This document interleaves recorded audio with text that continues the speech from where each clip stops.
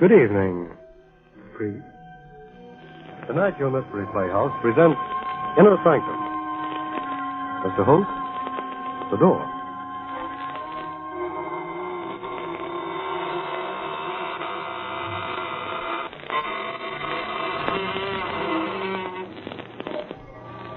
Good evening, friends of the Inner Sanctum. This is your host to welcome you through the squeaking door. What's that? You're scared. Don't be frightened. Why, we've been beating our brains out to make things pleasant for you. Yes, take that fellow lying on the floor. Now, that's a nice guy, really solicitous. He put a bullet through his head because he didn't want you to be bored. Oh, you don't like that pretty lady hanging from the chandelier? Well, we'll fix that. We'll cut her down and nail her to the wall. Then she'll be a pin-up girl.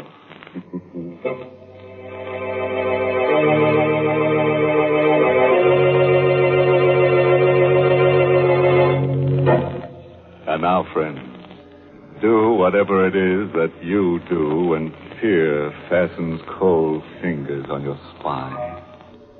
A cigarette, perhaps, or a handkerchief to twist. Anything to brace you against tonight's pale horror. It's an original radio play written especially for Inner Sanctum by Michael Sklar and called Death is a Double Crosser.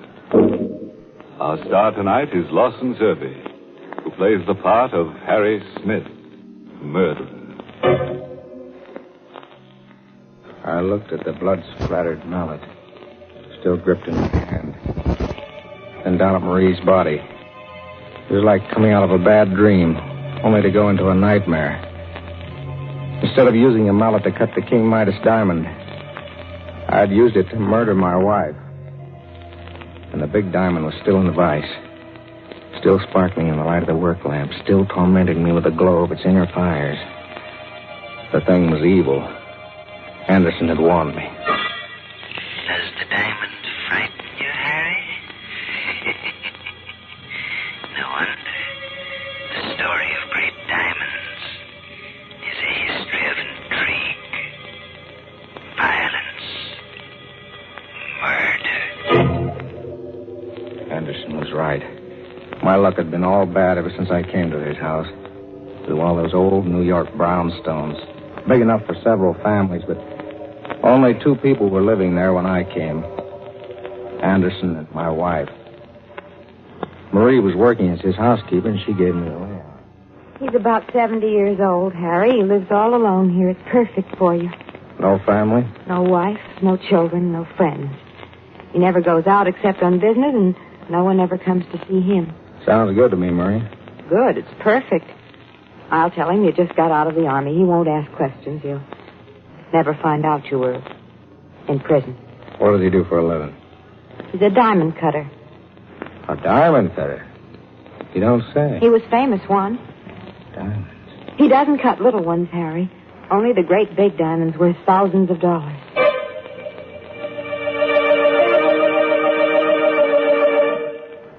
I moved in with Marie, and for a while everything was quiet. I didn't mind the quiet after that 5-year forgery rap in Sing Sing. Then one day the peace and quiet ended. I met old Anderson on the steps going down to the street. Good morning, Harry. Oh, hello, Mr. Anderson. Hey, you look all excited. Some good news coming your way? I hope so, Harry. Of course, I can well afford to be idle, but it would be pleasant to work again. And it's nice to know that people still remember you. Is it a job? Wonderful job. If I get the assignment. Well, I'm sure I'll get it. He couldn't give it to anyone else. A diamond? One of the largest diamonds in the world. The King Midas stone, discovered last year in the Kimberley Fields. Was purchased recently by Johnson, the multimillionaire. I'm on my way to his home to discuss the cutting. Wow, good luck. I sure hope you get the job, Mr. Anderson.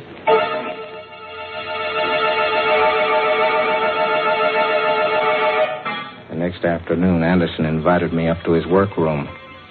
On the bench was a square of black velvet covered by a white cloth. Something big was underneath that cloth. Anderson lifted it. And for the first time, I saw the King Midas diamond. What do you think of it, Harry? For a second, I couldn't talk. The blood was pumping too fast. 215 carats. When I'm finished cutting, it'll be reduced to 125. How much will it be worth? Diamond like that? You could get $100,000. And no questions asked. That's funny. It's kind of oily on the surface, but down inside it gleams like it's on fire. Does it frighten you? Yeah. Stone like that does things to me. The story of great diamonds is a history of intrigue, violence, murder. You said something about cutting it. I'd have to study the King Midas until every detail of the task is clear in my mind. Then just a few light blows of the mallet on the chisel, and the result will be a flawless diamond. How long will it take? Oh, I should say about 2 months, Harry. I went downstairs to Marie. One look at me, and she knew something had happened. I told her my plan. If they catch you, they'll send you back to jail. They won't catch me. I've got it all figured out. This is our chance. He told me himself that the diamond will be worth $100,000 when he's finished. $100,000? Yeah. No more pots and pans and scrubbing floors. No more passing phony checks. We'll be set for life, Marie. How are you going to go about it? I'll wait until he's finished cutting the diamond. How will you know when he's finished? You'd have to know the exact time. If you waited too long, he might turn it over to the owner, Mr. Johnson. Then where would you be? Don't worry. I've got that figured out, too.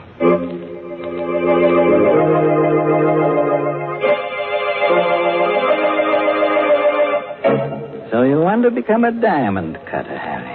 If you'll teach me the work, Mr. Anderson, I promise it won't be any bother. All I want to do is watch you while you go about cutting the King Midas. Diamond cutters aren't made overnight. It takes a great deal of time. I spent 50 years learning the craft. Oh, please, Mr. Anderson, you don't know what this means to me. Yeah? All right, Harry. I'll let you watch me as I work. So that's how it began.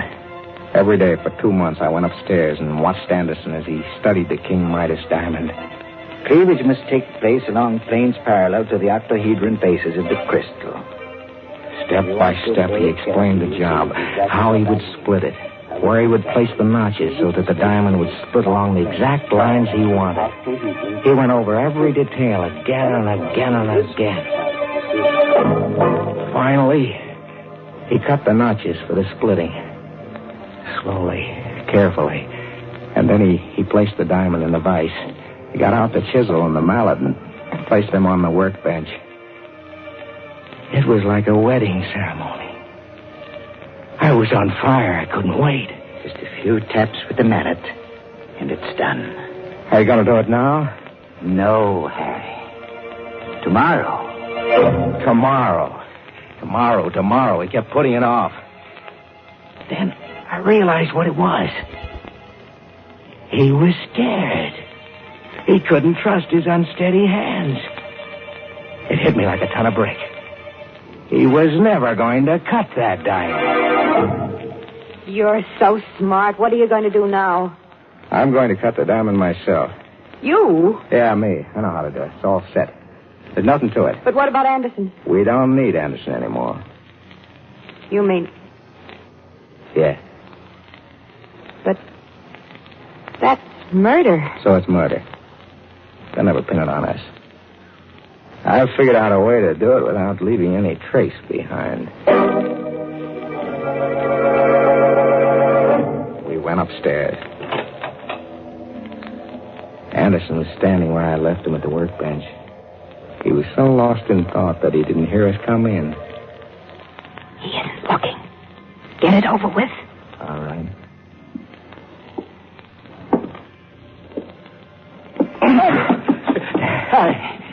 Let go of me. I don't like to do this, Mr. Anderson, honest. Marie, stop it. It's no use, Mr. Anderson. I don't Please. He begged for mercy.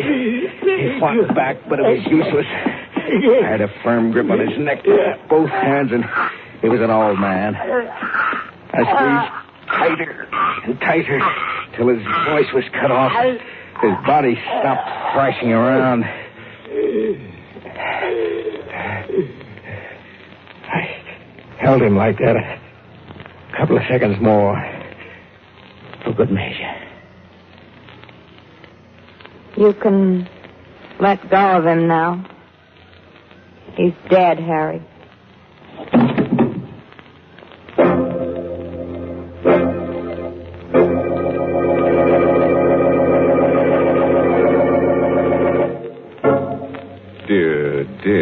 Dear. Imagine that. Cold-blooded murder. Killing a harmless old man like Mr. Anderson, choking him to death. Doesn't that slay you? And all because of a piece of ice. Why, it makes me hot under the collar. And that cool cucumber, Harry Smith. I'll bet he gets so hot that he'll burn before he's through.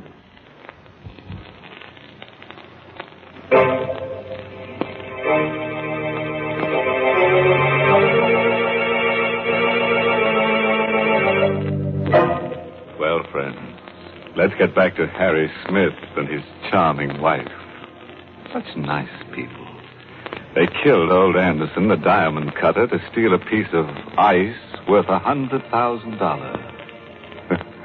And unless they have a lot of another kind of ice handy, they'll have to do something fast to get rid of the body. We carried Anderson's body down to the cellar and broke open the brick wall. Placing the old man's body behind it, we bricked it up again. Then we went through my plan. I wrote a suicide note. To whom it may concern, I, Olaf Anderson, because I failed in the task of cutting the King Midas diamond, have decided to take my life. When this note is found, I will be dead. It was easy for me, a professional forger, to fake the suicide note in Anderson's handwriting. I had him say he was going to end it all in the river and that he was taking the diamond with him to his death. And that night, Marie and I took a walk across the footpath over the Hudson River Bridge. When we reached the middle, You got the suicide note in Anderson's overcoat pocket? Yeah. No cars coming from either direction. Now's a good time to drop it. There.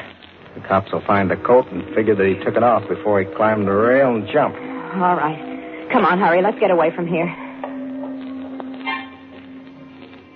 We went home. Marie telephoned police headquarters and asked for the Missing Persons Bureau. Hello? I want to report a missing person. It's the man I work for, Olaf Anderson. Yes, Anderson. I'm his housekeeper, and I'm worried because it's so late and he hasn't come home. My name? Mrs. Harry Smith. We went to bed.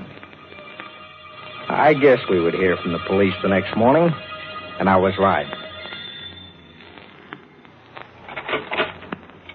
Yes, what is it? Megan is the name, lady. Detective Joe Megan, Missing Persons Bureau. Oh, yes, come in. Are you the party who reported a man named Olaf Anderson missing? Yes, did Did you... we find him? I think so. I'd like you folks to come down to the morgue with me. The morgue? What for? We've got a body down there. Body of an old man that fits the description of Anderson. It's fished out of the Hudson River early this morning. You might be able to identify it.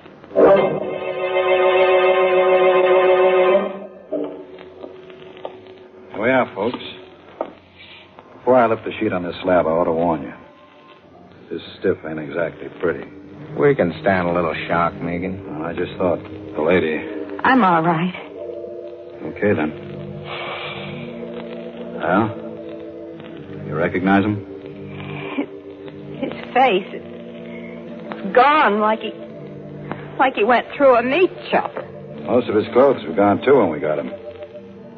Poor guy must have got caught in the propeller of a passing ship. Marie, It's Mr. Anderson. Harry. Don't you recognize the pants? They're from that old suit he always used to wear. Oh, yes. Yes, you're right. So you can identify him, eh? I'm sure that's Mr. Anderson. Well, I guess that closes the case. Suicide. Body recovered. And a great big hunk of diamond at the bottom of the Hudson River.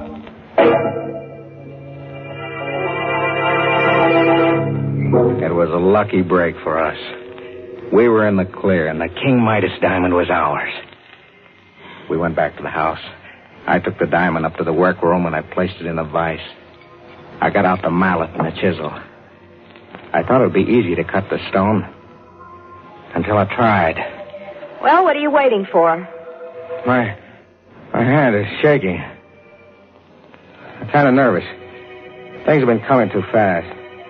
Let's put this off until tomorrow.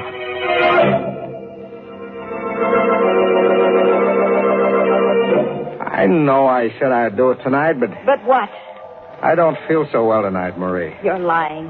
How long are you going to keep this up? I take it easy. You said you knew how to do it. I do. Well, then cut it. For heaven's sakes, get it over with. Don't rush me. If I make a mistake, it'll cost us $100,000. You've been putting it off for 3 days now, Harry. First this and then that. There's always something. You've always got a reason for not cutting that diamond. Now, listen, Marie, I've got to be careful. Knowing how to cut the diamond is one thing. Doing it is another. You're scared. That's what's the matter with you. Don't say that. You're frightened. Look at your hands. See how they shake. Well, you can hardly hold the mallet and chisel. You're as bad as Anderson was. She was right. My hands were shaky, just like Anderson's before I killed him. I tried for control. I told myself the diamond was nothing but a chunk of carbon crystal. I placed the chisel against the stone. I raised the mallet. But I couldn't bring it down. Now what are you waiting for?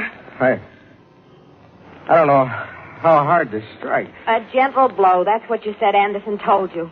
I can't do it. You can't do it. Of course you can. Don't be a stupid fool. There's nothing to it. She went wild. She began to shake my arm and scream at me. But her voice seemed to come from a distance. I kept staring at that diamond as though I were hypnotized. My throat was dry as dust. I was dizzy. Pinpoints of fire shot across my eyes. The diamond was doing things to me, and it was driving Marie crazy.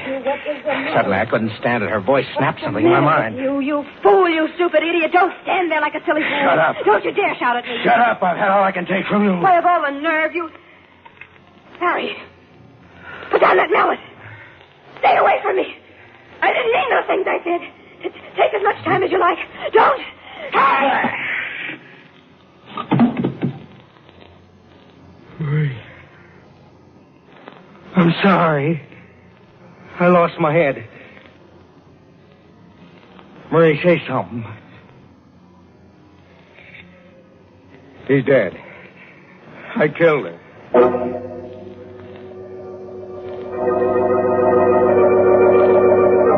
I took her body down to the cellar, reopened the wall, and placed her body with Anderson's. I'd hardly finished putting the bricks back into place when the front doorbell rang. I cleaned my hands, went upstairs, and opened it. Hello, Smith. It was Megan, the detective. He came in, looked around suspiciously, and closed the door behind him. What's the matter with you, Smith? Me? Yeah, you. You look sick. Me sick? I never felt better in my life. It's the light. Is your wife at home? No, she isn't. Expect her home soon? Why, no. No, she went to Baltimore to visit her mother. Left kind of suddenly, didn't she? What are you driving at, Megan? Take the chip off your shoulder. Nobody's picking on you. Yet. What do you mean? This Anderson suicide. You said the case is closed. It's closed until this morning. Now there's a couple of angles in the case that don't make sense. I'm not even sure the old guy we pulled out of the river is Anderson. But I identified him. Sure you did. Yesterday, a guy named Keeler showed up at the morgue and swore that same body was his father. It must be Anderson. The suicide note. Suicide note said Anderson was killing himself because he made a mistake and ruined the King Midas diamond. Dad, don't you see? But Anderson never got the job of cutting that diamond. He what? Say that again. Anderson never was commissioned to cut the King Midas diamond. How do you like that? It can't be. He told me himself. I got that information straight from the owner, Mr. Johnson. I don't believe it. Johnson was out of town until this morning. I got in touch with him, making a routine check on the facts. He told me he never commissioned Anderson to cut the stone. Said Anderson was too old and unreliable to be trusted with the job. But I saw the diamond. Saw it on Anderson's workbench. The diamond you saw must have been a phony.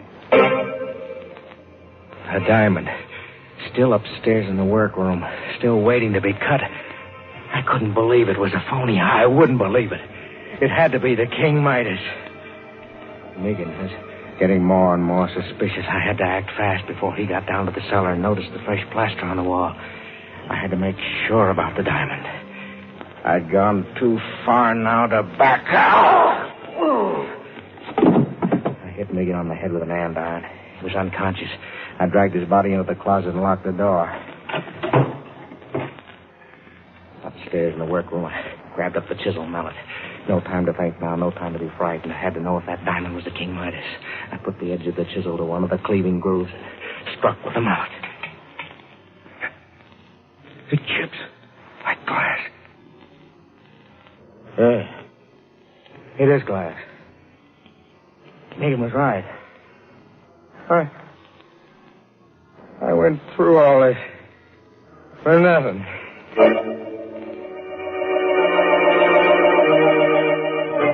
The whole thing was clear now. Anderson had lied to me. He had lied even to himself. Yeah, that was it. He had been unwilling to admit even to himself that he was no longer good enough to be trusted to cut the King Midas diamond. He was nuts. And he made up that crazy story. And I swallowed it.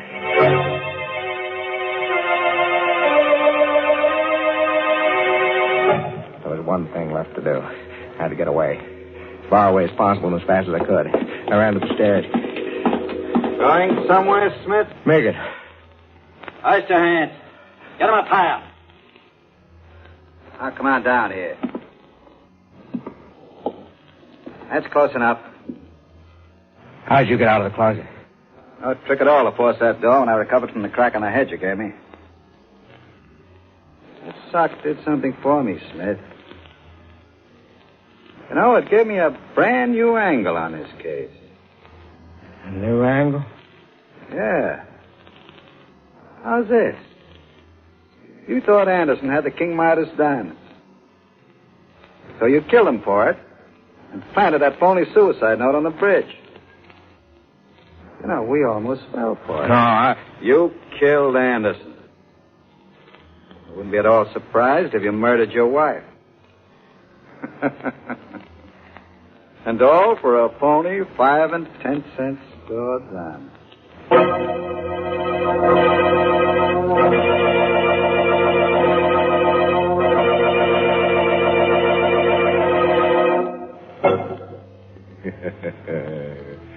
Poor Harry Smith. What a life. A Smith caught between the hammer and the anvil. You know, he never should have lost his head and murdered his wife. No, because now it looks as though he's going to have to lose the rest of him. Yes, right now, Harry is really harried. And when the state executioner gets him, he'll be fit to be tied in a noose.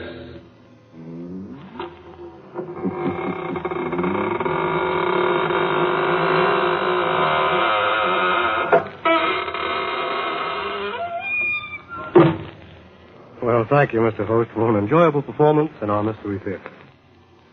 This is Hunter Galloway saying good night. Sleep tight.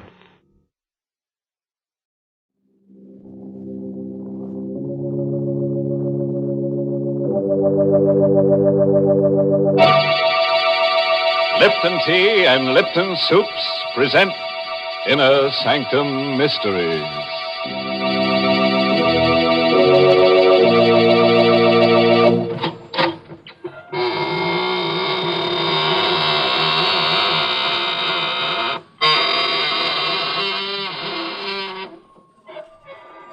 Good evening, friends of the Inner Sanctum.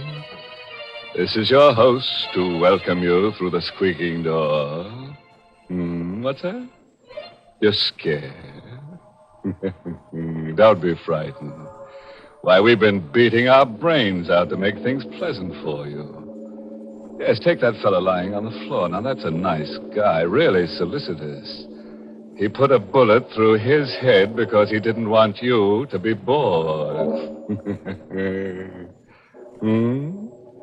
Oh, you don't like that pretty lady hanging from the chandelier? Well, we'll fix that. We'll cut her down and nail her to the wall. Then she'll be a pin-up girl. My goodness, Mr. Host. Sounds as if there's nothing you and your friends wouldn't do to oblige. Oh, but there is, Mary. You'd never catch us being nice to anyone to oblige. Not on your death would we do that. I can't believe you're so different from most people, Mr. Host. And most people enjoy doing nice things for others. Like what, Mary? Why, like always having Lipton tea on the table. That's one of the nicest things you can do for your family and friends. Why do I say Lipton tea? Well, there's a good reason for that. Lipton's has that wonderful brisk flavor. And brisk flavor is the thing that makes a world of difference between Lipton's and other teas. In fact, brisk is the tea expert's own word for that fresh, lively, full-bodied flavor of Lipton tea. And it's a word you'll agree just naturally applies to Lipton's the very first time you taste this delicious tea. For Lipton's has a zesty, full flavor that makes it stand right out. So, for extra cheer and comfort and satisfaction in your tea drinking, get acquainted with Lipton's right away. Why put up with just so-so teas any longer when there's so much more pleasure to be found in Lipton's brisk flavor?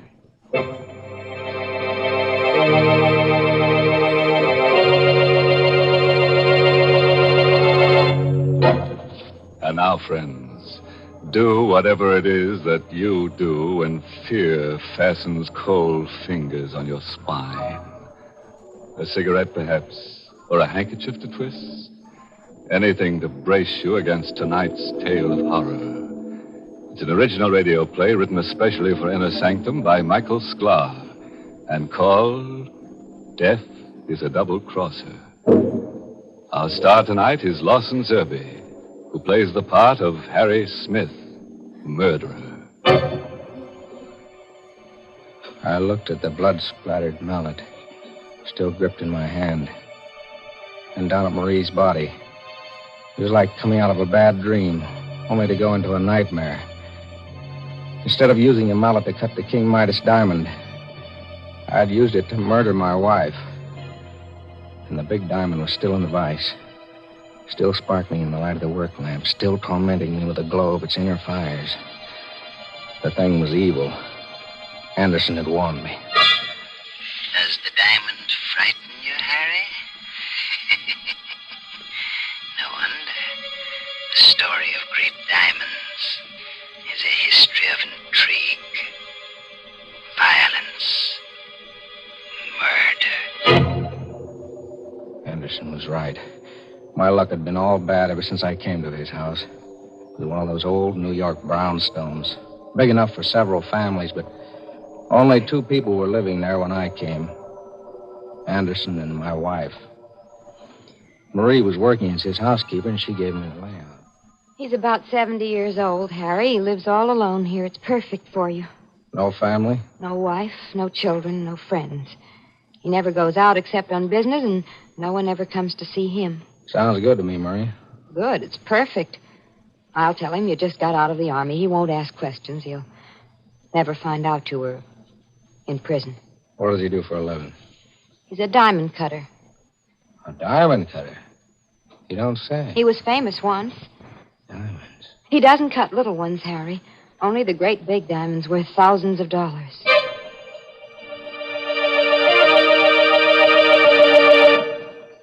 I moved in with Marie, and for a while everything was quiet. I didn't mind the quiet after that 5-year forgery rap in Sing Sing. And then one day the peace and quiet ended. I met old Anderson on the steps going down to the street. Good morning, Harry. Oh, hello, Mr. Anderson. Hey, you look all excited. Some good news come your way? I hope so, Harry. Of course, I can well afford to be idle, but it would be pleasant to work again. And it's nice to know that people still remember you. Is it a job? A wonderful job. If I get the assignment, I'm sure I'll get it. He couldn't give it to anyone else. A diamond? One of the largest diamonds in the world. The King Midas stone, discovered last year in the Kimberley fields. It was purchased recently by Johnson, the multimillionaire. I'm on my way to his home to discuss the cutting. Well, good luck. I sure hope you get the job, Mr. Anderson.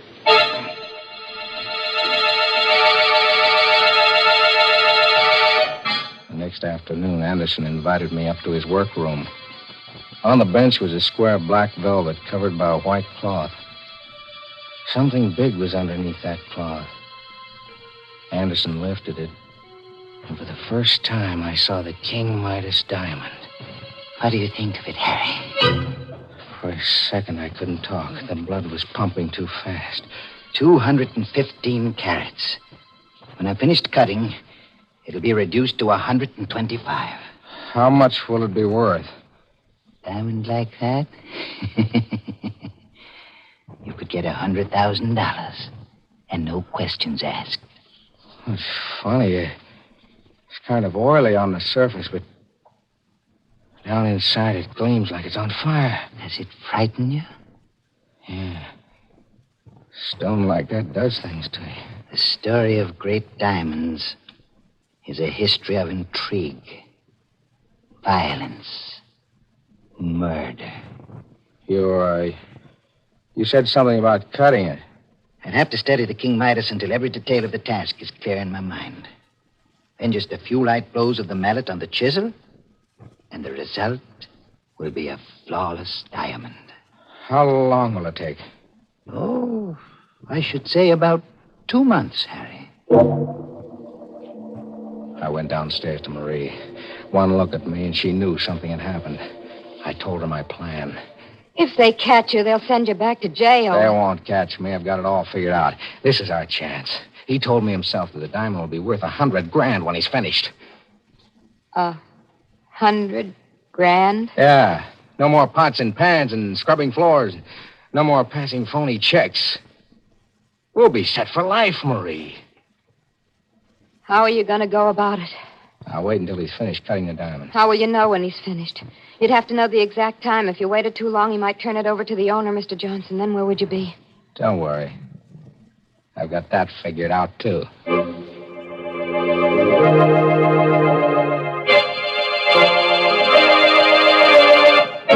So you want to become a diamond cutter, Harry?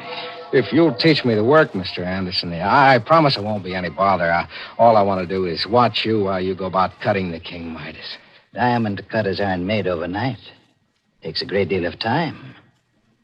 I spent 50 years learning the craft. Oh, please, Mr. Anderson, you don't know what this means to me. Well, all right, Harry. I'll let you watch me as I work. So that's how it began. Every day for 2 months, I went upstairs and watched Anderson as he studied the King Midas diamond. Cleavage must take place along planes parallel to the octahedron faces of the crystal. Step by step, he explained the job, how he would split it, where he would place the notches so that the diamond would split along the exact lines he wanted. He went over every detail again and again and again. Finally, he cut the notches for the splitting. Slowly, carefully. And then he placed the diamond in the vise. He got out the chisel and the mallet and placed them on the workbench. It was like a wedding ceremony. I was on fire. I couldn't wait. Just a few taps with the mallet, and it's done. Are you going to do it now? No, Harry. Tomorrow. Tomorrow. He kept putting it off. Then I realized what it was. He was scared. He couldn't trust his unsteady hands. It hit me like a ton of brick. He was never going to cut that diamond. You're so smart. What are you going to do now? I'm going to cut the diamond myself. You? Yeah, me. I know how to do it. It's all set. There's nothing to it. But what about Anderson? We don't need Anderson anymore. You mean? Yeah.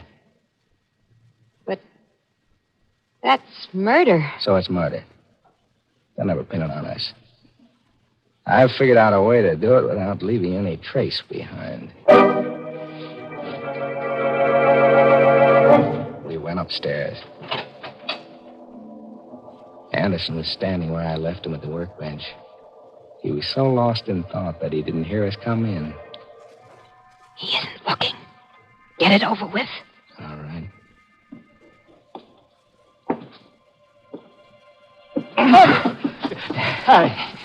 Let go of me. I don't like to do this, Mr. Anderson, honest. Mary, stop him. It's no use, Mr. Anderson. I don't. Please. He begged for mercy. He fought back, but it was useless. I had a firm grip on his neck with both hands, and he was an old man. I squeezed tighter and tighter till his voice was cut off. His body stopped thrashing around. I held him like that a couple of seconds more for good measure. You can let go of him now. He's dead, Harry.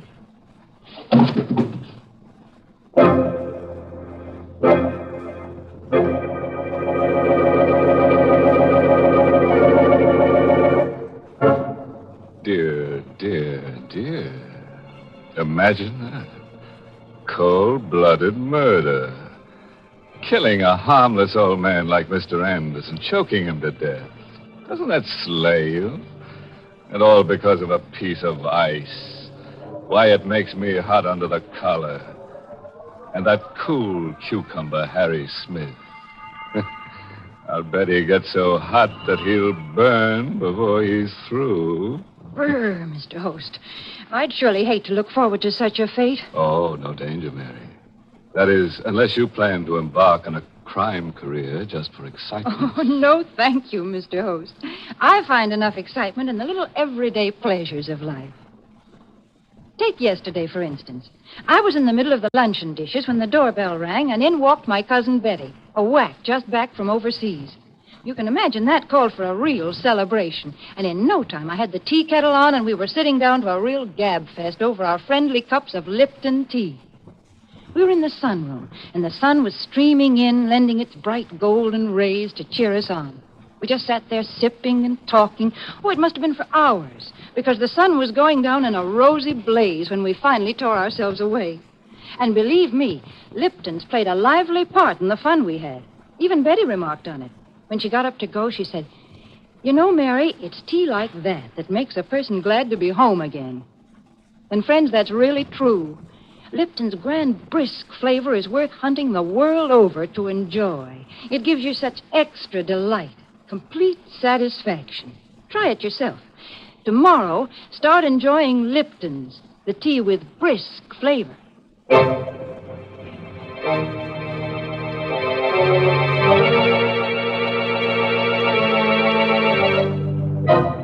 Well, friends, let's get back to Harry Smith and his charming wife.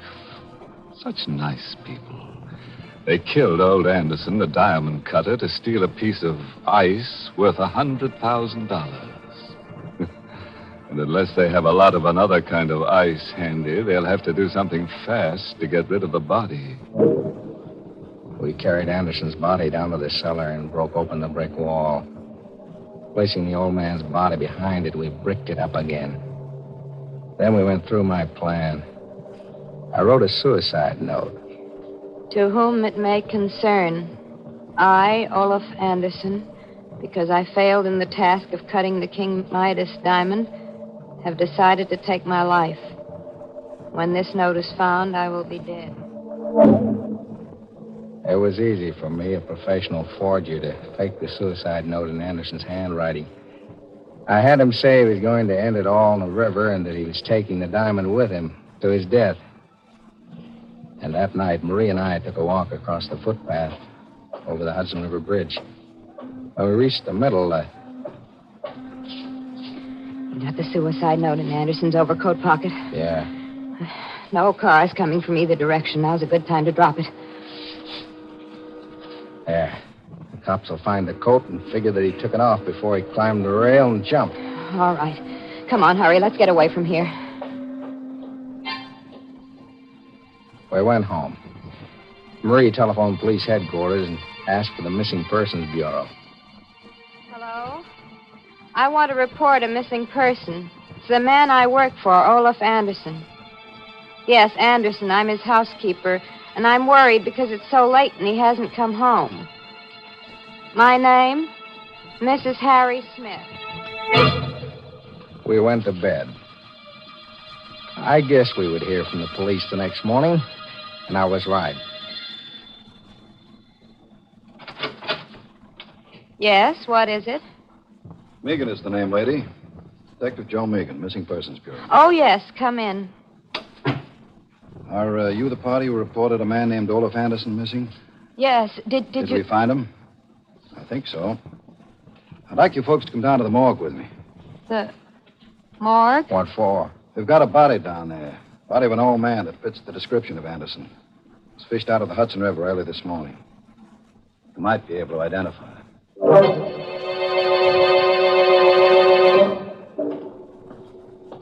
Here we are, folks. Before I lift the sheet on this slab, I ought to warn you. This stiff ain't exactly pretty. We can stand a little shock, Megan. I just thought the lady... I'm all right. Okay, then. Well, you recognize him? His face, it's gone like he went through a meat chopper. Most of his clothes were gone, too, when we got him.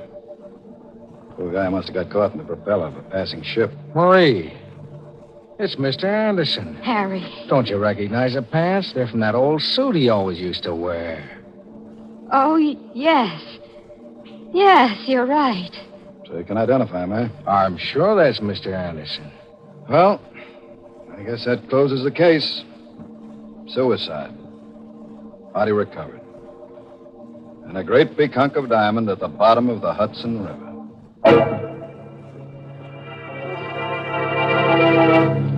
It was a lucky break for us. We were in the clear, and the King Midas diamond was ours. We went back to the house. I took the diamond up to the workroom, and I placed it in a vise. I got out the mallet and the chisel. I thought it would be easy to cut the stone until I tried. Well, what are you waiting for? My hand is shaking. I'm kind of nervous. Things have been coming too fast. Let's put this off until tomorrow.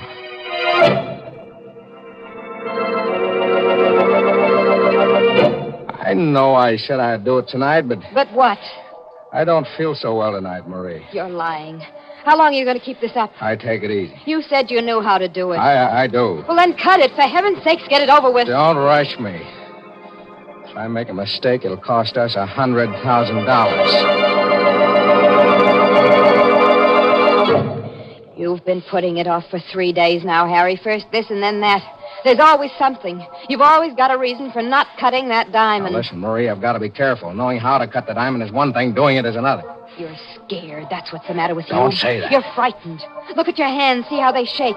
Well, you can hardly hold the mallet and chisel. You're as bad as Anderson was. She was right. My hands were shaking, just like Anderson's before I killed him. I tried for control. I told myself the diamond was nothing but a chunk of carbon crystal.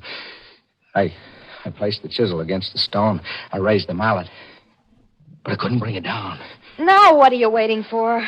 I don't know how hard to strike. A gentle blow. That's what you said Anderson told you.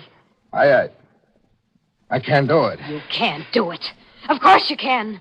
Don't be a stupid fool. There's nothing to it. She went wild. She began to shake my arm and scream at me. But her voice seemed to come from a distance. I kept staring at that diamond as though I were hypnotized.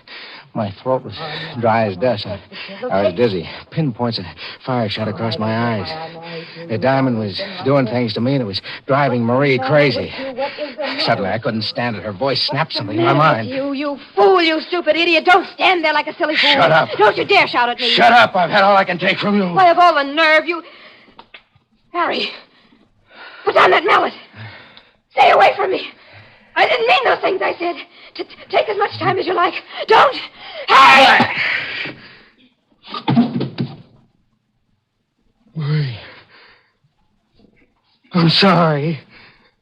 I lost my head. Marie, say something. She's dead. I killed her.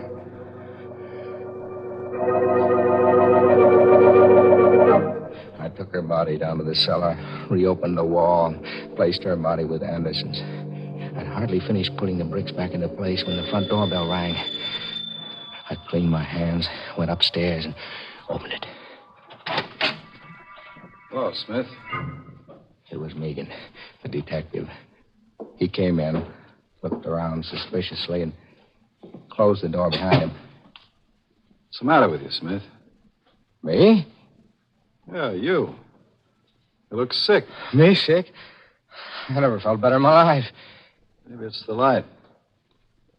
Is your wife at home? No, she isn't. Expect her home soon? Why, no. No, she went to Baltimore to visit her mother. Left kind of suddenly, didn't she? What are you driving at, Megan? Take the chip off your shoulder. Nobody's picking on you yet. What do you mean? This Anderson suicide. You said the case was closed. It's closed until this morning. Now there's a couple of angles in the case that don't make sense. I'm not even sure the old guy we pulled out of the river is Anderson. But I identified him. Sure you did. Yesterday, a guy named Keeler showed up at the morgue and swore that same body was his father. It must be Anderson. A suicide note. Suicide note said Anderson was killing himself because he made a mistake and ruined the King Midas diamond. There, don't you see? But Anderson never got the job of cutting that diamond. Hey, what? Say that again. Anderson never was commissioned to cut the King Midas diamond. How do you like that? It can't be. He told me Look. himself. I got that information straight from the owner, Mr. Johnson. I don't believe it. Johnson was out of town until this morning.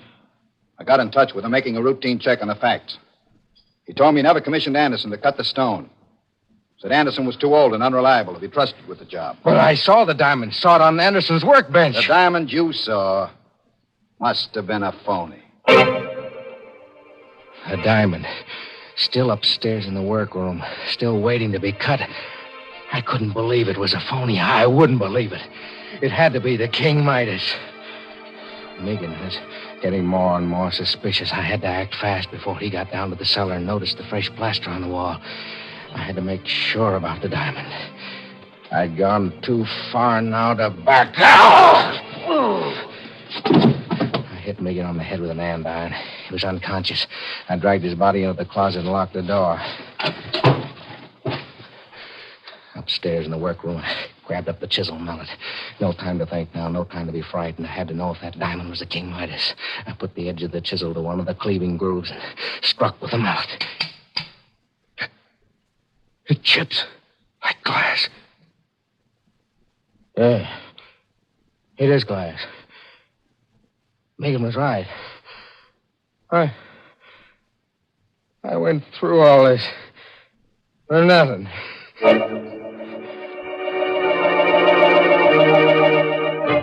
The whole thing was clear now. Anderson had lied to me. He had lied even to himself. Yeah, that was it.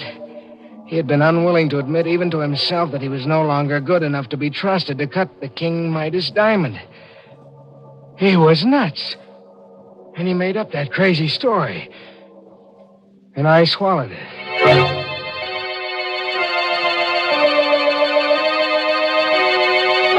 There was one thing left to do. I had to get away.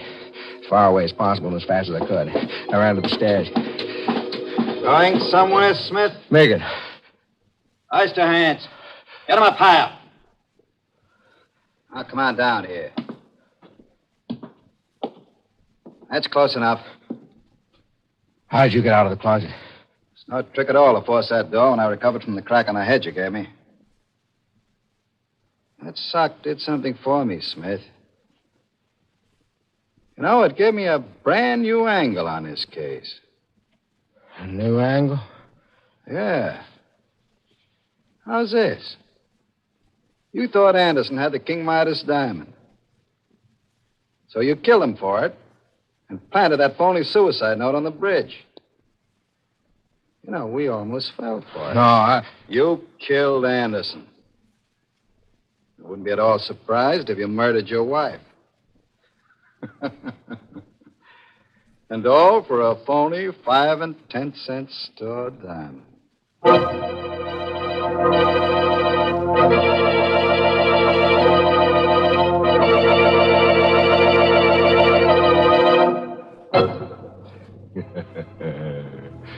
Poor Harry Smith. What a life. A Smith caught between the hammer and the anvil. You know, he never should have lost his head and murdered his wife. No, because now it looks as though he's going to have to lose the rest of him. Yes, right now, Harry is really harried. And when the state executioner gets him, he'll be fit to be tied in a noose. Well, this has all been very exciting, Mr. Host. But now, before we go, suppose we leave our listeners with a very special word. And that word is? A word that's quicker to say than a minute. The word brisk. Because, friends, brisk signifies the flavor you want in a tea. And brisk stands for Lipton tea. So if you like tea at its most flavorful, delicious best, just remember this. Always ask for Lipton tea. Maybe you meant to get it last week and just forgot. Well, keep that from happening again. Right now, put down Lipton tea on tomorrow's grocery list.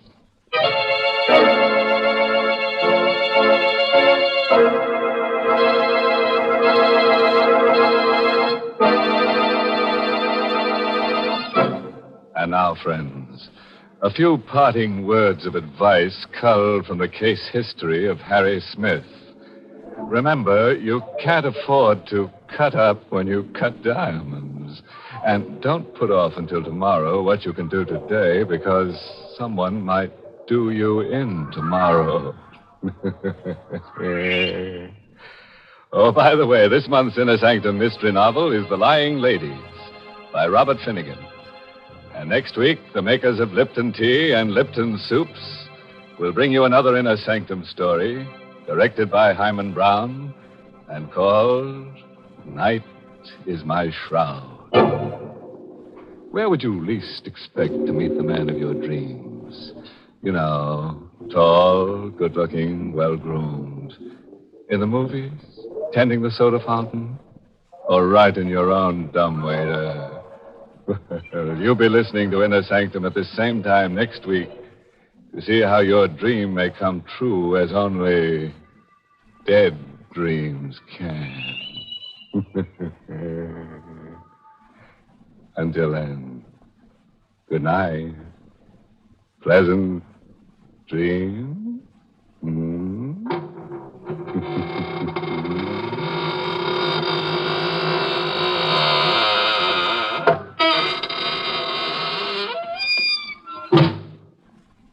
To make him say, "I'll have another helping of soup, please," better serve lots more Lipton's noodle soup. And serve it lots more often, friends. It's delicious, chickeny-tasting soup. Has that real old-fashioned flavor. And it's full of tempting, tender noodles. You prepare Lipton's noodle soup mix with ease and speed, and it costs less and makes lots more.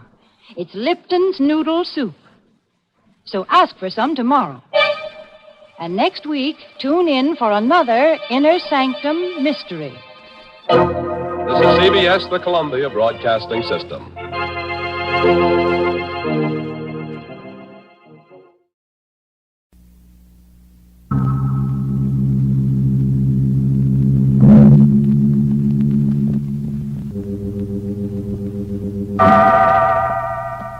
Inner Sanctum Mysteries.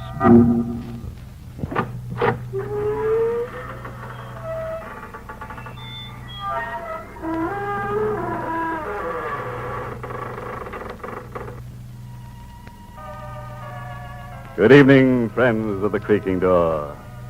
This is your host to welcome you once again into the Inner Sanctum. Come in.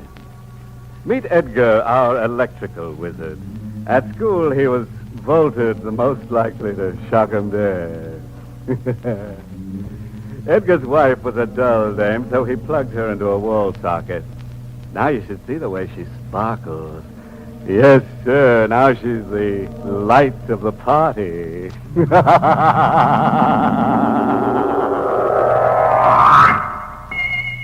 Ever roll your eyes over the dream of $500,000? You did. Careful, friend, or that dream will become a nightmare. We're in White Oaks, a gloomy estate somewhere along the jagged coastline between Frisco and Seattle. On the floor in a corner of the library, staring blindly at the ceiling, is an old man. Across the room is a young man, mortally wounded, but fighting to keep the thread of life from snapping. 10 feet away from him is an old-style floor safe. The door of the safe is blown off, and the contents scatter and lying nearby. He tries to get up, but he can't.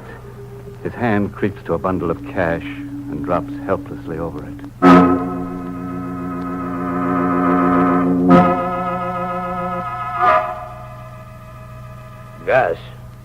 Gus Miller. Yeah? Open your eyes. Come on, son. Show fight. Don't cash in yet. Who are you? Sheriff Ben Lomax, Gus. Gus? How'd you know my name? Went through your bags. You've been masquerading as Tom Reed. Yeah. Where am I? In the county hospital. You take a lot of killing, but next stop is the county morgue. Hooray for me. You wouldn't be busting with curiosity about me, Sheriff. You wouldn't be busting to talk, son. Guess I am, if you'll listen. That's what I'm here for. Gus Miller's my name. Check back on my pedigree and you'll find I've been a number more than I've been Gus Miller. As a kid, I went right out of an orphan's home into the big jail at San Quentin. Number 562317 was my name for 10 years. 562317. Every night before turning in, I swore that 562317 was how many bucks it would cost society to square accounts with me. Go on. I was a day out of the clink, laying around the Frisco docks, wondering where I could hustle a buck.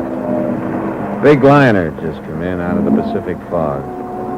One of those swank pleasure liners. I watched the passengers getting off. All dressed to kill, without a care in the world. Among them was Tom Reed, tricked out in a white sailing suit. My eyes kept wandering over them. The thought kept jabbing at me that here was a guy I could be if I played my cards right. We're about the same age and build, average-looking guys, except that Reed was a little pale around the gills. All Reed had on me was a bankroll. A U-Drive-It car rolled up, and Reed went to it. I went after him. What scheme I had in mind, I'm not clear on anymore. Yes, is there something you want? Hey, driving north? Looking for a ride, are you? Yeah, looking to get a hitch. Okay, hop in.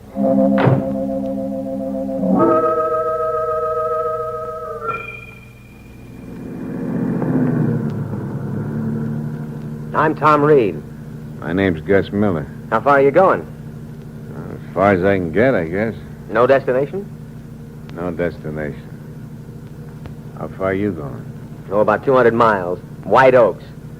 Ever hear of White Oaks? No, never did. The show place of the Pacific Coast. Yep. I'm the last of the Reeds of White Oaks. You bragging or crying? Both, maybe. Why are you so tough? You're too rich for my blood, maybe. I suppose there is something indecent about too much money, at that. Have you got too much money? $500,000 in 3 days. Why in 3 days? My inheritance comes due then. That's why I'm back in the States. How do you collect that $500,000? There's a bank teller piling up in gold pieces in front of you? No. A blind uncle you haven't seen in years taps his cane along the floor towards a safe that's been in the family for generations and opens it. And hands you $500,000. Just like that? Just like that. My father distrusted banks. I turned the figure over in my mind. $500,000.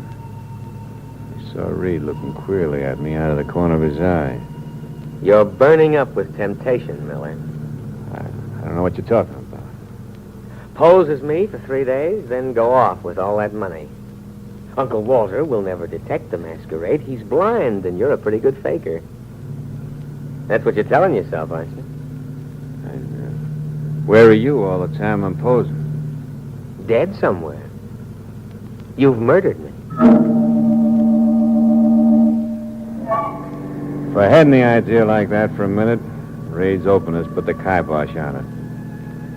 We chewed up about 100 miles when I caught that funny look crossing Reed's face again. I watched the hand clap over his heart. Reed seemed to sag, and the car began to circle wildly. I grabbed the wheel in the nick of time. I pulled to the side and shut the motor. What's hit you, Reed? My heart. How bad is it? The Honolulu doctor gave it a year. I've been shortchanged by 2 weeks. Get me to a doctor. I stalled. There was a little man counting off 500,000 in my mind slowly, by one. Reed's eyes were on me. They were dying eyes, but I caught a twinkle. As if we were amused over something. Here's your chance, Miller. Just sit it out under the stars. Forget the doctor. What I like most about you is your sense of humor. I'm taking you to that doctor. Thanks, sucker. But don't bother. It's too late. Reed. Bury me somewhere as Gus Miller. You be Tom Reed for 3 days.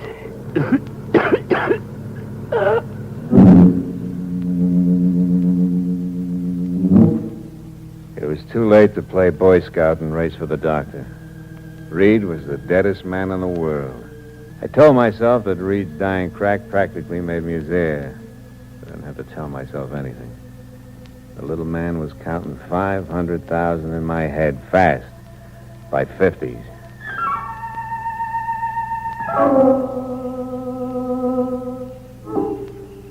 I found a natural lake about 5 miles up a side road. The region was a dead end. Not a house or a human anywhere in miles.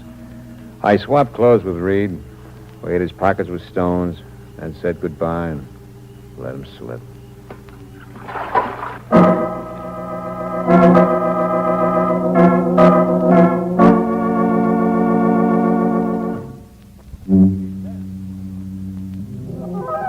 Well, our downtrodden hero is on the upgrade now. 500,000 spondylix. Nice pay just for giving a corpse a bath at a roadside lake. Guess might run into something unexpected at White Oak. Still, he's determined to try or fry. Let's see which it is, shall we? I got to White Oaks in an electric storm, with the skies giving me a 21-gun salute. The house was up on an elevation. Everything about it seemed to say, keep out. And not a soul in sight. Where was the blind uncle? Anybody home? I could hear the echo hanging in the air. Then I heard a tapping coming at me out of the shadows. His hand reached for me. I could feel my flesh crawling. Tom? Oh, Uncle Walter? Give me your hand, nephew. Sure. Oh, it's been so long since I felt the warmth of a reed hand. Your hand is perspiring. It's close in here. I've been in a rush since Frisco. Something wrong? Your voice, it's changed. For the better? It's, deeper. But blame it on the Honolulu climate. It's Been a long time, Uncle.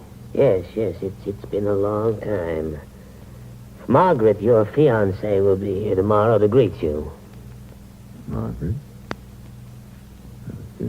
She's coming tomorrow? Yes. Oh.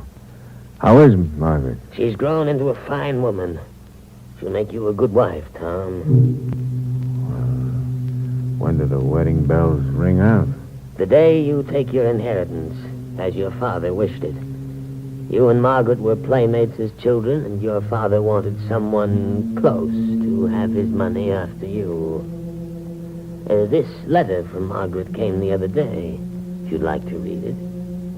Sure. Yeah, I'll read it in bed. Good night, nephew.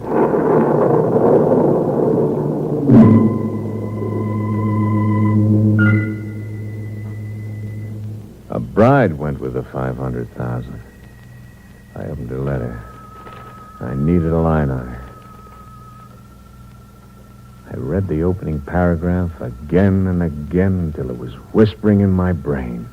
I wonder how it will be meeting Tom again, Uncle Walter. We were practically infants the last time together. The questions that keep crowding my mind. What does he look like? What does he think about? Will he like me enough? And will you like me too, dear Uncle Walter?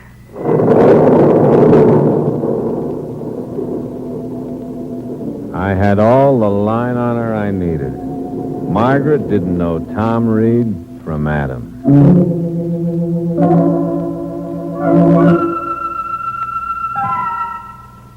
The next morning, I drove into the one-horse burg they call town. I wanted to buy a paper and some odds and ends.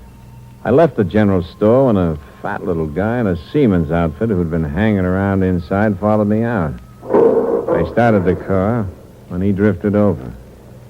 You going to White Oaks, friend? Hey, sure. How'd you get? The car. It's the job Reed rented in Frisco yesterday. Can I ride along with you? You're going to White Oaks? Uh-huh. I'm Tom Reed's guest. Okay? Sure. Hop down.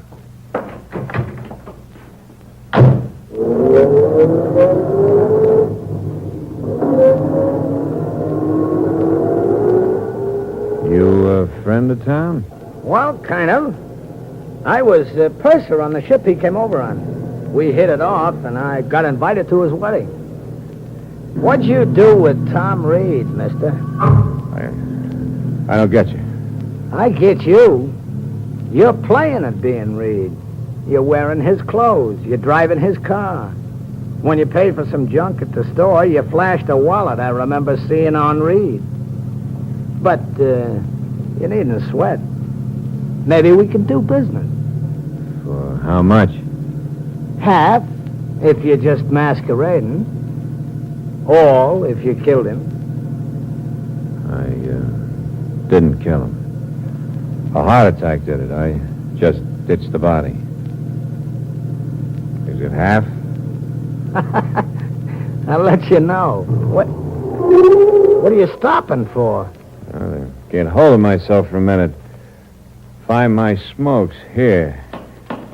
This compartment. I thought you said smokes. There's smokes. But all 6 bullets. Get out of the car. Start for the woods. Is that how you want it? That's the way it's got to be. All or nothing. No deals with a blackmailer.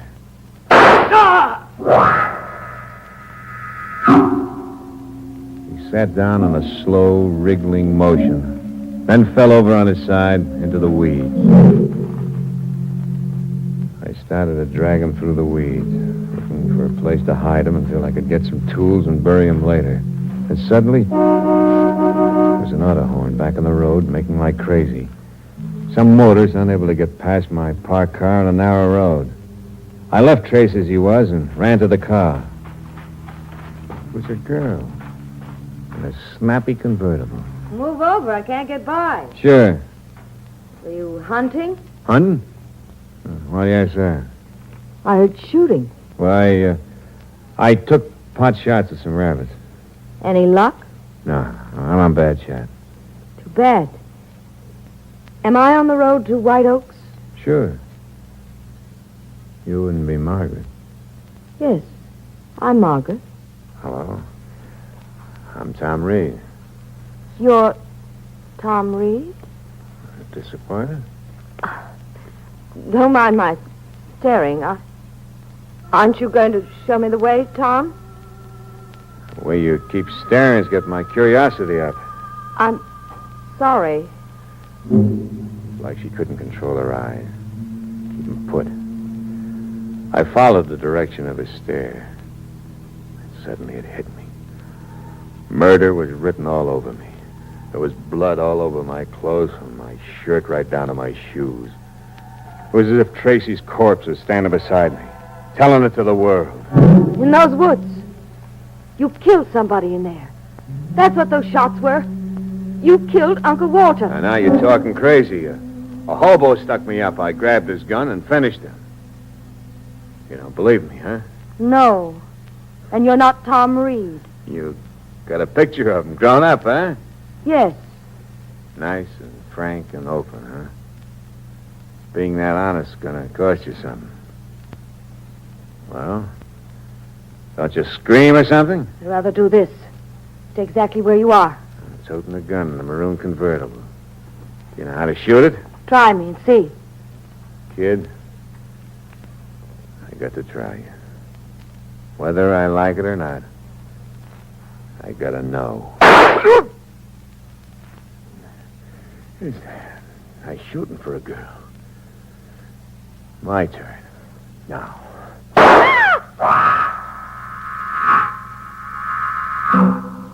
Her shooting first made it easier for me. In a way, it was like self-defense. Still kidding myself. Funny, it was hello, goodbye. I met a girl and killed her. All in less than 5 minutes.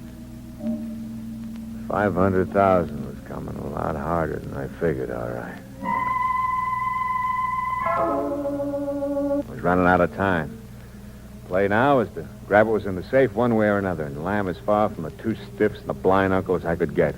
I got to the safe and began to work at the dials. I heard Uncle Walter tapping his way toward me. Tom? Tom? Yes.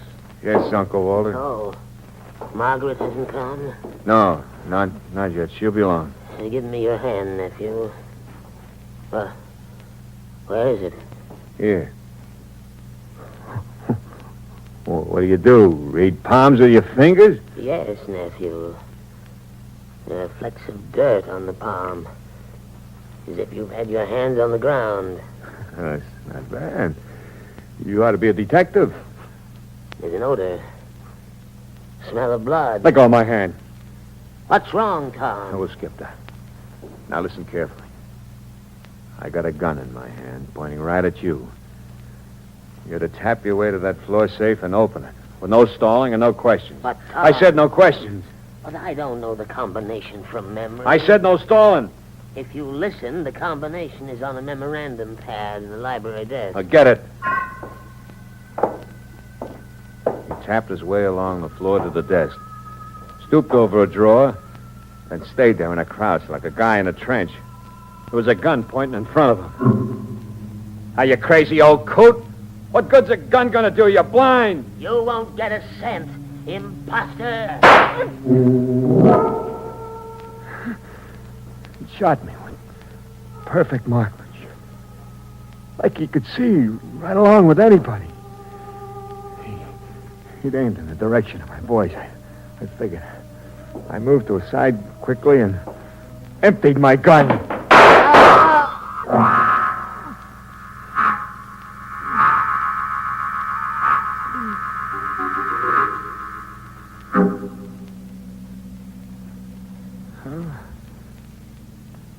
That's all that You fixed a glycerin charge in a can and blew the safe wall? It was a trick I picked up in prison. There are chemicals in a storeroom at White Oaks. Oh, The nerve of you. Still going for the money with all those bullets in you. Like you said, I don't kill easy. Well, you're tough, but the joke's on you all around. Sure, it's on me. Dying empty-handed. Oh, it's on you even more than that, son. The old man wasn't blind, and he wasn't Uncle Walter. You're kidding. No, for a fact. Like you, he was just playing along. He'd been the butler before he killed Uncle Walter. You see, he never thought Tom Reed's bad heart would allow him to take that trip from Honolulu. Well, what's funny, son? The joke is on me. All around.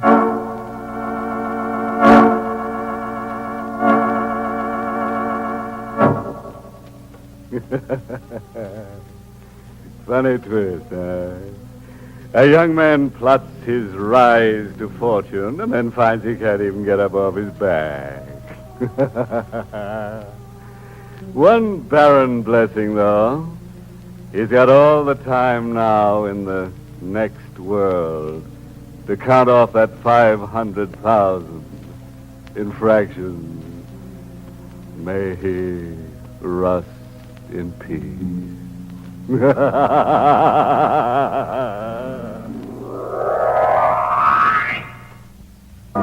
Well, friends, it's time once again to close that creaking door. Until next week at the same time, when we'll be back with a little hunk of horror. You'll be sure to listen, won't you? Until next week, then. Good night. Pleasant dreams.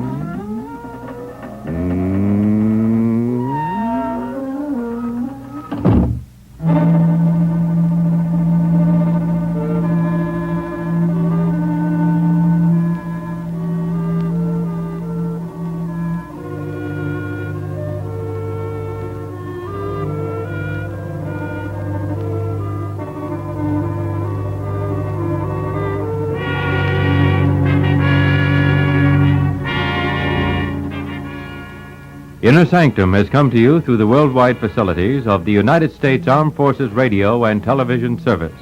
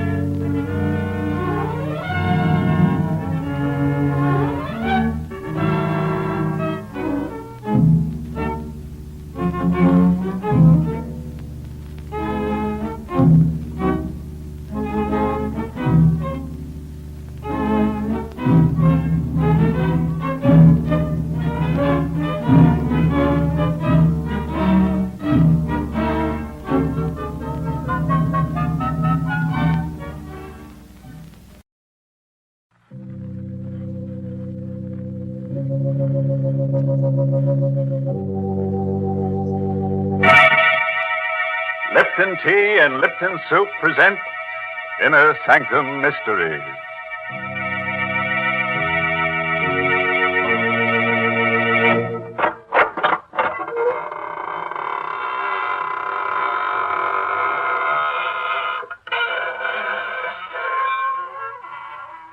Good evening, friends of the Inner Sanctum. This is your host to welcome you in through the squeaking door to another half hour of horror. Come in, won't you, and sit down. I hope you'll forgive me if I don't get up, but I'm terribly tired. I spent last night with a friend who's a book collector, specializes in bestsellers. He certainly showed me some interesting ones. In fact, he tried to bury me in one. Because all the very best sellers have corpses in them. Why, that's downright silly. Most cellars do not have bodies in them. But of course they have, Mary. You know the old saying, even the walls have ears. You certainly don't make a house sound homey at all. Why don't you talk about the kitchen with its good, warm smells of homemade food? Yes, and while you're at it, you should mention Lipton tea, because Lipton's makes good food taste better. You see, folks, Lipton's has a brisk flavor. And brisk means that Lipton tea always tastes fresh and full-bodied, tangy and spirited, never flat or wishy-washy. That's why Lipton's is such a grand drink at mealtimes, and why it's the perfect beverage to serve when you're entertaining. That's right. That brisk flavor makes all the difference in the world. So, folks, try Lipton's, won't you? And now, friends, if you're willing to gamble with your peace of mind, put out the lights and listen to Death by Scripture. It's an original radio play by that old gravedigger, Robert Newman. Yes, and our star tonight is Stefan Schnabel, who plays the role of Stefan. The place is China, somewhere near the outskirts of Shanghai, a man-made wasteland ravaged and devastated by war. Driving through an abandoned village on his way to a camp for displaced persons is Major Roger Mason. Suddenly, the glare of his headlights picks out a strange, wild-eyed figure who stares, then scuttles into the shelter of an alley. Mason hesitates for only a moment, then stops his jeep. Hello there. Come back here for a minute, will you? Hello. Okay, if you want to make a game out of it. This alley somewhere. Oh, there you are. Please, master, please. I mean no harm. Easy now. No one's going to hurt you. Certainly not me. I'm an American on my way to Camp 14. Camp 14? The camp for refugees, displaced persons. I know. I was there. Yes, I thought so. How was it they let you leave? They did not let me. I ran away. Oh? Why? Because to stay would have meant death. Seems to me it would be a lot more dangerous to go wandering around here. Suppose I take you back there with me. No, please. But I tell you, there's nothing to be afraid of. You think not? Very well. What can man do against fate? I tried. You're a witness that I tried. But I warn you, if I go back, it will mean death, not just for me, but for others. Many others.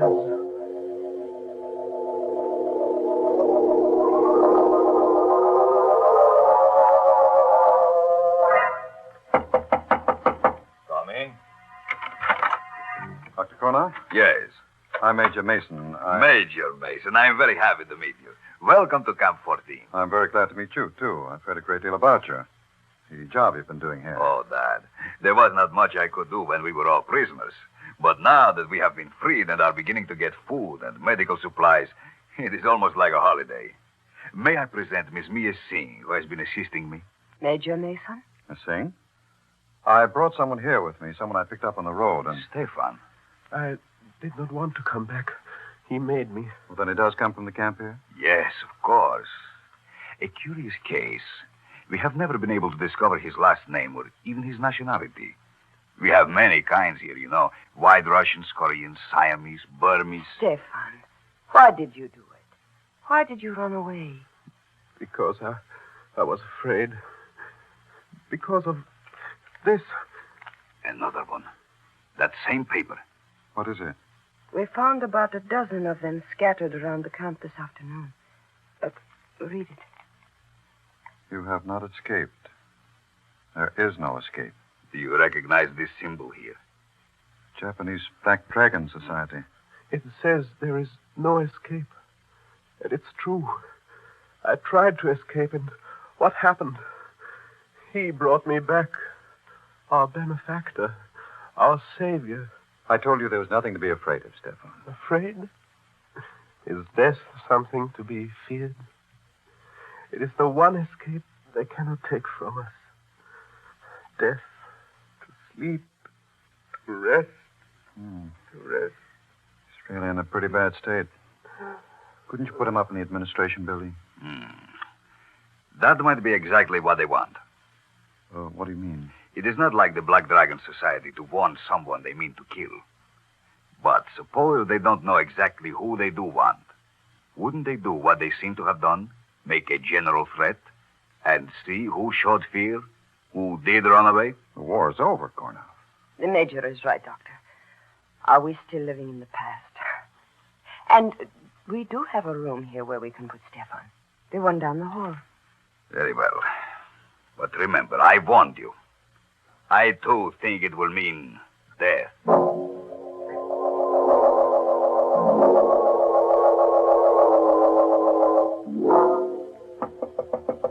Stefan! Stefan! The door's not locked, Major. Come in. I didn't know whether I'd be disturbing you. Whether you were asleep. Sleep? I never sleep. Never. You're feeling better, though, aren't you? Safer? It is at least quiet. A man can think. I was lying here, trying to remember. Trying to remember what? If I knew, I would know everything. But I don't know. There is much that I can remember. Such as what, Stefan? The first one. The greatest one. Many lifetimes ago. The garden with a wall around it. The torchlight bright on their breastplates and helmets. And his face. Then the hill. The place of skulls. The earth shaking. Stop it, Stefan. Whatever it is you're talking about, it's horrible. Horrible, yes. But true. Those I can remember. I can't ever forget. But what I can't remember is now. Who I am, what I must do, and why. That will be horrible, too. As bad as the others, but... Look, Stefan, you're a sick man. Now, you've got to rest. You've got to stop thinking, brooding. I'm going to get you something, some medicine. That'll help you to sleep. Then when you're strong again, we'll take you away from here. Sleep? I told you I do not sleep. I cannot sleep. No? We'll see about that. I'll be back in a few minutes. Sleep. He does not believe that it is not for me. Not even the final one, which is dreamless. What's that? Outside the door. This door. But who is that? Who is there? No! No, don't!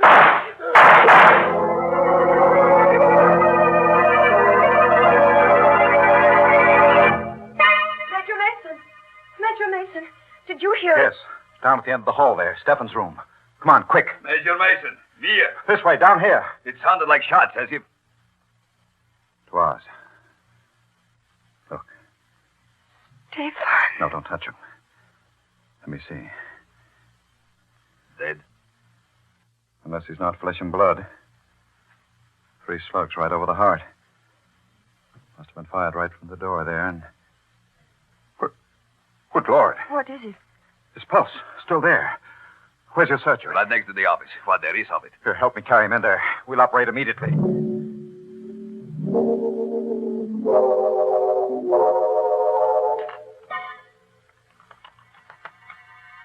Swab. The crack door right there. That's it. Hemostat. Clamp that off. You don't have another one, Major. Suture then. Tie it. How's his pulse? Weak, but steady. Now the swab. That's it. No, I don't dare probe. Forceps. It is almost in the vena cava. No worse than the others. It's absolutely impossible. No one will believe it. But he's still alive. There. The last one. If he does pull through, he even holds out for a couple of hours, I'll believe anything.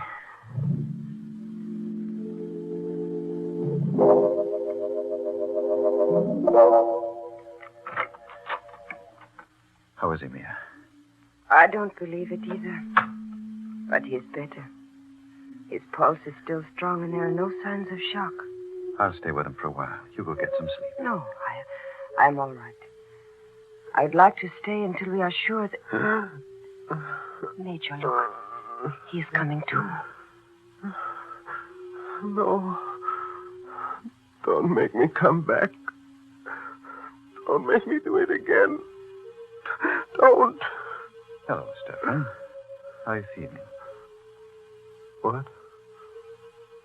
Oh, yes. The American.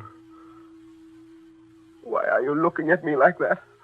Because you have no right to be alive now.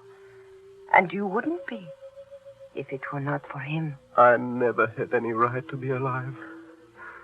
But I am. And I won't die. I told you I wouldn't.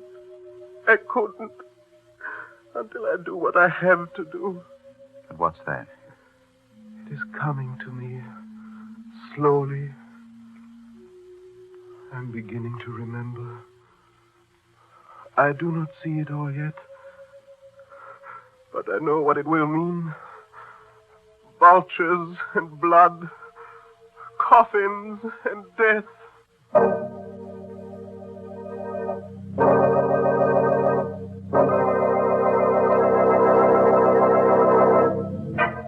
Well, now we're starting to get somewhere. But I wish our friend with a bad memory would stop talking about what he has to do and do it. Here we are halfway through our story with only one shooting. And no corpses. If things don't pick up, I'm going to get in there myself and show them how to pour gore. My goodness, aren't you ever satisfied? I've had the creeps ever since this story started. I just refuse to think about what's going to happen next. Well, as the doctor said as he sewed himself up, suit yourself. What an awful pun. Brr. Why, Mary, did you say brisk? I did not say brisk, and I'll thank you not to make fun of that word, because it's a mighty important word in the language of tea experts.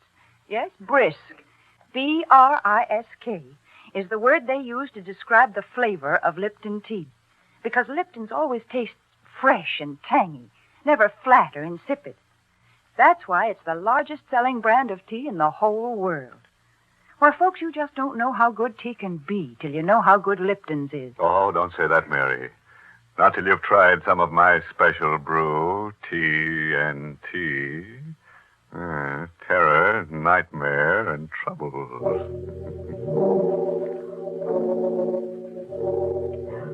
It is the next evening, about 10 o'clock at night. The dust-laden wind still wails around the lonely camp, and the refugees from many nations sit huddled in their rooms. Stefan, his face gaunt and drawn, is sitting propped up in bed in the administration building. You're sure you feel well enough to talk, Stefan? There is pain, but that does not matter. What is it you wish to know, Major? You were shot, Stefan. You know that. Did you see who it was that shot you? Yes, I saw. But that is not important. It does not matter. What do you mean it does not matter? Just that, Doctor. You see, much has come back to me. Not who I am, but what I must do. And I know now that I have nothing more to fear. That I was shot by mistake. Mistake? What the doctor said last night about the Black Dragon Society was quite true. There are 2 men here in the camp for whom the Japanese have been searching for years. Men who have been leading the resistance movement in their own countries. Even now, the Black Dragon Society feels that those 2 men must die. Do you know who they are? Yes. Do not mention their names. Do not even think them. You know who they are, don't you, Mia? One of them is your own father, Ram Singh, and the other is Pao Tung. Is that true? Yes. It is true. Then I think we ought to go see them at once. Make provisions to get them away from here.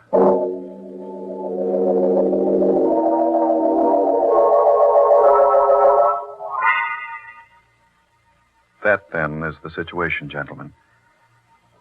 And I should like to have you escorted to Shanghai as soon as possible. You are very kind, Major. We felt that our best protection lay in anonymity. We may have been wrong.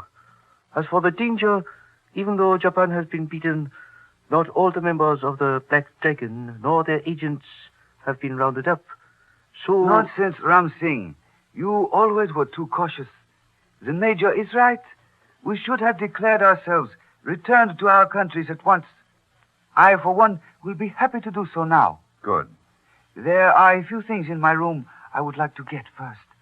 It will not take but a moment. I will meet you back here. Fine. You still look worried, Father. Do I? Perhaps I am. After all these years, waiting, working, suffering, to be so close to what I waited and worked for. But what is there to be afraid of? The Major has promised you protection. I know, and I'm profoundly grateful. But I keep wondering how Stefan knew. What was that? Out on the compound, and it sounded like... Pao Tung.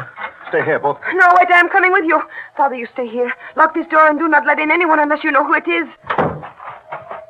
Major Mason! Major Mason, where are you? Over here. This blasted dust is so thick. Who's that? Gone You heard it, too? Yes. Sounded as if it came from... Here he is. Pao Tung? Yes. Dead? Very. Throat cut from ear to ear. No. No, he just left us. He was only gone a minute. That minute was all somebody needed.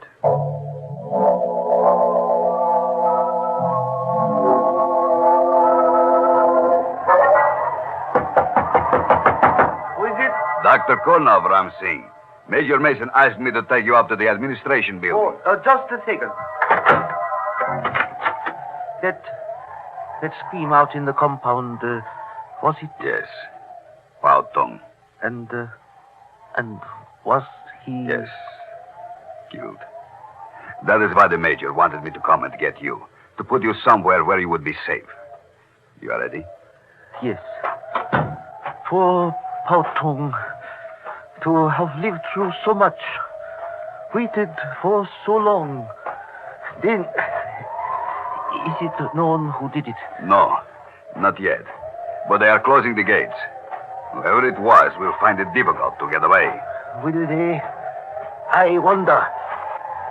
In this dark, where the dust so thick you can hardly see.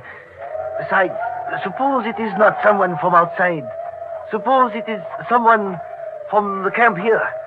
Someone who has been here for a long time. Wait. Oh.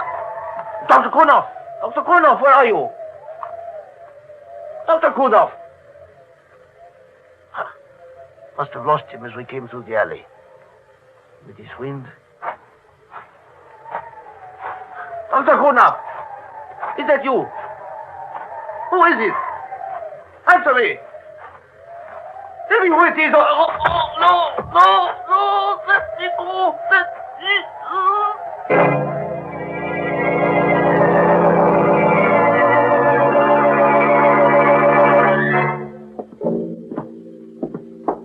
Open the door for me, will you, Mia? Of course, Major. Where are you going to put him? Yeah. Right here, in the office. You told the guards at the gate? They are closed now. No one will get out. But... Stefan, what are you doing up? You should not be out of bed. I heard something outside. A cry, and I had to see. Which one is it? Pao Tung. Dead? Yes. His throat cut. And the other? Your father, Mia. Dr. Kurnoff went to get him. He is bringing him here where he will be safe. Now go back inside to bed. Father? Dr. Kurnoff? Kurnoff, where is your father? Isn't he here? Why, no. You were going Didn't you go get him? Yes, I did. We started across the compound together, but it was so dark. The dust was so thick. I lost him. I called to him, looked for him, and when there was no answer, I thought he had gone on ahead. Stay here, all of you. I'll go. I'm sorry, Mia. Why? Why are you looking at me that way? And what are you sorry about? I am sorry that we became separated, that I lost him. I am sorry that he's dead. Dead? How can you say that? Because he must be dead. Because it's part of the pattern, the cycle. That is enough, Stefan. Come on. I will take you back inside. You're a very sick man, Yes, and you shouldn't. Yes, I'm sick. Not as sick as some, but sick enough. I won't go back, though. Not yet. I must wait. I'm not sure for what, but I know I must wait for something. Listen. Major Mason? Yes. You found him? Yes. Yes, I found him. Father! I told you. I knew. He had to be dead. Yes. Yes, he had to be dead. I think I knew it, too. Knew it was hopeless from the very beginning. How did it happen? Strangled. With this. Strangled. Dying out there in the darkness. 2 of them killed within a few short minutes, and we still do not know. That's not completely true, Mia. You mean you know? Your father and Pao Tung were around here for a long time. They died because Stefan revealed their identity. That means the murderer had to have access to that information. He had to know precisely where they were and when they were going to be alone. And he had to be able to get at the medical supplies here. The medical supplies? Because Pao Tung's throat was cut with a scalpel. And your father was strangled with a catgut suture. And that means... Don't move, Kurnoff. Had you covered since I came in? Dr. Kurnoff. No, I do not believe it. Thank you, my dear. I am sure that there will be quite a few others who will feel that same way. Stefan, you saw who shot you. Who was it? He. Kurnoff. You too, eh, Stefan? Well, I have a little something here I'd like to show all of you.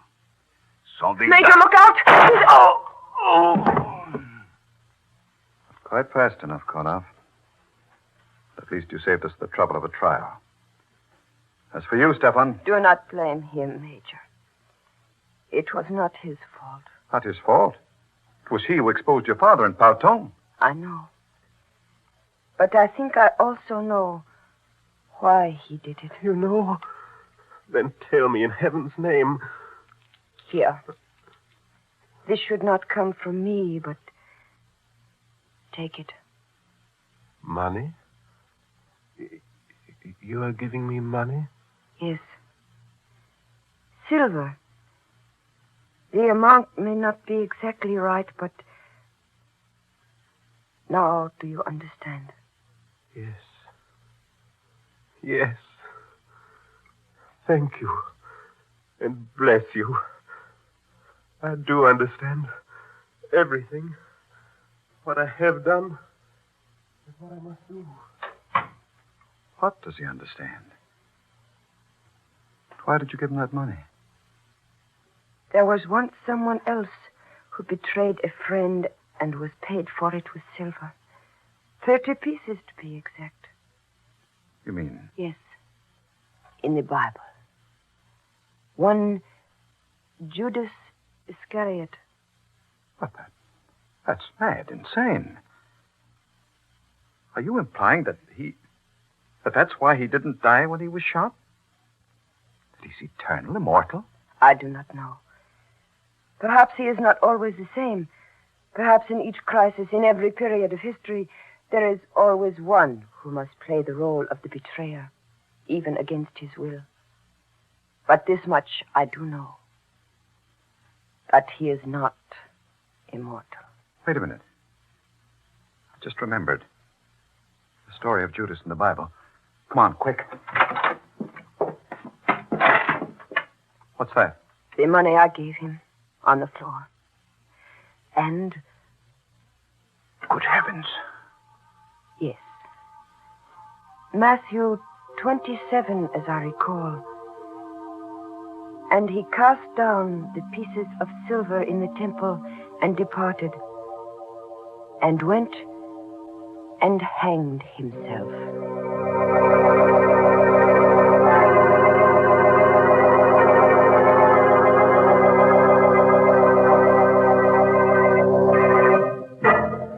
Well, that's the kind of character we like to have on this program. A little slow getting started, but he did deliver in the end. 2 corpses, plus his own. A nice down-to-earth sort of chap who wound up high in the air with a rope round his neck. Yes, we'll have to see that he's back with us again next week. Rope and all. Use the rope? Of course we will. You know our motto, no noose is bad news. Well, that's not my motto, Mr. Host. Is that so, Mary? Now, don't give me any of your Liptons. I certainly won't give you any of my Liptons. If you want Lipton tea, you can get it at your grocer's just like anyone else. And by the way, folks, you'll find that it pays to ask for Liptons in the larger, more economical size packages.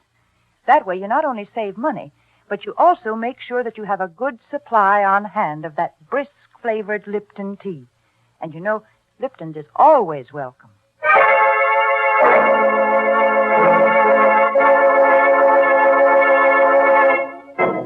And now here's a word of advice, friend. If you should be invited to spend the weekend with a friend in the country, and he should wake you at midnight carrying a lantern and shovel and invite you to go berrying with him, make sure he doesn't mean burying with a U. And when I say you, I do mean you. Oh, by the way, this month's Inner Sanctum Mystery novel is The Whistling Legs by Roman McDougall. Yes, and next week's Inner Sanctum story, directed by Hyman Brown and brought to you by Lipton Tea and Lipton Soup. Next week's story is about a honeymoon couple. Yes, funny kind of characters to be on this program, eh? Is that what you were thinking? Well, this couple finds a corpse right in the middle of their bed. And they can't ask the corpse to leave, not to its face anyway, because, you see, it has no face. Now it's time to close the squeaking door, so good night. Pleasant dreams.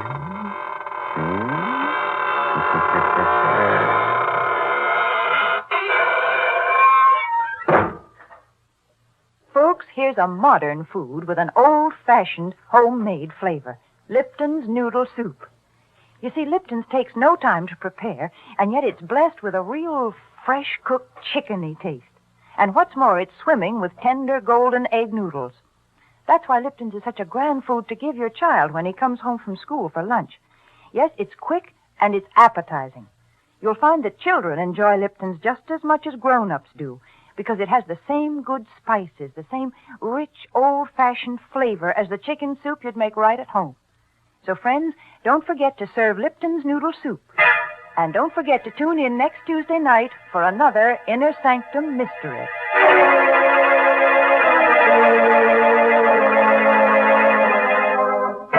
This is CBS, the Columbia Broadcasting System.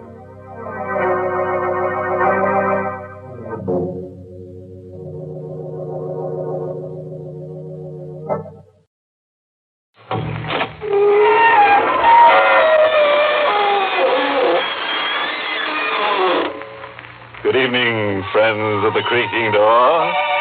This is your host inviting you into the Inner Sanctum. Come in, come on in. Oh, come on, we love company. Simply can't do enough to them.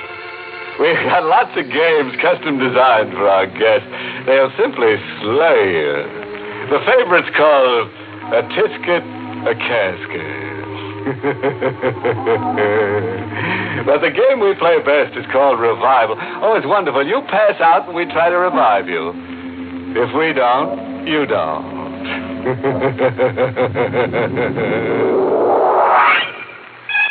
And now for our eerie spell.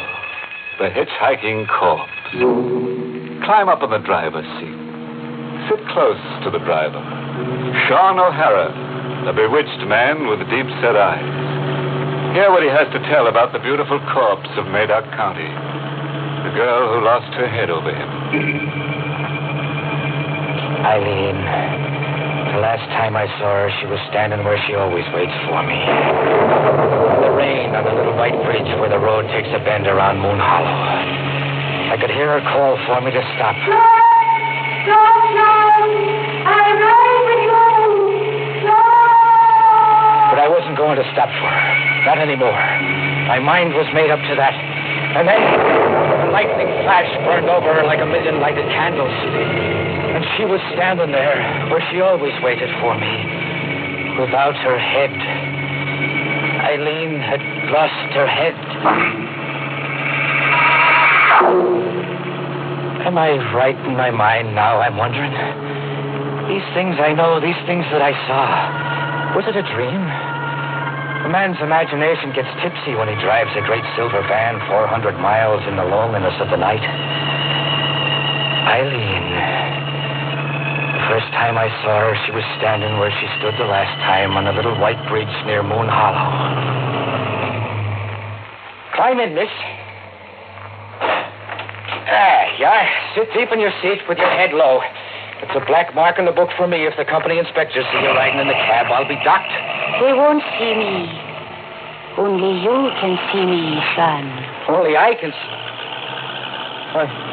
You're calling me by name. No. I'm making up a name for you. But it is my name, Sean O'Hara. It's an uncanny bit of making up you just did, Miss... Try, Sean.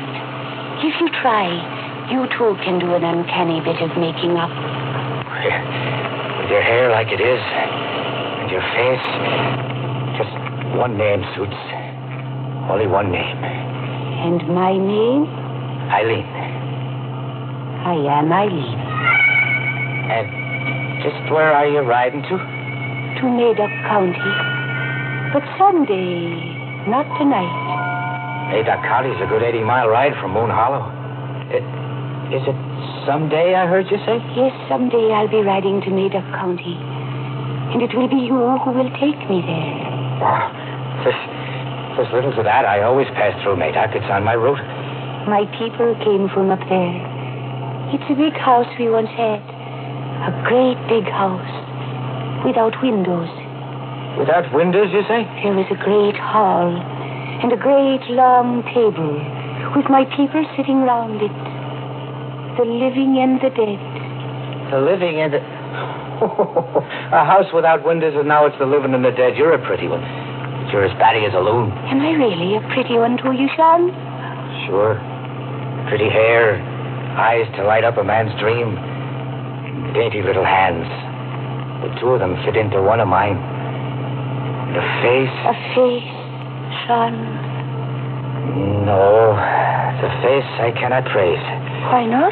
With all the war paint on it, if I didn't bite my tongue, I might say that what I see smeared over your cheeks is blood.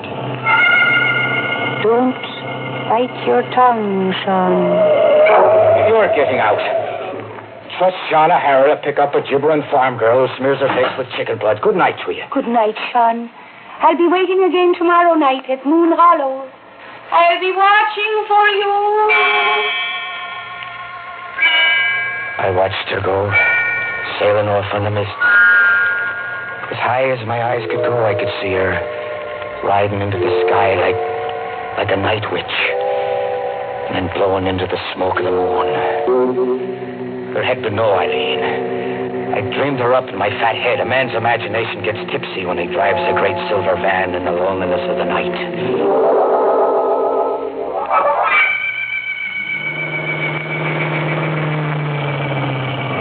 up, I pulled into the yard behind old Morgan's diner to sleep the night from 2 to 6, curled up in my cab like I always did. I'm a hearty man and a steady sleeper, not given to dreaming. But this night, bad luck to me, I dreamed.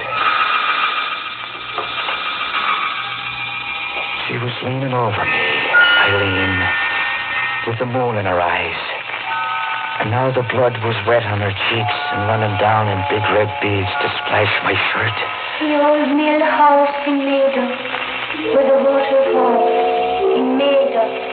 The old mill house in Naidoc, where the water The falls. old mill house in Meadow, where the water falls. You must see that the dead go home. See that the dead... Eileen.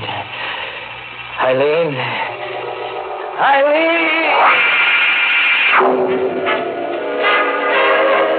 But there was no Eileen. I've been dreaming. Dreaming, but the radio was playing loud enough to wake the dead. The dreaming man doesn't turn on the radio. Eileen! You always wake up like a roaring lion, O'Hara. What? It's me, Morgan. I guess you've had all the music you need to wake you up. It was you who turned my radio on? Me it was. Were you thinking the radio turned itself on? I had a dream about a girl. A nightmare's more like what you had. From the looks of you, you were thrashing about in that seat and beating yourself on the face with your fists. Beating myself? Why is that? For the blood all over your shirt. Blood? Stop looking bewitched, O'Hara, and look in your truck mirror to your nose. You gave yourself a nosebleed in your sleep, and that, my boy, was no dream.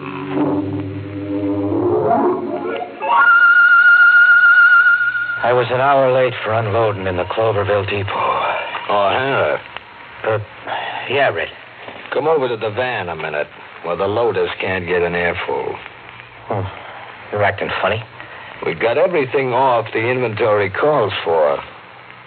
But there are 3 other items. I threw a canvas cover over them before the boys got a look at them. Did you look into your van? What's under the canvas cover, Red?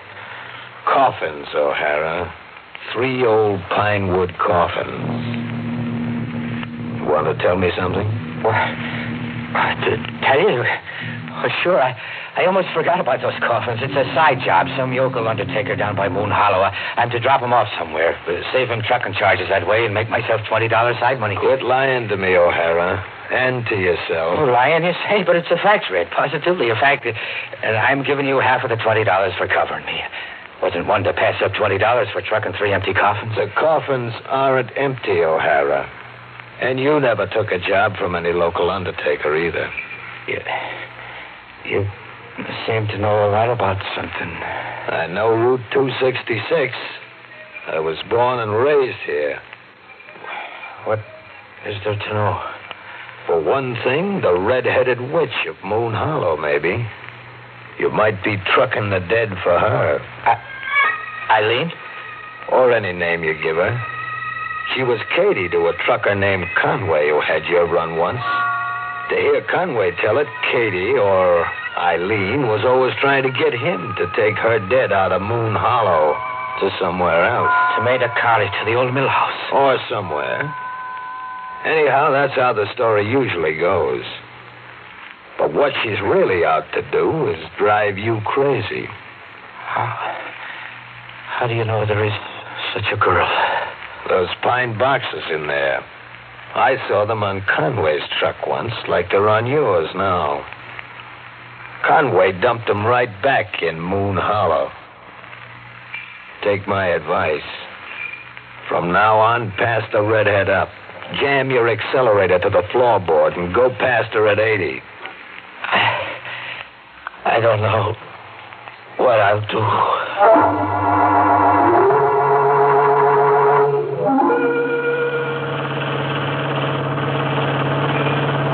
What I did, bad luck to me on the trip back, was look for the waterfalls and the old mill house. When I came to the Maida County line, was there an old mill house where the waterfalls, I was wondering? Or was I a man looking hard to lose his mind? I brought one of the caskets to the ground. It wasn't empty, but there wasn't much weight to it either. I opened it. It held the dead, all right, but not the face or the body of the dead. It was only the skeleton. The skeleton of someone dead more years than the mind can imagine. And there was a waterfall in the deep woods. The music of water, and Eileen's voice splashing in it.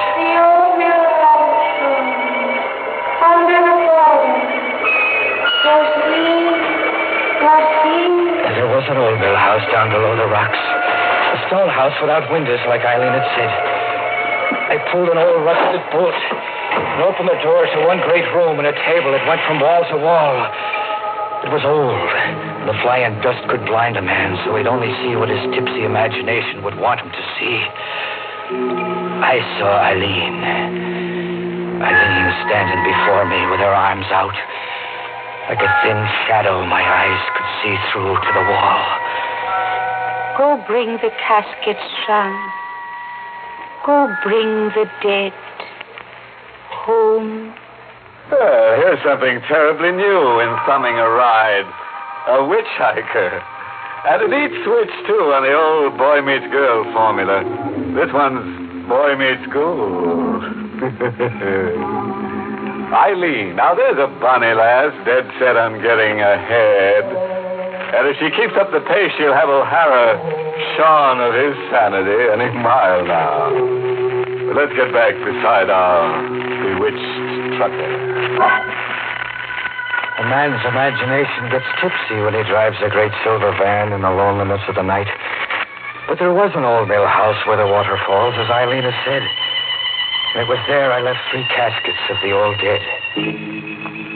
Passing Moon Hollow on the way back, I stopped in at Morgan's Diner for some Mormon coffee. It was just old Morgan putting his profits into the screaming jukebox. O'Hara, it's you. Nobody else.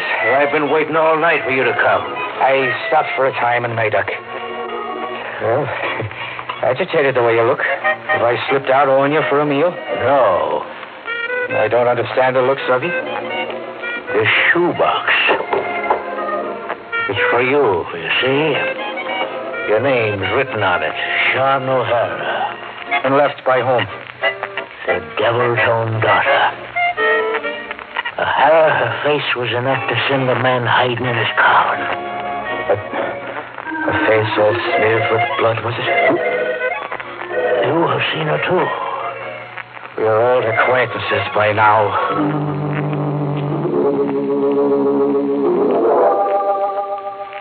When I left Morgan's prying eyes, I opened the shoebox. It held a small white envelope, an old rusted tin can. I opened the envelope. 2 tickets there were to a costume party in the Moon Hollow firehouse for the next night. And the tin can full of money. A shower of Indian pennies and buffalo nickels, coins with the grit and tarnish of years on them.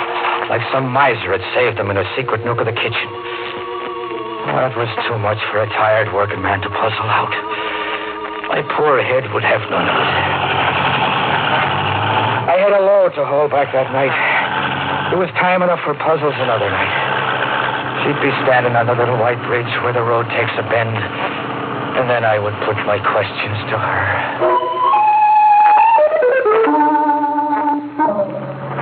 She was standing there the next night, watching for me, calling for me to stop. Sean!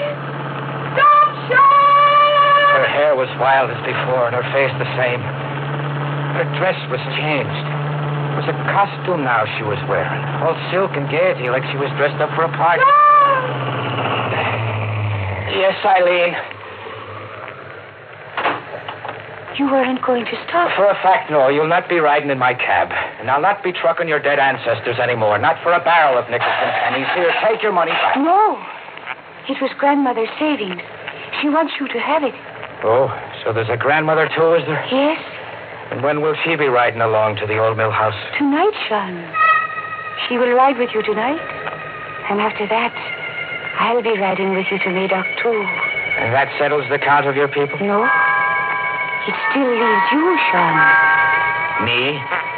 Am I hearing you say me? Yes, you two will sit at the long table in the great hall of the dead. You will sit beside me. Alive is it to be, or dead? Dead, Sean. Like us. And what will snuff me out, a hardy man like me without a sickness? You will just die. Your heart will just stop. My heart will stop. You don't want to sit beside me? It's not by way of wooing a lady. Sean? Yes, Eileen. Do you like my costume? I do. And what's it for? The dance at the firehouse. I thought you would take me. I think not. Then I will go alone. Good night, Sean. Compliments of the evening to you, miss.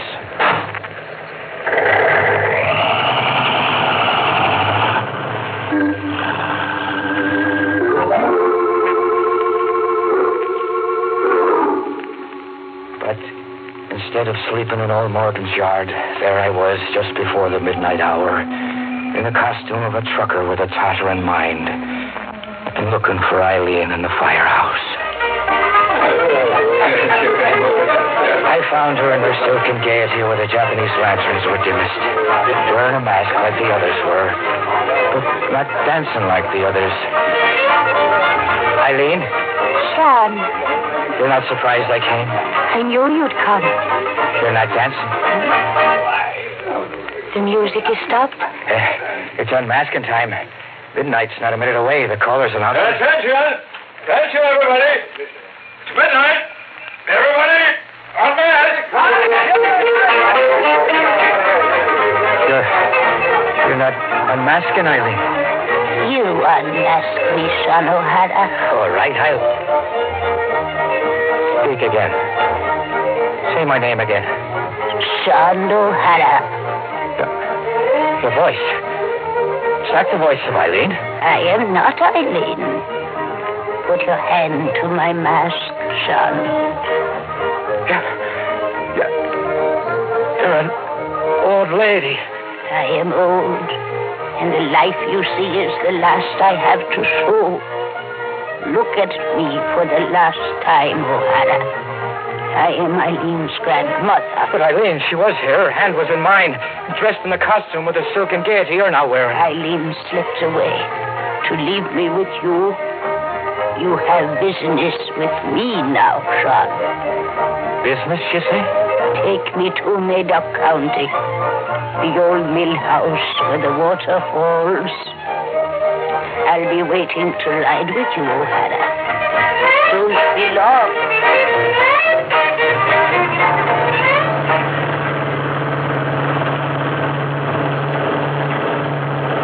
I drove the lonely night to the Medoc County line with my freight of storage eggs and canned goods, and the dead in a pine box. The old grandmother in her silks was in her casket. I didn't bother to ask whose job it was. I put the questions to Eileen the next time she waited for me where the road takes a bend around Moon Hollow. And she was there like I knew she'd be, pointing her thumb to hitch a ride. Stop for me! But I didn't stop this last time. I did what the checker-red Lacey said Conway failed to do, and what I must do. I passed her up. I pushed the gas accelerator to the floor and passed her by in 80. To shriek where the highway bends into Moon Hollow. But I didn't leave Eileen behind. She was on the seat beside me. You didn't want to stop, Sean. She was beside me. Without her head. I'm dead, Sean. Dead. Now drive me to Medoc County.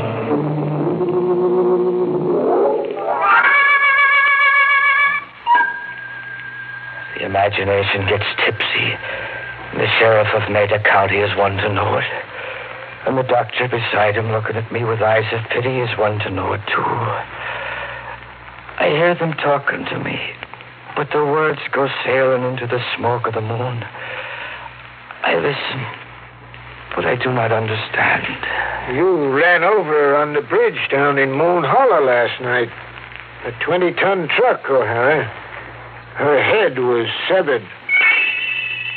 I'll tell you all you need to know about Eileen Grant, her grandmother, and her people. They were run out of the old mill out of Madoc County about 30 years ago. Native superstition did that. The family was thought to have, well, call it evil powers. Where'd you take Eileen to, O'Hara? Huh?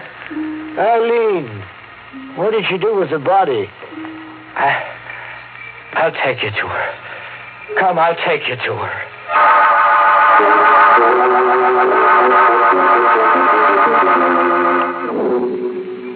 I took them, the sheriff and the doctor, to the old mill house where the water falls. Here, Sheriff, is Eileen and her people sitting around the table in the great hall of the dead. Oh, Hera, to do this, to set them around the table like that, you couldn't be in your right mind, man. No, I couldn't be. And I'm the one to admit that. And I'm not in my right mind to sit here beside Eileen now. What can there ever be between a man and a girl? Sitting and rotting in an old mill with their ancestors looking on. O'Hara. Say, Doc, take a look at him. O'Hara's dead. Dead? To sit down and die just like that? Just like that, Sheriff. O'Hara's heart just stopped. As if he willed it to stop.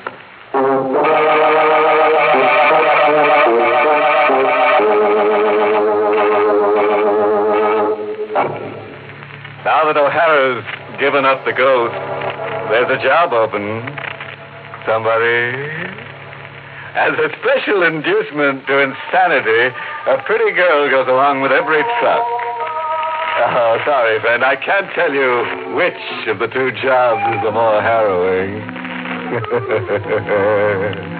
Moral? Oh, sure. I've got one carved right here on my vertebrae. This is for any motorist who runs across Eileen. Give her the go-by, Bob. All she'll get you is dead mileage.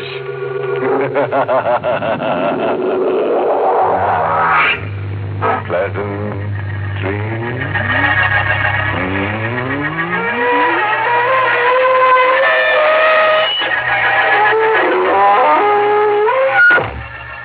Inner Sanctum has been brought to you through the facilities of the United States Armed Forces Radio Service, the voice of information and education.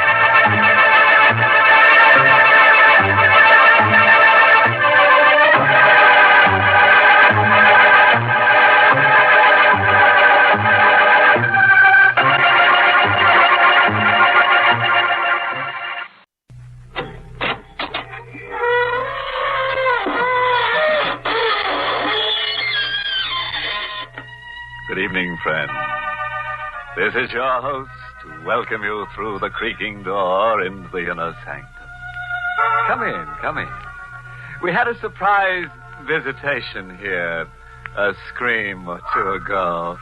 A sightseeing delegation simply crazy to take it all in. One onlooker's mouth was so agape you'd think his face was split from ear to ear. Confidentially, chum, it was. The head of the delegation was terribly proud of his honorary title. Poor chap, it was the only head he had. Ah, yes. Things went along cozily until some wag suggested holding hands. We brought out a trunk full of hands we keep for just such occasions.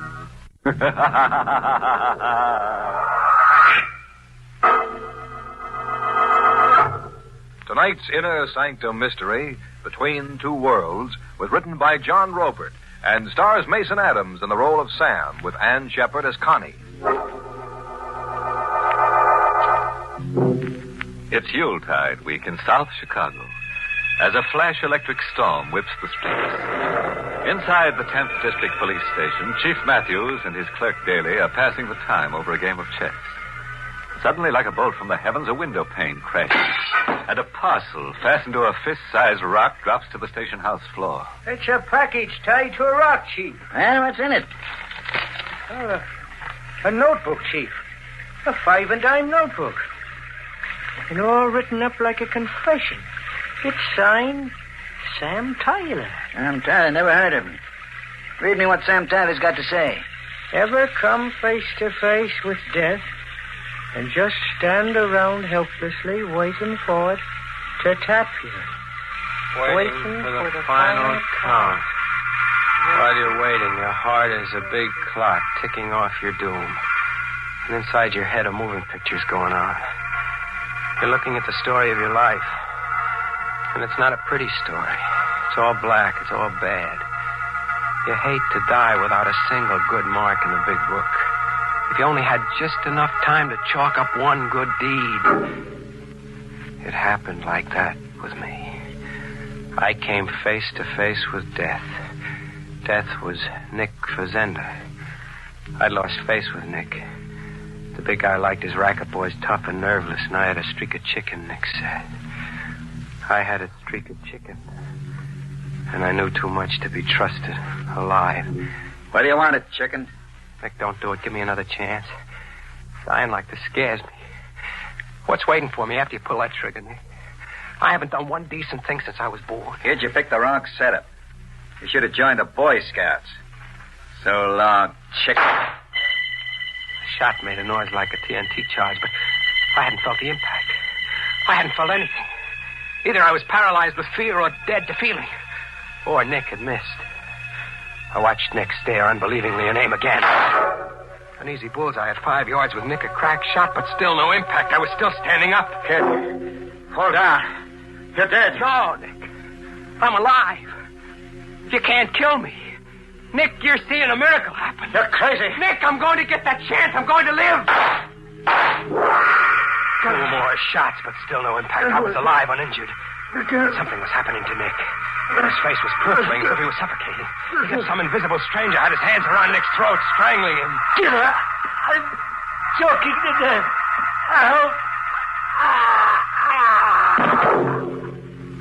Nick was on the floor. I watched the color wash out of his face, watched him go rigid. I crouched and listened to his heart. Not a sound. Not a murmur. He was dead. Nick had dropped dead. I'd seen a miracle happen. I hopped a midnight freight heading east. I was in a boxcar loaded with crates of eggs, still sweating over my narrow escape, when I got a spooky feeling that I wasn't alone. I lay still, choking back my breath with my hand tight around Nick's gun. You have no need for the gun, Sam. How did you know my name? I know all about you, Sam. Put down your gun. It's up and the trigger is cocked, so no tricks or you're a goner. A goner. Too late for that, Sam. I am a goner already. What kind of crazy talk? I died, Sam, just 1 year ago. You're your own ghost. Get your hands up high, Mr. Whisker, so I can frisk you. I reached to frisk him, slap his pockets for a rod, but there was no one to touch. I was only grabbing at empty air. I told you I died a year ago, Sam. I saved your life tonight. I gave you your wish. Your chance to do one decent thing before you died. Did you mean the promise you made? No. Now, Scram, you drive me crazy. And you lied in the face of eternity. I'll have to recall the time given you. What do you mean, recall the time? You're living on borrowed time, Sam. You were meant to die by Nick's first bullet. Do you remember how Nick died? Yeah. All of a sudden, he couldn't breathe. Felt like his lungs were gone and his heart was calling quits. Like you're beginning to feel now. What? Like I can't breathe. I'm choking. My lungs are going.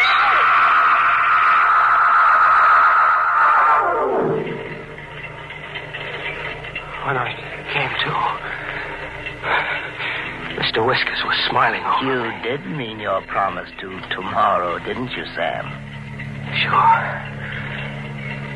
Sure I did. Anything you say. Then continue on to Chicago. When you arrive there, spend your time waiting in a restaurant called the Spread Eagle. Sooner or later, you will be approached. You are to lend yourself to any situation that arises. Any situation, understand? Sure, I understand. This good deed I'm to do on borrowed time. What's your interest in it? Deeply personal, Sam. I am no longer among the living, but I have no place among the dead. I walk between two worlds. You see, Sam, in life, I didn't have one decent thing to point to either. Through you, I hope to find rest.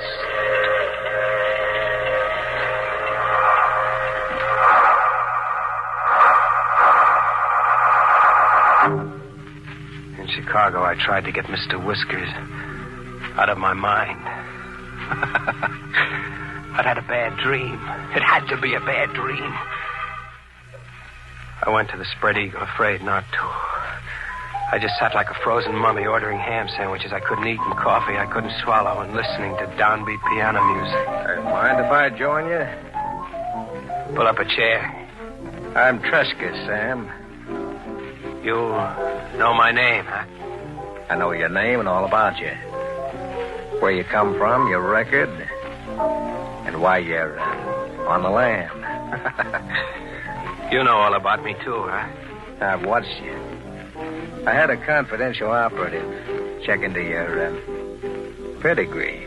What for? Well, frankly, because I need just such a person as you. For a certain venture I'm involved in. What do you mean, just such a person as me? I wanted a man who's at home in, shall we say, unconventional activities. A man I can trust because he doesn't dare go to the police or even to the underworld. And I'm your man, I guess. You definitely are. Okay, let's go. Heard you agree just like that? Without even discussing price or the nature of the work? You said I was your man. Fact is, Tresca, I'm your man, and there's nothing I can do about it.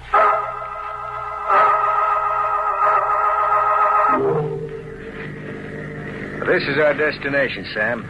Here? In the middle of nowhere? Up that footpath over there, say 1/8 of a mile, you'll find a private lake. I own it. Hooray for you. Yeah, thank you. And there lies your first chore. Behind us on the floor of the car is a burlap sack. Its weight, I would estimate, is 118 pounds, more or less. What? We've been riding a corpse around. We have. You're to carry the burlap bag and contents up that footpath to the lake and drop it in there. And without tears, Sam. Mind you, without tears.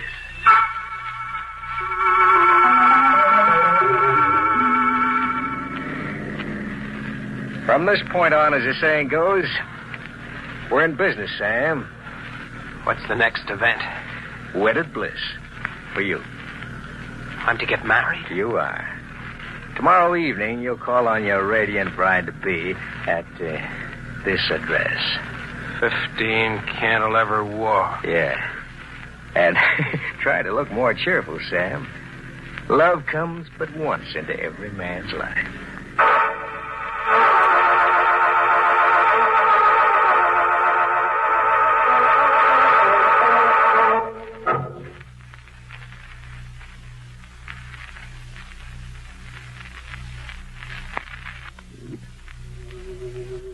I could hear Mr. Whiskers giving me the horse laugh somewhere as I climbed the steps to 15 Cantilever Walk. Big gray stone, as if someone had imported the side of a mountain. Iron over every window. And gloomy enough to give even a crepe hanger to St. Vitus dance. I rang the door buzzer.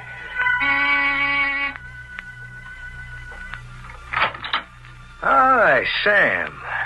Do I kill the bride before or after the ceremony? Make yourself at home, Sam. Wander about. I'll see what's keeping your blushing bride. I wandered about with my eyes popping over the expensive layout. Whatever Tresca's game was, it wasn't penny ante. The joint screen, big stakes, right down to the needlepoint footstool. Where did Mr. Whiskers figure in it? A minute later in the library, I began to catch on a little. Mr. Whiskers was right in the game. There, sitting over the fireplace in a big gold frame, was Mr. Whiskers. You like the portrait, Sam? Oh, yeah. Yeah, it's quite a painting. Who is Mr. Whiskers? Mr. Whiskers. That's a trifle irreverent, but an apt nickname. He was my brother Stephen. Was, huh? He's dead? You sound as if you were ready to dispute it. I just asked, is he dead? Very much so. Dead and buried. Your manner is a little odd, Sam. I'm sorry. I'm, Reggie. Getting married is an idea I've got to get used to. Well, then meet your bride. That's one way of bringing the idea to roost. Constance. Sam, this is my niece, Constance. Constance, this is your fiancé, Sam Tyler. Hello, Sam. Hello. Well, I'll leave you to get acquainted. You want to exchange premarital views on love and homemaking. There wasn't a blush in my blushing bride. Her cheeks were chalk white. Her face had the look of death. Like some creeping sickness had already called 2 strikes on her. She sat down at the piano. I stood watching her. Looks like you're stuck with me, kid. If Tresca has his way. Tresca will have his way. What's your angle, kid? Why is the niece of $1 million layout ready, willing, and able to marry a deadbeat ex-con and mug? I'm obliged to marry. What do you mean, obliged to marry? The terms of my father's will. I inherit his estate at midnight tomorrow. Only if I'm married. It's beginning to make some sense. Mr. Whiskers up there was your father? Yes? But why pick me? A mug your uncle brought home. Why not scout your own dearly intended?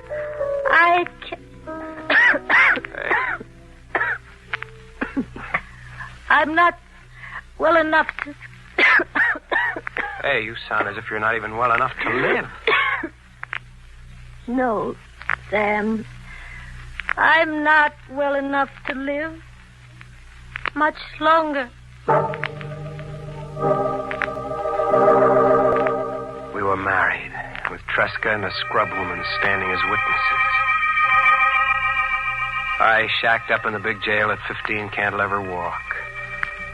I was the legal husband of an heiress, but I wasn't congratulating myself on my good luck.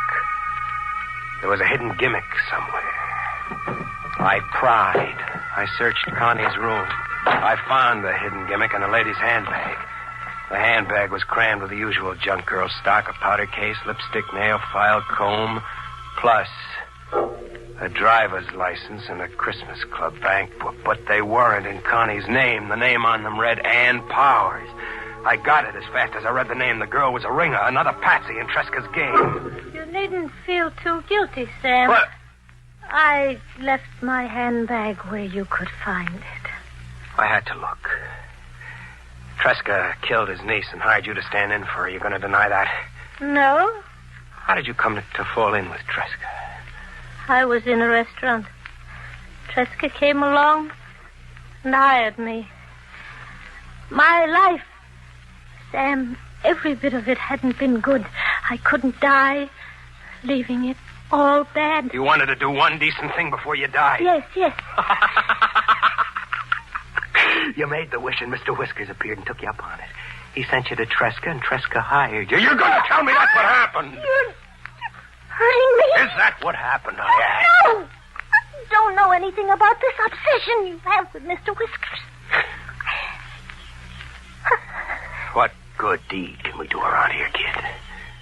Tresca murdered his niece to steal the estate for himself. We're just pawns. Hooray for Tresca. Connie's father left the money to charity if his daughter failed to marry. Constance refused to marry. She wanted the bundle to go to charity. Yes, to atone for her father's past. His life hadn't been much either. $1 million to charity, that's a lot of squaring up. That could be our one decent act, yours and mine, Sam. Make Tresca's scheme fail. Quite an ambitious undertaking for newlyweds. Huh? Oh, now, don't you two look at me as if I were another supernatural or occult visitation. I entered through a secret sliding panel on the north wall. I overheard your odd tete-a-tete simply by donning earphones. The room is wide. You don't miss a trick, huh? What's the gun for?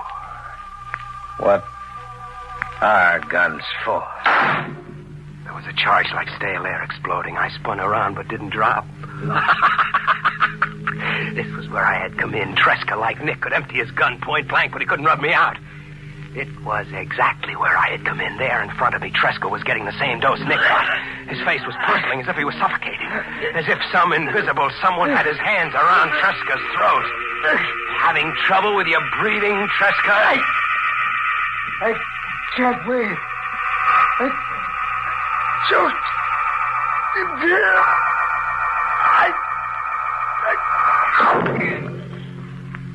He was on the floor, rigid, out for keeps like I'd seen Nick once. Is he dead? Deader than a doornail.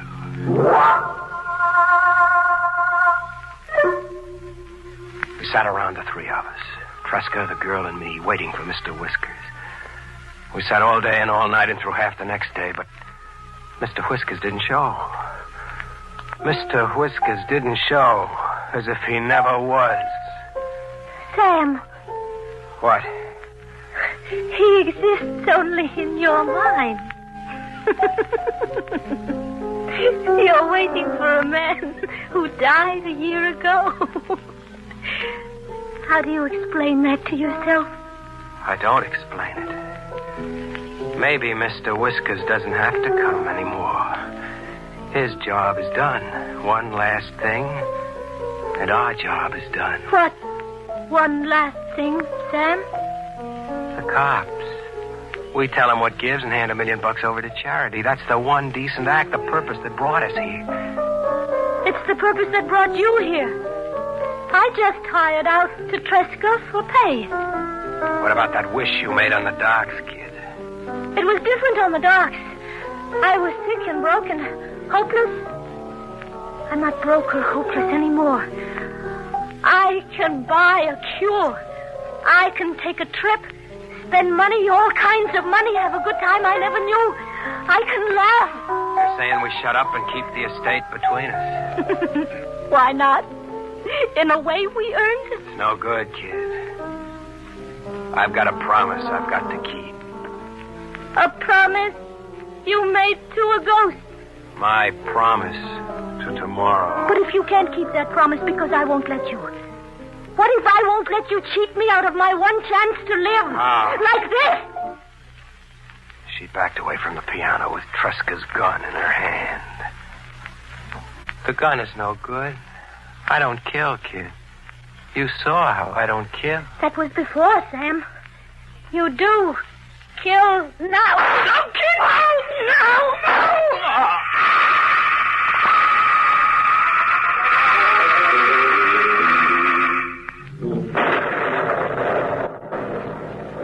There's one last line, Chief, sort of a dying scribble. The girl was right. I did kill now. That's the end of it, Chief. What do you make of it? Suppose we let the answer write itself at 15 Cantilever Walk.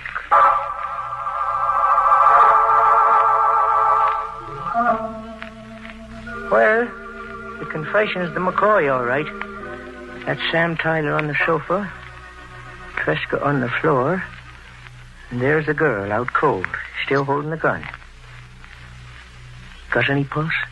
No, she's dead. No visible cause, Davy. Just dead. I'm getting a faint pulse on Tyler. Sam. Sam Tyler. What? You, the police? Yes. The girl shot you and you just about bled to death. You know the whole story, Sam. So the girl got to do that last decent thing after all. The girl didn't do anything. Her heart blew out after shooting you. We read your confession down at headquarters. My confession? Yes. This 5 and dime notebook. Yeah, see it? It was tied to a rock and tossed through the window at headquarters. You wrote it, but what we want to know is who delivered it.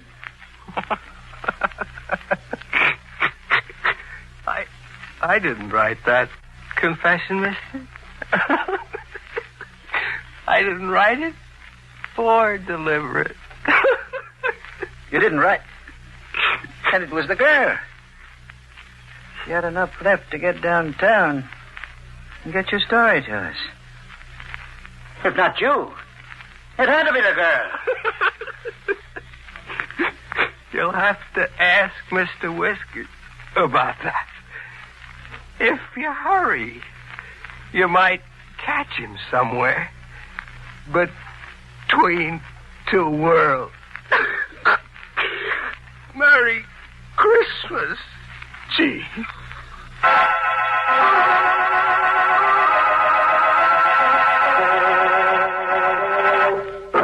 An irate taxpayer just told me the state of Illinois intends to mail a bill to Mr. Whiskers for that broken police station window. They're busy digging up a dead postman so he can speed delivery of the bill out of this world. Sad about Tretska. A perfect plot gone to pot because his brother, although kaput, wouldn't stay put.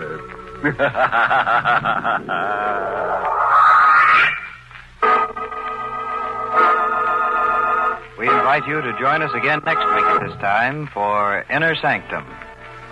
This is the United States Armed Forces Radio Service, the voice of information and education.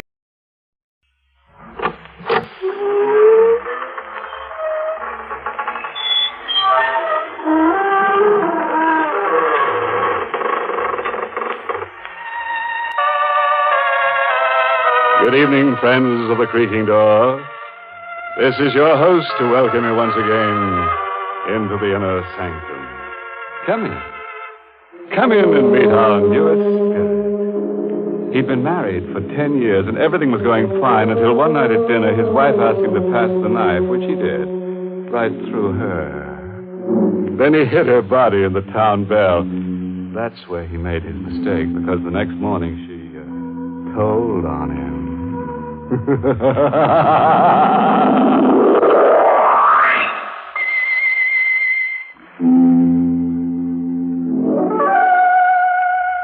And now we can turn to a little matter of murder. Our story tonight begins on a pleasant note with a honeymoon couple. But don't start to squirm.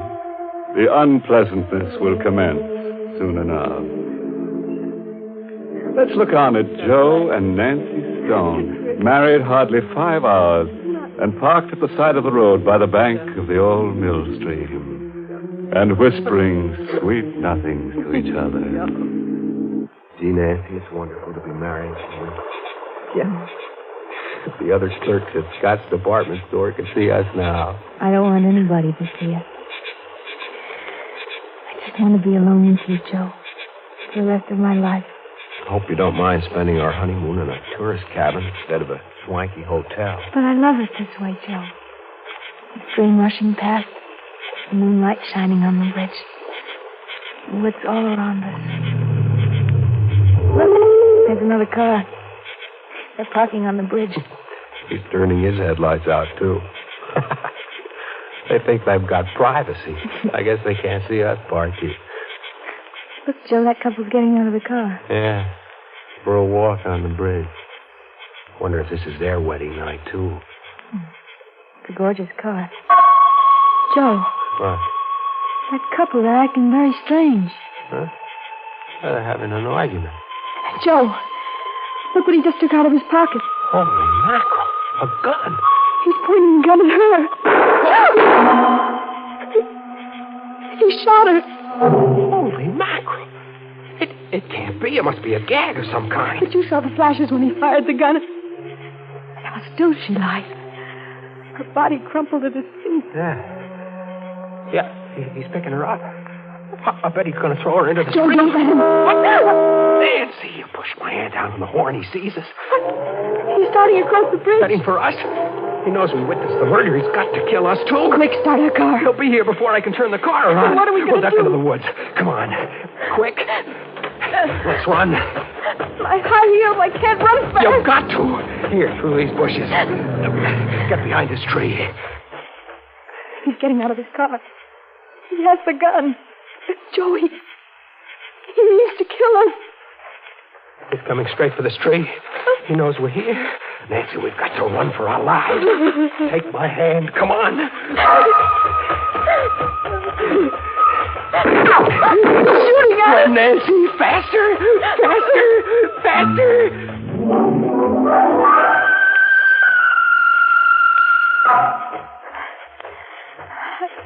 I'm tired, Joe.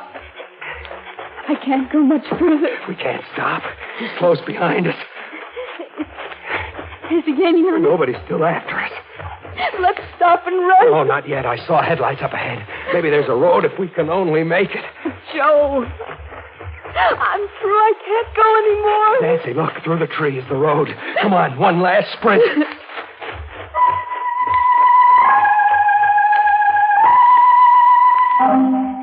Here it is, Nancy. The road. I never thought we'd make it. Is he still after us coming through the woods? I don't know. We'll stop the first car that comes along. Oh, take it easy, baby. I was thinking of that poor girl who's lying dead on the bridge. And on our wedding night, too. Here comes a car. I'll stop it. Hey! It isn't stopping. You went right by. Joe. What? I think I hear something behind us in the woods. Only the wind in the trees. Suppose he should suddenly step out of those woods with his gun. Maybe he gave up. Maybe went back to take care of that body. Our car is there, Joe. With our marriage license in the glove compartment and the receipt Mrs. Swenson gave us for the cabin. Yeah, he'll know all about it, who we are, where to find us. We don't know a thing about him except his face. The face of a murderer. Come on, Nancy. I think we better start walking. We've got to get to the cabin and phone the police.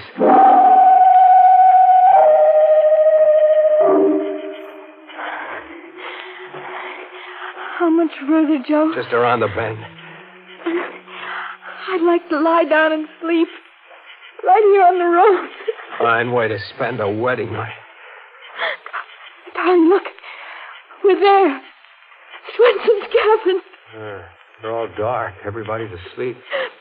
Now we'll have to wake up Mrs. Swenson, use her phone. Joe. What? Look in front of our cabin. Huh? Hey, that's our car. The murderer must have driven here in it by another road to wait for us. I don't see anybody around. Maybe he's in the car. Wait here, I'll go and see. No, he'll get him. Don't worry. We both saw his face. He's got to kill us both. If I go over there alone, he won't shoot till he knows where you are. Now, take it easy. Stay back here in the shadows. It'll be all right. It's okay, Nancy. The car is empty. Maybe he's hiding somewhere close by. No, he must have skipped out. But why would he bring our car back here? He wanted to get it away from the bridge. Don't you see? He must have dumped that girl's body in the river, and then he took our car away. No trace. I'm scared, Joe. Maybe he's hiding inside the cabin waiting for us. He'd be a sap. One shot would wake up all the people in the other cabins, and Mrs. Swenson, too. He'd never get away with it. Come on. We're going in our cabin and get cleaned up. Then we'll use the phone. The switch is right here. Hey, see? Nobody hiding. Holy mackerel. What is it? Oh, over there on the bed. What a... It's the girl's body. Just like we saw her on the bridge.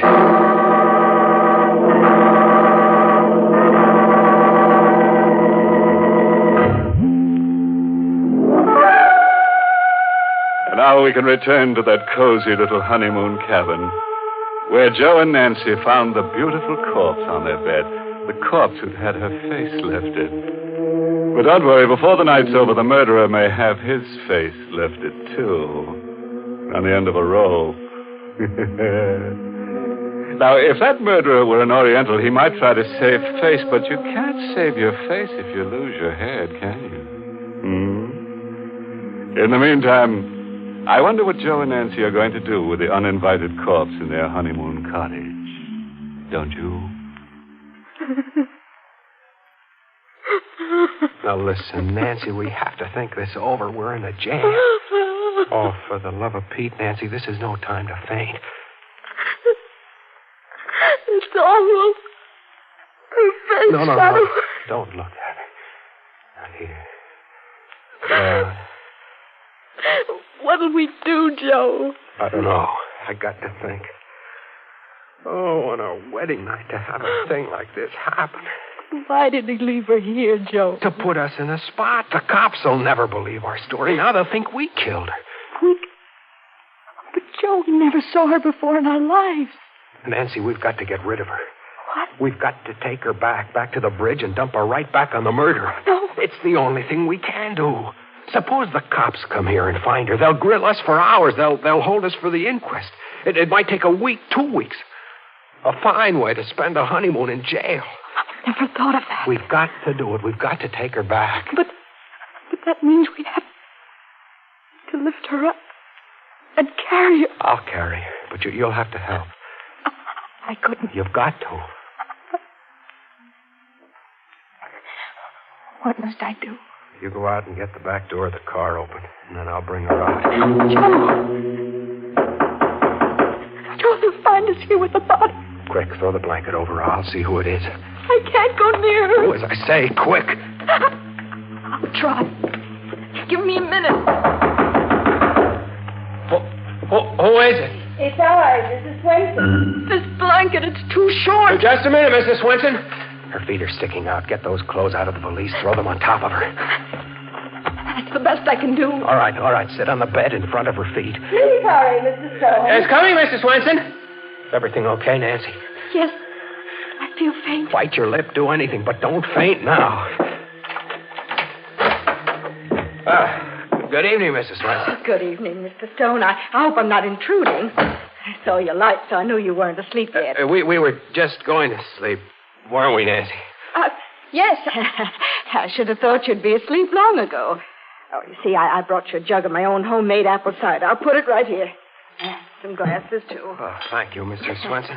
It's awfully nice of you. Oh, not at all. It's so nice to have a honeymoon couple.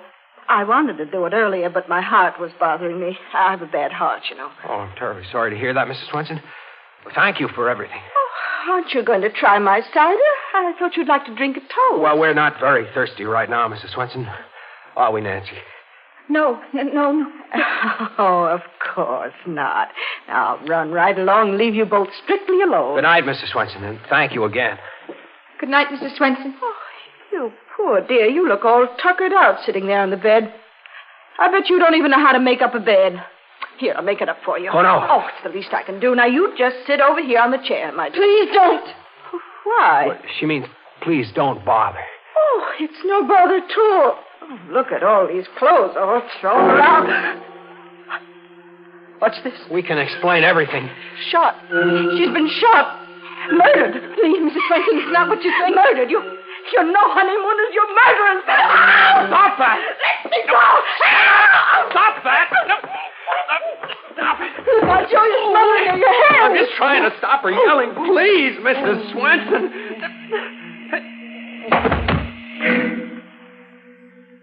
Joe. What happened? I don't know. She just went limp and slid down on the floor. Mrs. Swenson. Mrs. Swenson, are you all right? Mrs. Swenson. What is it? She's dead. Joe. You killed her. You smothered her to death. I'm a murderer.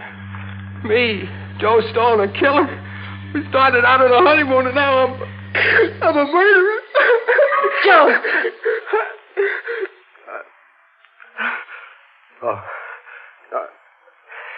I was kind of dizzy for a second. Joe, please. You look like a ghost. You're trembling. Nancy, what are we going to do? Are you sure she's dead? Yeah, look at her face. She's dead. And that one on the bed. We're in a jam, Nancy. In a bad jam. Oh, Joe. I wish I were dead, too. They'll hold us for murder. But it was an accident. You didn't mean to kill Mrs. Swenson. Yeah, but how will we ever prove we didn't kill the other one, too? We'll never be able to find that guy with the black roadster. The cops will pin the rap on us. Joe, take me out of here. I can't stand it. Her on the bed. And Mrs. Swenson on the floor. Let's go away, please. Far away. You mean run away? Anything, but let's not stay here. I won't go to jail. I won't. Take me away. Yeah, we'll get out. We'll keep going. Nobody knows our names. They can't trace us. Come on, get the clothes packed.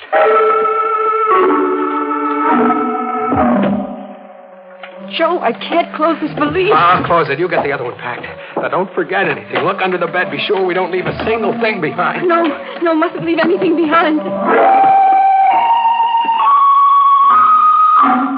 Everything's packed, Joe. Hurry. All right, I'll take the bags. You put the lights out. Hey. What, Joe? What's wrong? I just thought. Our fingerprints all over the place. What do we do? We've got to wipe them off everything. Grab a towel. We'll wipe everything in sight.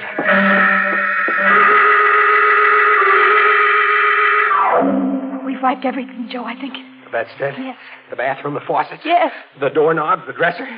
Yes. The water pitcher? Yes. And that's all. Let's go. Joe, the cider jug. We didn't wipe that. We didn't touch it. I'll wipe it anyway. Snap it up. All right. Come on, then. I'll feel better in the car, out on the road.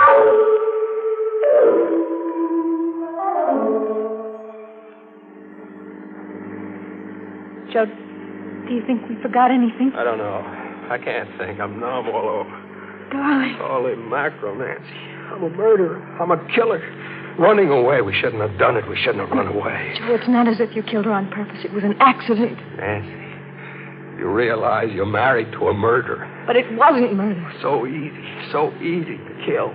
I never thought it could be so easy. All I did was hold my hand over her face. Please, Joe. What time is it? It's almost 2:00.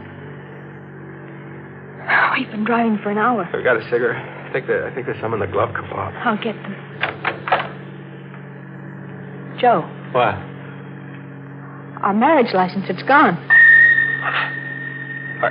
Are you sure? It's gone. It was right here. The murderer. He took it. But why? Why would he take our marriage license? I don't know. I can't think straight anymore. He knows our names, everything about us. Joe, there's no use our running away. He knows who we are.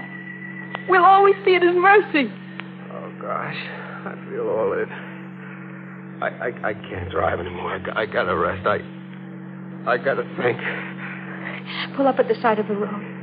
Look, up ahead, a gas station closed for the night. We can park there. Yeah.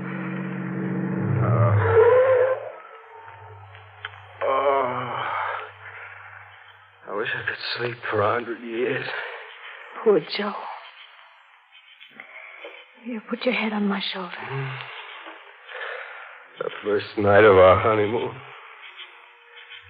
And maybe the last.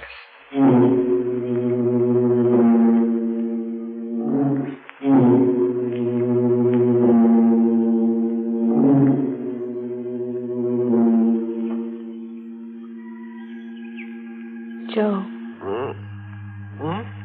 It's 6:00. Hey. It's daylight. I slept all through the night. I guess I fell asleep, too. It's cold. Yeah, we should have closed the windows. Gee, baby, you look pretty. Your hair mussed up. Joe, Gosh, your hands are cold. Here, let me warm them. it's our first morning together, Joe. Yeah.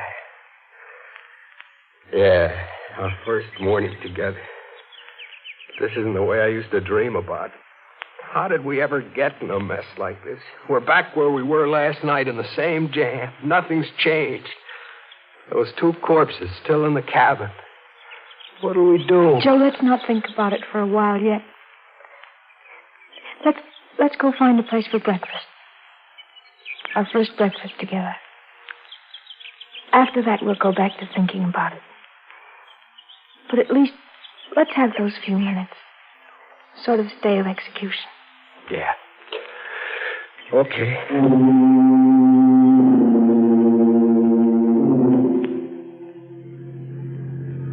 There's a place, Joe, a diner. Yeah, but I haven't got much appetite. What we both need is something hot. Think there's an alarm out for us yet? Let's not think about it.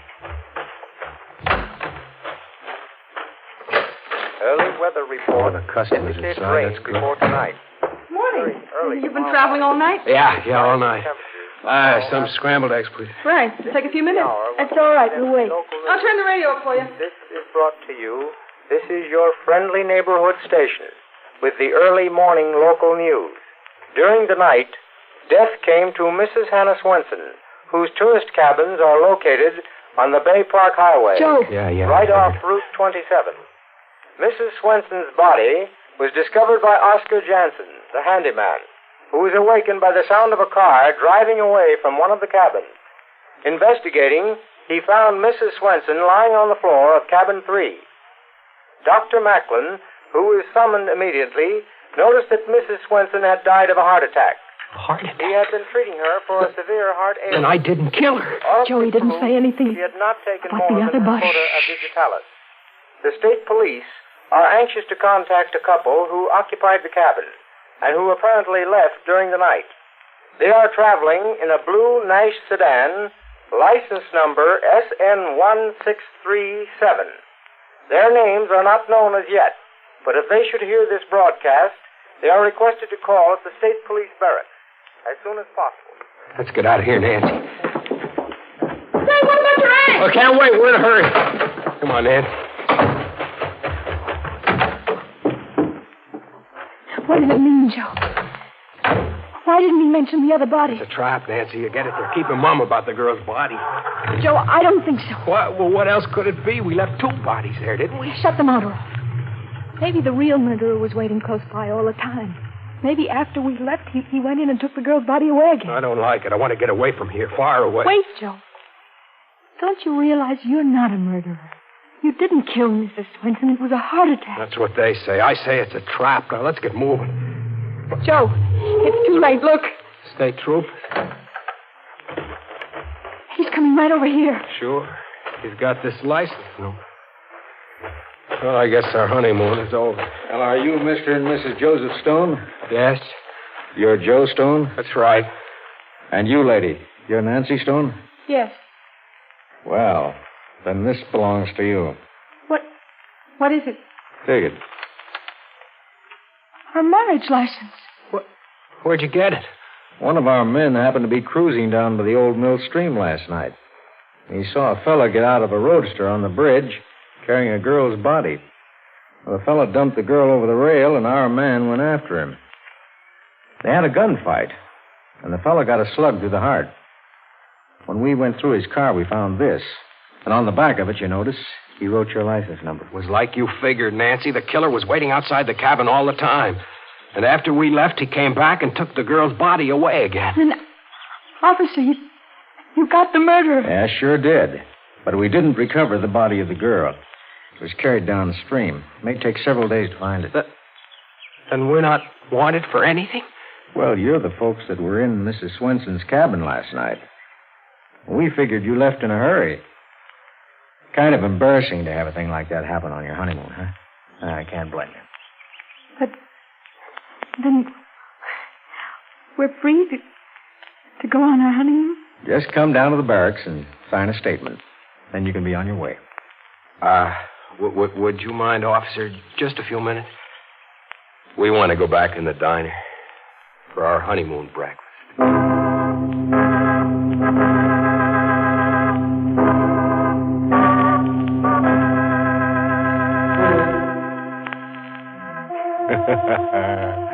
Fooled you, didn't we? I'll bet you expected Joe and Nancy to come to a bad end. It's too bad Nancy had to be framed for murder, but we just couldn't resist framing her. She is as pretty as a picture. And, oh, yes. Would you care to hear our recipe for eliminating crime? Well, it goes like this. To prevent a murder, you must commit the murderer before he commits the murder. Think that over for a while, and then you'll be ready to murder someone.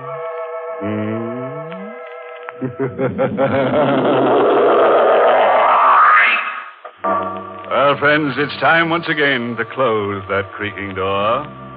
Until next week at the same time, when we'll be back with a little hunk of horror.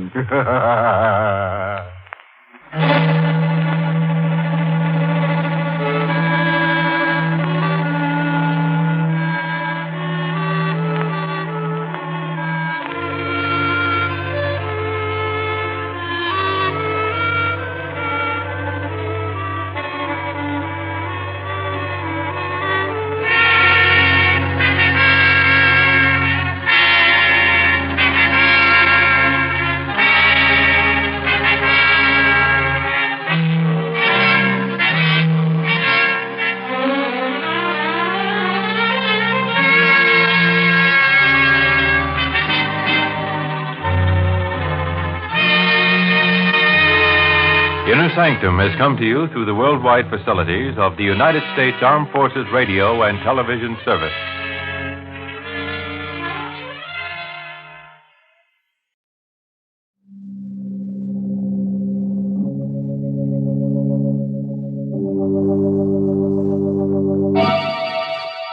Lipton Tea and Lipton Soups present Inner Sanctum Mysteries.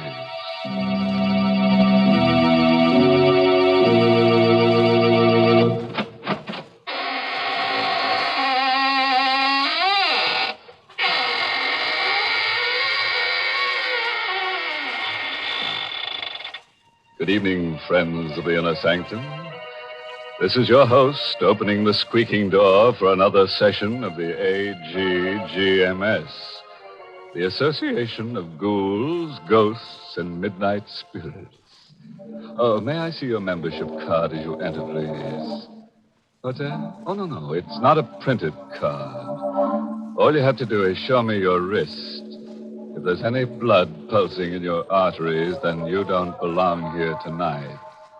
Better come back and try some other time. After you've passed your mortuary test.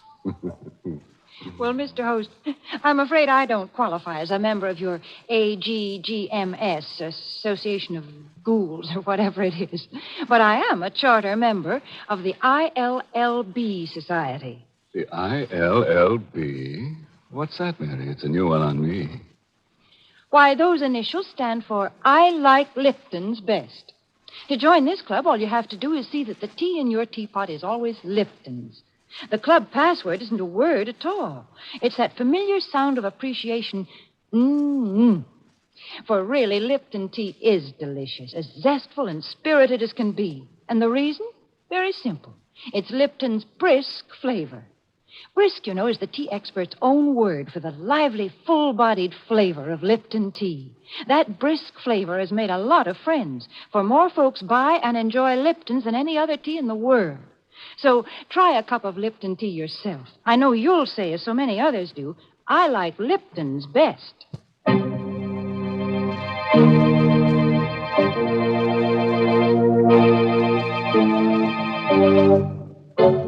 And now for tonight's Inner Sanctum Mystery.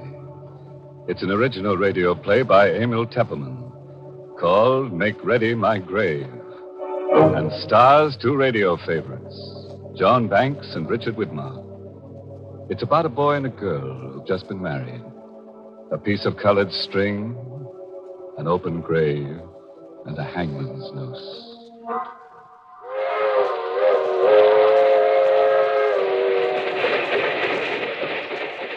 That train is the Southeast Limited. See it? Long, sleek, and powerful. Clicking off the miles and the humming rails. A masterpiece of 20th century mechanical perfection. Nothing about it to suggest lurking hate, or fear, or superstition, or death. But let's take a look into compartment A, car 17. John and Betty Loomis, just married, are going for their honeymoon to John's ancestral estate. John, I'm so happy. How soon do we get to Loomisville? In about an hour, Betty. Just think, I married into one of the oldest families in the state. I hope you'll be very happy, darling. Oh, I will. You do love me, don't you, John? Of course I do, baby. I'll always love you. Always. No matter what happens. What do you mean, no matter what happens? What could happen? John, something's bothering you. No, it's nothing at all. You're hiding something. There's something you haven't told me. It's nothing, Betty. It's nothing to worry about. You don't want to tell me? No, not now. Maybe later. Why are you playing with that piece of yellow string? What? You've been playing with it ever since we came onto the train. Gosh, I never noticed. I watched you. You've been tying a knot in it. A knot? Good Lord. I must have tied it without knowing what I was doing. You've tied it into a noose. A hangman's noose. I don't know how I came to make it or where I picked it up. Well, it's only a piece of string. Yes, it's only a piece of string. Betty. What is it, John? Here, take this. A gun? Take it. But why? If I should ever try to strangle you, John. Please listen to me. If I should ever try to strangle you, promise me to use that gun on me. What are you talking about? Loomisville, next stop. Oh, Next stop, Loomisville. This is where we get... John, what's this all about? That piece of yellow string and now this gun? Put it away, Betty, and remember what I said. Don't ever forget it.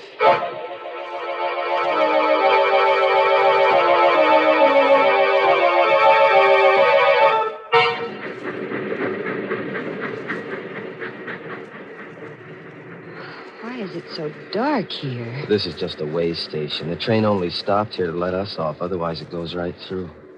Oh? I thought Loomisville was a big town. Well, it used to be 100 years ago, but now there's only the Loomis estate. Are we far from the estate? About 2 miles. Old Herman Galt should be here to pick us up in the station wagon.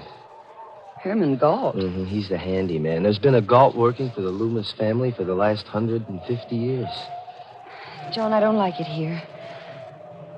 Dark, and that wind. What the devil can Galt be? I wrote them what train we were taking. I'm right here, Mr. John. Oh, Galt, you frightened my wife. I'm sorry, ma'am, if I scared you.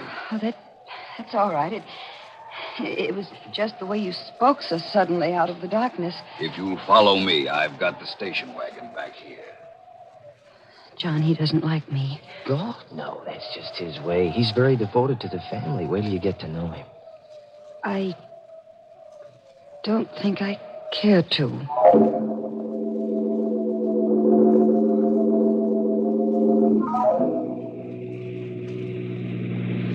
Johnny, he's driving too fast. It's so dark. Don't worry, Betty. Galt knows this road like the back of his hand. We'll be there in a few minutes.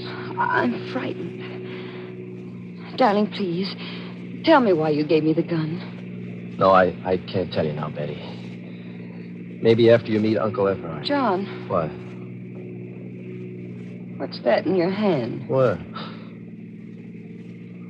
Oh. Another piece of string. A red one this time. Well, I must have picked it up in here, off the seat. You've knotted it into another hangman's noose.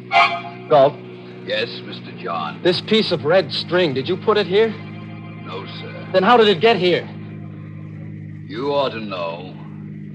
Yes. Yes, I ought to know. Galt, why are you stopping here? We're home, ma'am.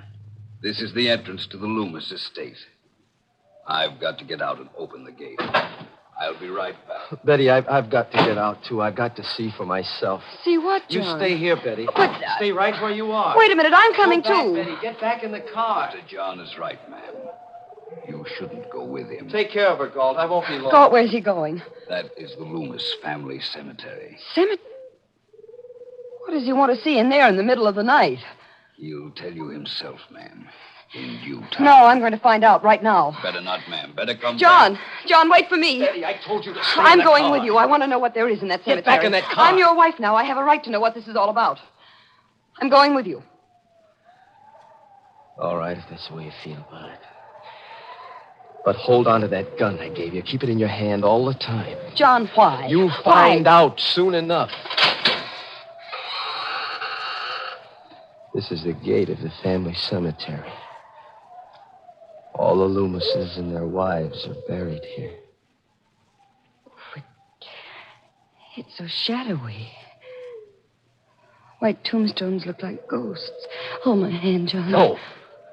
Just hold on to that gun. John, whose grave is this with the high tombstone? My great-grandfather's. Stuart Loomis. He founded the Loomis estate. This is my grandfather's grave. His wife. Here's my father. My mother. And that's all.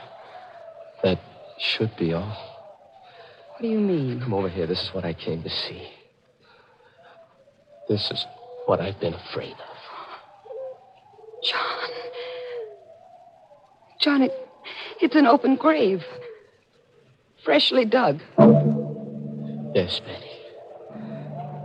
It was just dug tonight. But who is it for? Betty, darling. I'm afraid it's for you.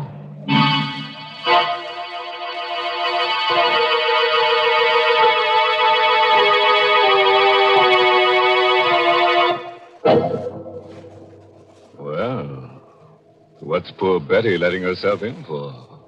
With a fresh grave waiting for her on a honeymoon. And a husband who ties little strings into hangman's nooses. But come to think of it, Betty's a lucky girl at that. How many girls who get married nowadays can count on finding a nice, snug place all ready for them to lie down in and rest? In peace. Gracious, Mr. Host, Betty doesn't seem like a lucky bride to me. Why, most brides have things much easier. Because there's so many things today to help them make their marriage a success. For example? For example, Lipton tea. With Lipton tea on the pantry shelf, a young bride today has a much better chance of making her home a happy one. Just the other day, I was talking to a friend who just got married. As we sat there in her kitchen sipping our Lipton tea, me occupying the only chair and she perched on the kitchen stool, she said, "You know, Mary, it was silly of me to worry about being able to cook the things Jack liked. It's not nearly as difficult as I imagined. Take this Lipton tea here. It answers the whole beverage problem as far as Jack is concerned. He's happy as long as he has Lipton's morning, noon, and night." Well, I told her I could understand that, because most husbands I know about are partial to Lipton tea. And it's because of the extra satisfaction that's in Lipton's wonderful brisk flavor. Satisfaction, did I say? You just try Lipton tea and see if that isn't an understatement. Try Lipton's tomorrow.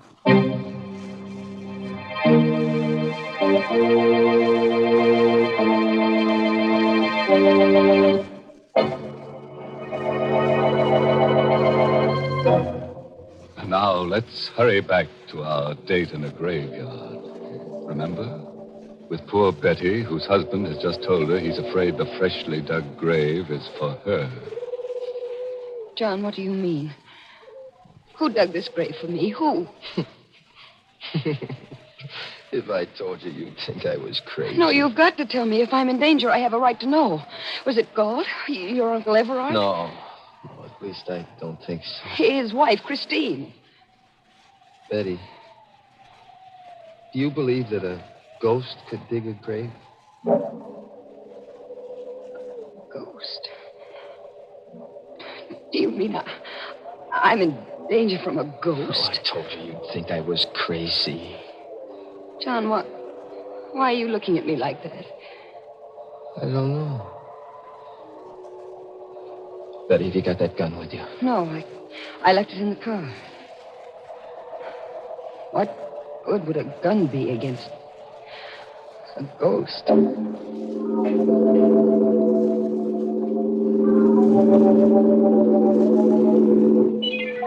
There's the station wagon still waiting at the gate, but I don't see Gull. Maybe he went up to the house. Galt, where are you? Hello there, John. What's up? Uncle Everard. What happened to Galt? He came up to the house. Said you'd gone into the cemetery. So I thought I'd better come down. Oh. Is it there? Yes, it's there. A freshly dug grave. Oh. Uncle Everard, this is my wife, Betty. How are you, Betty? Hello. You saw the grave too, Betty? Yes, and John says he thinks it's for me. I'm afraid I don't understand all You this. haven't told her anything yet, John? Well, just a little. I couldn't bring myself to. I think it's time you did.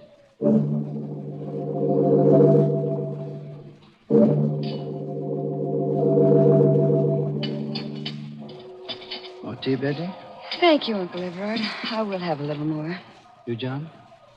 No, thanks. Too bad Christina's ill. She's upstairs in our room. But I hope she'll be better by tomorrow.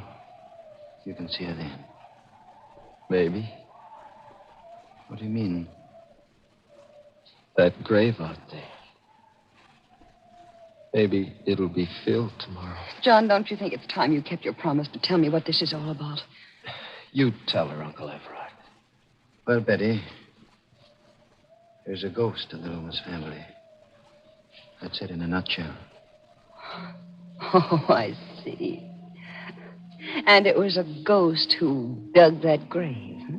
I know it sounds mad.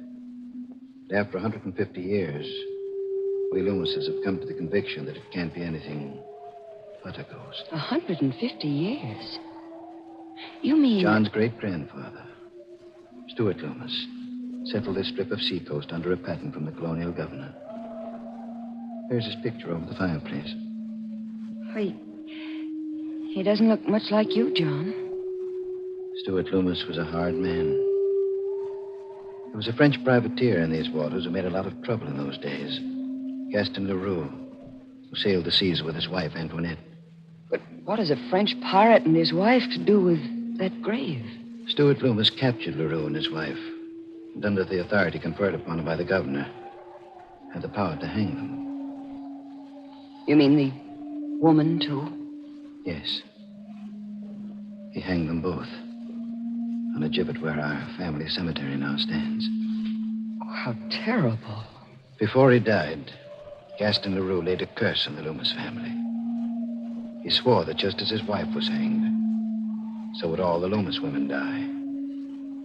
He swore that he would come back and dig a grave for the wife of a Loomis in every generation, and furnish the noose by which a Loomis would strangle his own wife. But that's incredible. Short while afterward, a fresh grave was found beside the gibbet where Leroux had been hung. That night, Stuart Loomis's wife, John's great-grandmother, was found hanging by the neck from the eaves of this very house. And Stuart Loomis? I told you Stuart Loomis was a hard man and had made many enemies. There were many who hated him deeply and bitterly.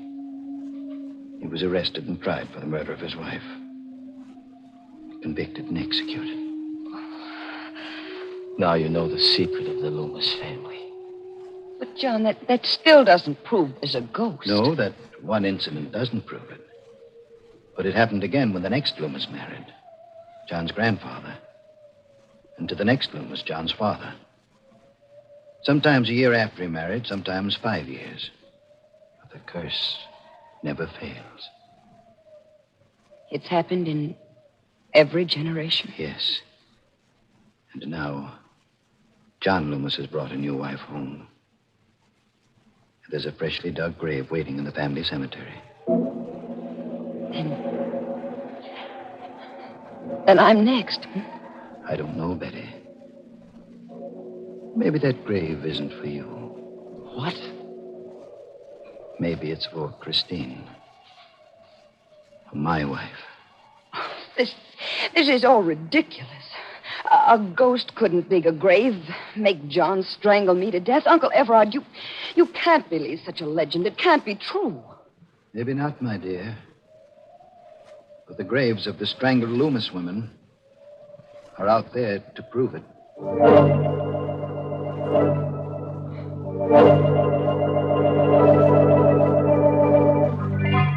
Well, this is your room, Betty. And I'm going to call you at 8 tomorrow morning. Good night. Good night, Uncle Everard. Good night, John. Good night, Uncle Everard. This is such a big room. It's so gloomy. The whole house is like that. It lies gloomy and sullen under the Loomis curse. Oh, Betty, I love you so much. We'll beat the curse together. Let me go, darling. I want to change my clothes and wash. All right. There's the bathroom over there. I'll only be a minute. All right, darling. Oh, it's a lovely bath. Betty, what is John, it? quick. What? Look. Hanging from the shower bar. What? A hangman's noose. It's a real one this time. Of rope. Ready to hang someone. Who put it there? It's the Loomis curse. We can't get away from it. No ghost could have hung that rope there. Let's call Uncle Everard. All right. Have you got the gun with you? No, it's in my handbag. Well, get it. But John... Get it, I say. All right, John. Here. Here, I've got it. All right, now keep it with you all the time. And don't be afraid to use it. On me, if necessary. All right, let's get your uncle. This is his room. I wonder if I ought to wake him. It might upset Aunt Christine. She's sick. We've got to wake him. Better knock harder. Well, it wasn't locked. Call him. Uncle Everard. Uncle Everard? He doesn't answer. But there's a light in the room. Push the door further open. All right. Well, there's nobody in the room. The bed's empty. Uncle Everard? Aunt Christine? Maybe in the bathroom. The door is open. Betty! John, What? Aunt Christine. She's hanging by the neck. She's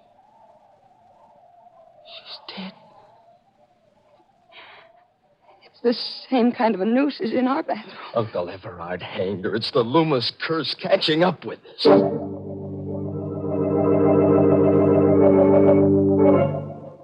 Oh, Gull, any trace of Uncle Everard? I searched the whole house, basement to attic, not a sign of him. He must have gone out. Come along. But it's raining. We've got to find him, Betty. Come on.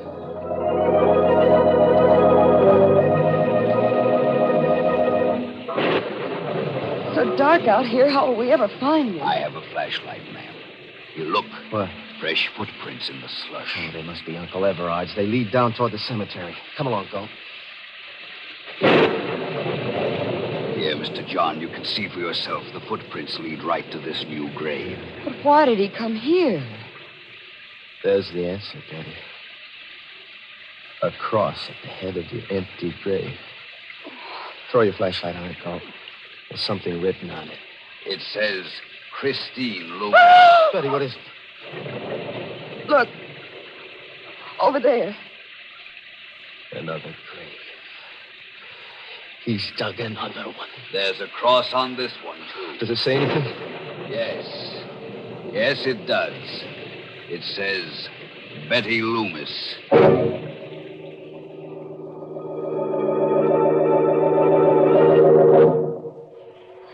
John, sit close to me. That portrait of Stuart Loomis over the fireplace looks so real. It frightens me. Now, remember, Betty, whatever happens, hold on to that gun, and don't be afraid to use it tonight. Where is Gull? He ought to be here soon. He went to look for some weapons. Here I am, Mr. John. Gull, you always frighten me coming in so quietly. I'm sorry, ma'am. Here, Mr. John. These ought to be pretty good weapons. Size? Yes, I had them sharpened only the other day. They could slice a man's head off in one stroke. Take one, Mr. John. Thanks. But I'd hate to use it on Uncle Everard. If he shows up tonight, you'd better use it. Maybe he's come back into the house through the back way. I'll go through the house again if you'd like. This time I'll start with the attic. Be careful, Gull. I will, Mr. John. John, I don't like him. Gull? And I don't think he likes me either. Oh, that's not true. Darling, what's that? Must be Galt in the attic. Help, Mr. John! He must have met Uncle Everard hiding up there. Stay right here, Betty, and hold on to that gun. John, be careful. Don't worry. Just take care of John, yourself. come back. I'm frightened. I'm afraid to be alone. There's nothing to be afraid of. I have this gun. And if anybody comes... The lights. Lights went out. Who's there? Who's in this room? Don't come any closer. I have a gun and I'll shoot. I can't see you, but I'll shoot at the sound. John, help! Rope. Around my neck. Let go. I'll shoot. It's not loaded. I took the bullets out when you left it in the car. Galt. Yes, ma'am, it's Galt. Mr. John is busy up there in the attic with the body of Mr. Everard. I killed him, too. And when Mr. John comes downstairs, he'll find you. And I'll cut him down in the dark with my scythe. Why? There were others besides the pirate LaRue who hated Stuart Loomis. Like my own great-grandfather, he was in the service of Stuart Loomis, and he hated him. When LaRue laid the curse on the Loomises, my great-grandfather decided to make it come true. It was he who strangled the wife of Stuart Loomis. Through the years, the Gaults from father to son have handed down their hate. You're mad. Maybe. I'll tighten the noose and finish Betty, you. where are you? Why is it dark in here? Betty! John, look out, it's Galt. He has his eye. And so will I. John! John! Oh.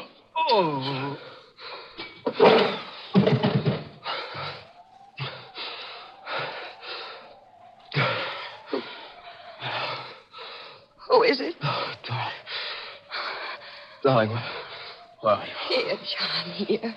Oh, darling. Baby, we finished forever with the Loomis curse.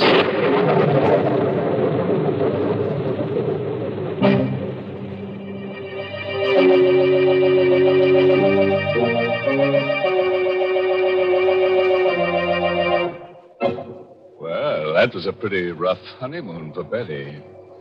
But, you know, there's a lesson in her story for forgetful wives. Yes, if you keep tying little colored strings to your fingers to remind you of things and you still can't remember them, why not try a rope neatly tied around your neck? It's sure to help you forget. Oh, dear, Mr. Host. There you go telling our listeners how to forget things when I've got something for them to remember. Oh, I didn't realize that, Mary. What is it you want them to remember? It's Lipton tea, folks. And you don't need any string tied on your finger or any such reminder. To make sure you get it when you visit your grocer's tomorrow, just remember that Lipton's is the tea with the wonderful brisk flavor. The fine quality tea that gives you all the goodness nature meant tea to have. I wish you'd try a cup of Lipton's soon, because it's so delicious. Just ask your grocer for Lipton's. Remember, Lipton's is the tea with brisk flavor.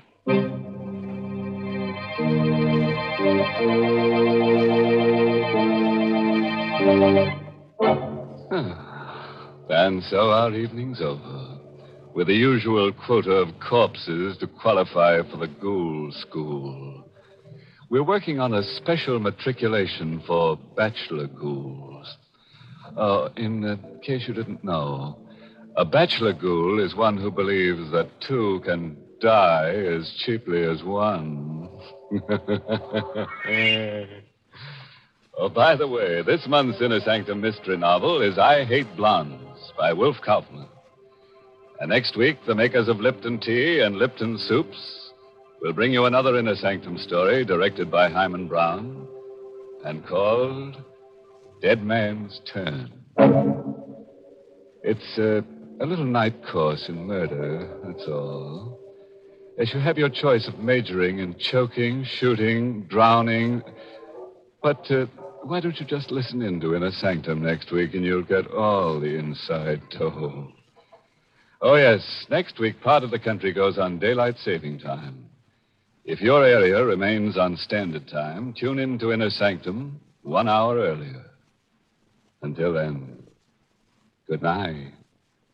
Pleasant dreams.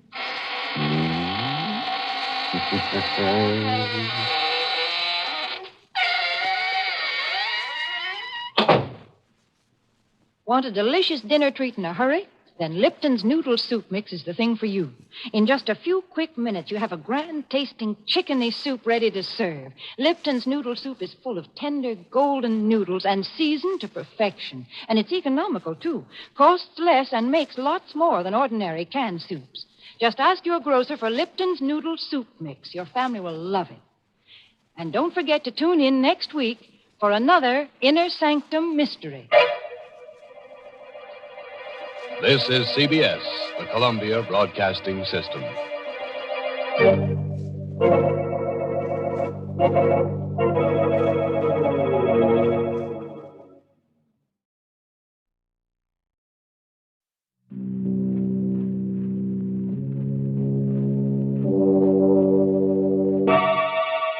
Lipton Tea and Lipton Soup present Inner Sanctum Mysteries, starring Lee Bowman.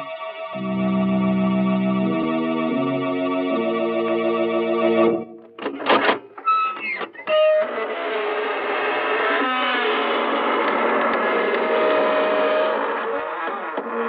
evening, friends.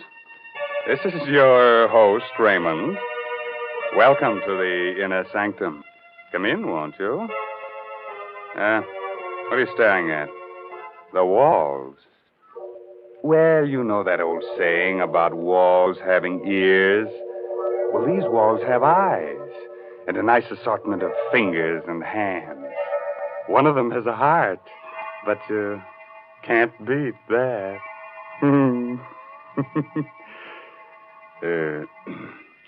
Don't mind me, friends. In my old age, I'm getting to be a bit of a gore. You're getting to be a crotchety old bachelor, that's what. Who said that?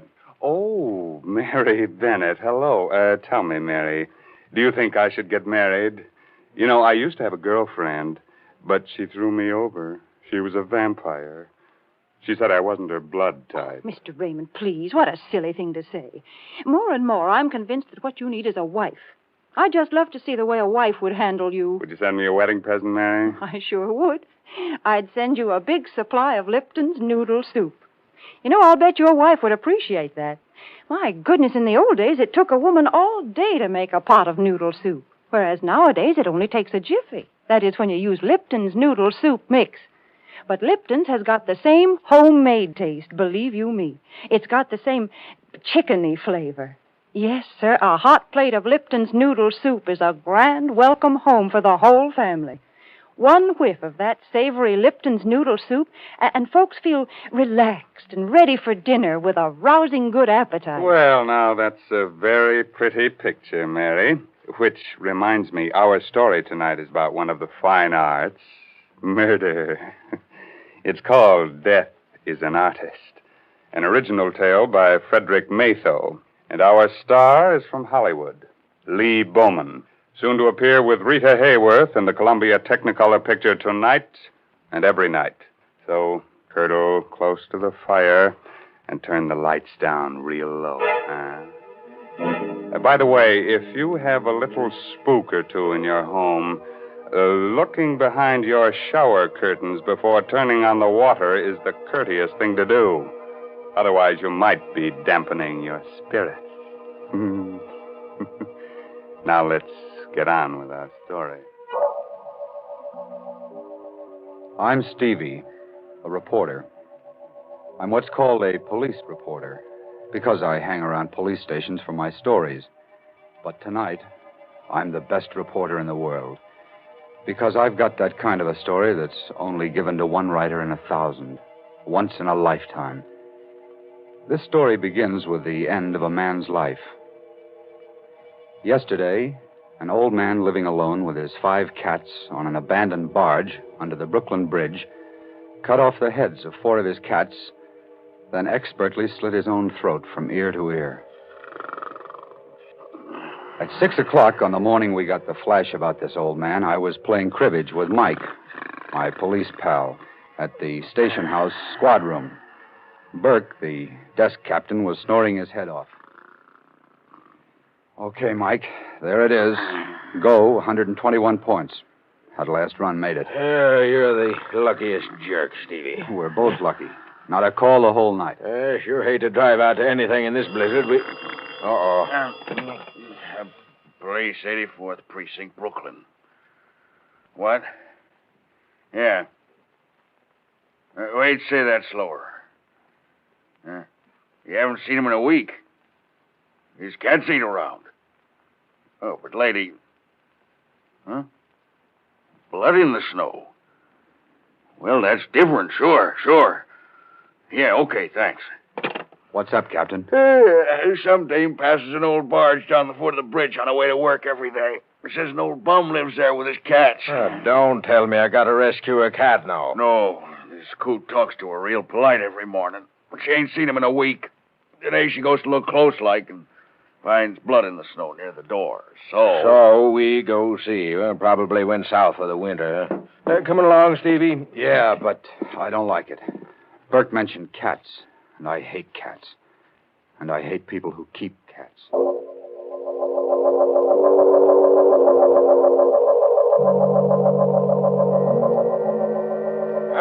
This is it, I guess. Come on, Stevie. Hey, look, Mike. There's a snowman. So what? Haven't you ever seen a snowman? Yeah, but look. That's not an ordinary snowman. It's a beautifully sculptured head of a woman made out of snow. Come on. It's cold. Let's get inside the scow here. Hey, open up. Open up there. Open up inside. There is blood out here, Mike. Look. See? Here's where the woman's footprints stop. Okay, Sherlock. Help me bust this door. Okay.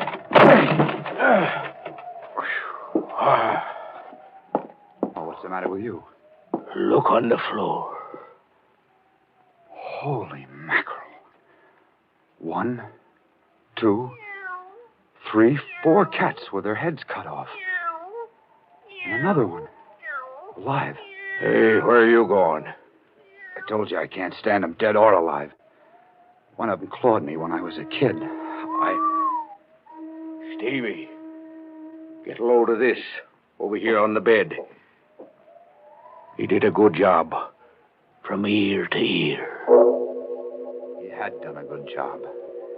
He was naked to the waist, and his hairy torso was bathed in blood. His head lay to one side and was nearly severed at the throat.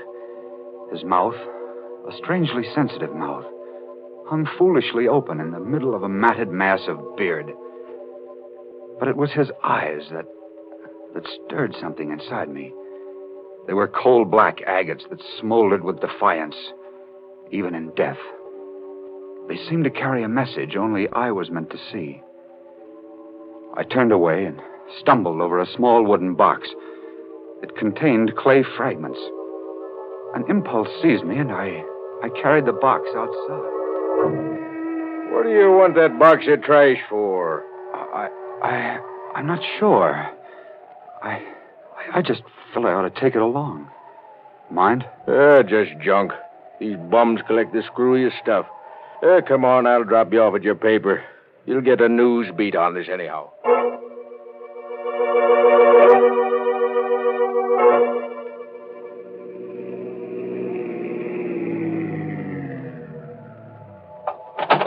Okay, Mike. Thanks. I'll call you later to see if you identify the old bird. All right, Stevie. Hey, here's that box of junk. You want it? Oh, yeah. Yeah, thanks, Mike. I wrote the item. All we could learn was that he was Ivan. No fingerprints on record, no relatives, just Ivan. So he stayed just Ivan to 250,000 readers and to the police. But to me, he was a man who had not yet died. I poked through the rubble of clay in the box, and I was about to throw the whole mess out when a time-blackened metal tag caught my eye. It was the kind of tag used to mark paintings or statues. It read, Agatha, January 2nd, 1924. 20 years ago. Today. And below that was a name, Ivan Thorne. The name jangled a bell in my memory. It frightened me. It fascinated me. I rummaged in the box some more. A hunch grew to certainty. Ivan Thorne had been a sculptor. Here was a fragment of clay, a nose. Here, part of a chin. Here, an ear, a woman's ear. And the snow image of a woman's head came to mind. Why did Ivan Thorne, a sculptor of obvious talent, do a head of a woman named Agatha in clay, then on the same date, 20 years later, as a bum, reproduce it in snow, and slit his throat? I found the answer in the yellowed clippings of the newsroom morgue. The story of Ivan Thorne was filed under Murders Unsolved. After I'd read the story, I marched into GC's office. Hey, what's up, Stevie? They study the Brooklyn Bridge again? No. You read the item on the old guy I found with his throat cut? Sure. Cut off his cat's heads, then his own. Unidentified. Good item. I know who he is. Was. Yeah? Story? Story. You got time to listen? Shoot. Well, this begins in a sculptor's studio off Washington Square on a stormy night long ago. Ivan Thorne and Agatha, his wife, were having words. For the last time, Agatha. Are you really going through with this divorce foolishness? For the last time, yes. I'm tired of living from hand to mouth. I'm tired of your stupid statues. I'm tired of your stupid cats. I'm tired of you. All right. I'll give you the divorce. You can marry Greg Stevens. He'll give you everything you want. But Horace stays with me. I want custody of the boy. The court will decide that.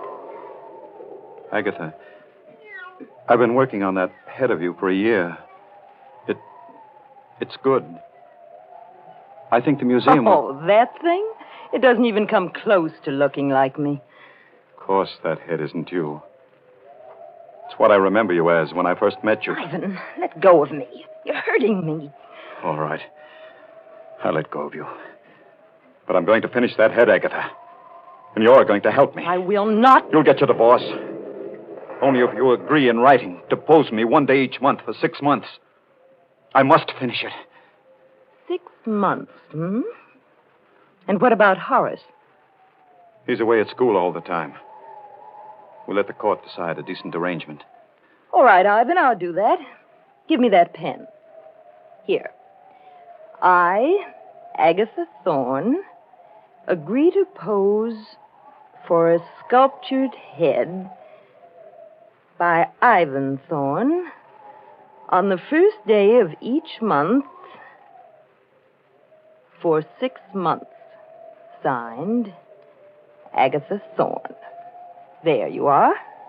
Now, get out. Get out before I break your neck.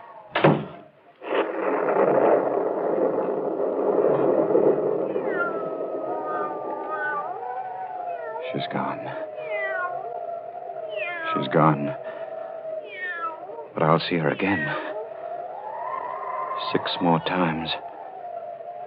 That's all I need. 6 more times.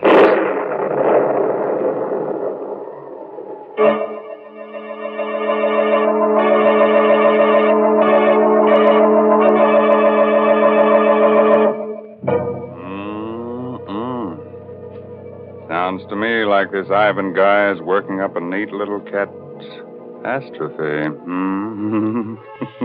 Mr. Raymond, Yes, Mary. I got to thinking about that snowman they found.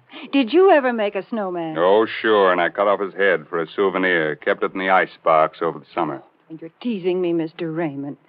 But you know, when I was a child, we used to spend all afternoon making a snowman. And then we'd go in the house for supper with our cheeks red as a frost apple and with a real country appetite.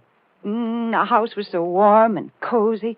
Yes, and filled with all the exciting smells of good cooking. You know how children are. They play in the snow and then come in ready to eat you out of house and home.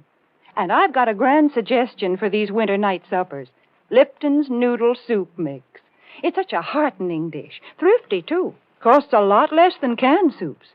Yes, Lipton's Noodle Soup just seems to belong to folks young and old who've got a healthy appetite and a yen for homemade chickeny-tasting soup. Mary.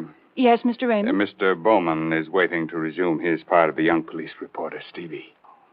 That's right. You remember, Stevie told his editor that Ivan was divorced by his wife, Agatha, 20 years ago, and how the events that followed turned the sculptor into the tired old bum he was when he slit his throat under the Brooklyn Bridge. Well, Stevie, did Agatha get her divorce? Yes, and the court gave her custody of their 6-year-old kid, Horace. She married Greg Stevens, and according to these clippings, she kept her agreement with Thorne. She posed for the head he was doing of her so that he could finish it. The first day of each month for 6 months, huh? Yeah. How'd he take the divorce and losing his kid and all? Beautifully. So everybody thought. It got to be the talk of the town. The three of them, Agatha, Greg, and Ivan, seemed to get along fine together. The Stevenses were frequent callers at Thorne's studio. Oh, I say, Thorne, why won't you show me the head you're making of Agatha? That isn't fair, you know. Not till it's finished, Greg. You wouldn't appreciate it as it is now. It really is good, Ivan. When will you finish it? Yes, Ivan, when? I want to finish it on New Year's Day. That will be the last time you need pose, Agatha. Can you make it that day? Well, I'll just have to, won't I? Yes. At 3 o'clock? At 3 o'clock. Come on, Greg, darling. Good night, Ivan. Good night, Ivan. My goodness, 6 months goes by so fast, doesn't it?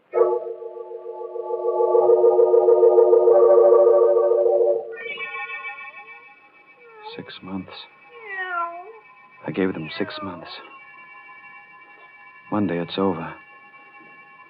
Monday is the last day she poses for me. One day I'll finish that head. I love her. And for 6 months, 6 centuries, she belonged to that idiot. He took my son from me. You can't hear me, Agatha. Can you? This is you and Clay. You can't hear me. Everybody thinks it's wonderful that Ivan Thorne is such a good sport about it. I fooled them all. I fooled you. Yes.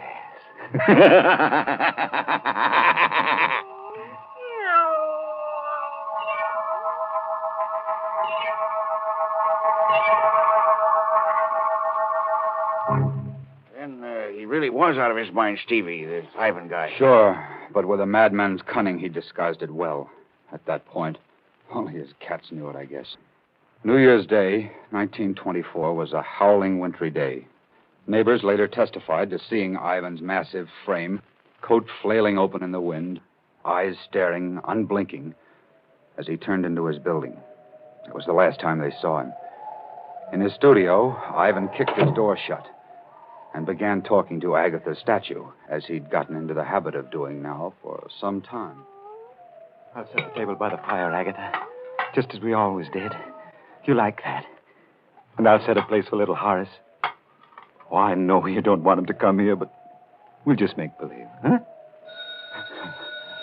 Agatha, I must pull myself together. Happy New Year, Agatha. Come in, come in. And the same to you, Ivan.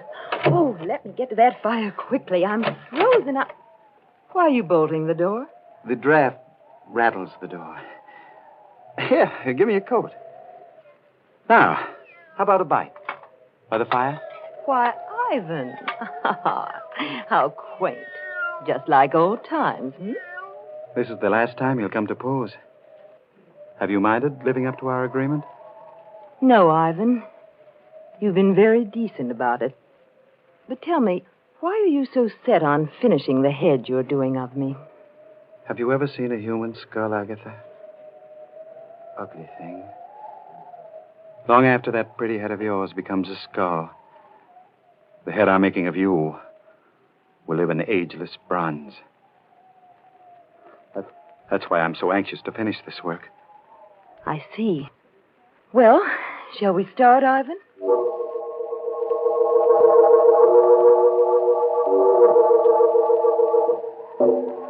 Ivan, you're not working. You're just staring at me. I'm studying the line of your neck, darling. It eludes me. Well, hurry, please. I've sat here for 2 hours now. I'm tired. I'll be finished soon. Then you can rest, darling. Then you can rest. Ivan, you're looking at me as though... Ivan! You've moved your head again, darling.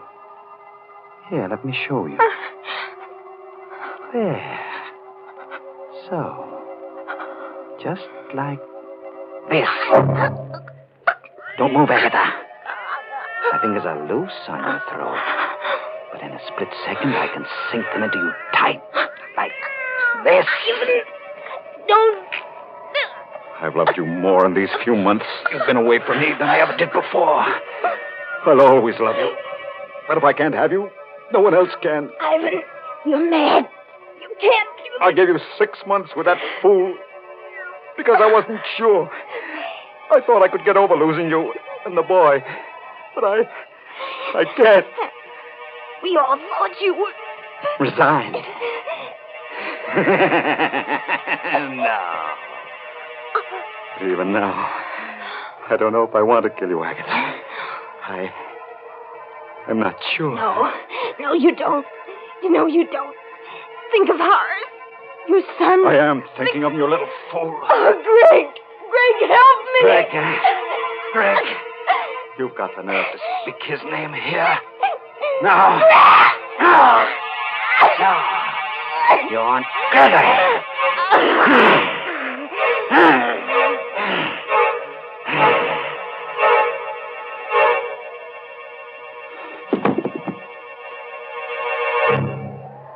Agatha, I did it.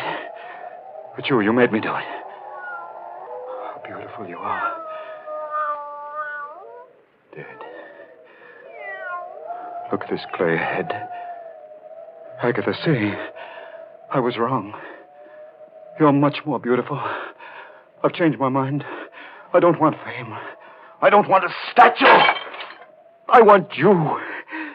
See, Agatha, I've broken it, smashed it. It's Greg Stevens who should die. He did all this to us. I'll go see Greg. That's it.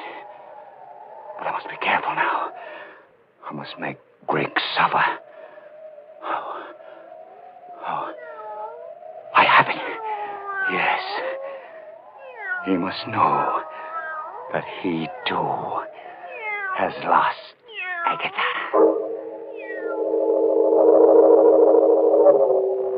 Wow, that's some yarn, Stevie.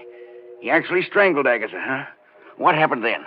He left his studio and called at the Stevens' house a little after 6. Greg Stevens and young Horace were the only ones there, except for the butler. He testified that Ivan quietly asked to see Stevens alone. He had a bundle in his arms, covered with a piece of black velvet, when Gregory greeted him. Ivan, well, glad to see you and Happy New Year to you. But where's Agatha? She was supposed to be with you. She'll turn up shortly. Said something about a girlfriend she had to stop by for. Oh, I see. Well, come on in, Ivan. We can have a glass of sherry while we wait. Thanks. Put your package down somewhere on the table here. Thank you. Did you get a lot done today on the head, I mean? Yes. I've finished it. Oh, good. Say, that wouldn't be it in that box, would it? Yes, as a matter of fact, it is. Well, good heavens, man, let me see it. I've been kept from all this long enough. Now that it's finished, No, wait. I'd Till Agatha gets here.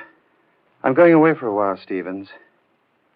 Before I go, I want you to tell me something. Do you love Agatha?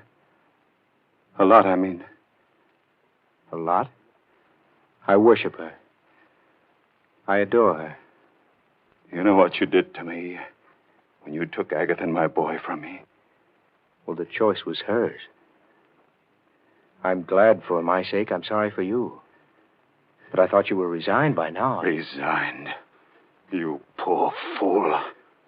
I've lived a life of raging hate for you. Ivan, sit down. You don't have to be sorry for me anymore, Greg. You can start feeling sorry for yourself. Thorne, what are you driving at? Everything comes out even, Greg. Come over here. What's in that box? Come closer, Greg. Here. I'll take the cloth off. See for yourself. Agatha! You fiend! You beast, I'll kill you! Hurts, doesn't it, Greg? Hurts to lose Agatha. Doesn't it? I'll kill you! I'll kill you! Oh, you won't! Get away from me. You won't kill me. I won't kill you. We'll both live to remember. Thorne didn't kill Stevens? No, GC. He knocked him out. They found his footprints in the snow along with the kids. He must have stopped to say goodbye. What a story. He slit his throat this morning as a bum on a barge. Yeah. Took his cats with him. The clay fragments I found in that box on the barge were all that was left of the clay head of Agatha. Nobody even found out how he got away or managed to stay hidden for 20 years? No. That's his secret. Well, write it up, stupid. I can't. I won't, GC. You can't print that story. The devil I can't. Where's this Greg Stevens? Where's Horace, the kid? Find him. Greg Stevens died penniless and insane a year later. His kid was raised in an orphan asylum. Well, find the kid. Now, let's see. He'd be about 26 today. Maybe he doesn't know any of these things. What a scoop. Get busy. Look, you can't print this story. Why do you think I didn't write it up and hand it in? I feel sorry for the kid.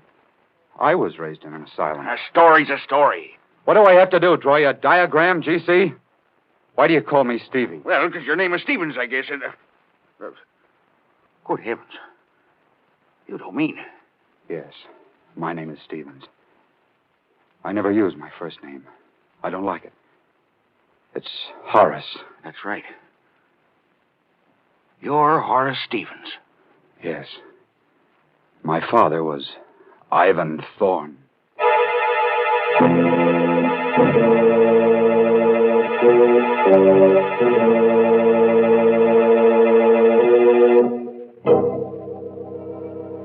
You have a little sculptor in your home.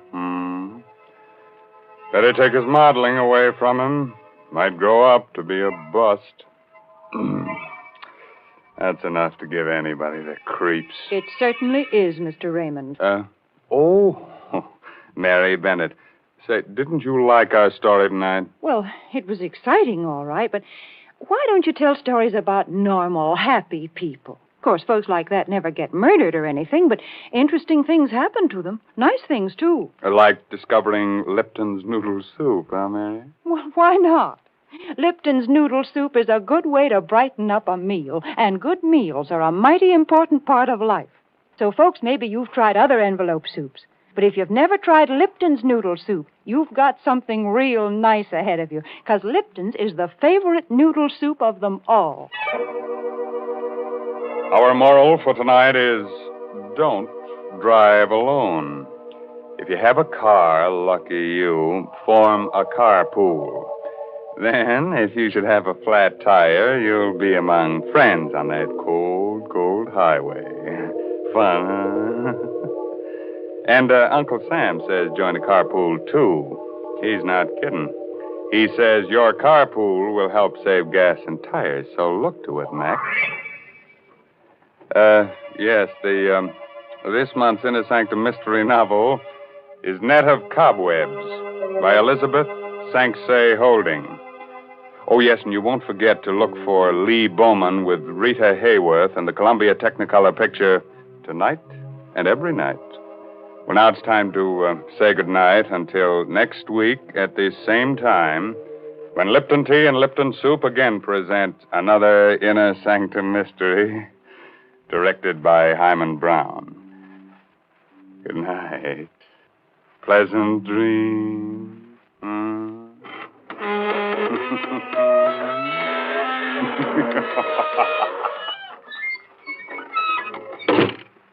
Folks, I got to thinking about wintertime, about snowmen and frost pictures on the windows, and about how cozy a house can be when there's a gale blowing outside.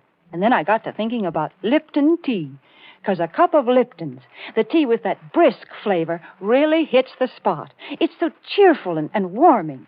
You know, the word brisk, B-R-I-S-K, means that Lipton tea has a fresh, lively flavor.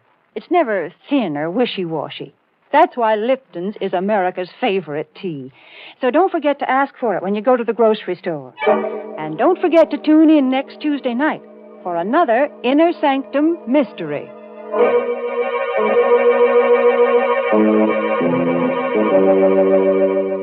This is CBS, the Columbia Broadcasting System.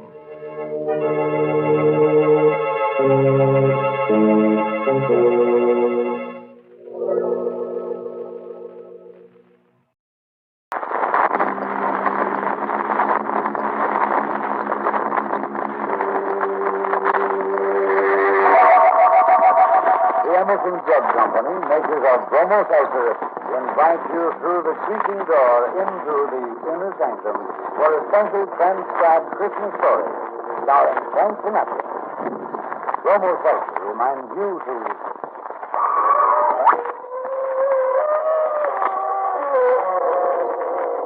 Good evening, friends of the creaking door.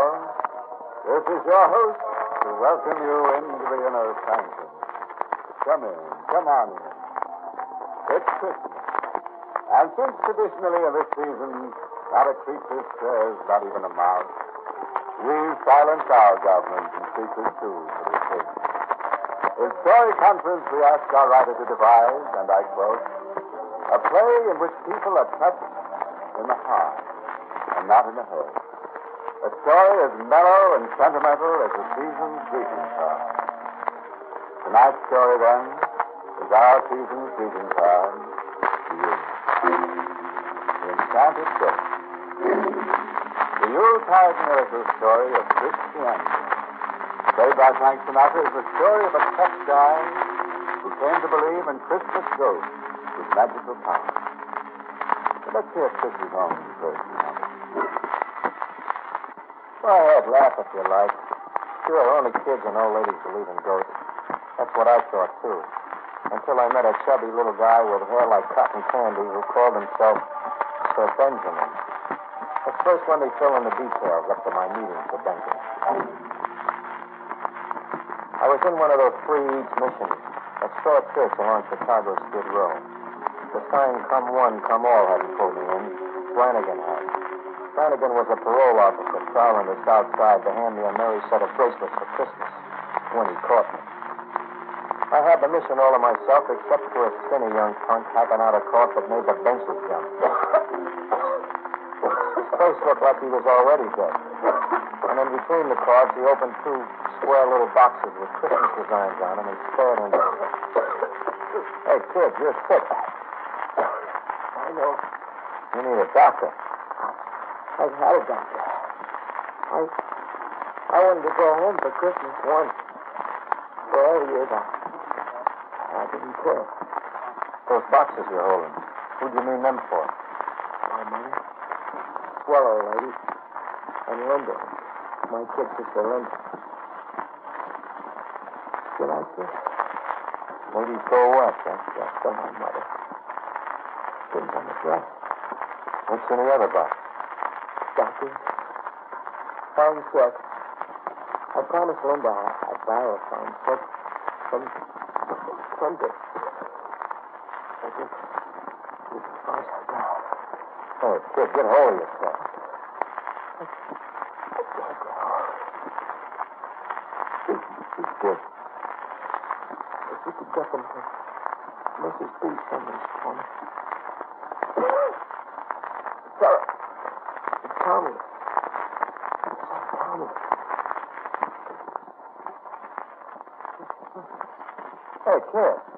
good hole.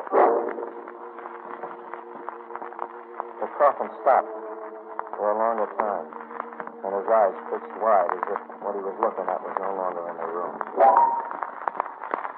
It was right then that Sir Benjamin, the chubby little ghost with hair like cotton candy, happened.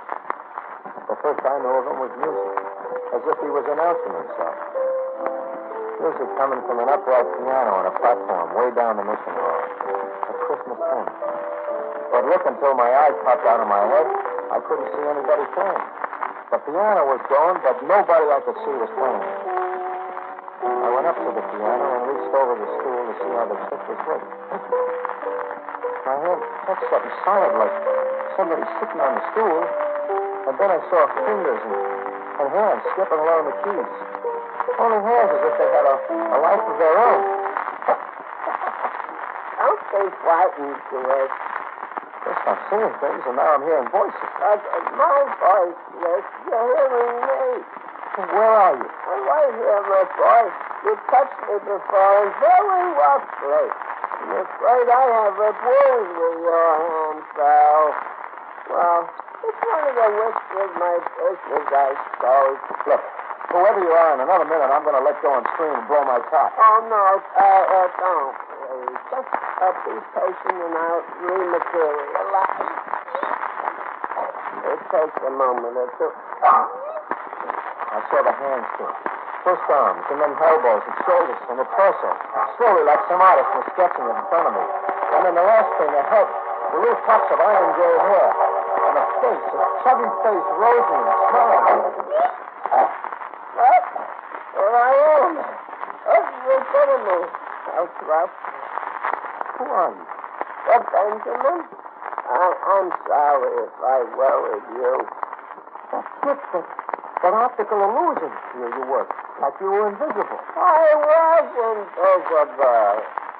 You trying to tell me you've got powers of invisibility? Oh, that's only one of my powers. I suppose we get right on the business, yes.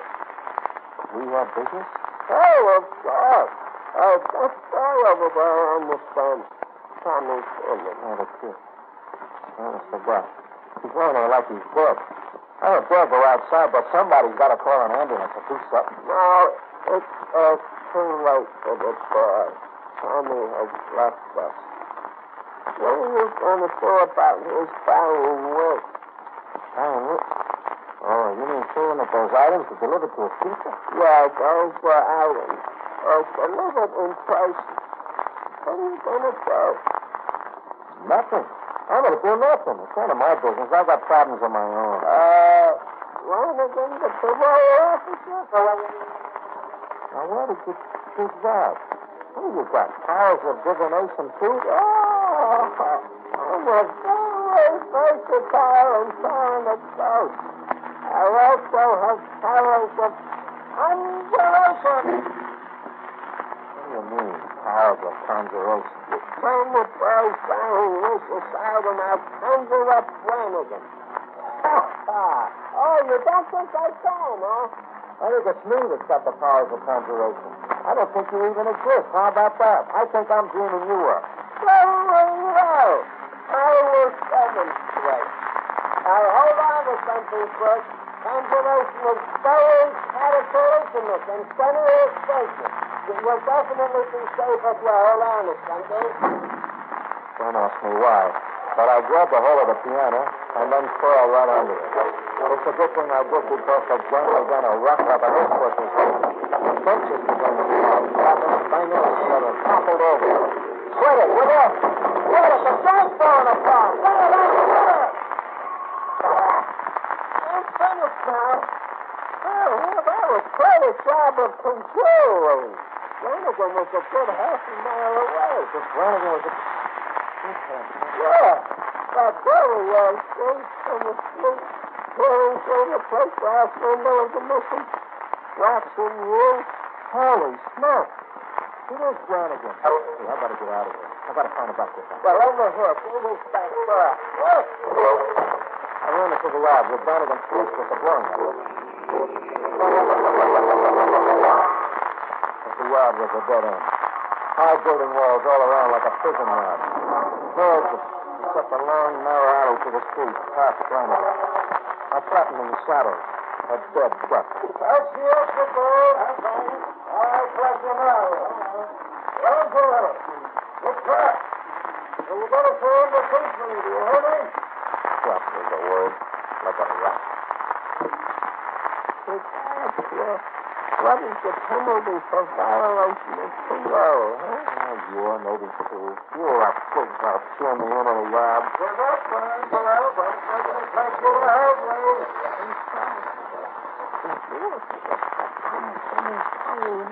If you were to go home for Christmas and his wife... Okay, if I was to then what? And Flanagan was empty-handed in order to catch you in your first finger. Flanagan suddenly gone stone blind, huh? No, you are becoming invisible. But the last was that I was invisible. But Mr. Flanagan I was. He came right toward me with a flashlight in one hand, a gun in the other. Only he looked right through me as if he didn't see me. As a matter of fact, if I hadn't jumped to one side, Flanagan would have left like that. Down for it. Down for it. I know you got to be in this ride. Down for it. I watched him climb up and then retreated. Then took his hat back, looked up at the high building walls, and scratched his head and give up. Well, what's to do? Well, how did it go? Now get me, boys. There isn't any way out of that crowd. But Anglo's gone. I'm afraid poor Flanagan is a very confused man. Now, look, for your part of the bargain. Now, here we're finally switched. The gold watch and this is... The mix of stars. Yeah, Chris is just about to give up the ghost. Flanagan didn't get to make the arrest. He's pinching himself instead. Powers of invisibility. Now, there's a trick anybody can learn. Yes, sir, invisibility in just one easy lesson. There's absolutely nothing to it. So Chris is using the alias Single by order of the bench. But sail along with Chris. He does it. I was Santa Claus bearing gifts. The lady's gold watch and silk stockings. And bad news. Tommy, the kid named Tommy, wouldn't be coming home ever. I was the only passenger getting off the train at Buffalo. As for Benjamin had promised, it was a brief train ride, but funny, I felt like I'd come a long way. Not a soul was in sight, like I was a stranger at the end of the world. No, there was someone. A girl. A girl in high boots, a snow hat, and the moon on her cheek, coming toward me. Hello? Hello? Are you Chris? Yeah, my name's Chris. I'm Linda. Linda Simmons. I came to drive you home. Just like that? Just like that? I mean, no explanations, like how you knew I was here and how come you know my name? Oh, I was told you were coming. I told your name, too. You were told? Somebody telephoned. Oh, the telephone, eh? He wasn't kidding. He's a pretty talented ghost. I'm sorry, but I don't know what you're talking about. Oh, sister. Let's go take that drive.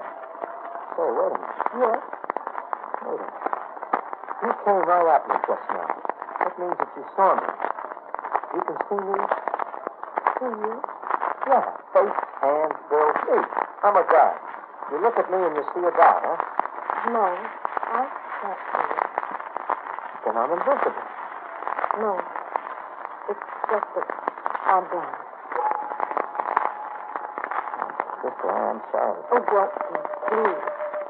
There's nothing I missed that I know, being blind. You see, I've been blind all my life. Let's drive home. We went around to the side of the shed, and there was a horse-drawn shade pot. An old rig right out of it. And an old horse you knew at once had to be called Bobbin. There were silver bells on the reins. This is what we're driving home in, remember? Yes, it's snow, but it's wonderful for snowdrift. Set me up with my questions for someone, Linda. Yes. You drove this rig all the way here in the dark? That was quite a trip, too. For the blind? We don't drive, Dobbin. He knows every inch of the way to the Bethlehem shed. You see, we've been coming here every night for years.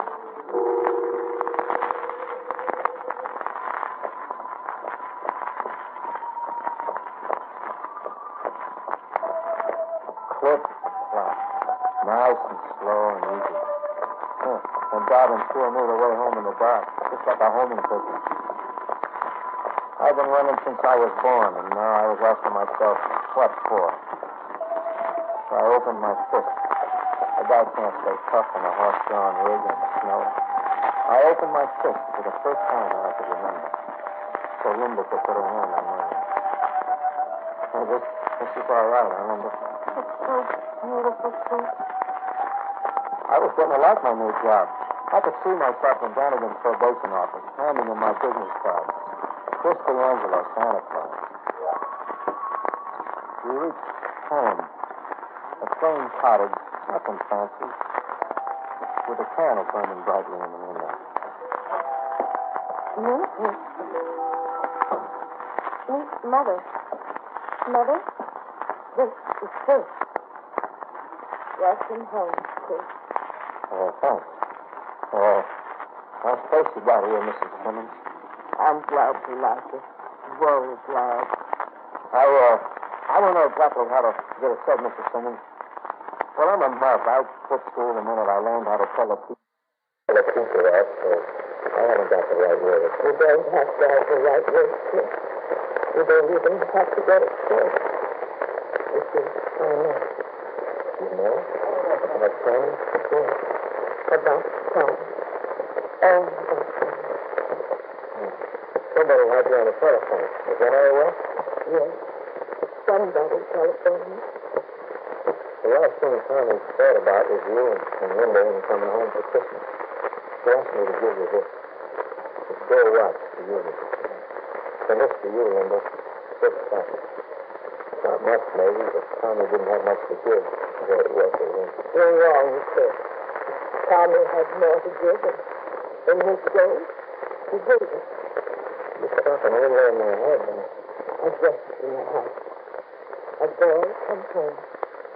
Tommy couldn't come home himself, so he can come home, Chris. You can say this about me, that I was born in 1925, and I stopped crying in 1926 at the ripe old age of 1. You can also say about me that I let a tear go I never knew I had. Christmas 1949. Linda. Yes, sir. It's quite a place you got here, and it's got a feel of home, all right, but... Now, don't get me wrong about what I'm going to say, Linda. It's no crime being poor. It's Christmas, but I don't see no tree, and I've been sniffing close enough to the kitchen to know that there's nothing worse than that of them. Is it fun? No, it's just an idea turning over in my head. An idea? Yeah, but maybe this setup needs a man around the house. Is it all right if I borrow it out outside? All right. Of course it's all right, Chris.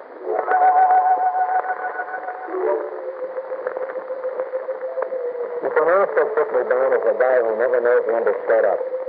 A thinking. Sure, nothing to it. Just so much just throwing in the kitchen. There's your food, and there's your bill. That's quite a remarkable feat of magic, Chris. What's the football? So, Benjamin, I was wondering when you'd show up to Civic. You are here, Sir Benjamin. Yeah, but in the toilet, I'm saying don't ask me to learn the toilet out, Chris. I can't stand my patience Bethlehem.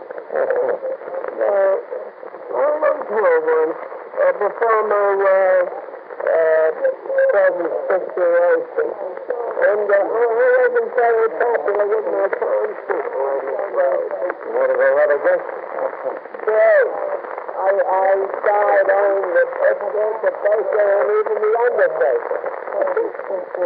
But let's get back to your problem. A tree and a turkey, and it's your problem. I'm dumping it right in your lap. Oh, well then move over. I'll take it.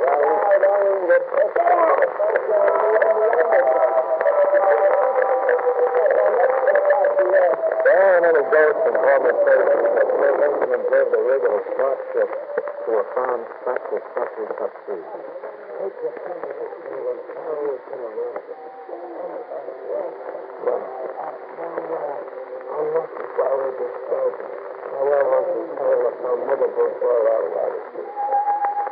I see the crew in the wagon and went back.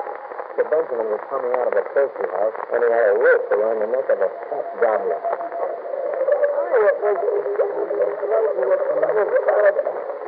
Well, it takes a nation to run you right.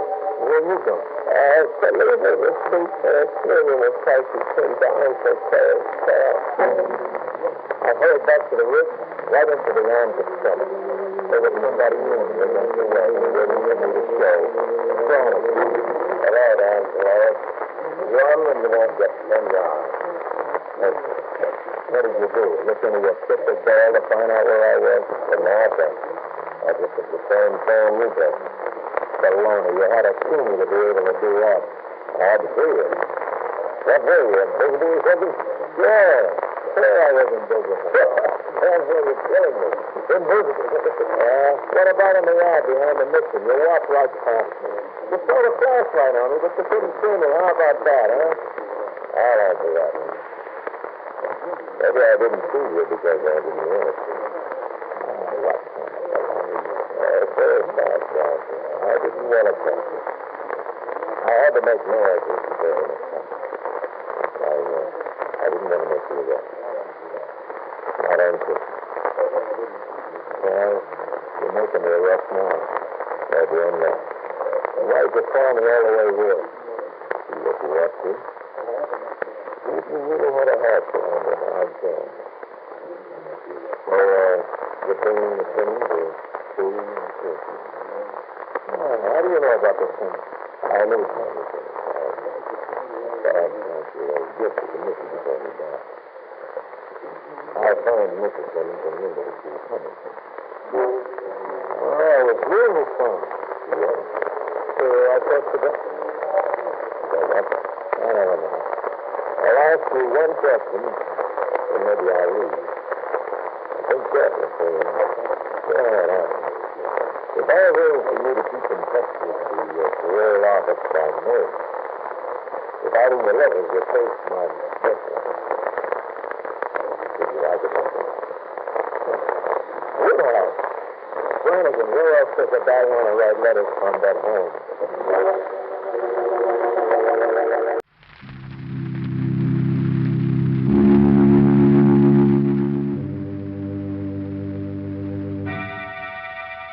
Inner Sanctum Mysteries, starring Peter Lorre, brought to you by Carter's Little Liver Pills.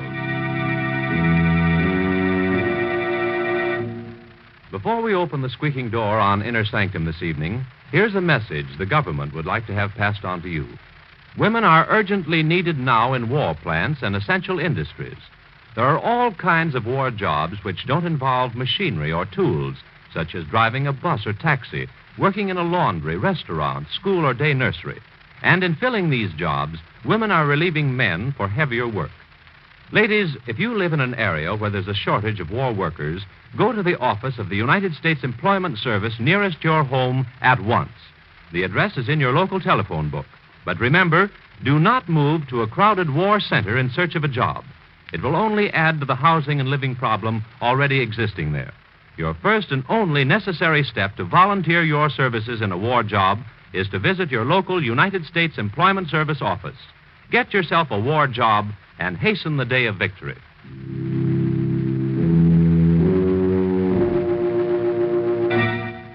And now we open the squeaking door.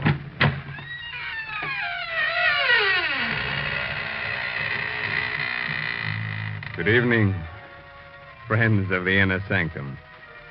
This is Raymond, your host. I'm glad you came tonight because we have a very special guest of horror with us. I'd like you to meet the late Johnny Gravestone, the most celebrated member of the Inner Sanctum Ghost Society. He is the best haunter of them all. Johnny is the tall figure in the white sheet wearing the blue ribbon. He's haunted everything, from a palace to a telephone booth. And if you're very nice to him, he'll be glad to consider giving your house to once over. Who knows? He may even haunt you.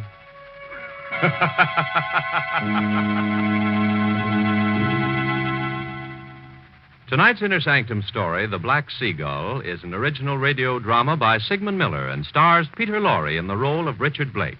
It's produced under the direction of Hyman Brown. Inner Sanctum Mysteries are brought to you by Carter's Little Liver Pills. When you feel dull, headachy, sluggish, take Carter's two-way treatment to, first, start your liver bile flowing quickly. Second, get comfortable relief from irregularity.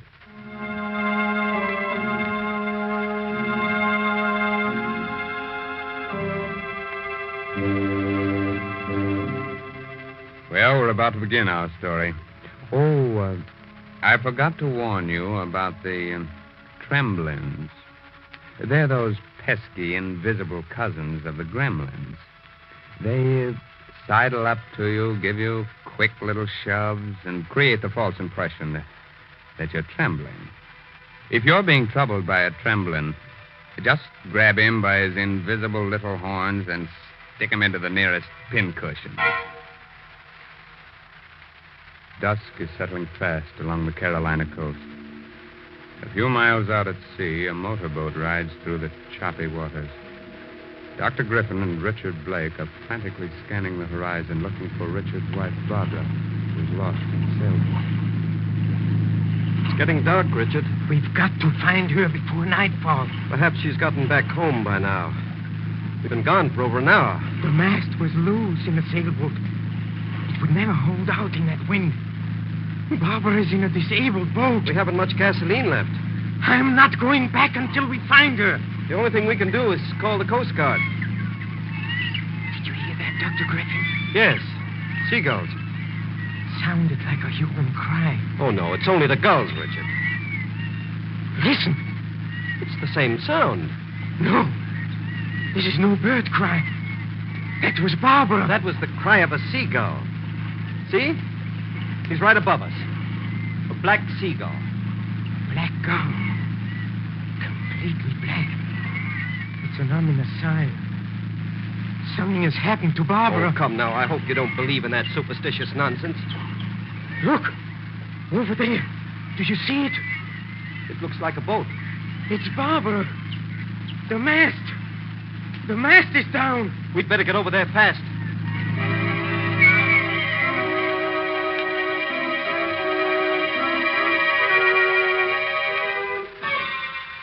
Here.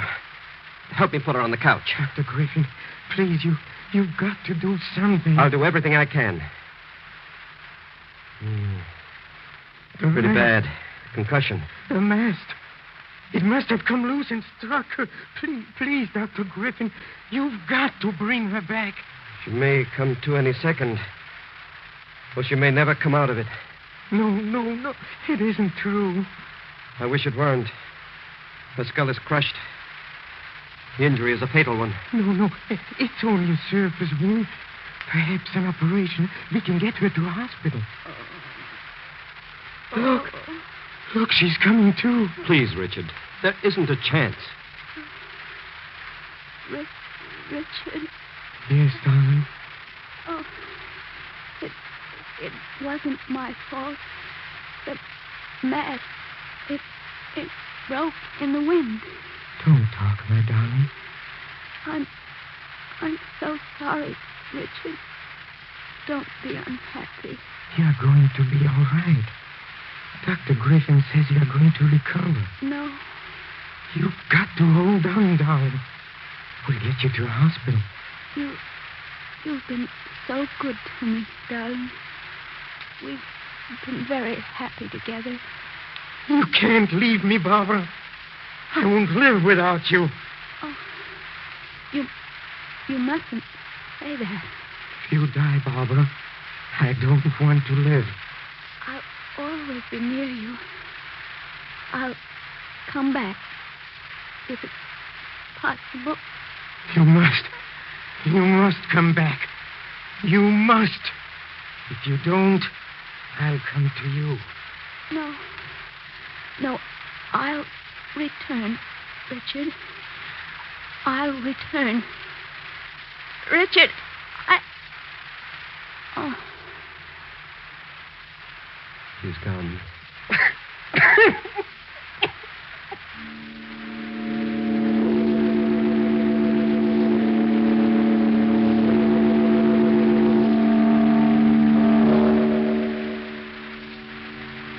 The men are ready to lower the coffin, Richard.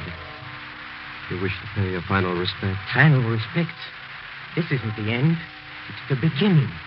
Do you understand? The beginning. Barbara isn't gone. She'll come back. She said so. No, Richard. No one comes back from the grave. It's dangerous to believe that. Dangerous for your sanity. She'll come back. She didn't lie. All right, men.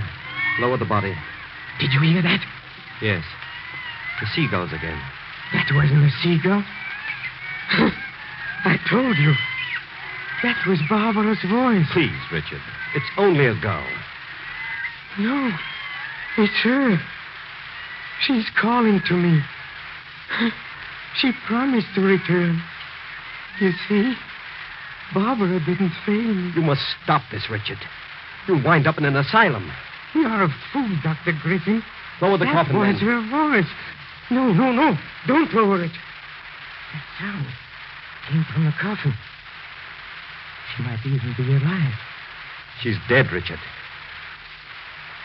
I want that coffin opened. We can't do that, Richard. There's no way of opening it now. We'll pry it open. Don't try to stop me, Dr. Griffin. All right. We'll open it. Here, one of you men. Break the seals at the top of the coffin. For heaven's sakes, hurry. It will only be worse for you, Richard, if you look at poor Barbara again. Will you tell the man to hurry?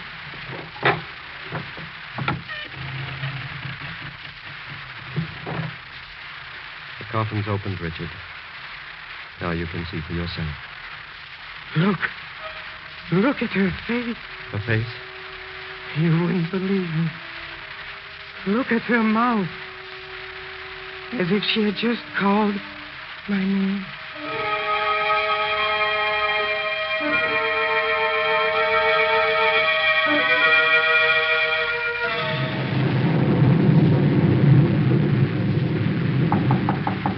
Who is there? Dr. Griffin. Come in. The door is open. Oh. You took me by surprise, Richard. I didn't expect you to be sitting so close to the door. I'm sorry I startled you, Dr. Griffin. I just thought I'd drop in before I went to bed. Are you waiting for someone? Yes, I am. Oh, what are you sitting in the dark for? Where's the light switch? I don't want any light. I prefer sitting in the dark. Richard, you're becoming very morbid. Don't you think you ought to get to bed? It's nearly midnight. Midnight?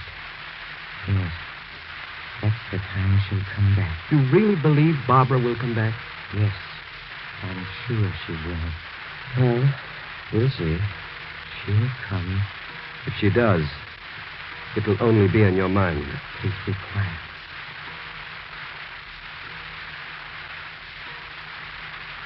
Well? Barbara, you've come.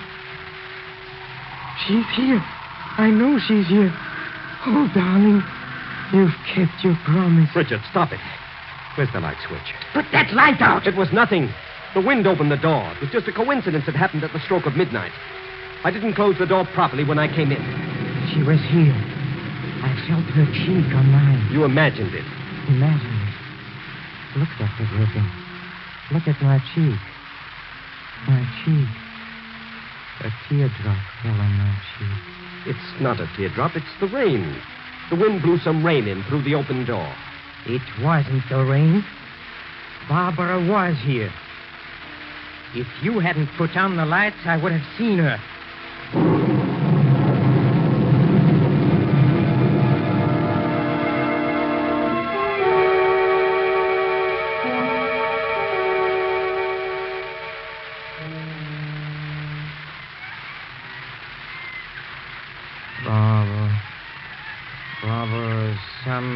people do come back from the grave. I heard about such cases.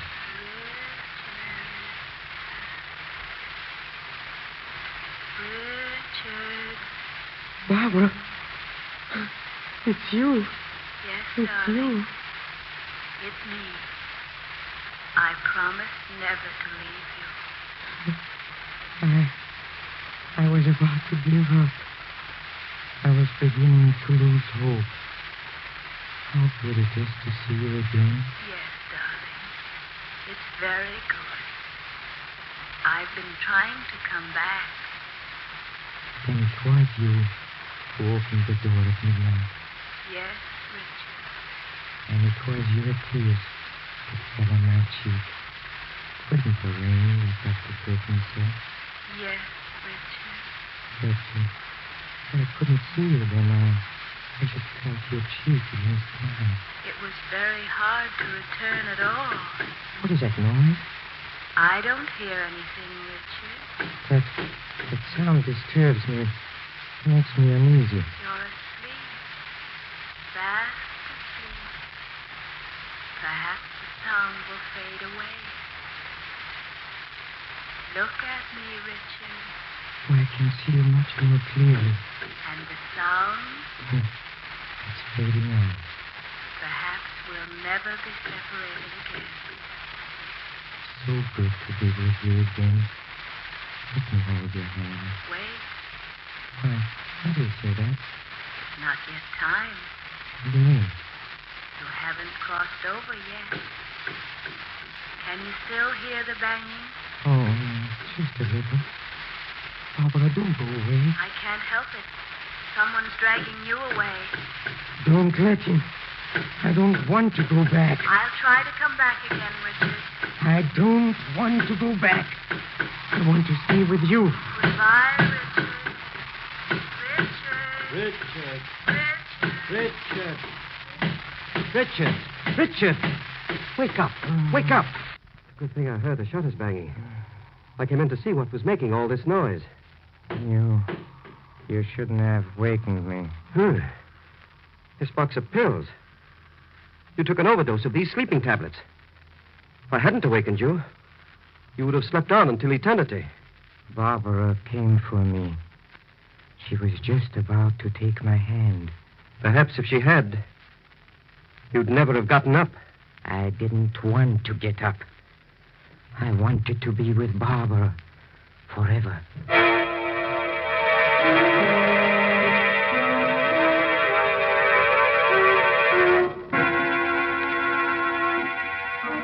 Well, Dr. Griffin should be awarded the Order of the Inner Sanctum for saving the life of Richard Blake. If it weren't for the good man, our story would have come to an end in the middle of the program. And that would have been very inconvenient for all of us. As a reward, perhaps we'll just wound Dr. Griffin a little bit instead of polishing him off. But until we make up our minds, here's a gentleman with an important message for you. To keep you feeling on top of the world, medical knowledge proves that nature should produce about 2 pints of liver bile, the vital digestive juice your liver makes, each day. Otherwise, your food may not digest properly and leave you feeling dull, headachy, sluggish. Scientific facts show it takes a two-way treatment to get the vital digestive juice flowing quickly and to relieve sluggishness without disturbing digestion. Therefore, do as thousands now do. Take Carter's Little Liver Pills. First, because Carter's start the vital digestive juice flowing, usually within 30 minutes. Second, because Carter's gently help you to that glorious feeling that goes with regularity. Remember, many ordinary simple laxatives don't, but Carter's Little Liver Pills do give this two-way treatment. So take genuine Carter's Little Liver Pills as directed tonight. Tomorrow, see if you don't wake up feeling glad to be alive. Get Carter's at any drugstore. 25 cents.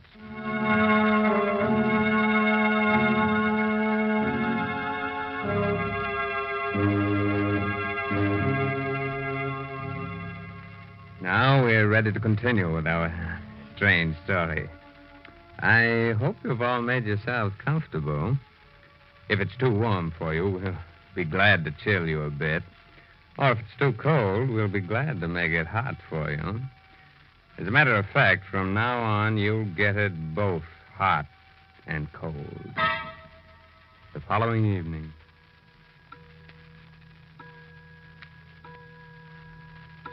Barbara, you must come back to me.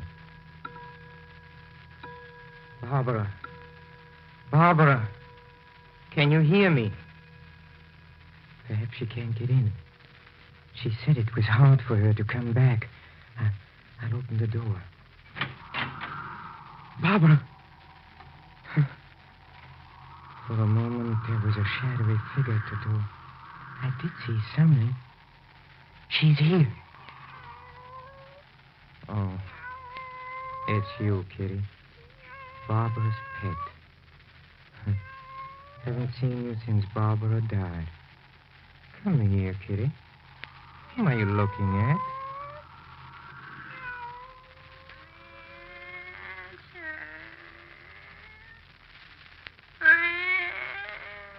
Barbara! Richard. Where are you? Right here. Your voice is so faint. Come closer. Come closer. I don't know where you are. The closet where I used to keep my clothes. Darling, I still can't see you. This blue taffeta dress. My favorite. I used to love the rustling sound it made when I walked. It still crinkles. Like it always did. Richard. Where are you? Please don't go away. Right here. My vanity table. For heaven's sake, Barbara, let me see you again. My perfumes. They're all here. Nothing has been touched, darling. Here's my favorite. Wild heather. I'll never wear it again. Barbara, please don't go. Where are you? I'm everywhere in this room. Everywhere. Why can't I see you? Perhaps you will. We must both try. We must both try very hard. I'll try, Barbara. Goodbye, my darling. No, not yet. Just another moment. Goodbye, Richard. Barbara. Barbara. She's gone. She's gone. Only you and I know she was here. Who is there? Oh, it's you, Dr. Griffin. I came back to see how you were. I don't need any help. I heard you shouting Barbara's name. You were mistaken, Dr. Griffin. Barbara's dress. It's lying over the chair. Did you take it out of the closet? No, Dr. Griffin. The perfume's in the air. Oh, yes. There's a bottle of perfume overturned on the vanity table. Wild heather. That was Barbara's favorite, wasn't it? Yes, Dr. Griffin. You think Barbara was here? Don't you, Richard? Huh? She was here. I spoke to her. And she'll come again. She said she would. And maybe the next time I'll be able to see Barbara. See her as she was when she was alive.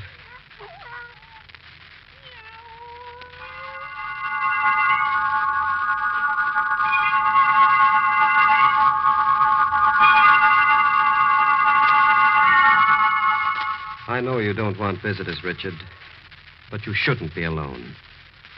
I brought Miss Driscoll with me to look after you. How do you do, Mr. Blake? Barbara will be here soon. You haven't been eating. You've lost a lot of weight. Richard! Yes, Dr. Griffin? You've got to listen to me.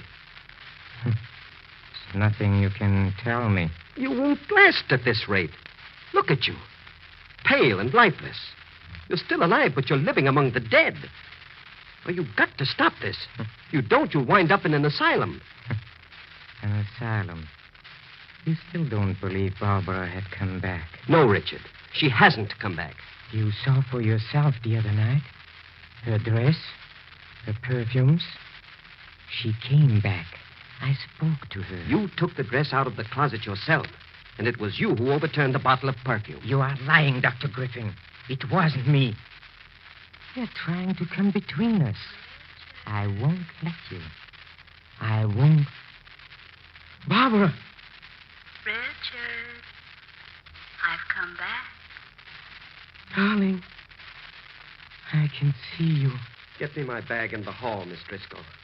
Hurry. I can see you very clearly now.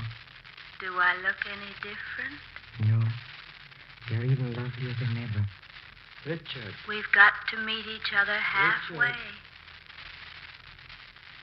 Yes, darling.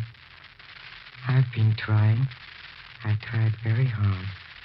I've brought some friends. They all want to meet you. Friends? Yes. This is Fred Rankin. You remember him? Oh, Fred. How do you do, Richard? I'm Fred Rankin. But you're dead. Yes. I've been dead for 6 years. And this is Mr. Fielding. Remember him? He was your neighbor once, killed by an automobile. Yes. I've been dead for a long time. Ever since you were a young boy, Richard. And this is Mary Schofield, the girl you went to school with. Barbara. Barbara, watch out. The mast. It's falling. It's falling. Richard, help me. Help me. Help me. It's Barbara. It's Barbara. She's out there in a boat. The mast is gone. I've got to save her before it's too late. You're not going anywhere. There's no one calling you.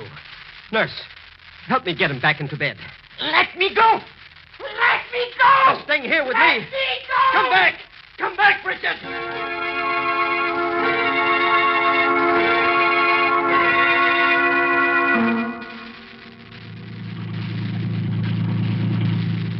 Well, he couldn't have swum very far in this short time, Dr. Griffin. I caught sight of him just a moment ago.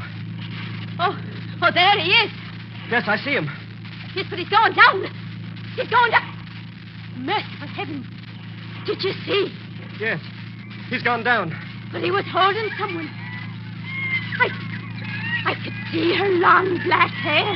It's no use. We'll never... You say he was holding someone? Yes. It looked like a woman. She had long black hair. It must have been seaweed.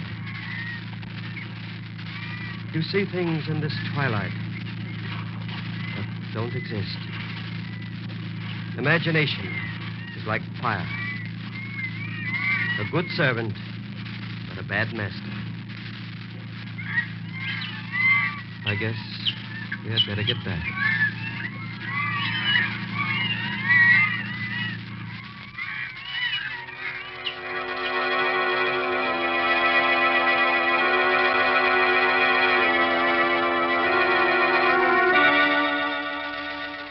Well, Dr. Griffin lost a good fight.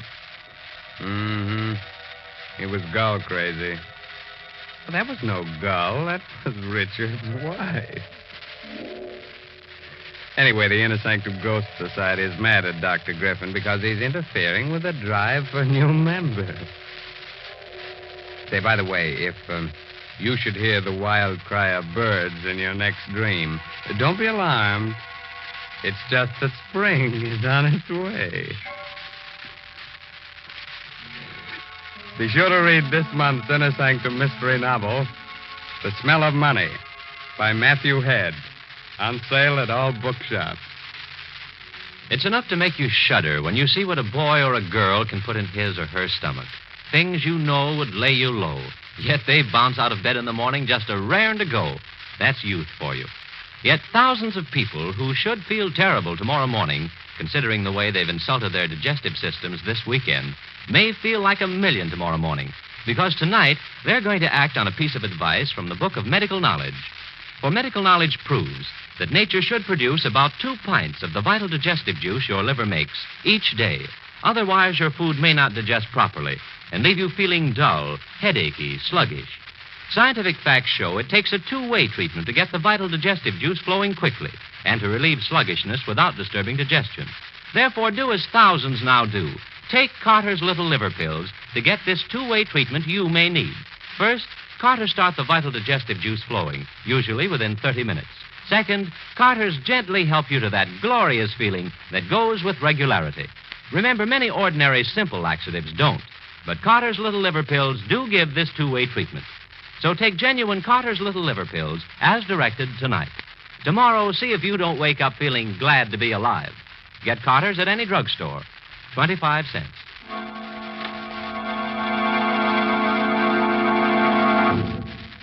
Be sure to listen next week, for lovely Judith Evelyn will be back with us again in a sweet little story just full of beautiful murder.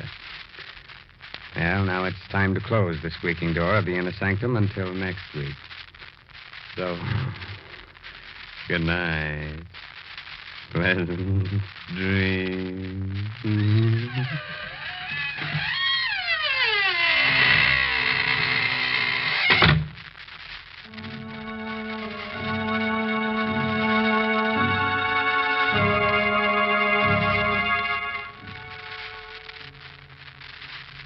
Inner Sanctum comes to you from New York. This is the Blue.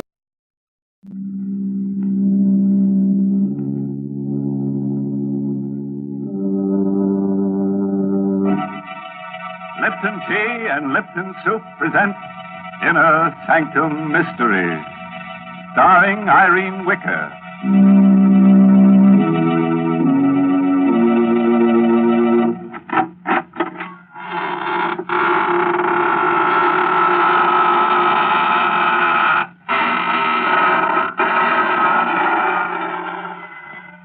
Good evening, friends of the Inner Sanctum. This is your host inviting you in through the squeaking door. Ease yourself in. The welcome bat is out. Pick yourself a place to stand. You have several choices. You can stand in awe, or stand aghast, or stand rooted to the spot. Or if you find you can't stand it at all, just stretch out on the floor and lie still. You'll have plenty of company there before we get through with tonight's list of victims. Good gracious, Mr. Host. I don't think I'd enjoy that company. Well, they're not very lively, Mary. In fact, you may find them a little stiff at first. But they won't interrupt if you want to talk. And you know I do want to talk, Mr. Host. So suppose you go greet your other visitors while I have a little chat with our Lipton listeners. You know, folks, sometimes when you're trying to describe a thing, you find it's very hard to think of just the right word. But that doesn't apply when you set out to describe Lipton tea. For Lipton is so different from other teas. Its flavor is so extra special that there's a special word to describe it. Brisk. Yes, brisk is the tea expert's word for full-bodied, tangy flavor. Oh, but then why bother with words when Lipton's itself can tell you so much more? You'll taste the difference right away and discover how much Lipton's brisk flavor adds to your enjoyment. Yes, with Lipton's, you get all the goodness nature puts into tea. So for deep-down satisfaction, folks, fill your cup with brisk-flavored Lipton tea. That's a good idea, Mary. And now, friends, if you'll just reach over and switch off those harsh, bright lights, we'll begin our story of The Creeping Wall by Sigmund Miller, starring Irene Wicker in the role of Karen Jeremy. Just let the soothing darkness envelop you like a straitjacket. You'll be surprised how nervous you'll feel. Here's Karen now. Can you think of anything more absurd than being afraid of the walls in your own home? Why I should feel that way, I don't know. My husband Horace seems to think it's just a case of nerves. Walls are just made of wood and plaster. Still, they give me a queer feeling. Once, while sitting alone and reading, I had an odd sensation that the walls were tilting. I looked up. And sure enough, they were all leaning toward me. I closed my eyes, but when I opened them again, they were all straight again. Oh, it was a horrible experience. But a much worse thing happened to me last night. I was asleep, dreaming that I was sitting in front of my vanity, making myself pretty. I was alone. It was late at night. Suddenly, I noticed through the vanity mirror that the wall behind me was a little closer. I sat quite still for a moment, and I turned round, and it was closer. You have to experience it to know what a dreadful feeling that is. And I heard a crunching sound. The opposite wall also had moved nearer. I screamed. But it was only a whisper. Then all the four walls began to hem me in. They moved nearer and nearer.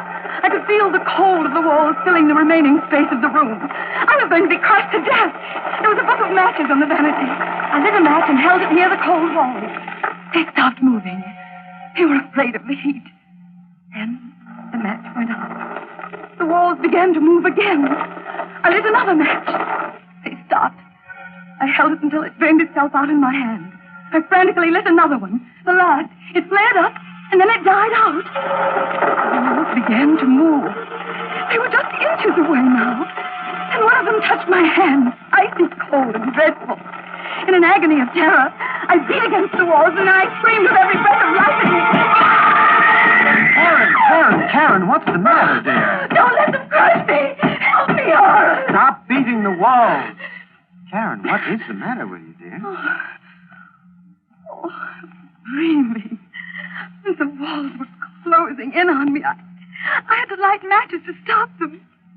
Oh, Horace, it was ghastly. I'll never forget it so long as I live. Well, nightmares are always frightening, dear. You threw the covers off, and the room's very cold. That's what probably brought it on. You forget it, darling. The dream won't come back. We talked for a while, and Horace dozed off. But I remained wide awake. I tried to sleep, but I couldn't. I even tried counting sheep. While I was counting, I got a sick feeling the walls were really closing in on me. I continued to count. 14, 15, 16, 17. The walls were coming closer. I mustn't believe it. It was my imagination. Only in mind. 18, 19, 20, 21, 22.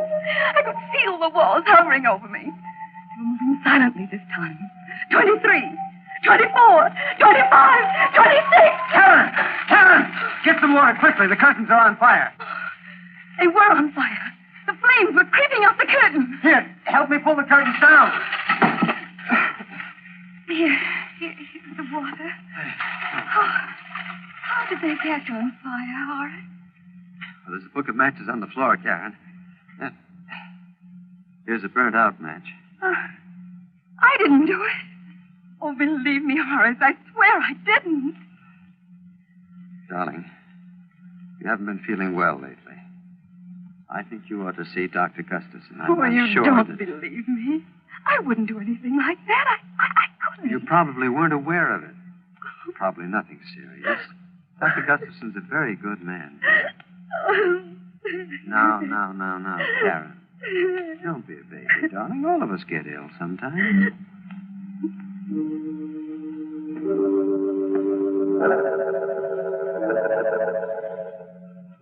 Dr. Gustafson is a little man with sharp eyes. I told him the whole story about the walls and the dream. Tried to be at ease. There was a mirror on his desk, and as I talked, I kept fixing my hair. Didn't look so well today. 2 new gray hairs which I had to pull out. He kept watching me very closely. All the time asked me questions about my youth. I told him everything, even about winning the beauty contest when I was 17. He seemed very interested. Mrs. Jeremy, it seems to me you have an obsession about being beautiful. You're not as young as you used to be. Neither is your appearance. That's why you're afraid of close scrutiny. That may account for your fear of close spaces. Went on like that, looking at me as though I were a drab, middle-aged woman. He didn't like me, and I didn't like him. I didn't like the way he spoke to me, the way he watched me. Karen! Put the letter opener down. I was just holding it. You'll hurt somebody holding it that way, darling. No harm was meant, I'm sure. The first thing you should do, Mr. Jeremy, is to get larger living quarters. Your wife may be suffering from acute claustrophobia, among other things.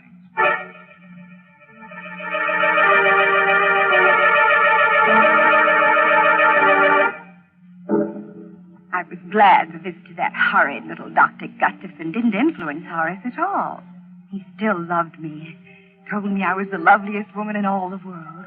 One day he came home in great excitement. Darling, I've got a wonderful surprise for you. I've just bought the famous Meadow Mansion. Oh, Horace, do be careful. You must my hair. What is this Meadow Mansion? Well, it belonged to John Aiken. You know, the famous naturalist. He was killed, poor fellow, in an auto accident. It's a huge house, and you won't be troubled by walls ever. Come on now, darling. We have to see the agent and sign lots of papers. We went to the agent's office. Mr. Swanson was his name. A very friendly old man. He kept looking at me all the time he was talking. Mr. Swanson, we'd like to take occupancy of the house right away. I don't think it's a good idea, Mr. Jeremy. You see, there's still a lot of Mr. Aiken's property in the house, and... Oh, well, we don't mind that. You don't understand. It's specimens Mr. Aiken's left there, animals and snakes. They're waiting to be shipped to the zoo. Well, there's nothing to worry about. They're in cages, aren't they? It'd be very unpleasant if they weren't. Scared to death of snakes myself. If we'll only wait a few more days, they'll all be shipped out. Oh, don't worry about it. We'll leave the animals strictly alone. We've just got to move in right away. Well, the house is so big, I guess you can manage. Here are the keys, and good luck to you both.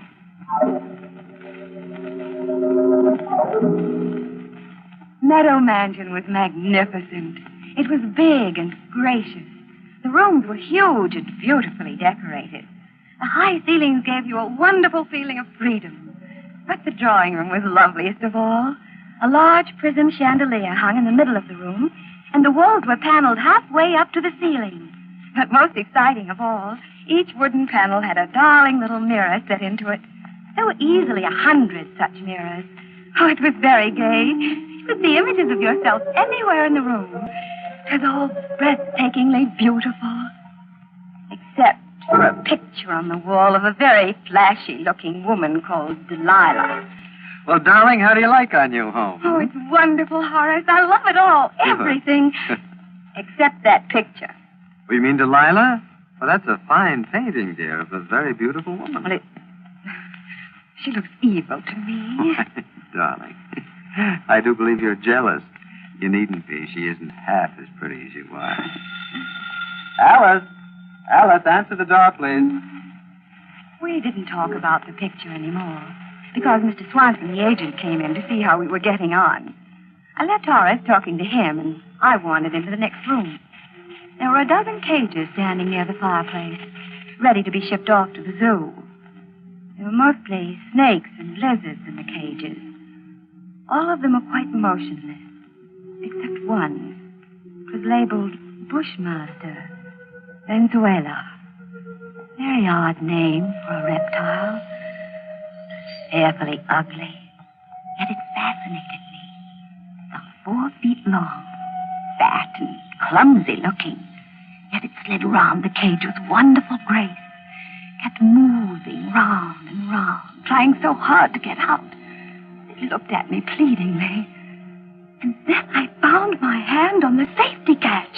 I drew it away in horror. The snake kept going round and round the 4 glass walls. Must be maddening to have walls so close they touch you all the time. I remembered what a terrible feeling it was to be frightened of walls. Then suddenly, the snake was in the middle of the floor. Karen, don't move. Good heavens. It's out of the cage. Stand still, Karen. I didn't move. Not one bit. I wasn't frightened. I was only wondering how it had escaped from the cage. The snake lay there in the middle of the floor with its head up, hissing. And it started to move. It slid in a wide circle toward Horace and Mrs. Swanson. It's coming towards me. I've got to get out of here. Don't run. But he didn't listen to Horace. He started running and the snake struck him. It struck him twice in the leg. Then he continued running past me. Then suddenly he fell. Horace picked up a chair. He smashed it down on the stage. He smashed it again and again and again till it was dead. His body, it's swelling. He's dying. I didn't open the cage. I swear to you I didn't. It got out by itself. Oh, the door must have been loose. Please believe me, Horace, I didn't open it. I couldn't have opened it. You must believe me. You must. Oh, you must.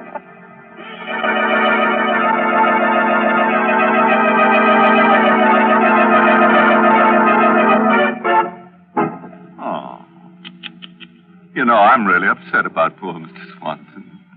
He hardly opened his mouth in the story when he was out like a light. Not a nice way to make an exit. I'm really sorry we had to lose the Bushmaster. A very valuable reptile, and we could have used it in another story. But that's the way it is in our business. Our losses are terrific. Houses burn down, money is stolen, characters die away on us. Every week it's something else. It's simply murder. You do have a lot of trouble, don't you, Mr. Host? Mary, we have so much trouble on Inner Sanctum, even our troubles have trouble. I think there are times when all of us feel that trouble is piling up on us. But you know, friends, I've found a good way to get over that feeling. Just say to yourself, I'm going to relax and have a cup of Lipton tea. Then when you're comfortably seated with your teacup within easy reach, give your mind something pleasant to think about. That Lipton tea, for instance. Notice Lipton's deep amber color and its welcome, familiar fragrance that's so tempting. Then taste it and discover how really delicious that brisk flavor is. Just for real enjoyment any time during the day, just take a few minutes out to enjoy a piping hot cup of brisk-flavored Lipton tea. Well, I'll certainly give your suggestion a try, Mary.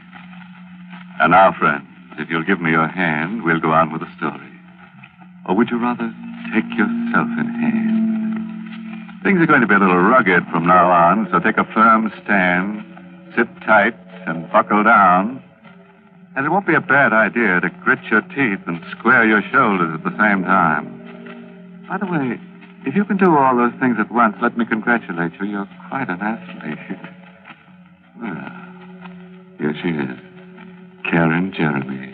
I was ill for a long time. I don't remember how long. Weeks, maybe months. Horace never spoke about that horrible afternoon. And after a while, I stopped thinking about it. I liked my new home. Meadow Mansion was such a beautiful place, I rarely left it. I loved best of all the drawing room, with its darling little mirrors and the wooden panels. I could see myself from all sides. It was so much fun. My absurd fear of walls was beginning to fade away. There was only one thing that irritated me. That was the picture of Delilah. I was determined to get rid of it. Karen, stop glaring at that picture. I don't like it, Horace. I wish we'd get rid of it. It's a fine work of art. Why? I don't care. It's an evil picture to me. Karen, look here. You're just jealous of her. You're jealous of any beautiful woman, even if she's only a painting. You don't care for me anymore. That is a ridiculous thing to say. You know it's not true. If you really love me, you take that picture down off the wall. That picture is staying right where it is. Now, it's for your own good. I'm going out for a walk. And, Karen, I absolutely forbid you to touch that picture. I'm in it. I sat there for quite a while, staring at that picture that was upsetting my life with Horace. He was always kind and gentle with me. For the first time he'd ever lost his temper. I looked at Delilah, with a gleam of white teeth between her full lips. She was an abandoned-looking thing, her long hair cunningly untidy, her eyes sparkling, black, shameless. She seemed to be laughing at me. I made up my mind. Horace would understand. I got a knife from the kitchen, and I pulled a chair over to the picture. And I stood up on the chair, then began to slash down the length of the picture. Mr. Jeremy, what are you doing? It's no business of yours. Go away, Alice. Oh, you mustn't do that. Mr. Jeremy will be angry. I told you it's none of your business. Please come down off that chair. You're destroying a beautiful painting. You meddling little fool. I'll teach you to interfere. Mrs. Jeremy.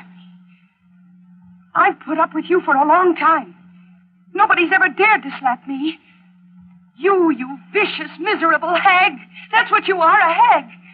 For years I've pampered you. I've always told you how beautiful you were, how lovely you looked. Well, maybe you were beautiful once, but now you're just a self-centered, haggard old woman. Well, just look at your face. She was lying on the floor. Silent. Bleeding. I didn't stab her. It wasn't me. It couldn't be me. I wouldn't do such a thing. I looked at myself in the paneled mirror. I looked pale. My hair was all untidy. And I thought of Horace. He would never believe I didn't do it. He'd look at me in that piercing, sad way. No, he mustn't see the body.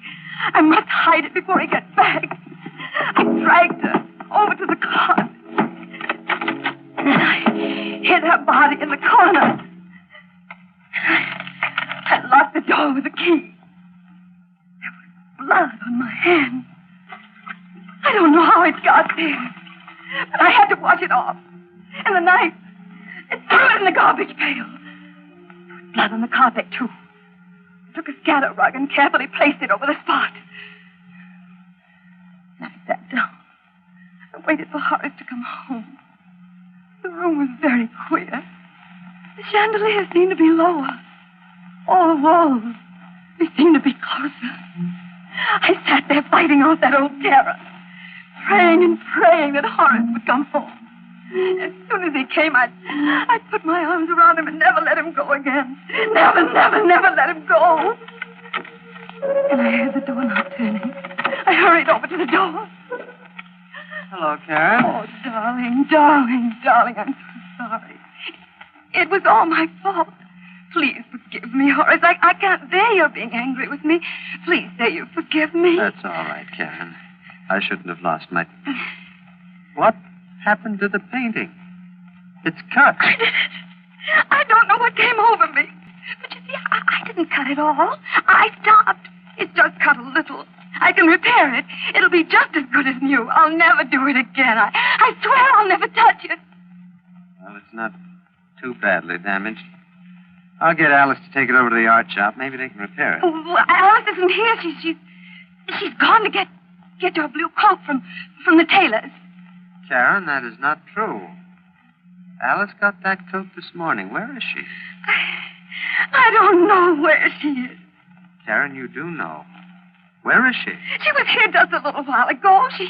She must have gone out. Alice! Alice! I'm going to find her. No. Please don't leave me. Please, Horace. You must tell me where she is, Karen. I can't remember.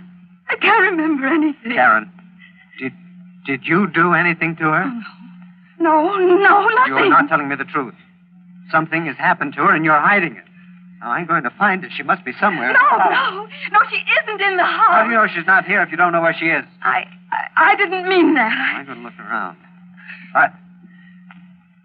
There's blood on the floor near the closet. Yes, I cut my finger. The closet is locked. Have you the key, Karen? No, I don't have it. Karen, give me that key.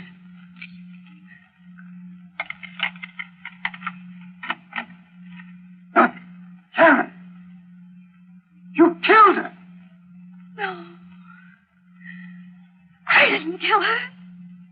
I couldn't do such a thing. I saw her lying there on the floor, so I hid her in the closet because I didn't think you'd believe me. But I didn't kill her. I didn't do it. I'm going to get Dr. Gustafson, Karen. Maybe he can help. Please don't go. I can't bear being alone. The walls, they'll crush me if you leave. I'll be back as soon as I can. He left me in the room all alone. I looked at myself in the mirror. All my beauty was gone. I looked haggard.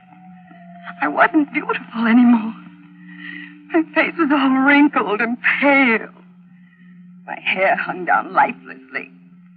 I was ugly. I mustn't let Horace see me now. I looked evil. I bolted the door. I didn't want him to come back and see me looking this way. He would hate me. The walls were moving again. They were very clever. They waited for Horace to leave. They were afraid of him. I looked at myself again in the mirror. There were dozens of me. Then something very strange happened. All the images of me began to come out of the mirrors, right into the room. It was incredible. They were all ugly. They kept coming out of one mirror, going back into another. I watched them. They began to move very fast, in and out, in and out, in and out. It made my eyes hurt to watch them. The walls were moving slowly, but they couldn't fool me. I knew they were moving because the picture of Delilah was nearer than ever. She was still laughing at me. I could even hear her laughing. Then she pushed one leg out of the picture frame. Then the other. She came slowly toward me. Hello, Karen. Don't you think I'm beautiful? I didn't answer her, but she kept on talking to me. I'm Delilah, and I'm going to cut off your hair. I couldn't stop her. She laughed as she cut my hair. It made me very, very sad. I began to cry. She began to cut faster and faster because the walls were very close now. I could even feel their coldness. Don't be frightened, Karen. I turned around. A man I never had seen before. He had a kind, good face. He looked at me tenderly, admiringly. I'm Meadow, the spirit of his house. You mustn't be afraid of me. I think you're beautiful. I've always admired you. You're even lovelier than Delilah. Oh, please help me, Mr. Meadow. The walls are so close. They're going to crush me. If you get into the picture frame, they won't be able to harm you. Quickly, before Delilah comes back. Open the door. Hurry. You'd better hurry and climb into the frame, Karen, before it's too late. Alice, open the door. Hurry. You haven't much time. You'll be safe inside the picture. Miss, heaven, her head. In the picture frame. Karen, you've cut your hair off. It's amazing.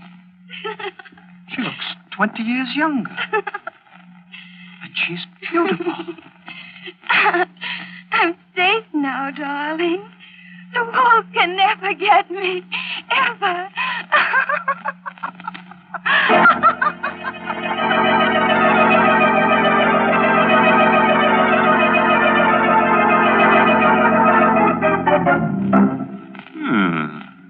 I think we did rather well tonight.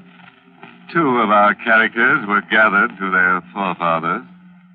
I'm sort of sorry about that maid. She seemed like a nice sort, and I don't think it was quite kind to be so cutting to her. But that renting agent, you couldn't get an apartment out of him anyhow. As for our heroine, it's true we didn't kill her off, but we certainly framed her.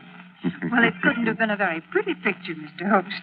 No, Mary, but you'll have to admit it was remarkably lifelike.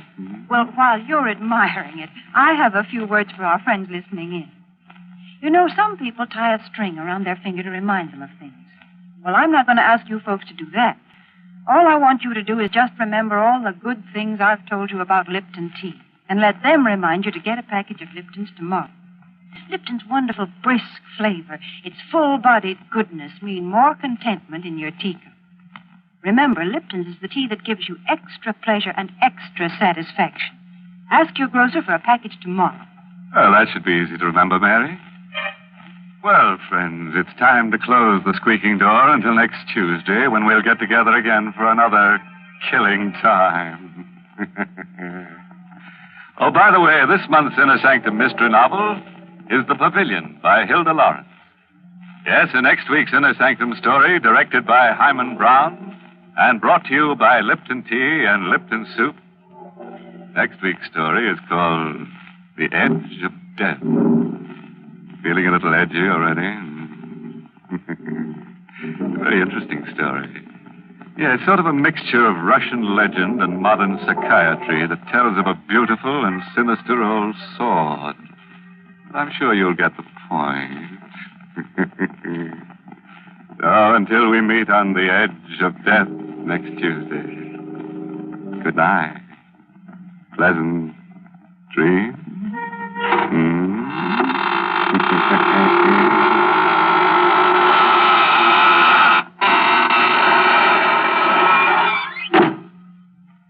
Here's a grand dish to get your dinner off to a good start.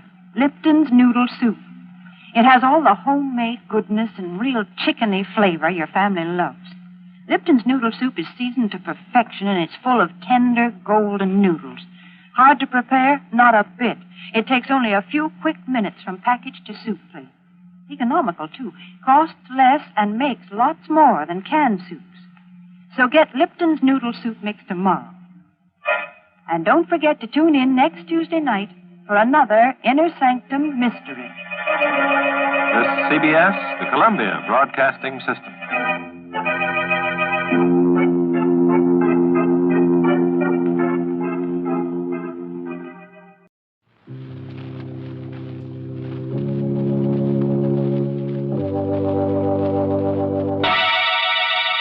Lipton Tea and Lipton Soup present Inner Sanctum Mysteries.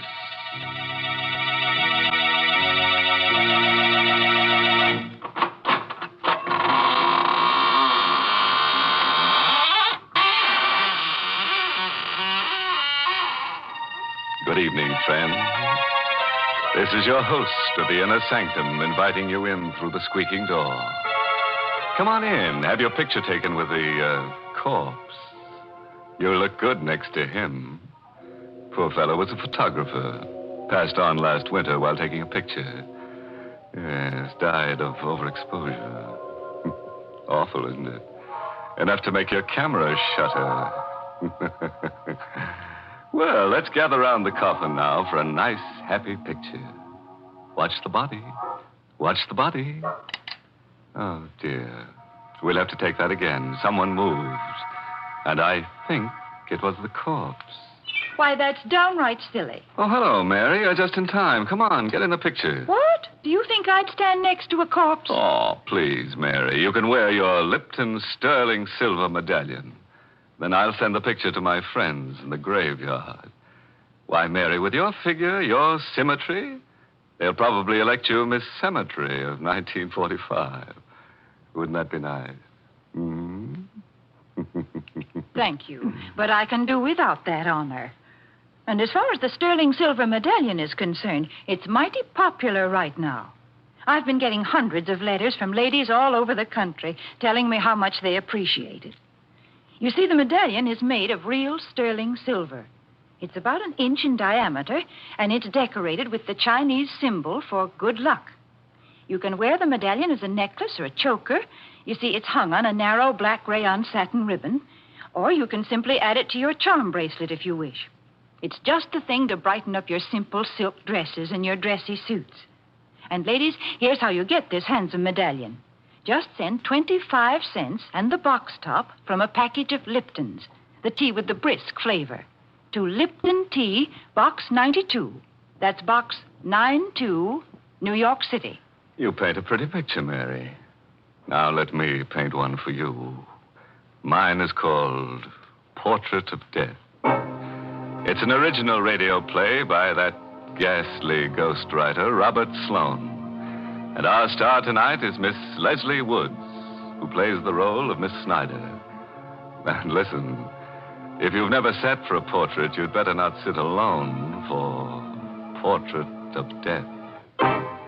In the dim light of a misty old art dealer's gallery, a somber portrait has just been sold at auction to a man by the name of Mason. Magnificent painting, isn't it? There's never been anything like it, Mr. Mason. But if you don't mind my saying so, I think you've paid a stiff price for it. I couldn't let that woman in the black dress outbid me. Look at those colors. Expression on the girl's face. Yes. The detail in the background.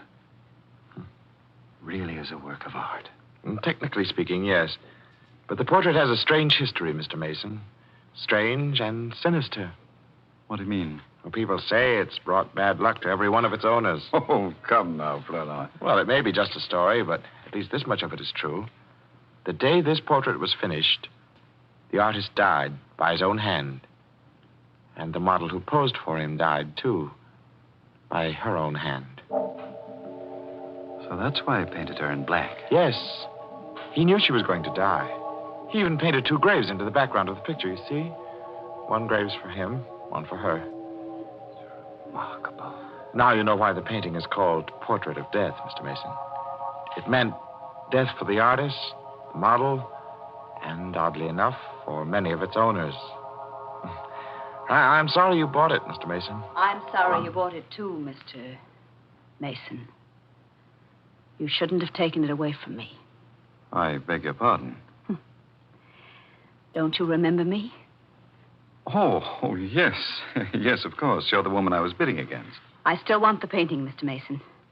And I beg you to sell it to me at a price I can afford. I warn you, it can only bring you harm. I'm sorry, Miss Snyder.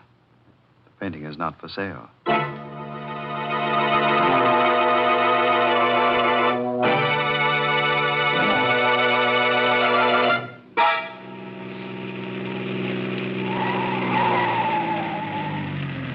Really, Mr. Flournoy, you didn't have to drive me all the way home with this painting. I could have managed it alone. Oh, no trouble at all, Mr. Mason. Here, let me help you carry it into the house. Oh, no, I'll get one of the servants. As you like. Oh, Parker. Parker. I'm afraid I'll have to go in. Will you wait for me? Oh, certainly. Oh, Parker. Mr. Mason? Yes, Parker. Tell Mrs. Mason to come down, will you? I've got a surprise for her. Oh, Mr. Mason, I think you'd better come in. Why, what's the matter? I have some very bad news for you, sir. Terrible news. Mrs. Mason is dead. What? It was her heart, sir. She died this afternoon while you were at the art gallery. No. I can't believe it. I tried to reach you, but you'd already left, sir. Dr. Simpson said... Excuse me, sir. Hello? Mr. Mason's residence? Is Mr. Mason there, please? This is Miss Snyder calling. Just a moment, please. It's for you, sir. Oh. Thank you. Hello? Mr. Mason, I still want that painting. What? Don't you think you'd better sell it to me? It can only bring you harm. I'll think it over. Don't wait too long, Mr. Mason. I warn you. Don't wait too long.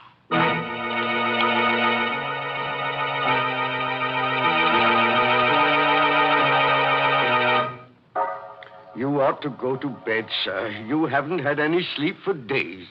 I'm all right, Parker. But it can't do any good to sit in this room and stare at that painting. Parker, doesn't the portrait look a little different today than it did when I brought it into the house? I don't think so, sir. The expression on the girl's face is a little deeper. A little more understanding. The background, it... Good heavens, Parker. What is it, sir? Look. The graves in the background. Weren't they there, sir? When I bought it, Parker, there were 2. Now there are 3.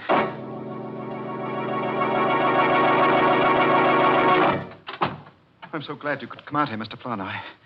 I had to speak to you. I came as soon as I could. Did you bring the catalog? Oh, yes, I did, Mr. Mason. What is it? What's wrong? Let me see a picture of that portrait, please. Yes, of course. Portrait. Here it is. Portrait of Death. There. I was right.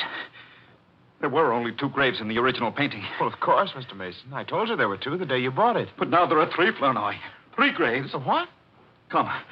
I'll show you. Oh, Mr. Mason, please. There are 3, I tell you. The 3rd one's been there ever since my wife died. But that's impossible. You must be imagining. See for yourself, Flournoy. Here. 1, 2, 3. Mr. Mason. Why are you looking at me like that? You need a rest. A rest? What are you talking about? Don't you understand? There are only 2 graves in that portrait. The 3rd one is in your mind. You mean there isn't a third grave on this painting? No. You've been under such a strain these past few days. I must be losing my mind. Oh, no, I'm sure it isn't as serious as all that. It's only natural for you to be upset about your wife. I want to get rid of the portrait. I want to sell it. Right away. Well, I don't know how soon I can dispose of it for you, Mr. Mason. Under the circumstances, it might be hard to arrange a That woman sale. will buy it, won't she? Who? That woman who's been pestering me for it. Why don't you get in touch with her? I will, first thing in the morning. No, I won't wait until morning. I want that portrait out of this house tonight.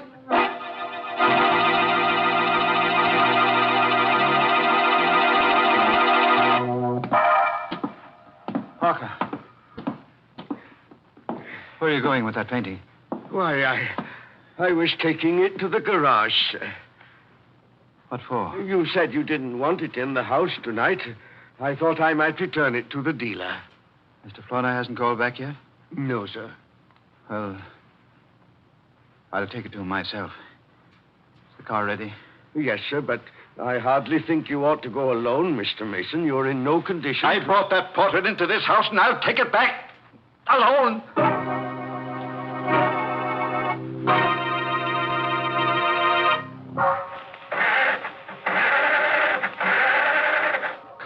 Come on. What the devil is the matter with this car? I should have had Parker take it out of the garage for me. Confound it. I'll get that painting out of here if I have to carry it out with my hands. Portrait of death. You are a portrait of death. You, with those searing eyes, that faint half smile. I'll never see your face again. Not as long as... No. No, don't.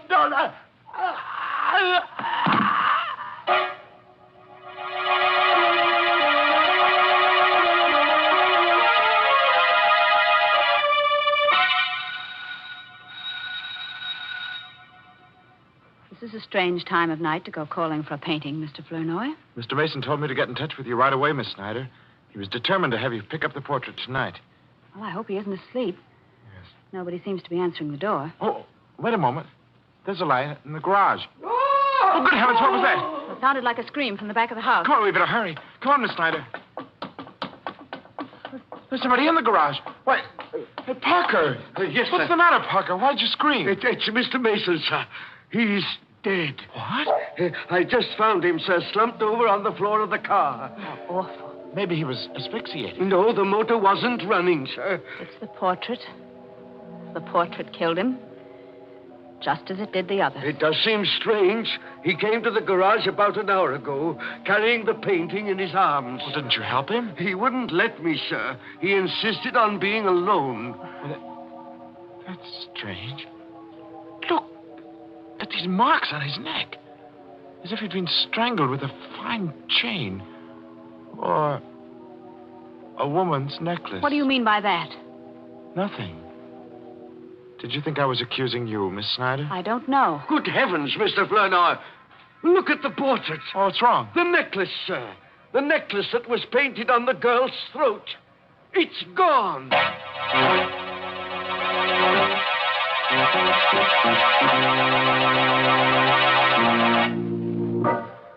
Well, you can breathe a little easier now.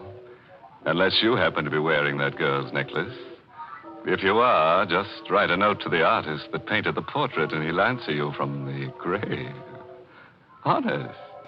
He wrote to me from the grave the other day. You know what he said? Having a wonderful time. Wish you were here. I suppose you think that's funny. Why, Mary, it must be funny. The dead artist was smiling when he wrote it. Oh, but then he's always smiling. You see, he's a grinning skull. It's quite a story how he got that way. Let me tell you. Now, stop. I don't want to hear any of your morbid stories. But that's the only kind I know. Well, then you listen to me, because I know a story with a happy ending, and it's true, too. It's the story behind that sterling silver medallion that the Lipton people want to send the ladies. It seems that the original of this handsome medallion was given to an American flyer who was rescued by Chinese guerrillas after he'd bailed out over enemy territory. The flyer was told that the Chinese letters on the medallion would identify him and bring him safely through the lines. Well, he did get through, And only then did he learn that the inscription said, "Good luck," in Chinese. Now, there's a story to tell your friends when they're admiring your medallion on its smart black rayon satin ribbon. And to get this Chinese good luck medallion, all you have to do is send 25 cents and the box top from a package of Lipton's, the tea with the brisk flavor, to Lipton Tea, Box 92. That's Box 92 in New York City. Well, let's get back to that there cover girl on the Portrait of Death. It's 6 months now since she strangled old man Mason with that necklace of hers and put the Indian sign on his late wife. Parker's still around, though. And so is that character Flanoy, who at the moment is disposing of the ill-fated portrait for Mr. Mason's estate. Mr. Davis, I believe you're the only man in the world who wants this painting. And I really can't see why you want it, knowing its history.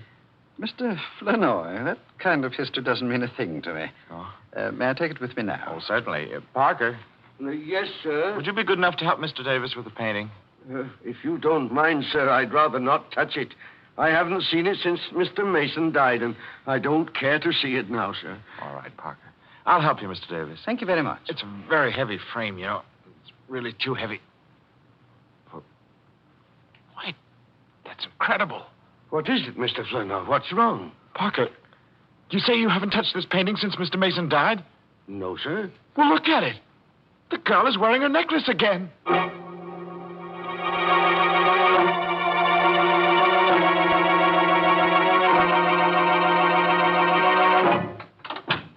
Miss Snyder, how do you do? We haven't seen you here at the gallery for some time. What's the meaning of this, Mr. Flanoy? Beg your pardon? Why did you let that painting go without telling me it was for sale? Well, I tried to tell you, Miss Snyder. I called you home several times to let you know about the auction.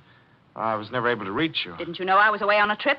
No, I Then why didn't you find out, you stupid fool? How many times have I told you I must have that painting? Well, I'm sorry, Miss Snyder. Never mind. Who is this Mr. Davis? Where does he live and where can I find him? Why, I imagine you'll find him at his home. Here's his card. Give it to me. I don't think you'll gain anything by going up there, Miss You Snyder. keep out of this, Flanoy. I want that painting. And this time I'm going to get it.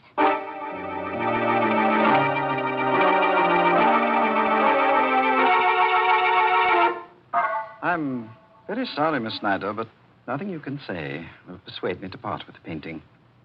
Mr. Davis, your stubbornness may cost you your life, you know. I'm afraid I'll have to risk it. I'm very anxious to find out exactly how he died. And if he was murdered, I'm going to see that the killer is brought to justice. The killer is the painting, Mr. Davis.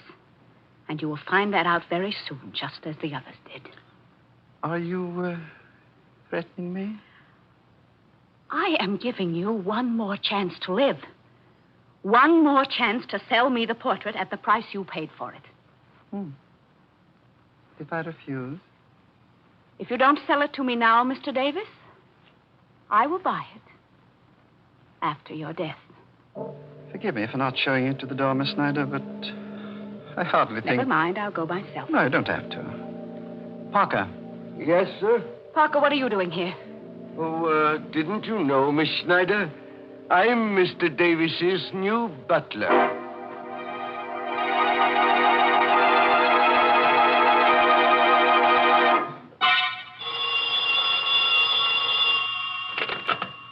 Hayden Art Company, Mr. Flanoy speaking. Mr. Flanoy, Yes, this is Mr. Flanoy. you had better come over to Mr. Davis's house right away. And don't tell anyone you're coming. Huh? Who's this? It's important, Mr. Flanoy. Don't ask a lot of questions. Just come over. But who is this? Don't you know? It's the girl in the portrait. What? You... Hello? Hello?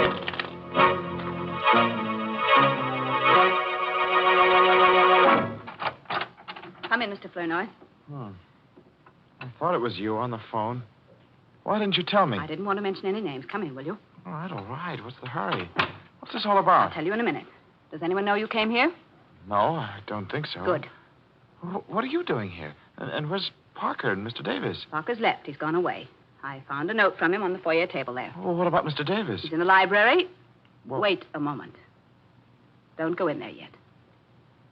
He's dead. Mr. Davis? Yes, Mr. Davis. It's horrible, Flanoy. His head has been cut off. What do you mean? What happened? I don't know. I Found him lying there on the library floor when I got here. He must have been killed with the axe from that suit of armor, you see. The armor's toppled over, and the falling axe must have landed on his neck.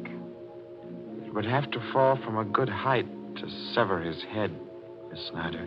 Well, the armor was mounted on a pedestal, and you can see for yourself how heavy that axe is. Yes, I see. You don't think I killed him, do you? I don't know. What are you doing here? I received a strange phone call telling me to meet Mr. Davis. When I got here, the door was open, and everything was just as you see it. Have you called the police? No, not yet. Why not? I wanted to speak to you first. You wanted to speak to me with a murdered man lying there on the floor? He wasn't murdered. It was an accident. The portrait killed him. I'll let the police decide that. Now, wait a minute, Mr. Flournoy. You are not going to phone the police until you've heard what I have to say. Go on, say it. I called you because I wanted you to help me. I want that portrait before it's passed on to Mr. Davis's heirs. What do you mean? I may never be able to buy it if it becomes part of his estate. But if you tear up his check and take mine, it doesn't have to become part of his estate. It will be mine, once and for all.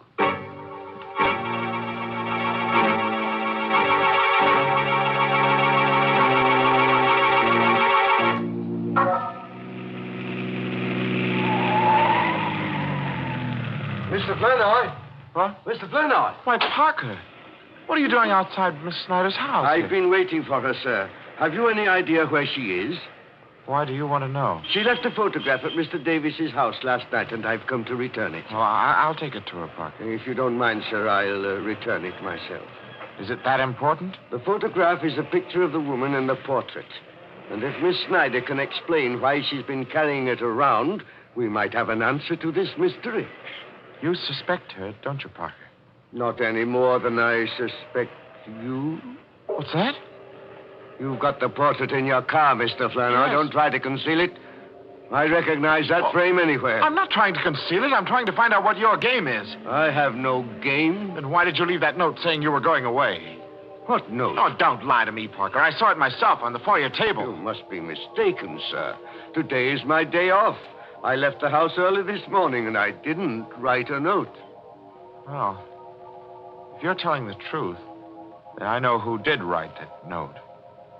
Only I've got to prove it before I can take your word. Oh, wait a moment, Mr. Flournoy. Where are you going? I'm going into the house for this painting.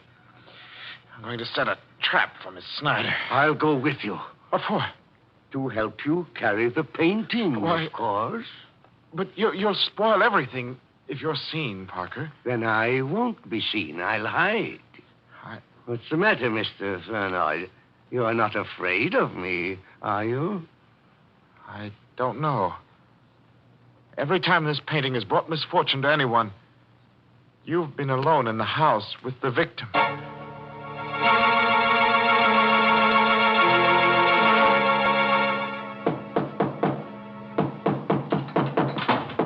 Is that you, Miss Snyder? Yes, where are you, Mr. Flournoy? I'm in your living room, hanging up the painting. I didn't ask you to do that. Take it down. Why? Take it down, I say. I don't want it in my living room. I don't want it in this house. Well, I don't understand. Then why did you buy it? Mr. Flournoy, I have been after that portrait for years. And now that I've got it, I'm going to destroy it. You're going to do what? There is a curse on that painting. There really is. You see, I know. Because I'm related to the girl who posed for it. Well, you never told me that. I never saw any reason to. That girl was a sister of my grandmother. And ever since her death, my family has been haunted by that portrait. But now we'll be haunted no longer. But you can't destroy a work of art like this. It isn't fair to people who admire it. It isn't fair. Nobody wants it, Mr. Flournoy. Nobody but me. Oh, but you're mistaken. There is somebody who wants it. Wants it very much. Parker? Oh, no. No, Parker's dead. Dead? How do you know? I know because I killed him. Right here in the living room. I'm awfully sorry I didn't have time to dispose of the body, but I'll take care of him before I go. Oh, no, Mr. Flournoy. You didn't kill him. You couldn't. I had to. You see, he discovered the painting and the cars I drove up. He would have ruined all our plans. Plans? Yes. Plans? Do you think I'd go through with any plans knowing what I know now? Well, I'm going through with mine, Miss Snyder, and I dare say I won't be suspected. What are you talking about? Nobody knows you stole this painting from Mr. Davis. Nobody knows but you and Parker. And I can trust Parker to keep the secret. You stay where you are. Don't be afraid. I've become an expert at the art of murder. It is an art, you know, just as delicate as retouching old portraits, which happens to be a specialty of mine. You killed Davis and Mason and Mrs. Mason. Oh, no, not Mrs. Mason, no. Her death was only a coincidence. But it did give me the idea for the others. You see, I needed a series of deaths to completely destroy the value of that portrait. The legend was already there. All I had to do was help it along. Why? Well, I wanted the painting, Miss Snyder. I wanted it more than anything else in the world. An art dealer's clerk could hardly afford to pay for it. You're insane. You're... Well, we're all a little bit insane, aren't we? Don't you come near me. Don't. Shut up, you. Don't. Shut up. Yeah. The knife is cut. Sure. But if you struggle, don't struggle. You make me miss my mark. You're not on. Still, I tell you. You crazy devil, be still. No. Portrait fell on the wall. Frame grew knife into. Now we'll be haunted no longer.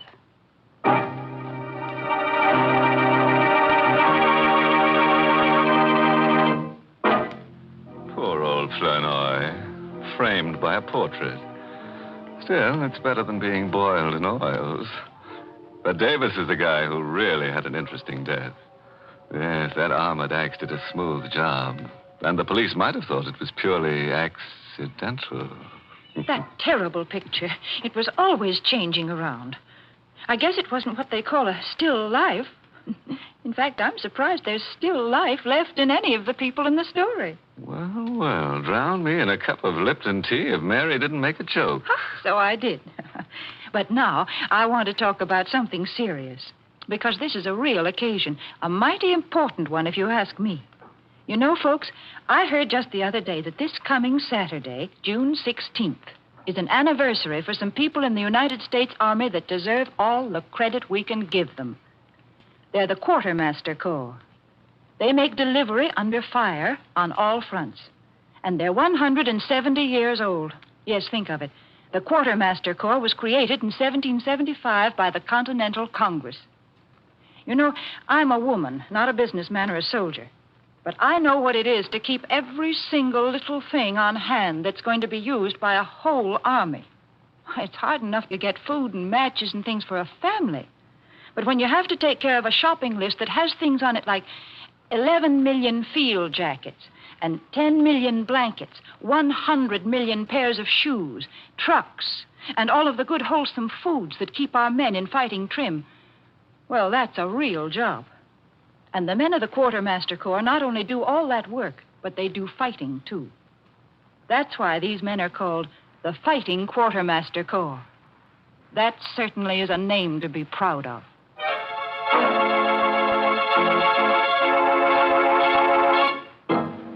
Well, it's time to go back to my slab now and swap a few stories in the smoker of the crematorium.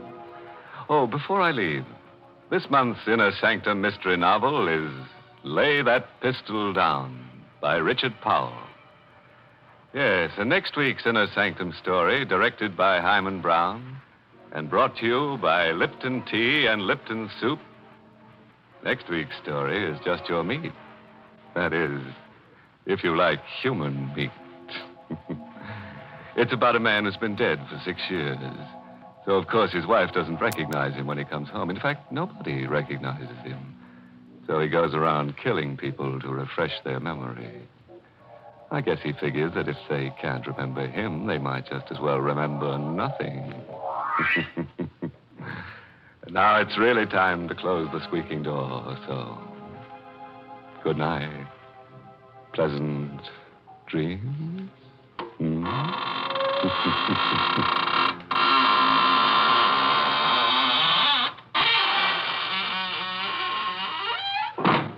Folks, it's wonderful how simple cooking is these days. When I was a girl, my mother used to spend a good many hours making a pot of noodle soup. But now we have Lipton's noodle soup mix. When you use Lipton's, you just empty the contents of the package into boiling water, and in no time at all, soup's on. And what delicious chickeny tasting soup it is. Yes, Lipton's has an old-fashioned homemade flavor, and it's brim full of tender golden egg noodles. Of course, sometimes it's hard to get in some stores these days, but there's lots of good things scarce in wartime. So, folks, don't forget to ask for Lipton's noodle soup. And don't forget to tune in next Tuesday night for another Inner Sanctum Mystery. This is CBS, the Columbia Broadcasting System.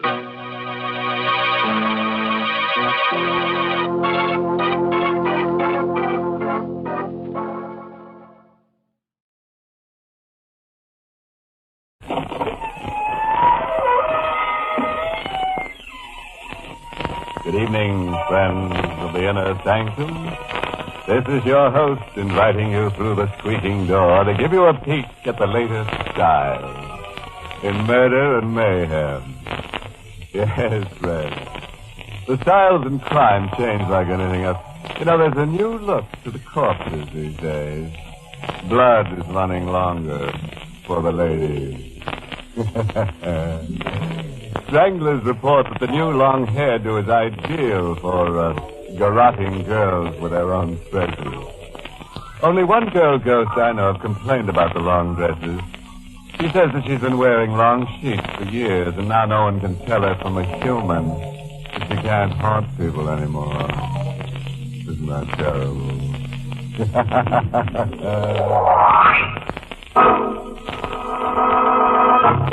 Tonight's Inner Sanctum Mystery, The Doomed, was written by Milton Lewis and stars Carl Swanson, the role of Garth, with Mercedes McCambridge as Claudia.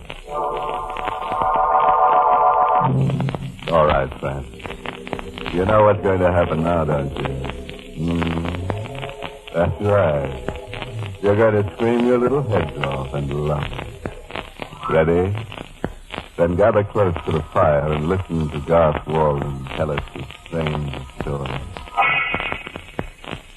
I'm not sure if I icy sweat my whole being. Oh, presence of death. And I rushed to the window as if to escape and opened it wide.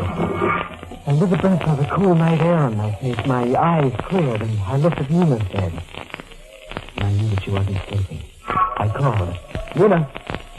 Nina, wake up! She didn't stir. Nina! I was terrified. I knew that the slightest sound usually woke her, and I shook her. Nina! Nina, talk to me. It's me, Garth. Nina! And then I saw it. The bruises on her neck. I knew I'd murdered her. Frantically dialed her number. Take a look there. Her eyes were closed. She was still, so deathly still. Hello. Hello there. Lyman. Yes, this is Lyman Simmons. Who's calling? I'm sorry to wake you at an hour like this. Who is this? Garth Walden. Oh, what do you want, Garth? I'm in a terrible jam. Well, what's the matter? I murdered my wife. What? When? No? Just you. I don't know what to do. I need help desperately. She's lying there on the bed. Now get a grip on yourself. Do exactly as I tell you. Yes. Get a suitcase. Pack some clothes. Yes. Pack your jewels. Take anything that's small and pack it. You hear me? Yes. When you leave, lock the door. Make sure of that. Yes, I will. Then come directly to my place. Don't take a cab. Walk. It's only a short distance. Yes, I understand. Don't let anyone see your face if you pass them on the street. Make sure no one sees you come into my house. Yes, I'll be careful. Remember everything I told you. I appreciate what you're doing, Lyman. Goodbye. Goodbye, Garth.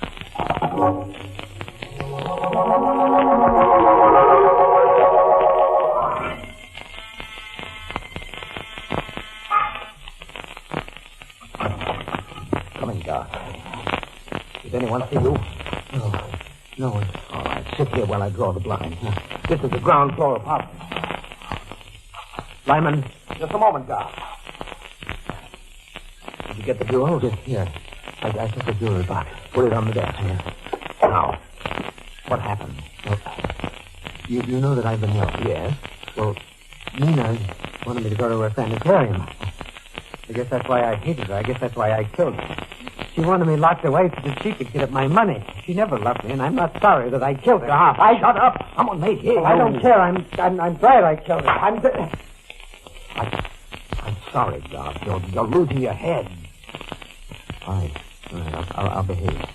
But look, you've got to help me. I can't take care of this myself. Somebody's got to help me. You're not making it easy for anyone to help you. Go on. What happened? Well, Nina had me examined by a group of specialists to find out if I was insane. Well? And they said that I wasn't. Just a case of my nerves being shot. How did you murder her? I don't know. No. See, that's one of the things that's wrong with me. I can't remember certain things. You don't remember killing her? No. But I must have murdered her. What makes you so sure? Well, because I was locked in the room with her. And I must have done it while I slept. Well, you slept? Well, they told me that I once tried to choke her while I was sleepwalking. I don't remember. I see. And when I woke tonight, I was having a kind of a nightmare. She was on the bed, dead, and there were bruises on her throat. I know that I murdered her. Go on, Gull. Well, then I phoned you. You were my oldest and closest friend. You're the only one I could think of to turn to. You're a lawyer, and you know what to do. See, you do know what to do, don't you, Lyman? You are going to help me. You're not going to let them put me to death for this, are you? Garth, 2 weeks ago, you approached me about getting a divorce. Yes, that's right. You mentioned something about another woman. Yes, Claudia Weston. I want to marry her. Why? Can the police find out about that? I suppose so. There are letters and things. Is that important? Very. It gives you a motive for murder. When did the group of doctors examine you? 2 days ago. Why? Why? A plea of insanity is about the only thing that can save you. And now with their findings that you're sane, that's out. Well, what am I going to do? Garth, aiding and abetting a criminal is a serious offense. I can go to prison for helping you. Are you backing out? I don't know. No, you can't. You're my friend. You realize you're asking me to commit a crime. For heaven's sake, Lyman, what are you trying to do? Drive me out of my mind? I've gone through enough. Seeing her there on the bed like that, and now you're going to let them take me? No, Garth. Here, I've got them for you. Here, take this. Here's the gun. It's loaded. The serial number has been filed off. I took this away from a rather stupid client of mine. Well, what's the idea? You're a fugitive now. You might need it. Did you lock up the apartment as I told you to? Yes. The banks will be open in 4 hours. I want you to go to your bank and draw out all your ready cash and bring it here. Why? I'll need it to help you get out of the country. Is that what I've got to do? That's exactly what you've got to do. Now, when you leave here, check in at some hotel. Turn your collar up. Don't let anyone get a good look at your face. I understand. You won't be in any danger until after they've discovered Nina's body. Will anyone call at the apartment this morning? No, there won't be anyone there all day. I don't think. Nina's discharged from aid yesterday. That's all to your advantage. As soon as you've got the money out of the bank, come here. Try not to be seen. It won't be so easy at that hour, but we'll have to risk it. I appreciate it. Don't imagine I'm unaware of the risks that you're taking. You saved my life for me. But I would have done it even if I didn't owe you that favor. All right. You better leave now. There wasn't a soul in the hall or the street outside. So far, I was in luck. Then I heard it. A siren. I glanced over my shoulder. It was the police prowl car speeding down the block, and it was coming from the street where I lived. They discovered the body. They were already looking for me. I ran as fast as I could, and the prowl car was streaking up the street. Right in back of me now, but a few more steps to a subway entrance, and I ran down the steps, and I had a nickel ready, and I dashed through the turnstile. My luck still held because there was a waiting train, and the doors closed just as I took the car and the train pulled out of the platform.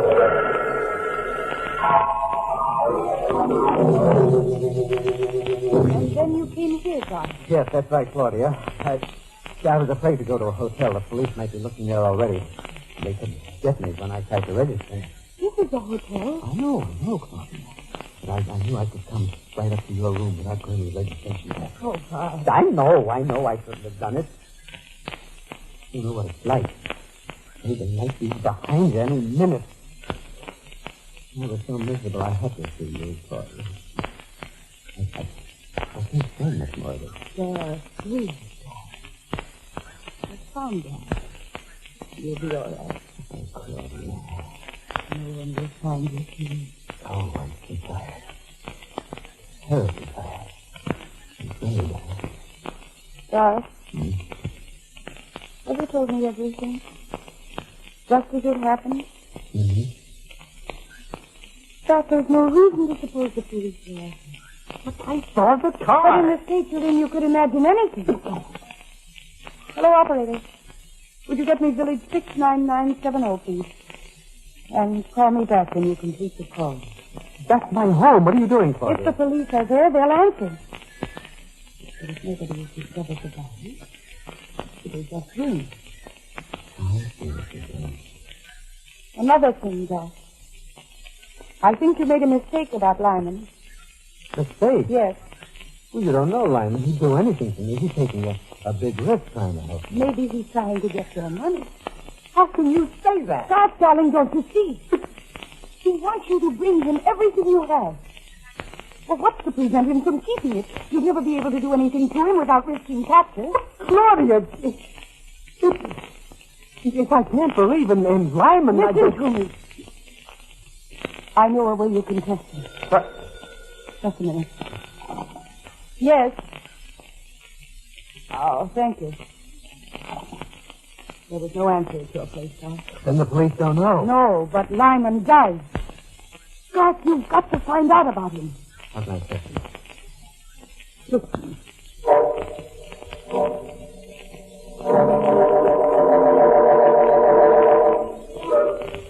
I risked going to the bank and drew out all my cash. I was still safe. And I went to Lyman's place and quickly let me in. Did you get the money? Yes. It's in the suitcase. Give it to me. Hurry. How much is it? $10,000. I've already seen the man about the jewelry. He gave me $8,000 for them. Now, did you find a place to stay? Yes. The Hotel Gainsborough, room 690. All right. Wait there until you hear from me. If anyone tries to force their way in, you better use the gun I gave you. The gun? You haven't got a chance otherwise. You shoot your way out or be killed. Lyman, you better leave now. Here, take some of this money. What are you going to do with the rest of it? Save your skin, Doc. Goodbye. Goodbye. I couldn't believe what Claudia had told me, yet there was something in his manner that made me follow her advice. In leaving, I slipped the lock on the door so it was easy for me to see fastening the pocket. I quietly opened and closed the door. I heard Lyman on the telephone. He was at his desk, talking very intensely. And then he heard me come up behind him. All right, I'll wait. Yes. What he said made me draw the gun out of my pocket. Yes? Yes, Inspector. Yes, Garth Walden phoned me. Only a few minutes ago. No, he told me he had murdered his wife. I believe it. The man's a homicidal maniac and he's armed with a gun. That's right. I pretended I was going to help him. He told me where he's hiding. It's room 690 at the Hotel Gainsborough. Yes. Tell your men to be careful because he's desperate and will put up a fight. Goodbye, Inspector. Goodbye, Lyman. Stop! I heard every word.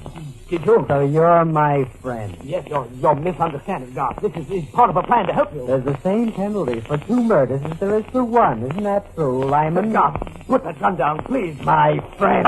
Doc, you can't. Oh. I quickly gathered the money together, put it back in the suitcase, and ran to the door. In the darkened hallway, I suddenly stood stock still when I heard... That was the voice of my wife. I turned. I saw her face. and with a shriek of terror, I ran into the street. I knew what had happened. It was an hallucination. My mind was trembling under the violent pressure of terror, bitterness, murder.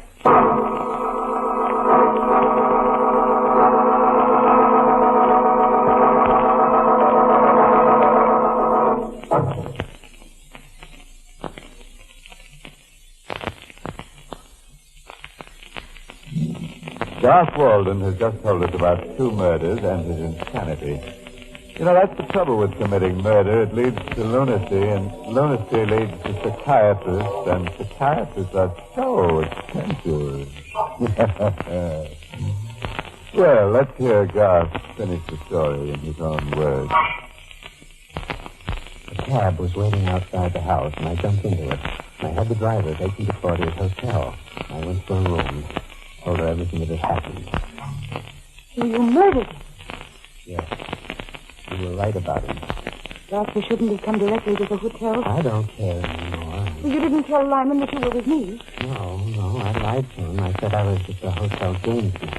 It was just hallucination, Claudia.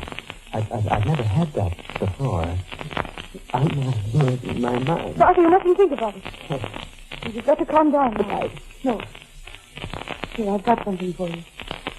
What is it? Take it, go on. All right. What is it? It will make you sleep. Take it. All right.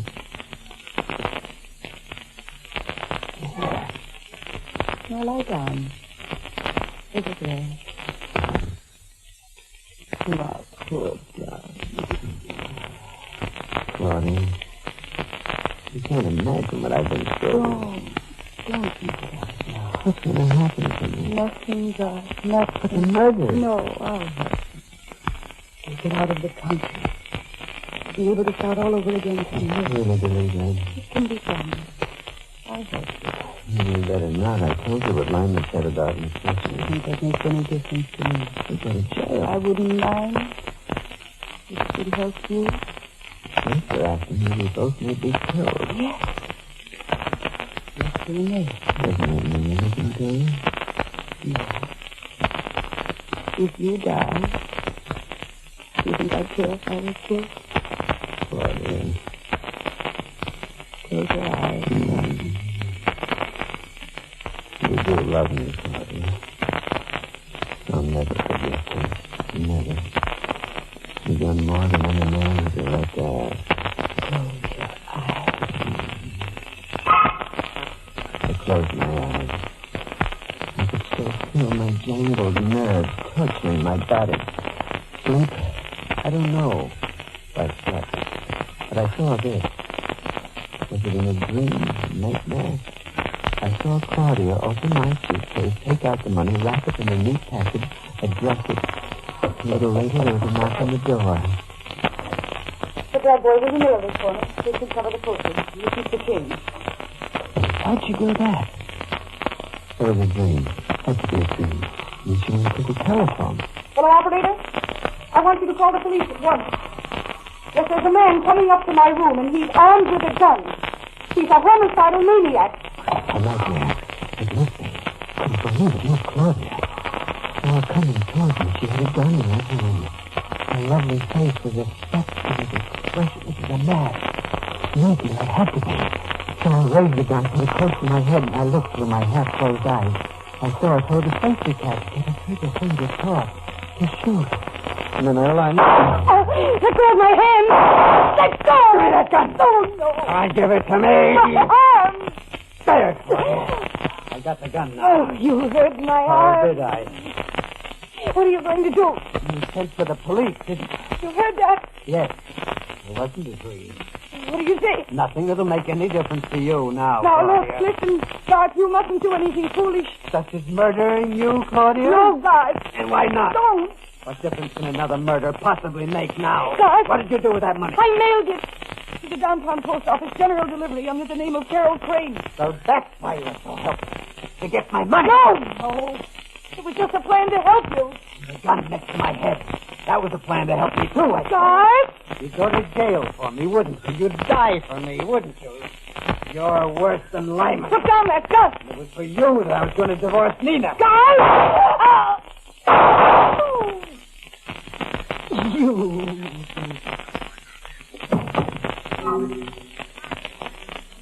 Good God. The lovely mask lay there on the floor with a queer, twisted smile on his face. The door. Hey, I ran to the window. I hung in my feet. There was a terrace on the floor below, and I jumped. Out of the room again. I raced through there to the corridor, down endless stairs to the lobby. Just about to go into the street when I heard a voice call. I spun around.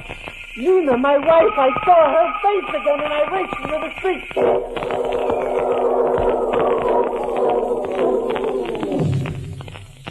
When I took town down enough, I remembered a sordid little rooming house downtown.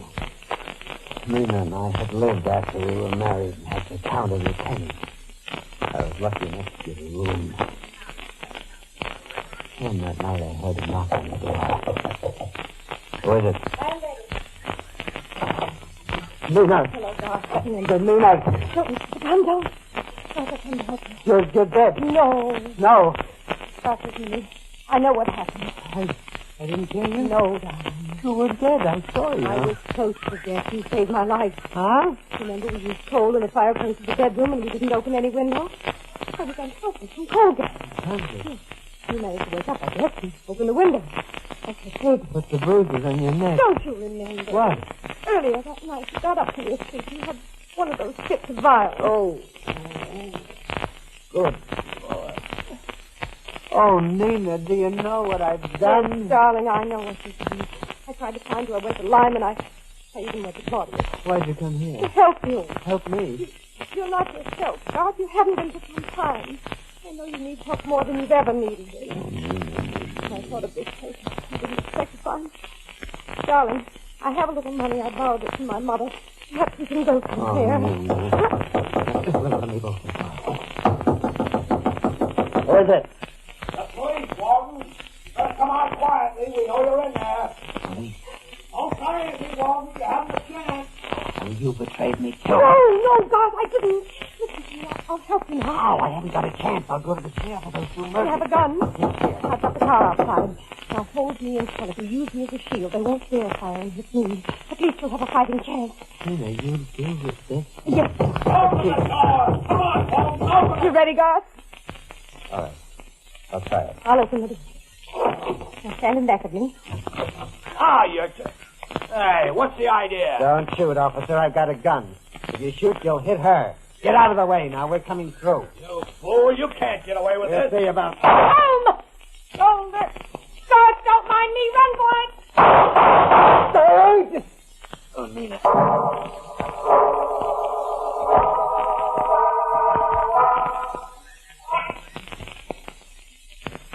Neither of the wounds were serious. Mine's healing now.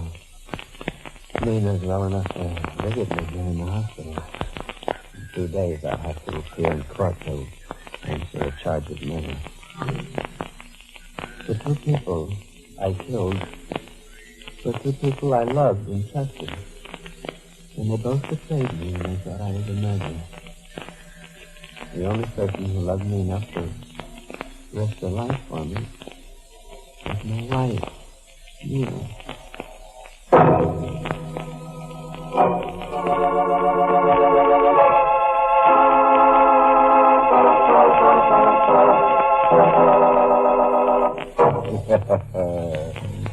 Well, friend, isn't that just like a wife?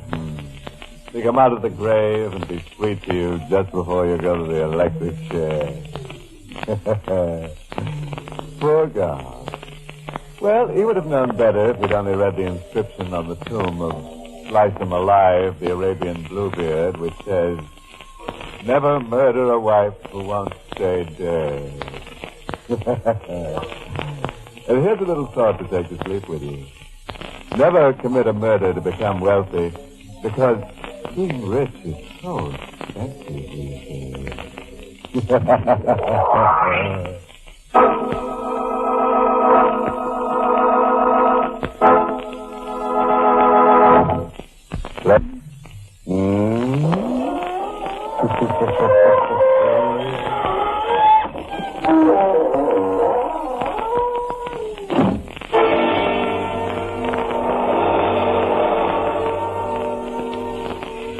This is the United States Armed Forces Radio Service, the voice of information and education.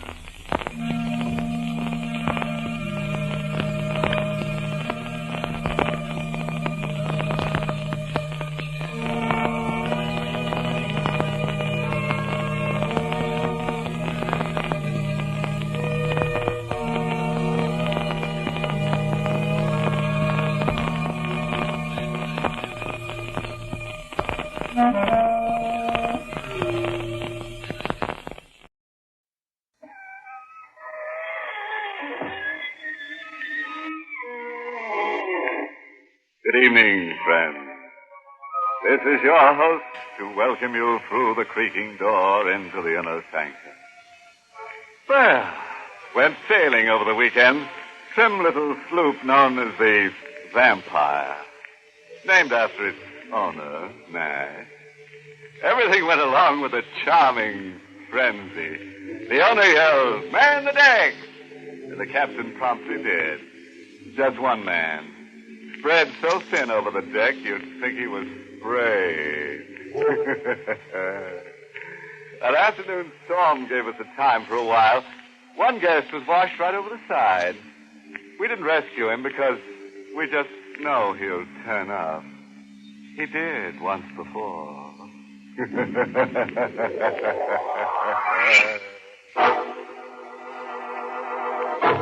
Tonight's Inner Sanctum Mystery, Death on the Highway, was written by John Robert and stars Ted Osborne in the role of Carlyle with Alice Reinhardt as Ginger.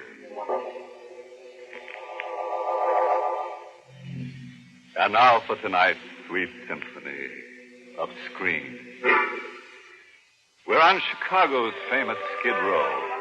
A brassy carnival street of flea circuses, sideshows, dives, and honky-tonks. Let's follow a newsboy as he darts into Enrico's, a basement tavern serving ragtime music and chili con carne. Police drag Rivers for Lester Samuels. Read all about it, paper, mister. Yes, I'll take a paper.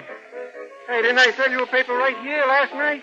Same place, same table? You did. Same place, same table, same me. You've got a good memory, mister. Some story, huh? Samuels jumping off that bridge. What a way to die.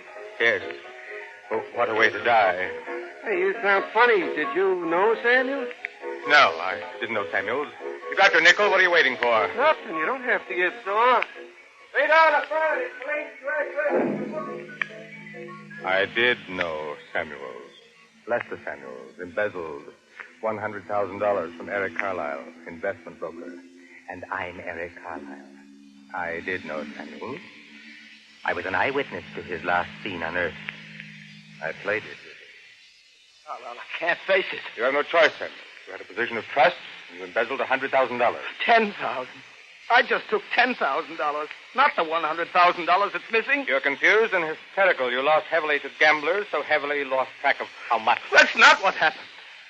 The firm is in shaky condition. You used my small theft to cover a bigger one of your own. You stole the other $90,000 from your own customer account. It's an improbable story, Samuel. No one will believe it. I stole only $10,000. I can borrow, scrape, make restitution, but $100,000. It means the rest of my life, the end of my life. Please, Carla. You stand trial, and I'll help you. I'll do everything to mitigate your punishment if you cooperate. No! I won't be your cat's paw. I'll kill you first. Get away from me, Samuel, or I'll shoot. I'll kill you and tell the police you attacked me. Now get out! Samuel got out. Out of his coat on the bridge. Then over the rail just 24 hours ago. The police are still dragging for the body.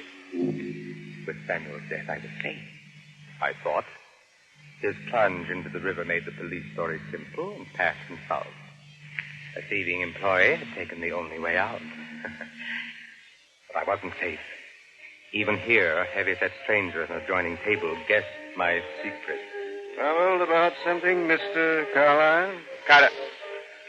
How'd you know my name? I read it off that tablecloth. You've been writing it over and over. Oh, I always do my name. Eric Carlyle. Your name's also in that newspaper in your lap. I read the story a while ago. Look, if you're after a touch... No, I'm not. I'm just making talk. Funny how a man's fears stick out all over him. As if he's wearing a sandwich sign. Hate to break up your philosophizing, mister, but I've got to go. Go ahead, run. See if you can run faster than the eyewitness. Did you say the eyewitness? Yeah. Every crime has its eyewitness, Carla. Even the perfect crime. Who's the eyewitness? You. I ran in a high-powered convertible at 60 miles an hour into the teeth of an electric storm. The world's small and suffocating at 60 miles an hour. I ran faster, 70 miles an hour, 72, 75. The rain fell and the sky thundered. I kept seeing Samuel's face, eyes up and begging blindly. Floating in every road puddle I splashed through. I pushed the car to 80, but Samuel kept appearing faster as I murdered him over again with every puddle and every mile. And then, where the macadam was level and the rain puddles ended, there was Samuel, this time alive and real, standing deep in my headlights, right on the road with his thumb pointing like a grotesque hitchhiker. Look out, Samuel!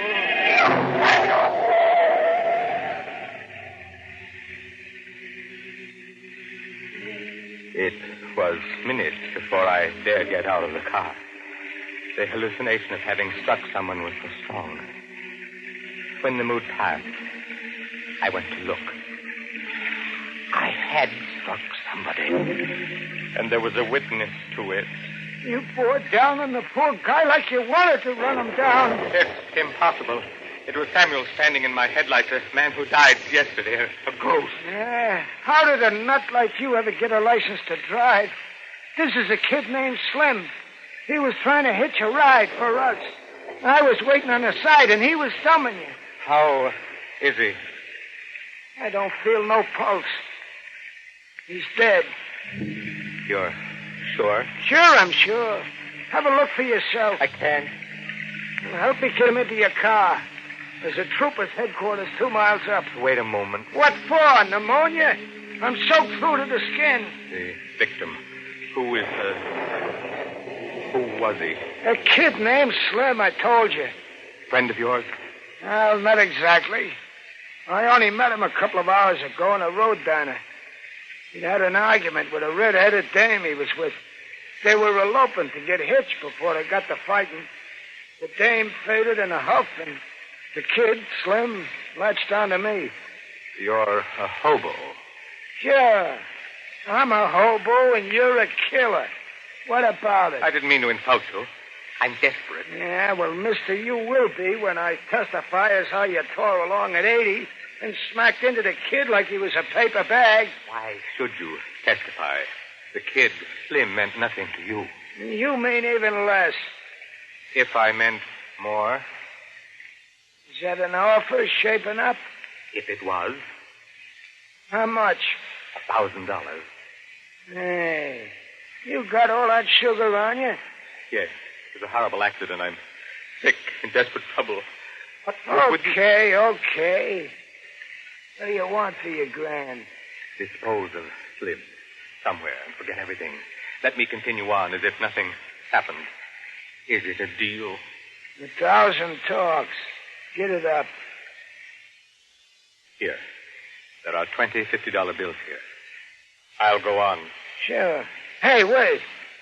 Take the kid's overnight bag with you and dump it yourself somewhere. I don't want to be stuck with it. I drove as far as I could get, then pulled into the yard of a roadside diner. The storm was over, and there was a wild gnawing in my stomach. I had to appease somehow. What'll it be, mister? Something hot, anything. Clam chowder, okay? Sure. Yes. Clam chowder was in front of me. A sickening slop. It would do nothing for the agony in my stomach. And then I saw her come into the diner and into my life. My first sight of her was a face in the mirror in front of me. She stood behind me. Mine company, mister. The public place? Sit where you like. I like right beside you. How's the chowder? Don't know. Haven't tasted it. Looks awful. Does it? How much do I owe you, mister? 2 bits. You going? Yes. Without tasting your chowder? Wait for me. I'm not hungry either. A gentleman holds the door open for a lady. Look, miss, you're beautiful and desirous and two's company, I'm sure, but I'm in no mood for flirtation. Neither am I, mister, and I'm in no mood for fish stories either. Fish stories? I haven't said anything. No, you haven't. But you're going to try. What are you driving at? I looked over your car before going into that diner. I wanted to figure how many were riding and see if there was a chance for me to catch a hit. You got an overnight bag initialed SW on your front seat. SW. Slim Williams. That's my boyfriend's bag. What are you doing with Slim's bag? I saw it lying on the highway and picked it up. I was going to turn it over to the state trooper first chance. Come again. And don't try the lie that Slim caught a ride with you and then got out forgetting his bag. Slim never forgets anything. I know Slim. We were eloping to get married. You think I robbed your boyfriend? No. Not a guy with your fancy clothes and car. All Slim had on him was $30. The bag's just got a shirt, a toothbrush, and a Keystone camera.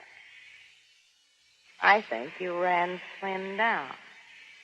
Why, what do you think that? By the way you're stalling and lying? Right. Your Slim did suffer a minor injury. I tried to stop for him, and a friend of his some miles back, and stopping abruptly, my fender hit him a glancing blow. Where's Slim now? In a first aid clinic in Kenmore Township, 10 miles behind us. Why did you lie about it? I didn't want to be held up any longer. I'm in a hurry. And why did you keep Slim's valise? An oversight. Just that, believe me. I'll believe you when I see Slim. You're turning around and taking me to him. Come on, get going. Now, what are you staring at? You. Don't pull that old wheeze. You've never seen me someplace before. But I have. There's a quality in your voice, a likeness in your face. Sure. I'm Zazu, the hula dancer you met in Borneo. No, Samuel. You're the face of a man I knew. You're another ghost. I remind you of a man. Mister, you sure pay pretty compliments. But I still want to be taken to Slim.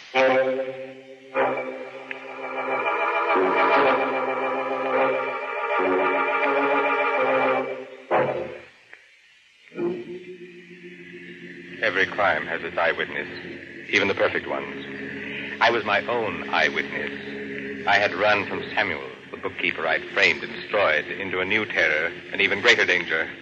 I had killed a hitchhiker named Slim and run.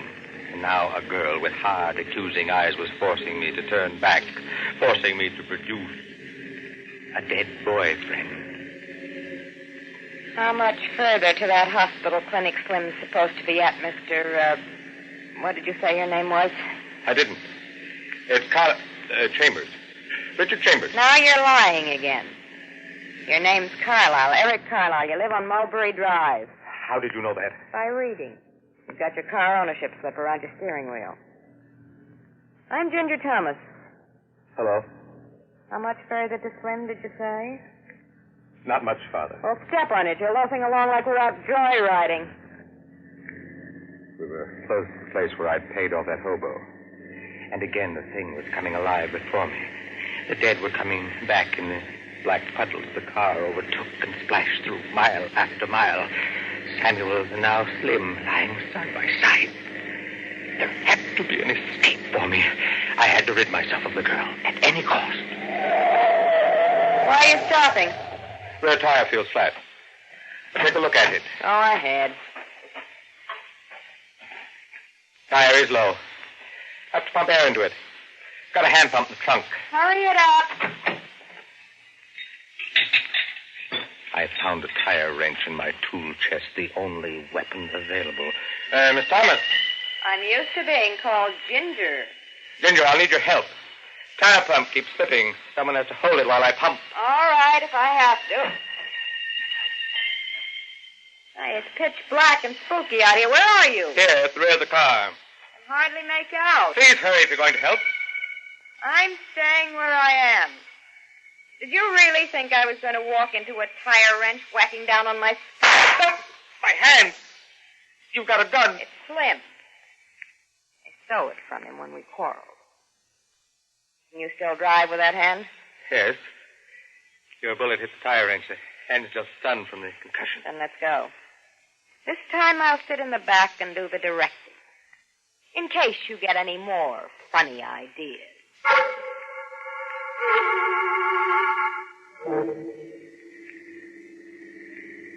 What's our destination? Police headquarters. You're going to tell them you ran Slim down and then tried to murder me. Ginger? You warming up another fish story? No more lies.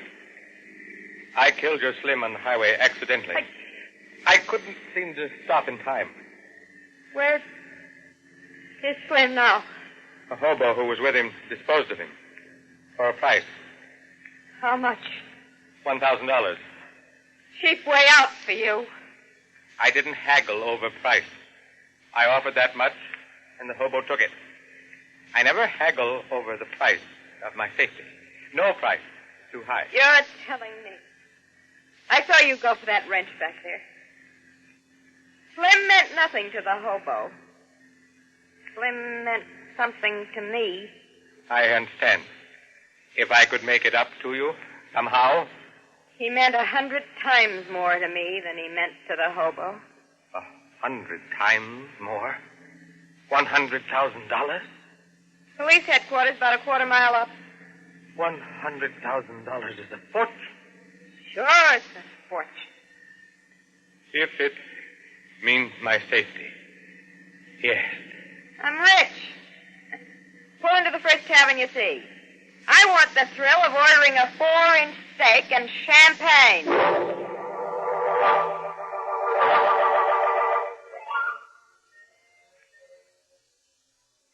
You're not eating, Mr. Carlisle.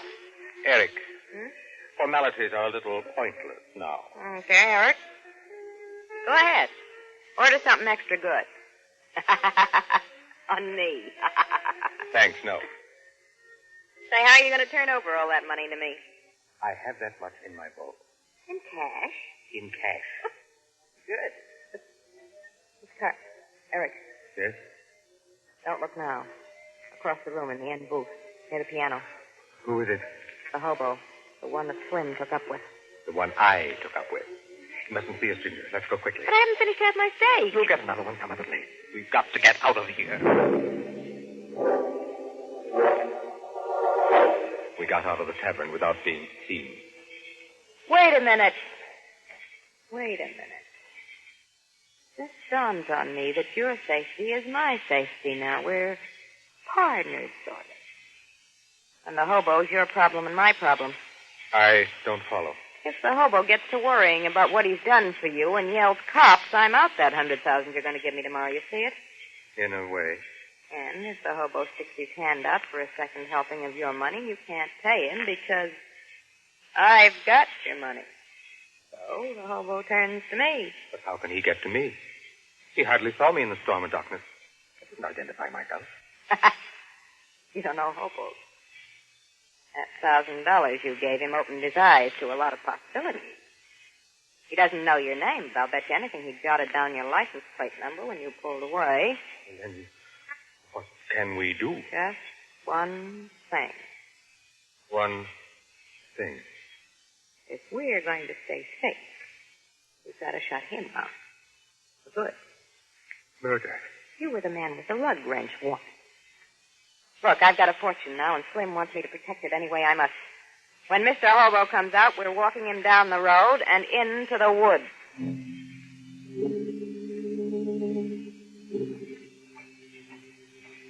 The hobo came out, and we walked him down the road, then toward the woods.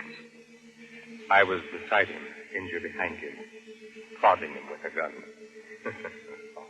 Ginger was protecting her fortune against the hobo. as cold-bloodedly as I had once protected my fortune against Samuel's. Now, what's the rap, mister? I ditched the kid like we agreed. It's useless to talk. Oh, the dame's been selling you a bill of goods. She was Slim's girl. I seen her with Slim. Now, you're in the clear, honest, mister. I loaded the kid down with rocks and threw him into a lake. I really done my bit for that grand. Stop here, Eric. I'll take him into the woods. You will kill him? Yeah, it's me. I'll have to do the dirty work. Can't trust you with a gun, so I'm stuck doing it. Don't run off while I'm in there, Carlisle. We've got a morning date with your bank. I won't run off. There's no place to run to. Keep walking, hobo. Look, I'll give you back that grand if that's what's griping you people. Walk. They disappeared into the woods for a moment. Victim and executioner. There was a long, heavy silence. And then...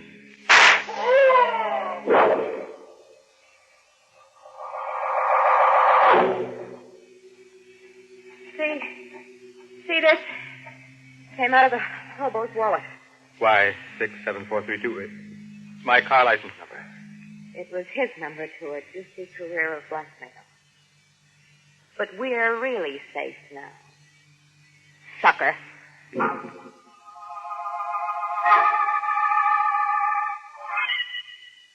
We came back to town, Ginger and I. In the morning, I went to my bank vault and turned a packet of new bills over to her. $100,000. The money I'd stolen in Samuel's name and hidden away. She took the money without a word and went off laughing, as if she had a huge joke she wanted to tell the world.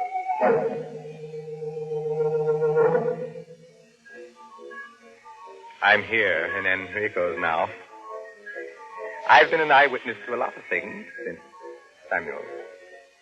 I'm back here because there's no place to run to.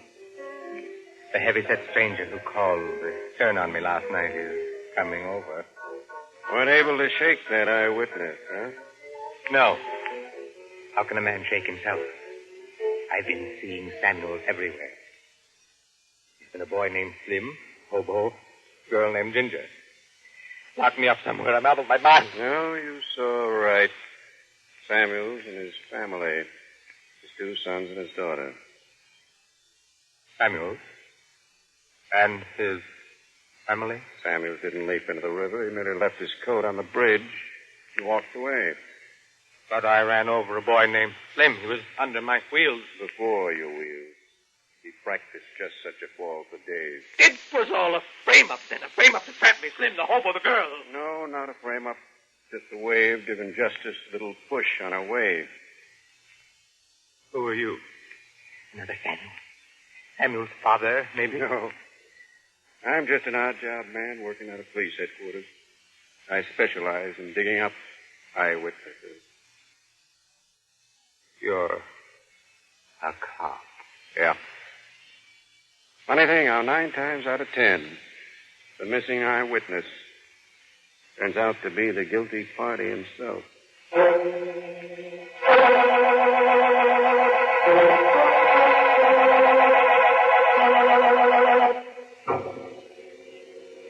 Did someone just say all Carlisle needed was a dash of ginger to cook his goose? Still, you know, Carlisle hung on to his sanity, but tenaciously, right down to the last crack. Morals? Oh, I got a couple. Short fees on the nearest penitentiary wall, somebody. When embezzling money, be sure to amputate both hands so you won't finger yourself. And this clincher. He who frames a bookkeeper only hangs himself. Good night. Pleasant dreams.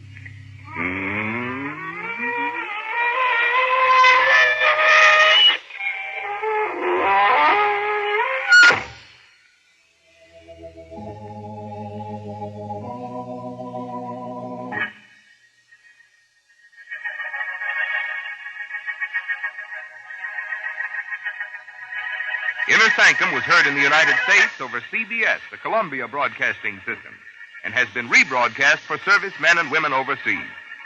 This is the United States Armed Forces Radio Service, the voice of information and education.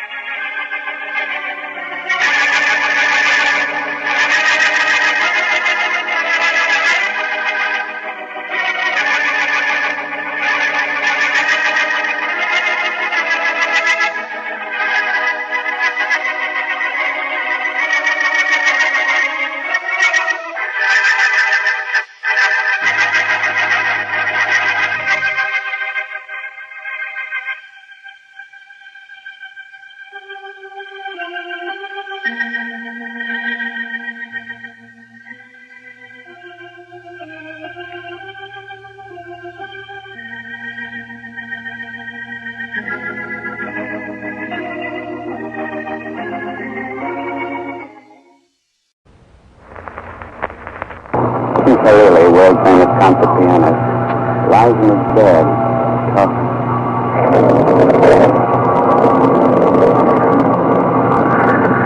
I can feel him. There again. The voice. Am I asleep or awake? Why can't I move my arms?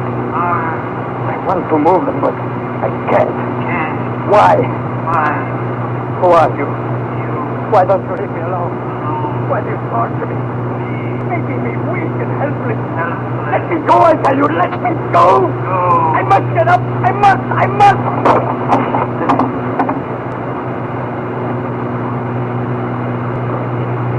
Go now. I must be awake. Martin, open the door, tell us. What am I wrong? I'm all right, I tell you. Father. You knocked over your mic. Sorry. Cracked off. That's why I cried out. Martin, you haven't been the same ever since we came to your compilation. Why don't you tell me what's wrong? Go back to your room, please. Don't worry about it. But Martin... Please do as I ask. Helen, try to understand. I don't want to be happy. That isn't true. But you don't want to tell me what's troubling. There's nothing troubling me. My nerves are on edge. Good night, Helen. Good night. I wanted to tell her, but how could I? How could I tell anyone about this thing that haunts me while I sleep? This being that's ruining my talent as a musician, whose voice I can hear when I sleep. This invisible being that still is possessing me, urging me to destroy instead of create, urging me to kill.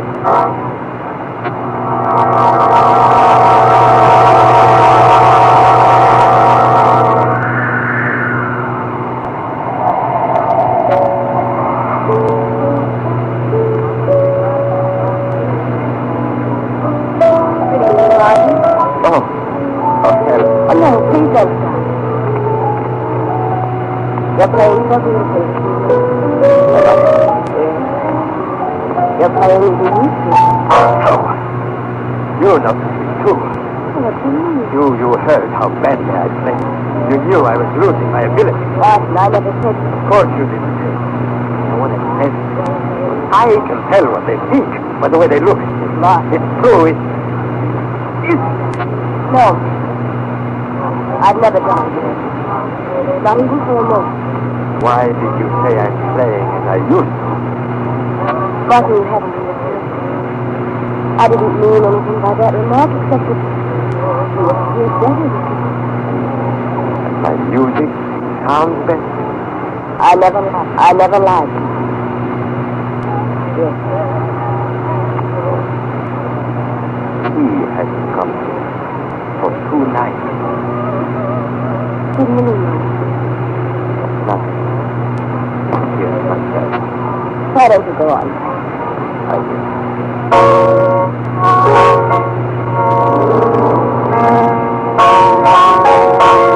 You hear that, Helen? That's the way Greece meant his music to be played. Yes.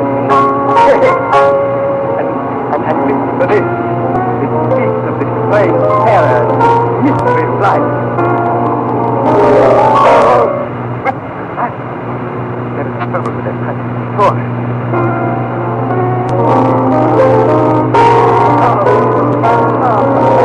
No, I can't play it. But you played that passage 1,000 times.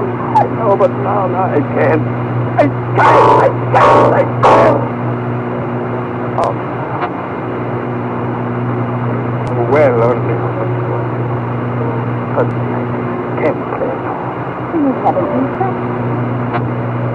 Darling, you've hardly touched the piano. That's not why I couldn't play it. He must. It's the second time you've been in this book. Helen, there's something I must tell you. I must tell someone, or I'll go mad. Perhaps I am mad. Sometimes it's mad. No. You remember the cable I sent you from Rio de Janeiro? You said because you didn't go. I gave one of the worst performances of my entire career. It was late that same night that I first noticed. The presence of another being. Close. Another being? Yes, an invisible being. It was he who made me play the bass. Yes, I kept it. I know it sounds strange, fantastic. Real hell. This thing seeks to dominate, to possess. It came first in my sleep. Lately I've begun to feel its presence, even in my waking hours. It controls my actions like a hypnotist controls his subject. Go on. It doesn't speak to me directly, merely repeat my words. It makes his will felt, and I fight to resist, and I can't. Please control me yet. I'm afraid it will, and I'll... What? Right. It's near a star. Here? Yes. Can't you feel its breath? Look there. Look. It's a curtain spool. He's in here, Helen. In here. Not in the window. No. Invisible being. He came in through the window. Look. That thing is dark. That's nothing but the wind. No, it's him, Helen. Sorry, Martha. What's the matter? No. Hey, protection. No.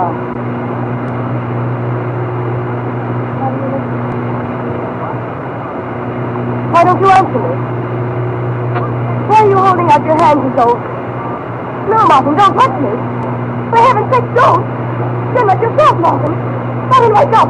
Wake up! Martin, listen to the music. This is the deep way the music is going wrong. You must come out. Get your hands away from my shoulder. Martin!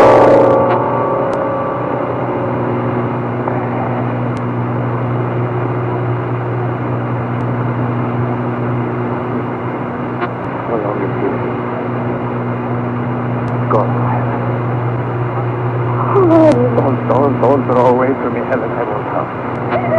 Helen, come back. Come back, Helen.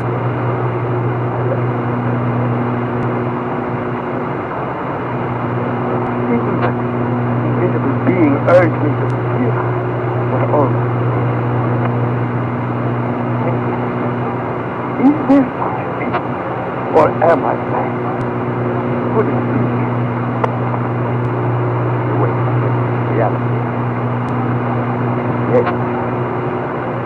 make the test. Tonight.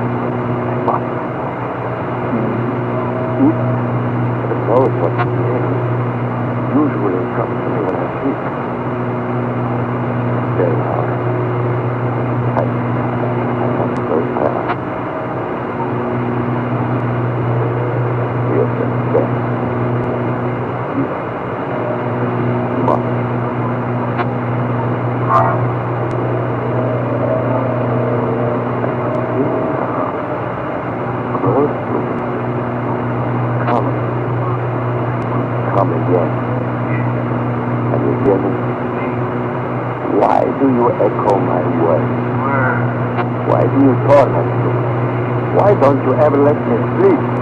Or am I sleeping now? Am I dreaming? Wake up, I must open my eyes. I must.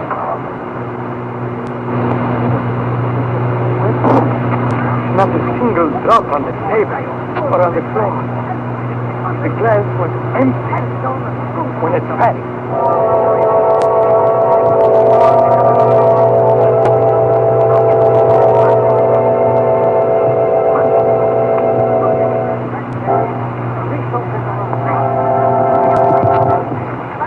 Our Inner Sanctum Mystery will continue in just a moment.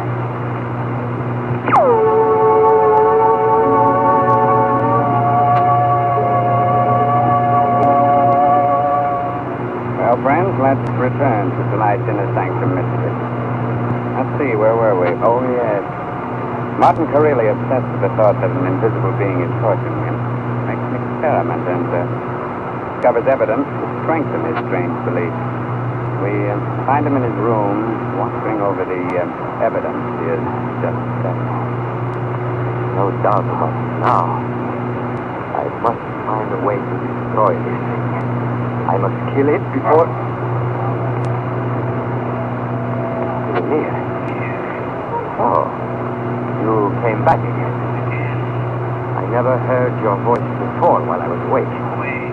Who are you? Tell me your name.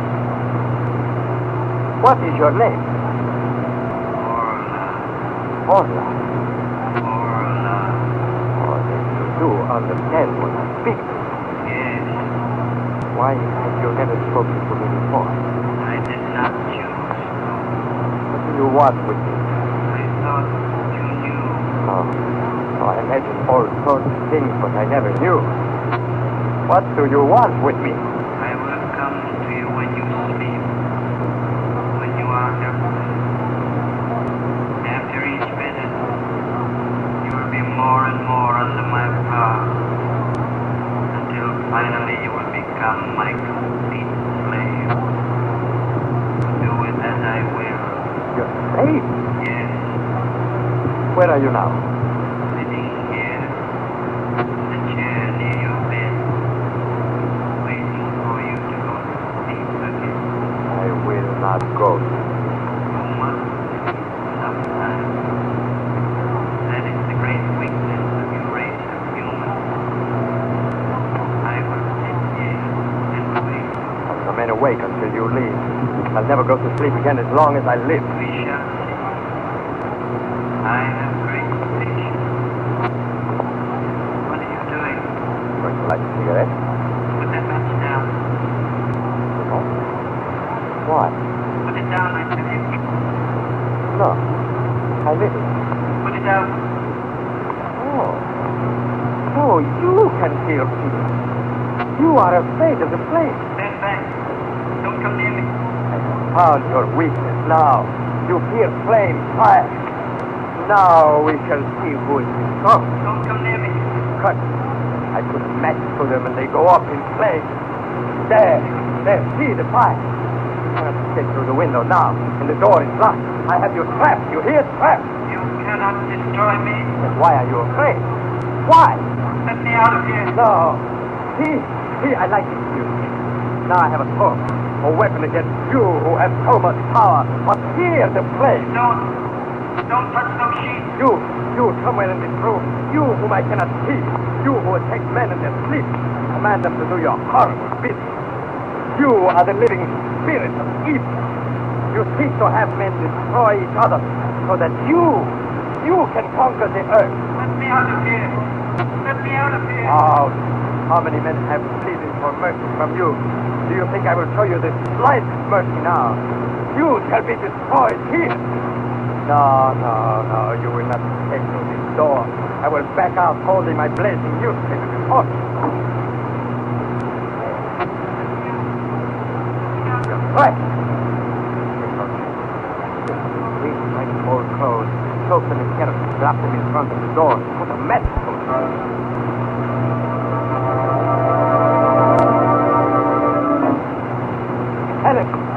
Helen, open the door. Open the door of the house. That's fire. What? Hurry, will you? The house is filling with smoke and flames are spreading rapidly.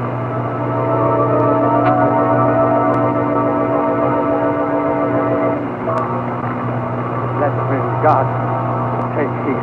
Coffin. Yes. Are the servants out? They're on the other side of the house. They're all asleep. Where did they come in? In my room. Coffin. Yes, I had to have it. What? Yes. He was in there. The invisible being. The Horla. What? Oh, now, Helen, try to understand. Helen, come back here. Helen.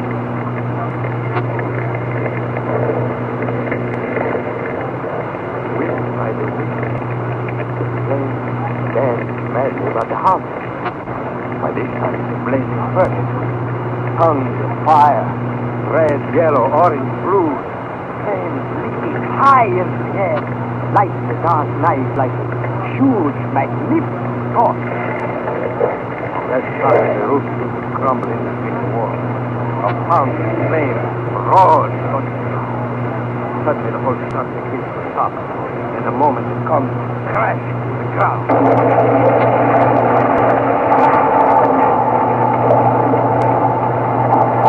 Funeral fire, a monstrous, magnificent funeral fire, and in it, he who hated and feared the flame is burning.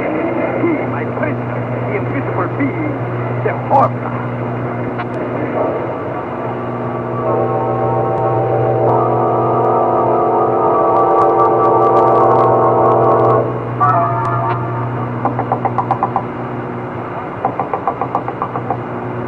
Wait.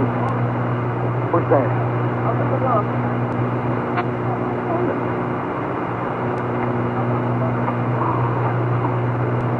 I see you have come. Martin, why did you come? Oh, the police have searched. I don't know what they will do. Hiding in alleyways, chased like a bad dog. I have to check. Ready.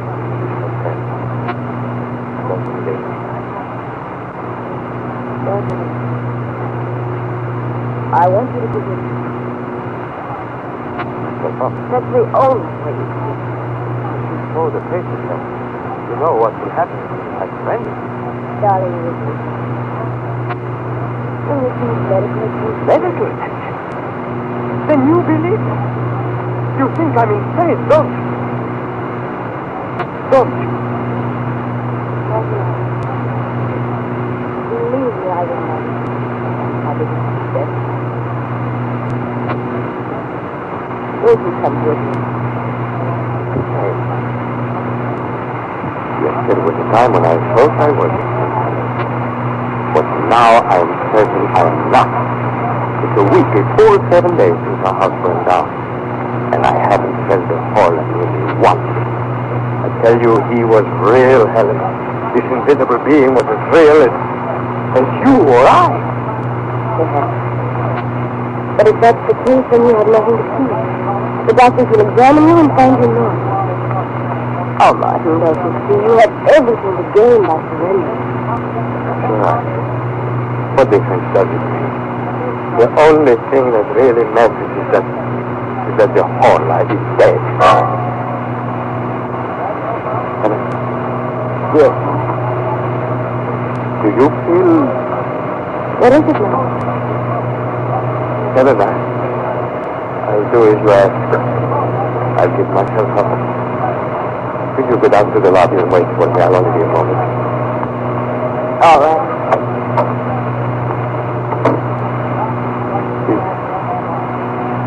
Is it you? And you are not dead? No. It was all in vain. All in vain. You cannot destroy me. Why do you hesitate? Why don't you go down and join her? Give yourself up. That's what you want me to do, isn't it? That's the only thing you can do. No. What is it? There is one other alternative. I made up my mind about what I do if you live through that fire. You are going to destroy yourself. Yes. I will not be what you are trying to make me. I will not be your slave. I'd rather die. Martin, put that gun away. Don't try to stop me. Martin! Martin! Oh, Martin, I had to.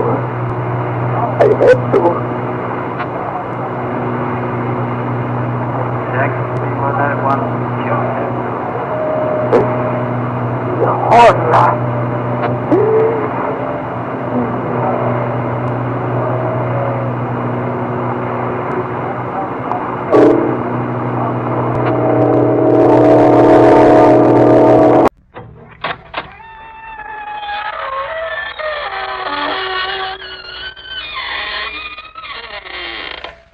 Good evening, friends. This is your host to welcome you through the creaking door into the inner sanctum. Come in. Tonight we're inaugurating a quiz. It's a cutthroat session called Take It or Drop Dead. To qualify, just tear off the top of your neighborhood mortician and send it to us by hair mail. Now, listen to this. Here's our terror tune. If you could guess the correct title of our morbid mazurka in one scream or less, here are the prizes you'll win. A brand new 1949 stainless steel guillotine. Just the thing for whittling down your wife's overhead. And a handsome hand-tooled Florentine dagger. The knife without a conscience. And the Take It or Drop Dead grand prize. A free, all-expense murder trial in a court of your own choosing.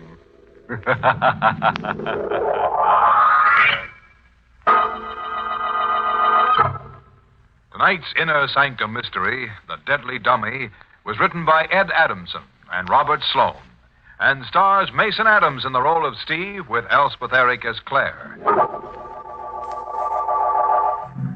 Well, let's get to tonight's shivering shindig. Oh, by the way, let me warn you, all references to ghosts, living or dead, is anything but coincidental. Ready? All right. This is what happened to a guy named Steve Pearson. Why do you keep asking me the questions? Why don't you ask Marlowe? Ask him, Inspector. He'll tell you everything. I told you before, Pearson. Marlowe isn't here. He is. He's in this room, sitting right there in that chair. That's just a ventriloquist dummy in the chair. You told me yourself Marlowe is dead. You don't understand. That dummy is Marlowe. I can prove it to you. That dummy is alive, real. All right. So he's alive. You think I'm crazy? Go ahead, Pearson. Let's hear the story, all of it, from the beginning. It began when I went to work as Marlowe's assistant. He was billed as the Great Marlowe. The Great Marlowe. His audiences always thought he was a wonder. But they didn't know him like I did. You couldn't please him no matter how hard you tried. There wasn't a meaner man alive than Fred Marlowe. I would have quit him right at the start if it hadn't been for Claire. I only stayed because of her. Claire, she was warm and wonderful. And she was Marlowe's wife. Ah, Steve. Claire, you gotta come away with me. Wouldn't do any good, Steve. He'd follow us wherever we went. You know him. He'd make our lives miserable. But we can't go on this way. How much of this can we stand? We don't have to go on this way. What do you mean? If you really loved me... Claire, we couldn't do a thing like that. You hate him as much as I do. But doing a thing like that... It isn't hard when you really hate. When you really love. Somebody will find out. They always find out. Not the way I've planned it. Ground glass. He'll drink it. But how? He'll know. No, he'll never suspect. It'll be during his act. What? That part where he drinks the water while the dummy whistles. You handle his props. All you have to do is put the powdered glass into the water pitcher before he goes on. He'll pour the drink himself. Yes. After he goes off, you can wash out the pitcher and the glass. There'll be no evidence. You do it, Steve? When? He's giving his last performance at the Lido on Tuesday. Tuesday. It'll be Marlowe's last performance anywhere.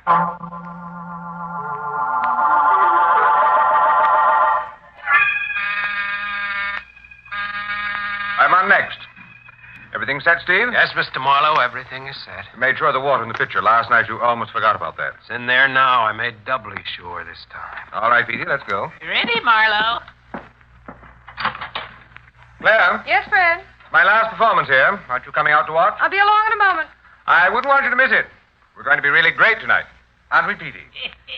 You said it, Marlowe. Tonight we're gonna knock 'em dead.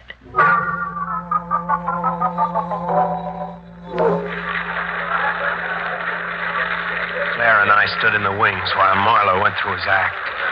It seemed like ages, like he'd never get to the part we waited for. That's what I want to say to you. And then finally... Petey, talking about drinking, I'm a little thirsty myself. That was the cue. Now he was coming to it. Sure you won't join me? Oh, never touch the stuff. You go right ahead, Marlowe. I'll entertain the folks with a number while you dampen your tonsils. Okay, Petey. Take over.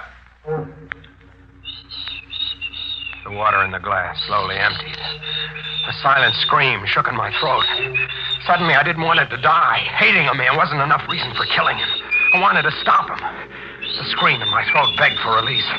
And then I felt Claire's hand grip mine. I turned to her. Her smile smothered the cry within me. Her hand tightened and pulled, and we walked away from the stage.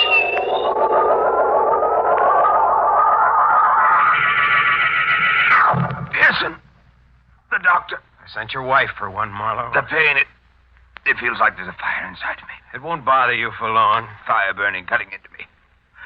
Pearson, I'm dying. Yes, Marlowe, you're dying. Pearson, help me. Nothing can help you now. I won't die. The doctor will save me. He won't let me. There won't be any doctor. What? Claire didn't go for one. Claire, she wants me to die. She hates me. You and Claire, you both hate me. You did this to me. When you drank that water back at the Lido tonight, there was ground glass in it. No. Ground glass so finely powdered you couldn't see or feel it. Peachy. A dummy can't help you, Marlowe. Peachy, I'm dying. Help me. What? Oh, Marlowe, you're just a ham at heart. What? A real ham. Don't you think so, Steve? What is this? Oh, that deathbed scene of Marlowe's. Right off the cob. I thought it was quite good, Petey. Oh, strictly amateur night. Strictly. Marlowe, you're all right. You see, Petey, I had Pearson believing. But it can't be. You drank that water. I saw you. Yes, I drank that water. But you're all right. It's not possible. Marlowe, you're killing our friend Steve with suspense. Come on, give him a break. Of course. Here you are, Pearson. Here's your ground glass. Marlowe had known we were up to something. Somehow he had switched the container of ground glass I had bought. He let me leave his hotel room without another word. I didn't know what to do, what to expect. I waited. 3 days went by. Then he sent for me. Sit down, Pearson. I'll be with you in a minute. Marlowe was busy packing a trunk. I sat there waiting. The dummy, Petey, was propped up on the table, his perpetual grin mocking my fear. Our friend looks kind of uncomfortable, Marlowe. Really, Petey? Why did you send for me, Marlowe? Clara and I are sailing for South America tonight. I suppose you're curious as to what I'm going to do about you. All right. What are you going to do? Nothing. Absolutely nothing. I just wanted to tell you about Claire, Steve. She's poison. Petey never did like Claire. Marlowe's a sucker for that dame. I guess she never told you that she tried to have Marlowe knocked off before. There was another guy had the job before you.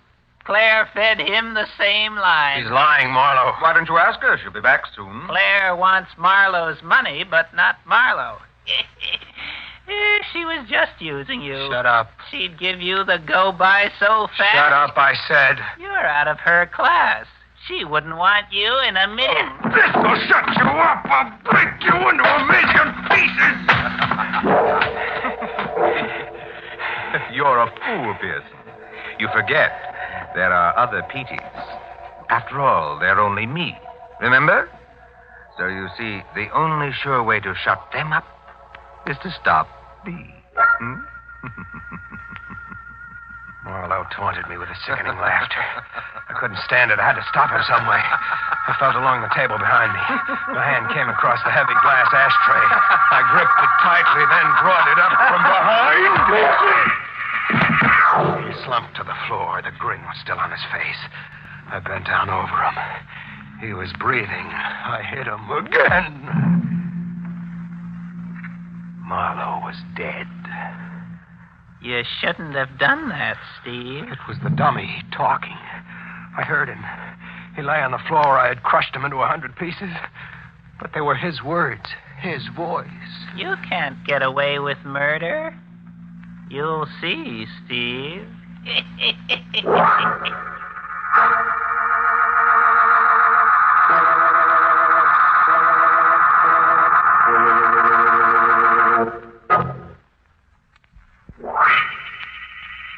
Claire, I tell you, that dummy did talk. Steve, it couldn't be. But I heard him. He talked to me, Claire. He talked Steve, to me. get hold of yourself. It was just in your mind, that's all. You shouldn't have done it. If you'd only waited, we would have found a safe way. Someone's at the door. We can't open it. Got to. His body on the floor, they'll see Here, it. help me. What are you going to do? Put him in the trunk. Come on, Steve, hurry. All right. Now close the top and lock it. You stay here, I'll go to the door. Marlowe's room? Yes? I come for the trunk, lady. Oh, there must be some mistake. Well, that's a trunk, ain't it? That's what I come for. Mrs. Marlowe said you're mistaken. Look, mister, I got an order here. See? One trunk, number 3468. That's the number on the tag of this here trunk. Now, listen. The order says this trunk goes to stateroom 3D on the Trigania. That's what it says. Trigania sails tonight. Now, do I take this here trunk or don't I? Yes. I'm sorry. That was our mistake. But, Claire. Please, take the trunk. Okay, lady. Hey. What do you got in this here trunk anyway? A dead body? What do you mean by that? Forget it, mister. It's just a keg. How about one of you two hold the door? Yes, I'll do it for you. Thanks, lady. Claire, what's wrong with you? Why did you let him take it? Don't you see, Steve? See what? This is a way out for us. His body won't be found here, and we're safe. Now he's gone forever. Nobody will ever know. No one? What about me? Claire. Tell her about me, Steve. It's him. Now you can believe me. Steve, what's wrong? Dummy, you heard him? Just your nerves, No, darling. he spoke. That's right, Steve. You tell her. There he is again. Steve, where are you going? I've got to find that dummy. He's someplace in this room. Hello, Steve. Looking for me? The dummy was propped up against the closet wall. He looked at me with the same evil grin as the one I had crushed to pieces. Steve, please stop staring that way. I'll burn him, every rotten fiber of him. I'll burn him to an ash. Then they'll never talk again. Steve, believe me, he didn't talk. It's just your imagination. I'm not crazy. I heard him. So did you, only you're too afraid to admit it. He couldn't talk without Marlowe. Marlowe would have to be alive for that dummy to speak. What'd you say? Marlowe would have to be alive. You know that. Yes, that's right. What's the matter with me? Yes, he would have to be alive. You see, it was just your Then imagination. Marlowe isn't dead. Oh, now, Steve, please. He wasn't dead when you put him into the trunk. He just wanted us to think he was. I didn't kill him. He wasn't dead. That's why the dummy talked. Marlowe can do tricks like that. Come on, Claire. We've got to hurry. No, wait. We've got to get there fast. Where, Steve? What are you talking about? Marlowe's stateroom on the boat. He'll be there in the trunk. I've got to make sure he's dead.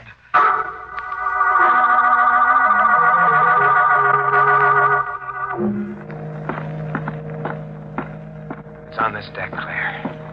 3D, there it is. There's the trunk in the corner over there. Give me the key. Oh, Steve, we shouldn't have come here. I said give me the key. Don't, Steve, please don't open it. He is dead in there. I know. Give it Yeah. to me. I grabbed a purse and took out the key.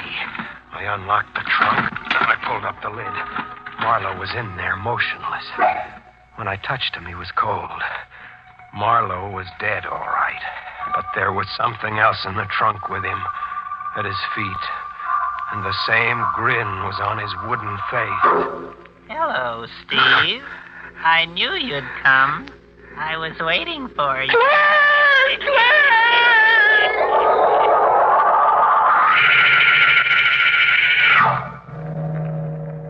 Claire? Here, Steve, drink this. I don't know what happened to me. Everything went black. You fainted. You were right.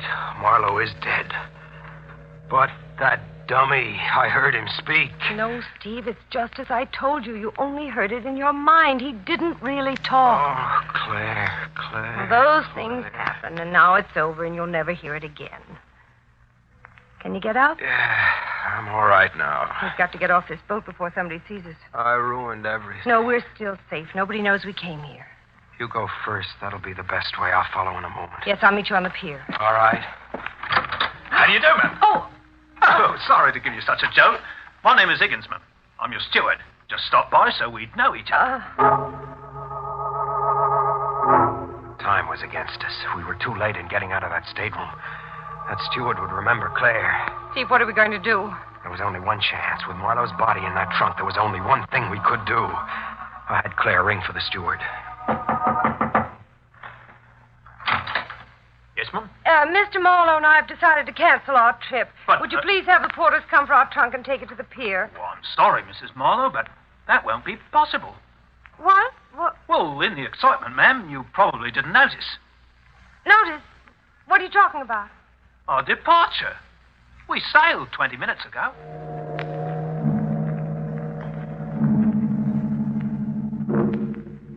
We had walked into a trap of our own making. A trap that was snapped closed on us by a dead man. Marlowe was a cold corpse in that trunk, but we were held by his invisible grip. Steve, there's still a chance we can get out of this. You mean if his body isn't found in that trunk? We'll arrange it so his body will never be found. We'll do it tonight when the deck outside is dark and deserted. You'll see, Steve. We'll be really rid of Marlowe this time. You'll see.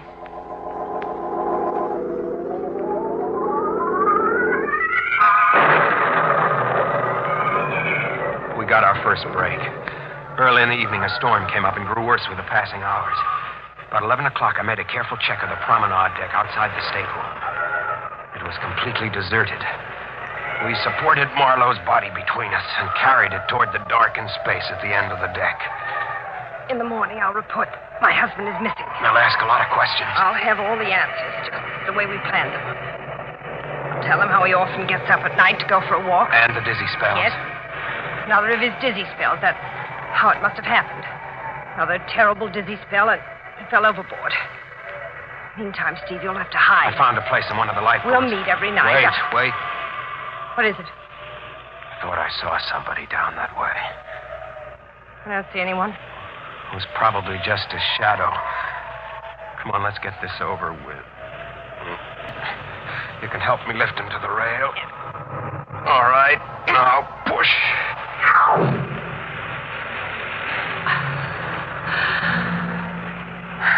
It's gone, Steve. Yes, Claire. That's the end of Marlowe. Now we can live, really live. Will you kiss me, Steve? Will I kiss you? Come here. Oh, Steve. I beg your pardon. I'm sorry to interrupt. I'm looking for someone. I thought he might be with you. There was no one with us. No, we're alone. I see. I thought I saw 3 people walk over here. No. It's so dark, I must have been mistaken. Yes, it is dark. The man I'm looking for is Mr. Marlowe. What? Do you happen to know him? My name is Marlowe. Then you're the gentleman I'm looking for. My name is Ralph Kramer, Mr. Marlowe. Kramer. Are you all right, Mr. Marlowe? Yes, I'm fine. Why? I just wanted to be sure. By the way, I received your letter. Letter? Don't you remember? No, not exactly. Oh, I can understand. You're a busy man, Mr. Marlowe. Well, just to refresh your memory, I'm in charge of entertainment here on the boat. I found out last week that you had booked passage. So I wrote to you asking you to consent to be one of the features in our theatrical tomorrow night. And I replied? You were very kind, Mr. Marlowe. You said yes. I just stopped by to thank you and to say that we're all looking forward to your performance tomorrow evening.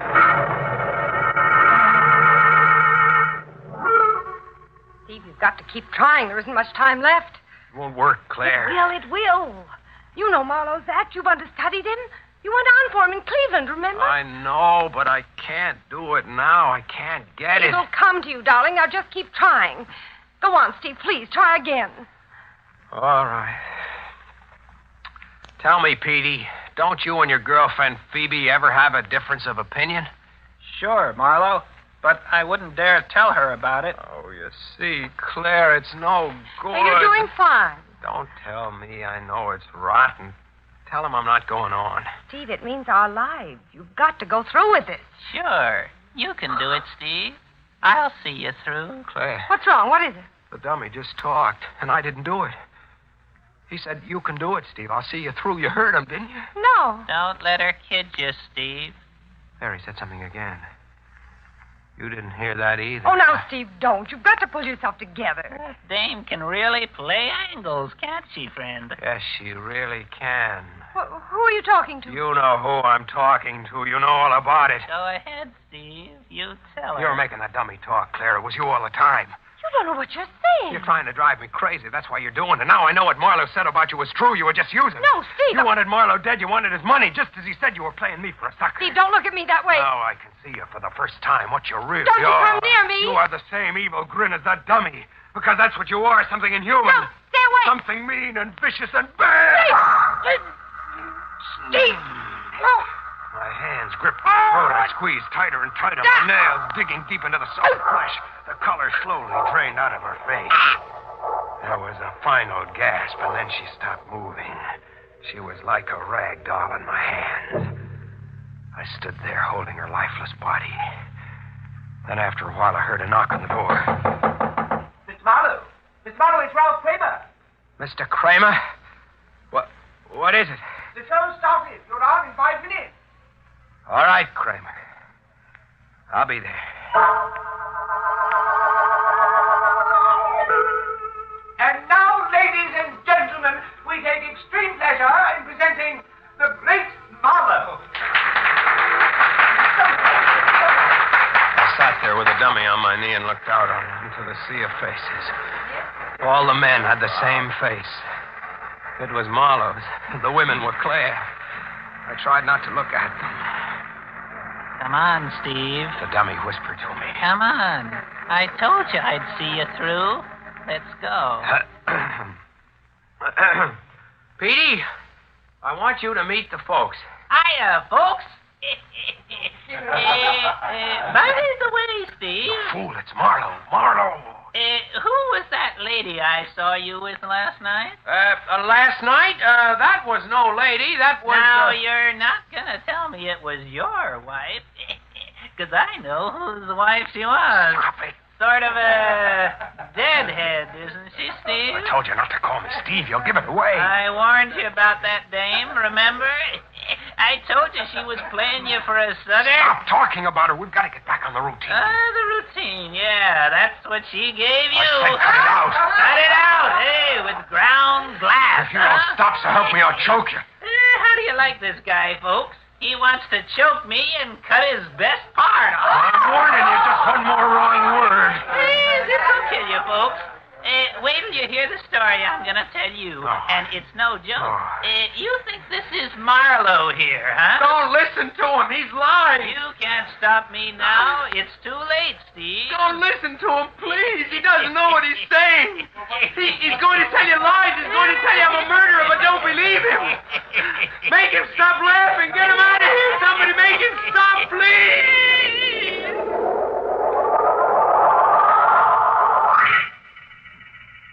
That's it, Inspector. That's the whole story of what happened. It was all because of the dummy on that chair there. You give us a lawyer's name and we'll call him. I don't think a lawyer would do me much good now. That's up to you, Pearson. I'll think it over.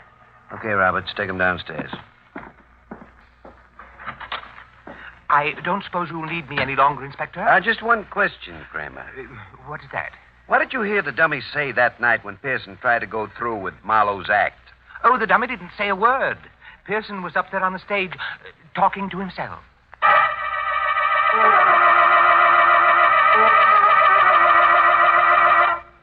Well, that closes tonight's cadaverous chapter.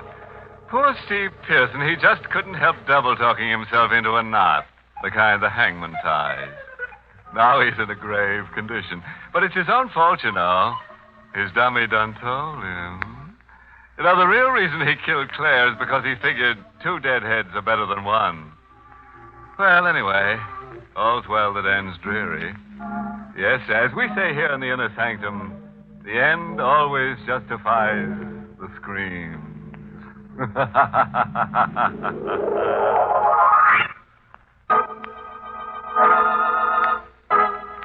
Inner Sanctum is heard each week in the United States over CBS, the Columbia Broadcasting System, and has been rebroadcast for servicemen and women overseas through the facilities of the United States Armed Forces Radio Service, the voice of information and education.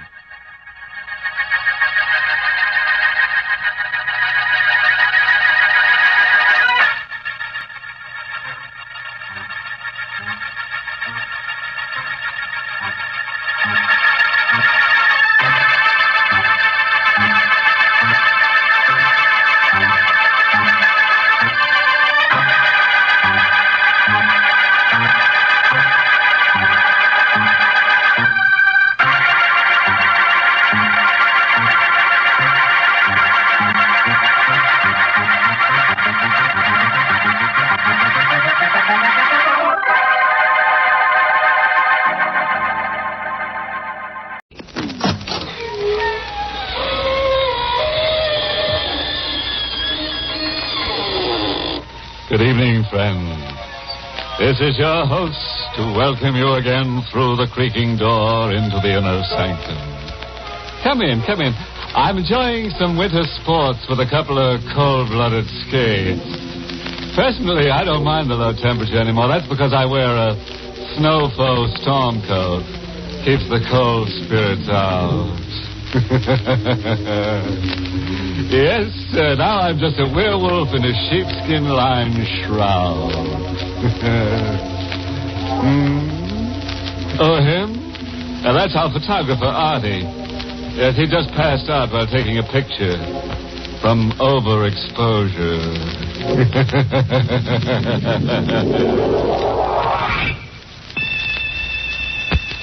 Ready now for our excursion beyond the grave. Let me warn you, we're a bit crowded. You may not be able to get a round-trip ticket. We can accommodate you on the way out, but coming back, you'll have to double up with a corpse. The fog rolls in from the sea and begins to blanket the long, narrow island, which is joined to the Florida mainland by a bridge. In the lone house on the island, 2 men stand at the window, watching the mist develop into a thick gauze, obscuring the lights on the mainland. Listen, the fog is getting worse. Look out there.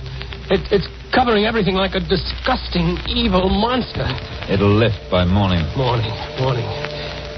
I may not be here by morning. What the devil do you mean by that? I mean, I may not be alive. What do you Unless you help me. I asked you out here tonight because I was afraid to be alone. But you said before that your sister-in-law, Carol, and her husband, what's his name, Everett, would be here. Yes, Vincent, but You're my friend. You're my closest friend. For the past week, I had a feeling that death was coming here to the island. And then when the fog began to roll in from the sea, I knew it would be tonight. Arthur, you're not making sense. You've got nothing to worry about. Except for being a little nervous, you're perfectly healthy. You don't understand, Vincent. Valerie's come back. Valerie? Yes, she's here on the island. For heaven's sake, Arthur, get hold of yourself. She's and here, stop. out there, someplace in that fog. That's impossible, and you know it. It's been 6 months since your wife Valerie drowned. They never found her body. It was never washed up on shore. A drowned body isn't always found. She never went out on that boat. Of course she did. It was all settled at the coroner's inquest. No, there were some things that were never settled. What do you mean by that? You know Valerie. You know how strange and moody she was. Well, a great many people are moody. No. Not like Valerie was. She would prowl this island at night with that cat of hers always following. Everywhere she went, that cat would be with her. And on foggy nights, they'd be gone for hours. Well, that still doesn't prove that Valerie wasn't on that boat. Of course it does. Don't you understand? Cats hate water. I begged her many times to go out fishing with me. She'd never step foot in a boat. Look, this is all just your imagination working overtime. Oh, Vincent, she's come back to kill me. She hated me. From the day we were married, she hated me. On her wedding night, she flew into a rage. She scratched me. Her hand was like a claw, like a cat's claw. And now she's come back to kill me. You better stop talking that kind of... The cat disappeared the night Valerie did. Well, of course it did. It drowned with her. No. The cat's come back to the island. I've heard it at night. What you heard was probably a stray cat that wandered onto the island across the bridge. What? Now... I'll get it. Hello. Arthur Cameron. Yes, who's this? Listen. You have 6 hours to live, Arthur. Just 6 more hours. It was Valerie. She spoke to me. What are you talking about? The cat was with her. She said I had 6 hours to live. 6 hours? Here, let me have that phone. It's no use. She's hung up. Well, maybe we can trace the call. Hello? Hello, operator. Operator. You're going to kill me. You've got to help. Now, just take it easy, Arthur. I'll get the police in a minute. Hello, operator. Operator. What's wrong? Why doesn't she answer? I think I know why. I'm afraid the wires have been cut. Come on. I'm driving you to the mainland.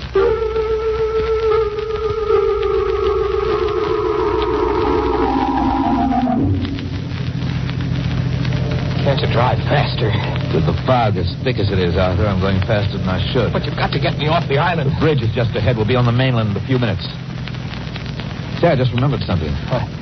You said that Valerie's sister Carol and her husband Everett would be out here to visit you tonight. Yes, but we can't wait for them. What time did they say they'd be here? 8:30. Well, it's past that now. They should drive along this road any moment. Maybe we'll meet them and then we'll... Why did you stop? We can't stay here. The bridge. If I hadn't stopped quickly enough, we'd both have been killed. This end of the bridge has been washed out.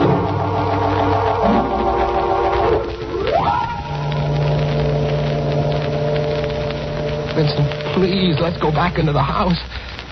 She's somewhere near us in the fog here. I can feel her. I'm not going in until I find out where that phone wire was cut. I'm going to splice it together again. It's our only chance of reaching the police. It's 9 o'clock. An hour has gone by already. And if I'm not out of here by 2 o'clock... What is it? Look, you can see it through the fog. There's a strange yellow light down the road. Why, it's the headlight of a car coming this way. A car? Yeah, quick. Behind the house here and stay out of sight. It's turning into the driveway. How could a car have come onto the island with that bridge washed out? Be quiet. Somebody's getting out. They're coming this way. What? It's Carol and Everett. Carol! Everett! Arthur! What in the deuce are you doing out here in back of the house? You scared me. Everett, I'm so glad you're here. What's the matter, Arthur? You acted I'll tell you in a minute, but how did you get here? Say, what's gotten into you? How did you get on the island? We drove over the bridge and up the shore road. How else can you get here? But how could you drive over the bridge? It's been washed out. Washed out? I saw it with my own eyes, and Vincent saw it too, didn't you, Vincent? I certainly did. Oh, Vincent, I didn't know you were here. Yes, Everett, and I'm glad I am. Well, you two must be mistaken. Carol and I drove over that bridge less than 3 minutes ago. 3 minutes, huh? Why do you say it that way? Are you sure you haven't been on the island longer than that? What does he mean? Hanged if I know. Some very strange things have been happening.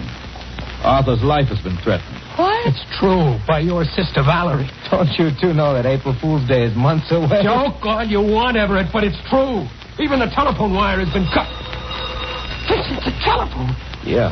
So the telephone wire's been cut, huh? You better answer it, Arthur. I'm almost afraid. Come on, I'll go in with you. Hurry up. All right. Hello? Hello, Arthur. Valerie? We're here, Arthur. Listen. It's 9 o'clock, Arthur. You have 5 more hours to live.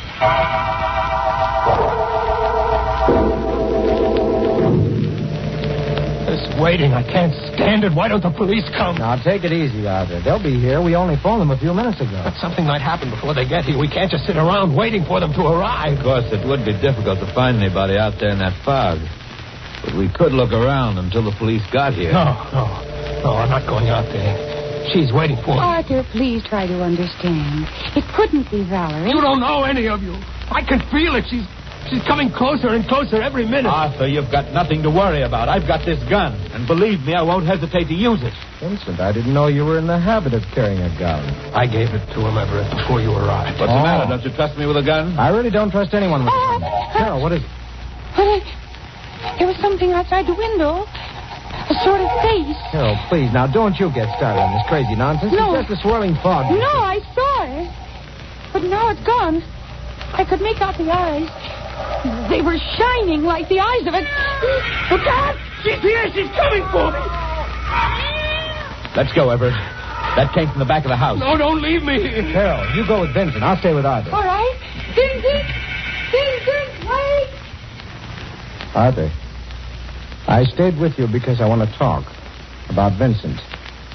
I think it was foolish of you to give him that gun. Vincent's my friend. I trust him. You shouldn't. Why do you say that? Don't you remember how he acted at the coroner's inquest? He testified against you time and again, very subtly, to make them think you were responsible for Valerie's death. You were wrong. Vincent would have no reason to do it. He and Valerie were quite close before you came along, Arthur. Even after you came along. That isn't true. He even saw her the night she disappeared. You don't know what you're saying. At the inquest, he swore he wasn't on the island that night. But he was. And I can prove it. Here. Look at this. A cigarette lighter? Yes, with Vincent's initials on it. You can still see them through the rust. Where did you get that lighter? Carol and I found it in the water near the boathouse. I remember the day after Valerie disappeared, Vincent made a remark about losing his lighter. Now, do you still think he's such a friend? What? If what you say is true, you and Carol and I have got to stay together until the police get here. You're sure they're on the way? Yes, they told me on the phone it would take them less than 15 minutes to get here. Well, it may not be safe for you to wait for them here. We'll go down to the bridge to meet them. No, I'm not going out in that fog. She's there waiting for me. Look, Arthur, you've got more to fear from Vincent than anyone. But don't come on before he returns. All right. We'd better go out through the French windows. Good idea.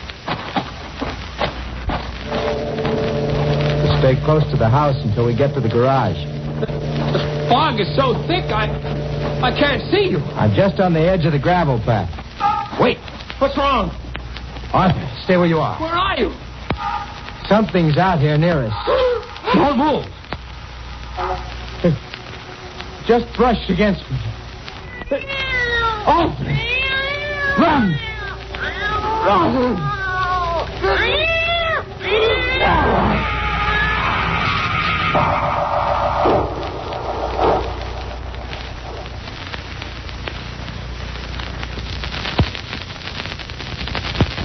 Here, kitty, kitty, kitty. Don't go away, kitty. We need you for a couple of more murders. Everett's dead, you know. That's what he gets for letting a black cat cross his throat. Say, how do you like that Valerie? She's some wife, huh? Nagging her husband right to the grave. The same one she's in. Well, Valerie's sore about that last phone call she made. The operator said to her, 5 cents for the next 5 murders, please. Now let's get back to our frightened friends on that Florida island. She meant to kill me, Carol. She mistook Everett for me. Arthur, please. How is he, Vincent? He's dead. Oh, no. Everett. It's as if his throat was torn open by a wild animal. I told you she was more animal than human. She and that cat, they were in here. Carol, you'd better not touch the body. Oh, leave me alone. You've done enough already. What's that supposed to mean? You know exactly what it means, Vincent. And when the police come, I'm going to tell them how you ran away from me out there in the fog. I didn't run away from you. I thought you were behind me when I came back to the house. You're lying. Just a moment, Carol. What is it?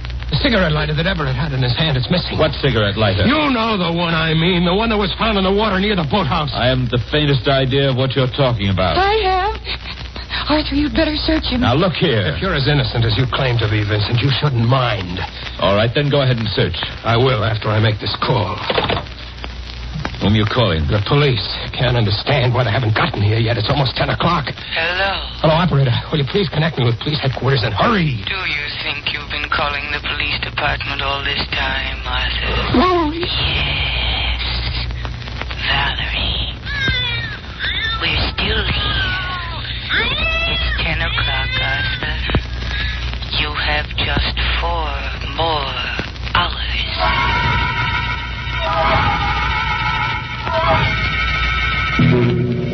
Arthur, where's Vincent? I just left him. Carol, did you know about him and Valerie? Well, yes, Arthur. Why didn't you tell me? Well, I wanted to. But after all, she was my sister. We'll have to get away from him. Yes. Well, suppose we tell him that we're going for the police.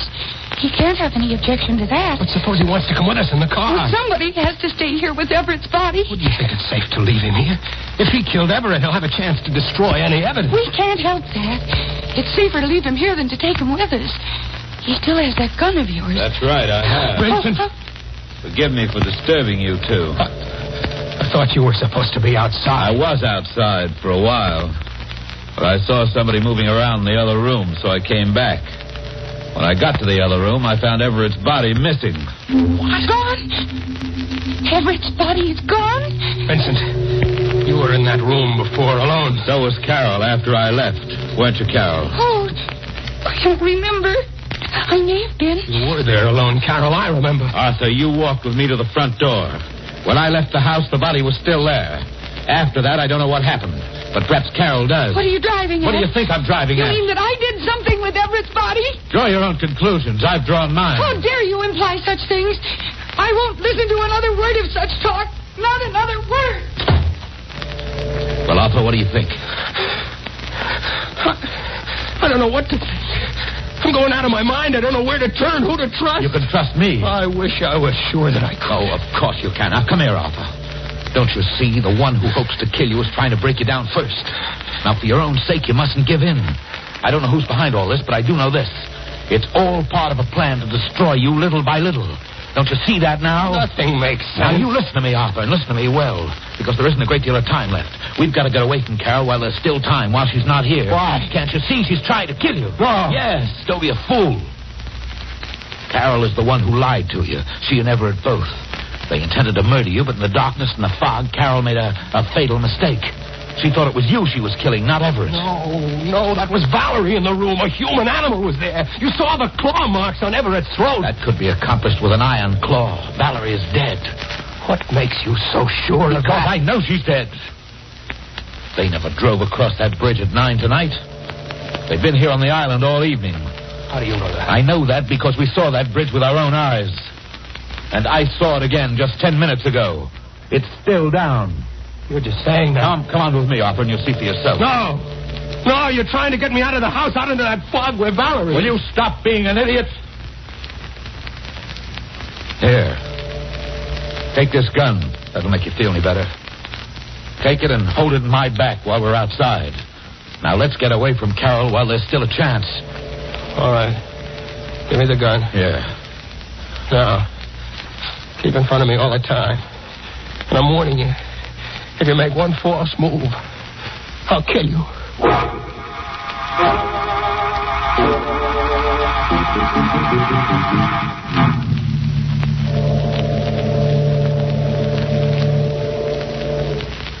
see?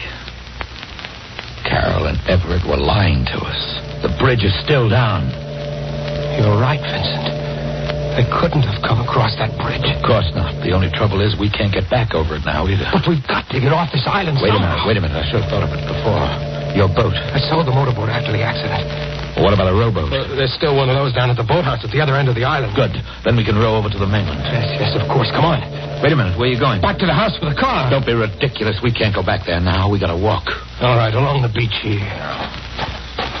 Gotta walk faster than that, Arthur. Vincent, I have a feeling we're being followed. Just your imagination. Who could see us in this fog? But I tell you that we are being followed. I told you. Look behind us. Yes, I can see it now. It's a cat. And there's a woman with it. Valerie!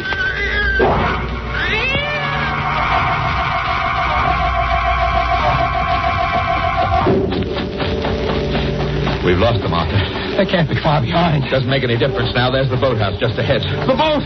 It's not at the land. Well, it must be. You can't see it because of the fog. I can see it isn't there. All right, then we'll hide in the boathouse till morning. You can't hide from the dead. Oh, will you please stop that nonsense? We're dealing with somebody very much alive. You've still got that gun. You can't harm the dead with a gun. Come on, we're going inside. Door's locked. I didn't lock it. This boathouse has never been locked before. All right, wait here. I'll break through the window and come around through the inside. There, just wait for me and I'll lock the door. They're coming, Vincent! Hurry, hurry! Now, come on inside, Arthur, quickly. Better lock the door. Yes. Arthur, we're in luck. There's a phone here. Oh, that's right, I forgot. Maybe it hasn't been disconnected like the other one. I'll try it. Hello. Hello, operator. Hello, Arthur. It's 11 o'clock, Arthur. Just 3 more hours.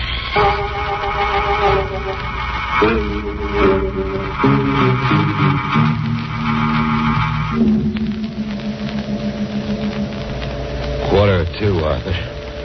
You can't stay here another minute. And I can't run away any longer. Where would I go? Where would I hide? If she's going to kill me, let her come and do it. You've still got 15 minutes. Oh, my time's run out now. Well, I wanted to help you save yourself, but you wouldn't let me. I'm not going to stay here another second. Vincent! This is your last chance. Do you want to make a run for it with me? I told you it was no use. All right, then there's nothing more I can do. Goodbye.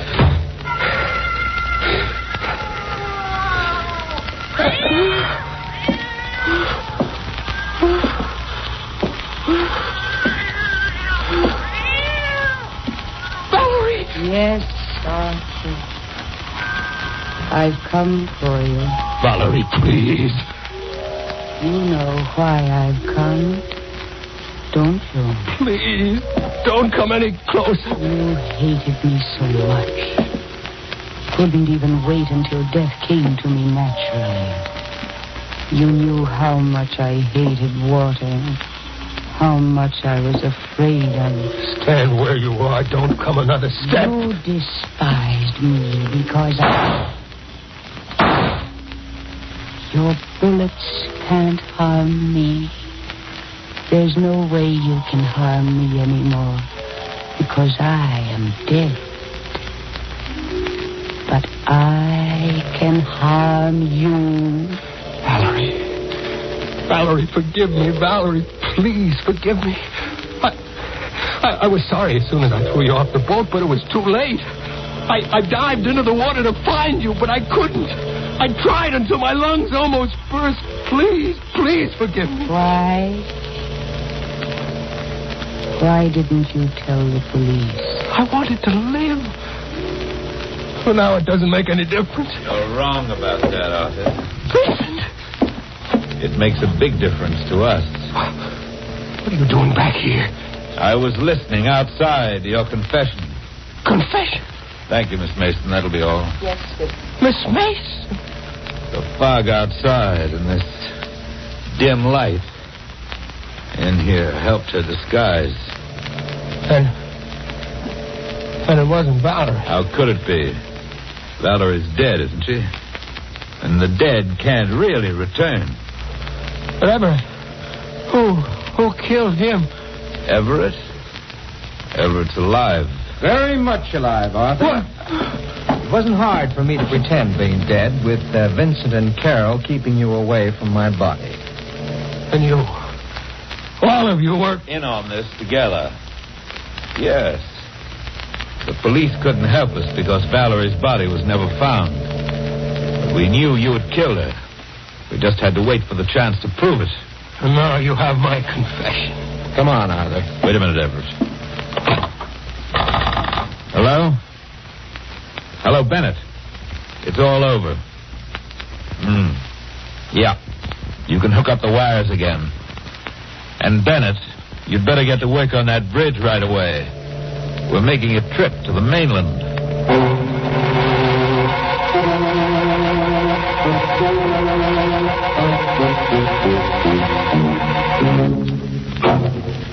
It's an outrage. All those juicy chances for murder and not one drop of blood spilled. Well, I guess that's the way it is some nights. You just can't lay away a corpuscle. And that Valerie, what a judge she turned out to be. Didn't even have enough courage to step out of her grave. Confidentially, though, the reason is Valerie doesn't like to be seen in shrouds. Oh, no, there's no moral to this story. Just the ugly fact that when you're dead, brother, you're dead.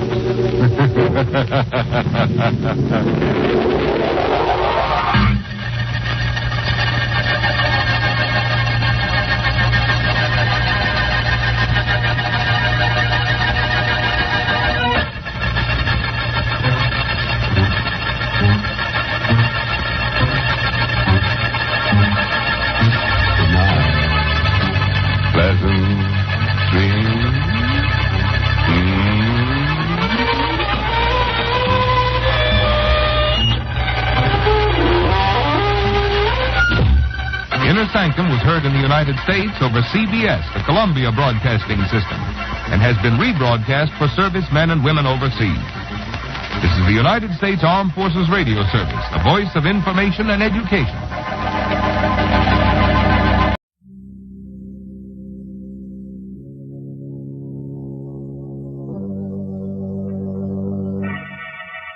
Lipton Tea and Lipton Soup present Inner Sanctum Mysteries.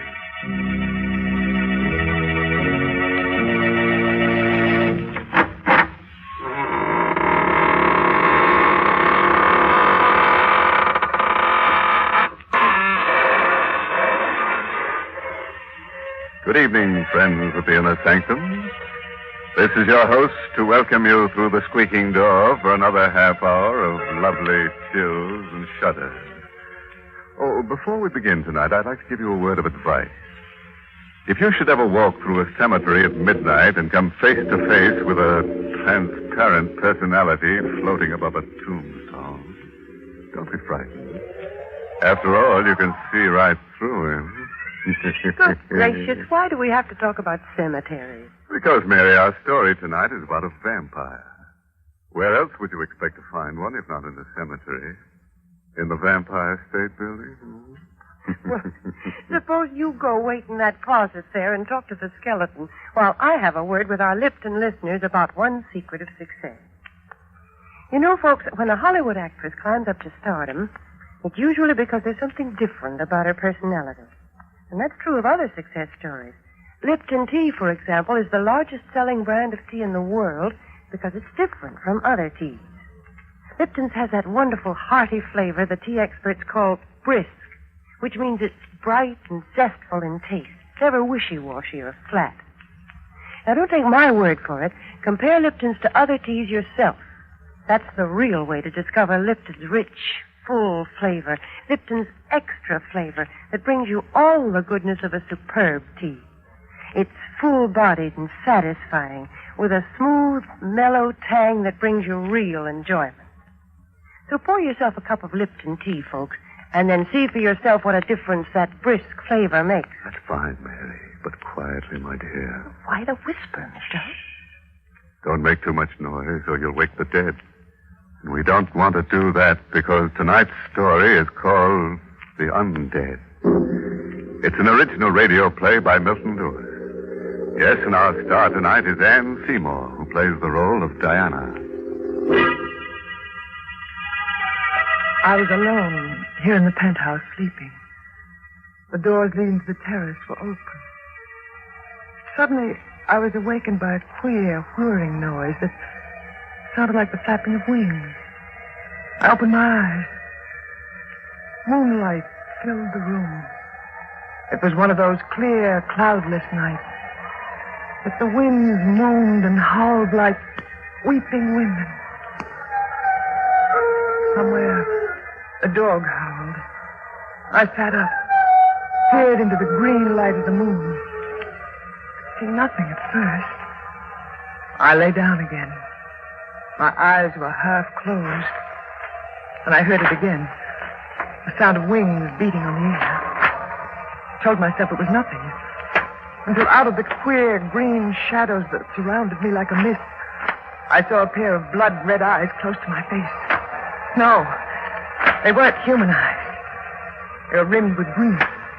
And they glittered like glass in the dark. I looked closer. Too frightened to move. Too terrified to cry out. The thing that seemed to be flying round my head looked like a bat. Yet it wasn't a bat. Suddenly it floated down. I felt soft fur on my neck. Then my throat was pierced with a sharp, terrible pain. I started screaming, "Let me go! Let me go! Richard! Where are you, Richard? Richard!" Go on, Diana. When I felt their arms around me, I knew I was safe, Richard, but it was the most horrible dream I ever had. Yes, I know, darling. You were hysterical. What do you think it meant? Well, nothing. Nothing, of course, dear. Everyone has nightmares like that sometime or other. But it was so vivid. I could almost swear it happened just as I told it to you. Now, Diana, do you really believe you've encountered a vampire? I know it sounds ridiculous, darling. Listen, baby, you're living in New York City on top of an 18-story building. This is 1945, not the Middle Ages. Well, the whole notion is just rubbish. I tried to tell myself it was nonsense, too. But somehow... Oh, Richard, I want to get out of this place. But why? I don't like this apartment. There's something evil, sinister here. I've always felt it. And listen. Listen to that wind. The wind howls around here all the time. Well, naturally, it's a penthouse, and it catches the winds from the river. Do you hear that? Something flapping on the terrace. That's just the awning. There are always queer noises around here. All the time, and I can't bear it being alone here at night. Richard, please don't let me stay here alone tonight. I can't stay with you, darling. I've got to go to the theater. I don't want you to go there, please. Let your understudy take the part tonight. Take me away from here. Far away when it's warm and there's sunlight. Diana, you don't know what you're saying, dear. I can't give up my part in the show. Of course. Of course. Oh, darling, forgive me, please. I'm sorry I ever mentioned it. You do forgive me, don't you, Richard? Say you do. Why, of course. You're just upset over this silly dream. I know. I won't mention it again. You're okay, baby. Well, it's 10 to 8. I'd better get going. Want to come with me? Yes. No, I'm going to stay here. But if this place frightens you... That's just why I'm going to stay. And alone. I'm going to beat this thing. Somehow. That's better, darling. Much better. Here's your coat. Right. And you better take your scarf. It feels chilly. Richard. Hmm? I said I won't mention it again, but there's one thing more I have to tell you. That the face of that thing in my dream, it was your face. Diana, in the name of heaven. I won't talk of it anymore, I promise you, darling. I didn't mean to upset you just before you went to the theater. Just kiss me, dear. I'll be all right. I'll be all right. Diana. Good night, dear. I'll be waiting when you get back.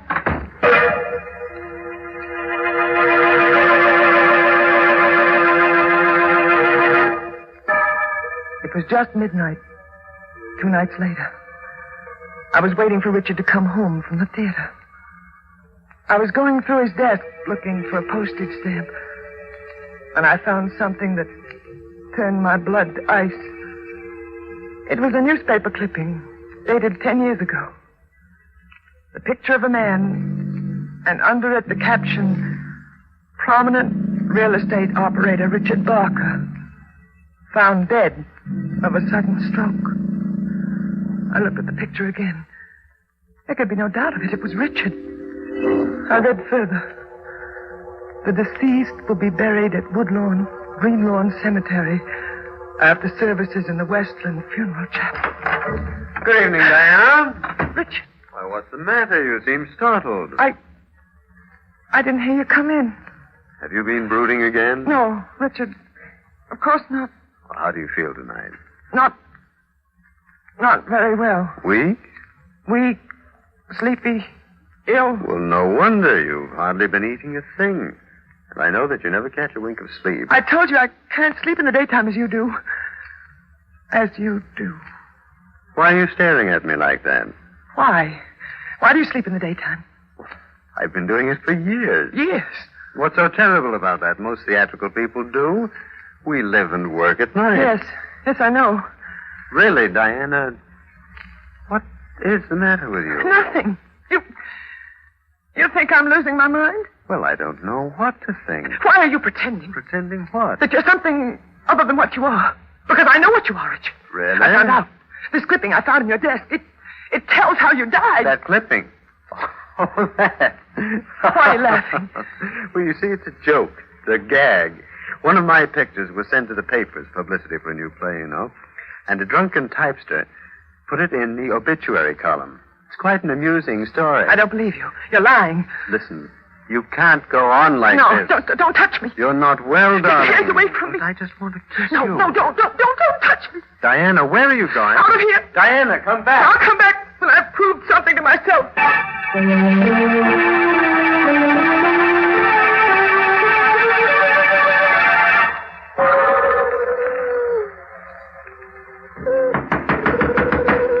Is there anyone there? What do you want, ma'am? I'm sorry to wake you up. Are you the caretaker here at Greenlawn? Many years, ma'am. I want to see the grave of Richard Barker. Who are you? Diana Barker. His wife. But it's 1 a.m, Mrs. Barker. I know what time it is. I want to see the grave. No one comes at a time like this. Please, will you tell me? Perhaps this will help. $10. For disturbing you. All right. You take the path in back of my house. Turn to the right. Have you a flashlight? I brought one from the car. It's only a short way, but it isn't a grave, ma'am. It's sort of a tomb. Thank you. I'll find it. You want me to come with you? No, I've troubled you enough. Good night. Good night. Somewhere, an owl was howling, as though warning me not to go on with this insane adventure. But I knew I had to continue. I had to be certain. I followed his directions along the path of the cemetery. The moon poked yellow fingers through scudding clouds, as though showing me the way. I was frightened, terrified. There's nothing to fear from the dead. Kept telling myself that to keep up my courage. The dead. Perhaps they were right. There was nothing to fear from them. But the undead. It was a tomb. The inscription was clear. Here lies Richard Barker, born May 7th, 1890. Died September 4th, 1935. There was a lock on the door. It was old and rusty. I'd come this far. I made up my mind. I picked up a stone. Smashed the lock. I opened the door. Blackness. Inky blackness, such as one imagines one would see at the end of the world. Turned on the flashlight I took from the car. Coffin was lying in the center of the tomb, on an altar. I felt my heart beating wildly, like a throbbing drum inside me. With a trembling hand, I opened the coffin. I looked down on a ghastly white satin lining. That was all there was in the coffin. There was nothing else. It was empty. I looked up. There was a face staring at me in the shadows of the tomb. It was Richard. Diana, I knew you'd come here.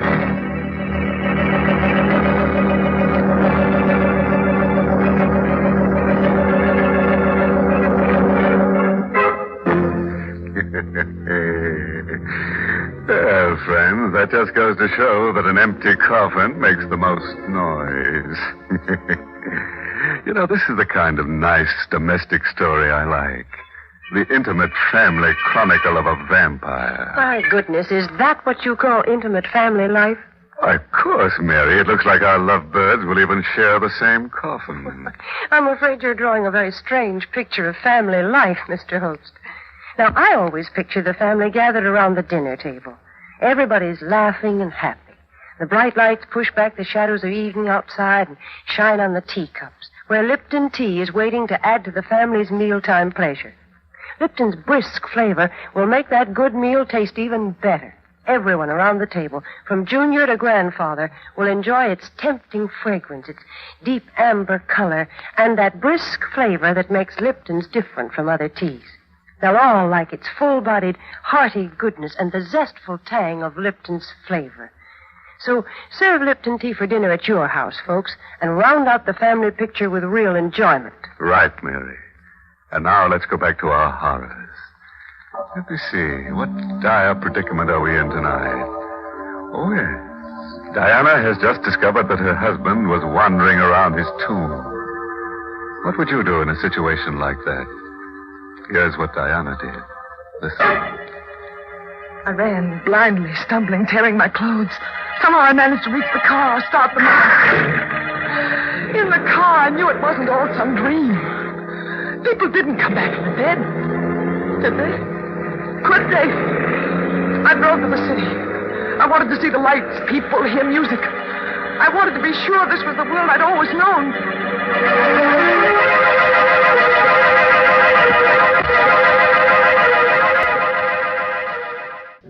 I tried to think. I tried to reason. I tried to understand what had happened to me. Because I knew something was happening to me. Something that I dreaded. I was becoming like them. Like Richard. I felt strange cravings. Desires that I didn't dare think of. Excuse me, Mrs. Barker. Oh. May I sit with you? I don't believe I know you. Perhaps not. Does it make any difference? No. No, it doesn't. Please sit down. Thank you. I'm glad you came over. I'm glad to be able to talk to anyone tonight. I've been watching you for the last 10 minutes. Have you? You look very strange tonight. How do you know me? We all know each other. We? Yes. You realize you'll be dead soon. Dead? At least what they call dead. You know what's happened? Oh, yes, of course. I've seen it happening for weeks. Your face became paler and paler. It will not be long now. You will become one of us. I don't want to. It's not in your hands.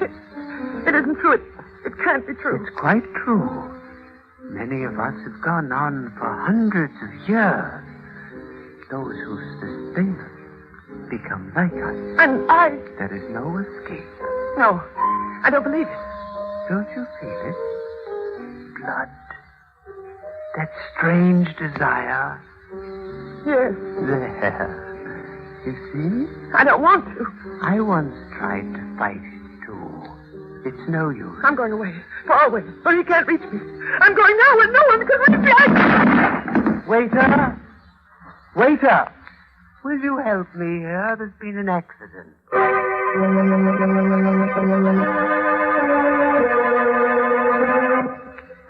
Everything's going to be all right, Diana. Now, just lie here and rest quietly. You're in your own home. I opened my eyes and saw Claudia, my older sister. Never was so glad to see anyone in all my life. Claudia had always helped me, always advised me. She'd know what to do. You want something to eat? No, I'm not hungry. But the doctor said you'd have to eat. How did I get here? You collapsed in the cocktail lounge. They brought you home. When? Last night.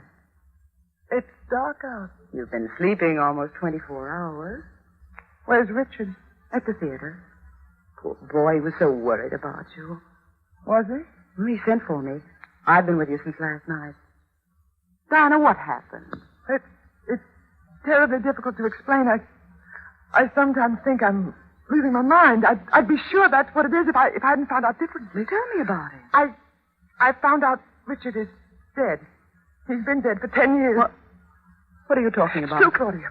I went to Greenlaw and I saw his tomb. I opened it and the coffin was empty. Diana. I know what you're thinking, but I'm not insane. He never sleeps at night. Now I feel this strange craving. Claudia, don't steal it. You know what you're saying. Yes, I know it sounds wild, fantastic, but I haven't told this to anyone, but it's true. There are things in this world you only think are primitive superstitions, but Claudia, you must believe me. Yes, of course, I believe you, dear. We must destroy Richard. I read about those things. We must destroy him by driving a wooden stake through his heart. That's the only way I can escape from him. That's the only way I can become a human being again. Diana. You'll help me, Claudia. Of course, dear. Haven't I always helped you? Where are you going? Just to fix you something to eat. No, you're going to leave me. Leave me here alone with him. I won't let you do that, Claudia. That gun. Where did you get that gun? We've always had one here. Ever since I first told Richard I was afraid of this place. You're not going to leave me alone now, Claudia. I'm not going to let you. Of course not. Get away from that door. If that's what you want. Claudia, come back! No! No, you're insane! No! She's gone. Insane. She was so sure I was insane, she didn't even give me a chance to explain. I was alone in the house. I felt terribly weak. I wanted to sleep. I wanted to sleep forever and ever. But I knew if I lay down and closed my eyes, I might never open them again. Never open them and see the world as you or I used to. I'd be something else. I looked at the clock. Almost midnight. Richard would be coming back any minute. I ran to the door, locked it from the inside with a safety bolt.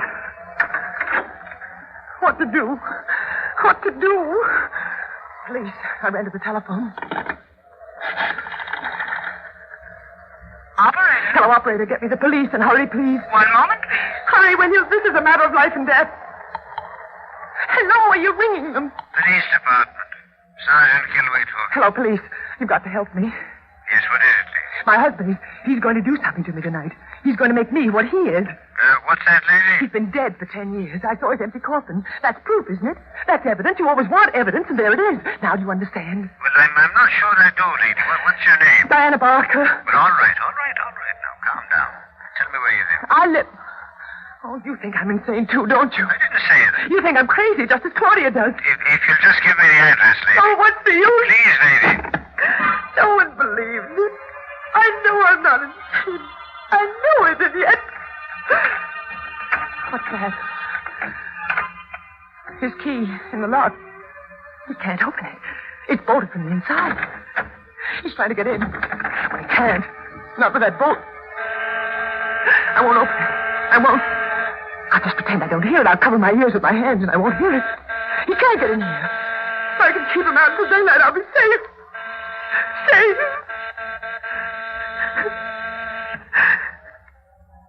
Suddenly, the doorbell stopped. I knew he hadn't gone away. I could feel him near me. But he couldn't get in. No, he couldn't get into the penthouse. There was no way to get in unless he came through the terrace. And there was no way to get on the terrace unless he could fly. Fly. The wind was screaming. When I turned to look at the French doors leading to the terrace, it was impossible. He couldn't. And yet, he couldn't. And yet, suddenly the doors burst open. The wind blew through the house like a cyclone. The air framed in the double doors. Stood Richard. Why didn't you let me in? How did you get out on the terrace? Never mind. What are you doing with that gun? Don't come near me, Richard. Diana? Go away. Go away and leave me alone. Give me that gun. No. I'm warning you, Diana. You'd better give it to me. If you take another step toward me, I'll fire. Diana. You see? The bullet. They didn't harm you. No. I didn't miss. No. Tempted. You see? It didn't do any good. What are you going to do? I'm going to put an end to this once and for all, Diana. An end? I've prepared for this. I have a knife. You see? Richard. Don't be afraid, Diana. You won't quite die. No, no. Come here, Diana. No, Richard, no. You're no. making too much trouble while you're alive. Help me, someone! They got me! I saw the knife over my throat. I beat at his chest with the empty pistol. Then, just before everything became black, I saw 3 flashes of lightning.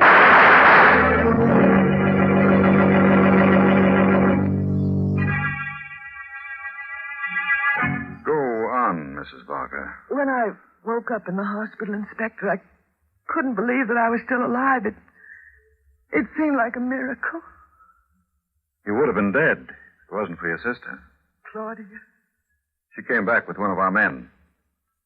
He shot and killed your husband just as he was about to plunge the dagger into you. But how did he get in? He came over the adjoining terrace from the penthouse next door, just as your husband did. No, Mrs. Barker.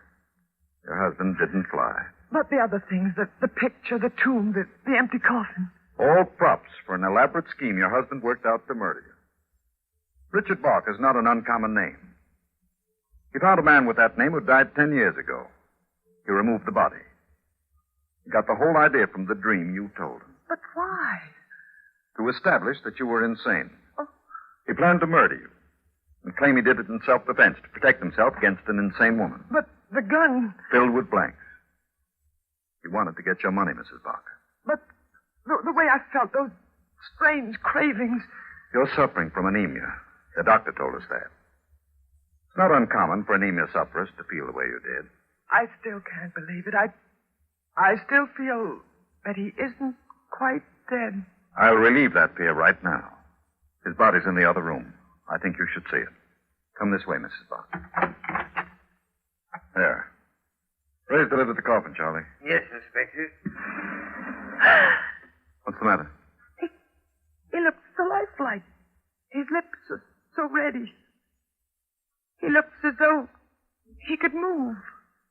Get up at any minute. Nonsense. I assure you he's quite dead, Mrs. Barker. And I can further assure you that the police department has never encountered one authentic vampire in its history. You're very reassuring, Inspector. I think I'd better leave now. Don't bother to see me to the door. Bye. All right, Charlie. Cover him up and have him buried. Okay, Inspector. What is it, Charlie? Inspector. Maybe I'm nuts, but I could swear that I saw him move. Oh, nonsense. Close the lid. It's getting dark, Charlie. Sun sure goes down quick these winter days. I'm going home. Good night, Charlie.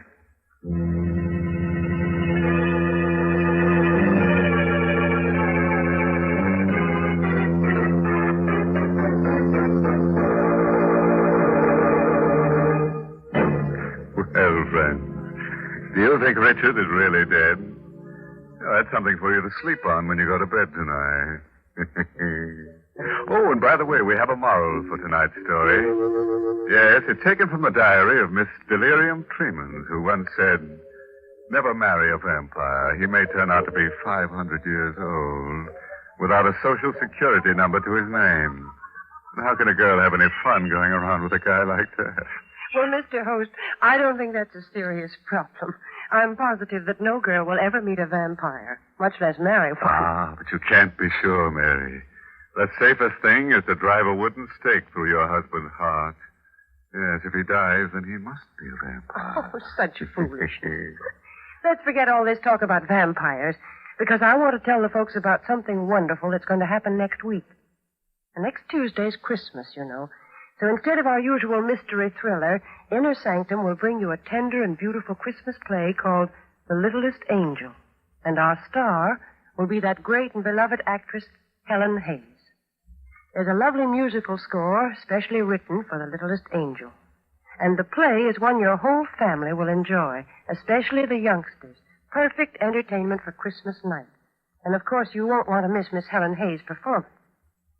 So be sure to tune into this station at the regular Inner Sanctum time next week. I promise you, The Littlest Angel, starring Helen Hayes, and brought to you by the makers of Lipton Tea and Lipton Soup, will be the crowning pleasure of your Christmas day. That sounds great, Mary. You know, Christmas is really wonderful. There's something about it that gets even the most hardened characters. Oh, by the way, this month's Inner Sanctum Mystery novel is The Fearful Passage by H.C. Branson. And don't forget what Mary told you, friends.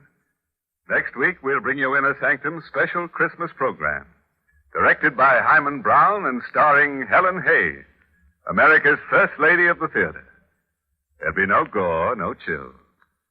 Not even one little murder, believe it or not. The holiday spirit is getting even us. So be sure to join us next Tuesday. Meanwhile, I'm going to do my Christmas shopping. You know where I can get a nice fur-lined coffin for a cold-blooded friend? Until next Tuesday, then. Good night. Pleasant dreams.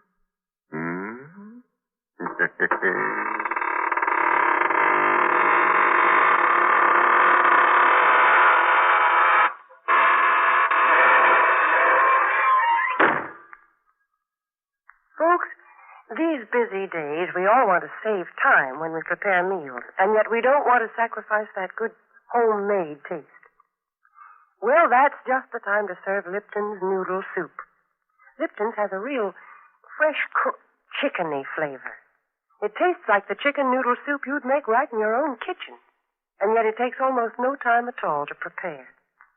And Lipton's is economical, too. It costs less and makes lots more than canned soups. So don't forget to try Lipton's Noodle Soup Mix.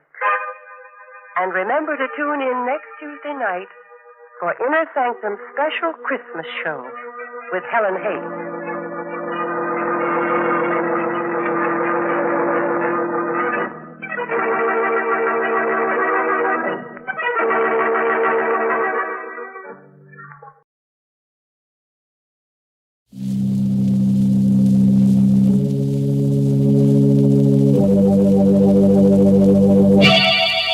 Lipton Tea and Lipton Soup presents Inner Sanctum Mysteries.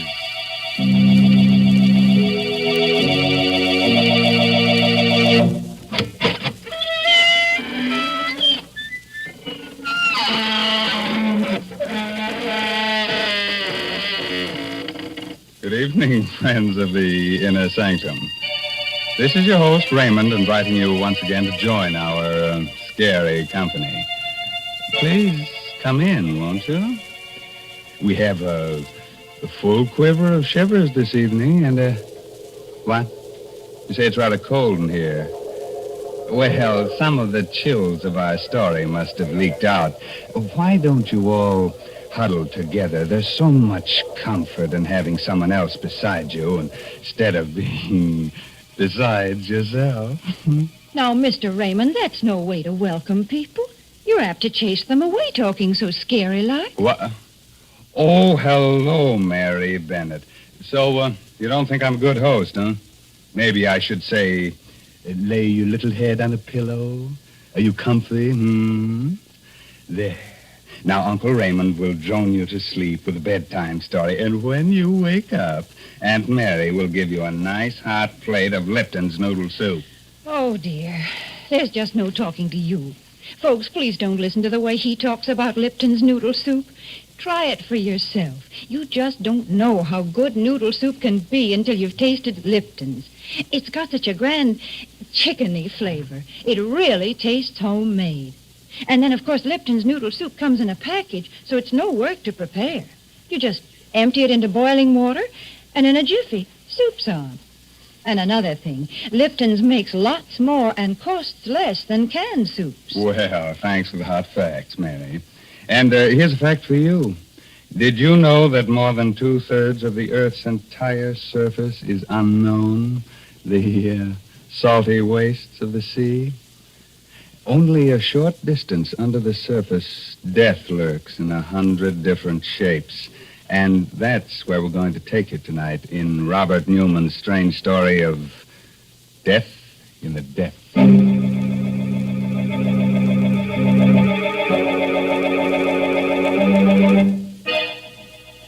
A wharf in a small seaside town a few minutes before midnight. Moored to the dock, just barely visible through the thick fog, is a stubby, broad-beamed ship. Suddenly, out of the swirling mist, a man and woman appear. He is tall, heavy-set, carries a sea bag over his shoulder. She's slim, attractive. They reach the end of the dock, and he stops. His face haggard. I can't do it, Leila. I just can't. That's all there's to it. Stop arguing and get on board there. I'm telling you I can't, Leila. I can't. Why even think about it? The way the water looks down under. Feel of it pressing against you. And I'm telling you that you're going, whether you like it or not. 2 years of living in crummy second-rate rooming houses. That's plenty, see? Too much. You're going back to doing something that really pays off. But, Leila, I told you to shut up. Now stop squawking and let's go aboard. Okay. Hi there, the Gasca Bay. Is Captain Brody around? I'm Brody. Come aboard. Evening, Captain. My name's Farrell. This is my wife. Hello. I understand you're going off on a job and you're looking for divers. Well, yes, I am. We've got a salvage job off the Keys. It's a tough one, 20 fathoms. We only use real deep water men. What did you say your name was again? Farrell. Steve Farrell. You mean Big Steve Farrell? Why don't you say so? Sure, I can use you. Wait right there. I'll go get the paper. Okay, Captain. Well, was that so tough? Hey, look, for heaven's sakes, don't make me do it. You don't know what you're asking me to do it. It's like sending me... Leila. Did you hear that? 9 bells. What of it? What of it? There's no such thing as 9 bells. It's like a clock striking 13 o'clock. Well, that means death. The only other time I ever heard it was when Curly... Listen, I'm getting sick of this, see? You don't want to do any more diving because you've lost your nerve.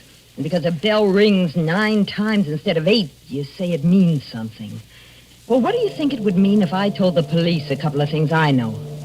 I'll tell you. It would mean the chair. Now, how do you like that? Leila, you don't know. You don't know. Take care of yourself, Stevie boy. I'll be seeing you in a couple of weeks. Feeling pretty good, aren't you? I think you're getting just what you want. Well, maybe you are. Because when I sign those papers, I won't be signing on as a diver. I'll be signing my own death certificate.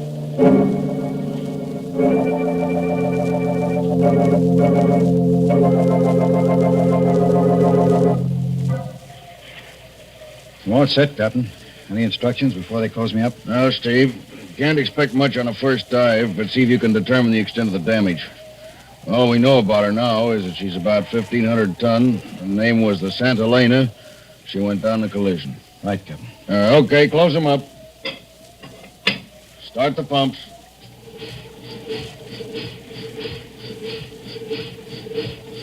Lower away.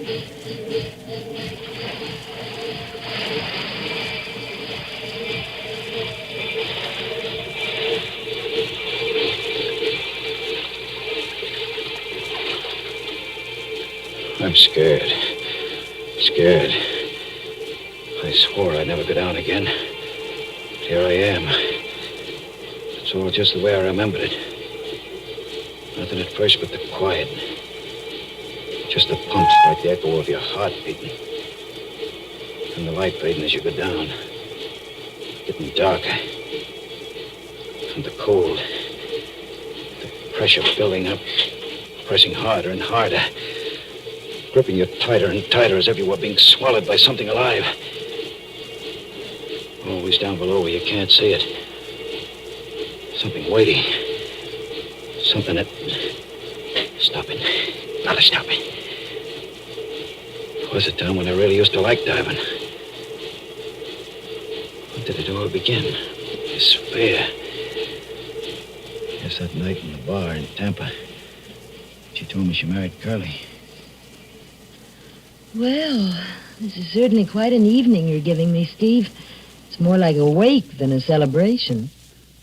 Why are you looking at me like that? Wondering whether I should kill you. Whether I should talk to Curly and let him do it. What do you mean? You know what I mean. You know Curly. If you ever found out how things were with you and me, well, he's just young enough and crazy enough about you to put you away for keeps. I can handle Curly with my little finger. And besides, you wouldn't do anything like that. Wouldn't I?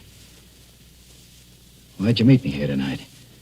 You know it's because you wish you were married to me instead of him. So what? What are you going to do about it? You know darn well he'll never let me go. No. I guess he won't, but we've got to do something. Yeah, but what?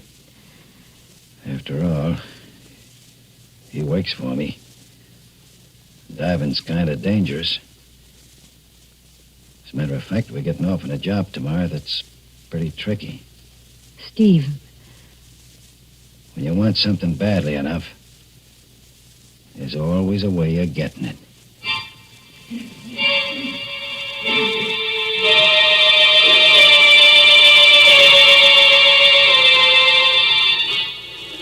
Yeah, that was the beginning. That wasn't when I was afraid for the first time.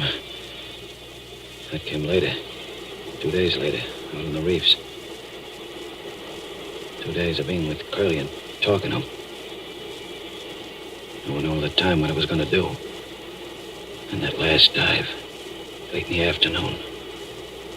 Standing on deck with Andy, the pump man, and watching Curly through the clear water. Watching her move across the deck of the Hulk. As cool as she was, and... You going down too, Steve? Yeah, Andy.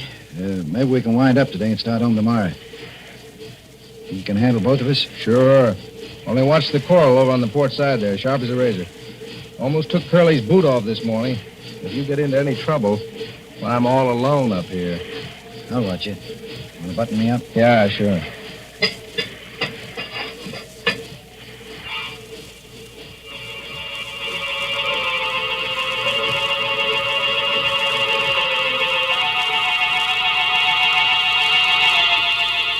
Going down then.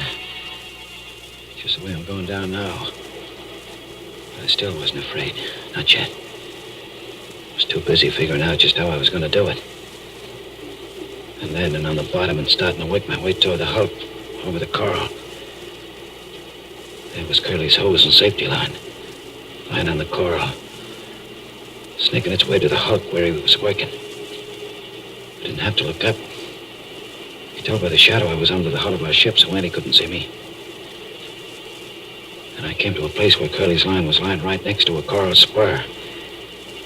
And I knew that was it.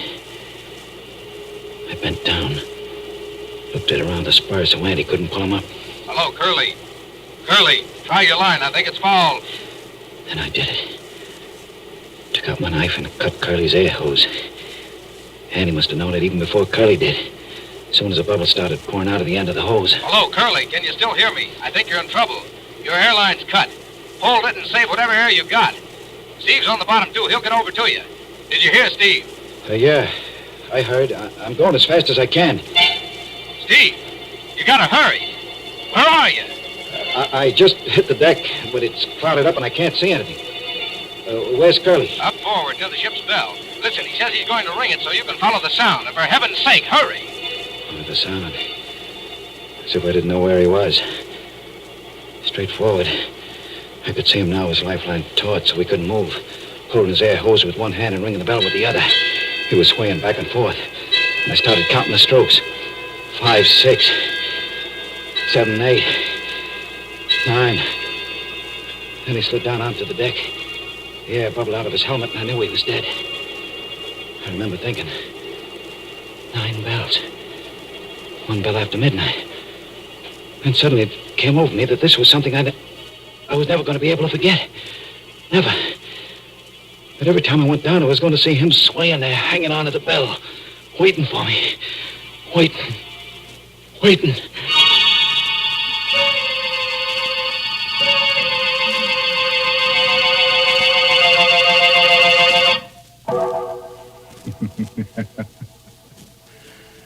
So that's why Steve Farrell wouldn't go back to his old profession of deep-sea diving. I should think it would lose some of its appeal if you expect to meet a dead man every time you go down. How about that, Mary? Climb aboard and tell us what you think. Well, Mr. Raymond, I certainly wouldn't like to be a deep-sea diver. To be all alone down there in the cold water with fishes and all sorts of things swimming around you. That's not for me. Oh, but just think, Mary, when you come up, you could have a nice hot plate of Lipton's noodle soup. I think you've really got something there. Lipton's noodle soup would sure be welcome at a time like that. It's such a heartwarming dish. It perks you up just looking at it, looking at those tender noodles floating in that golden broth. Why, I'm getting to talk fancy.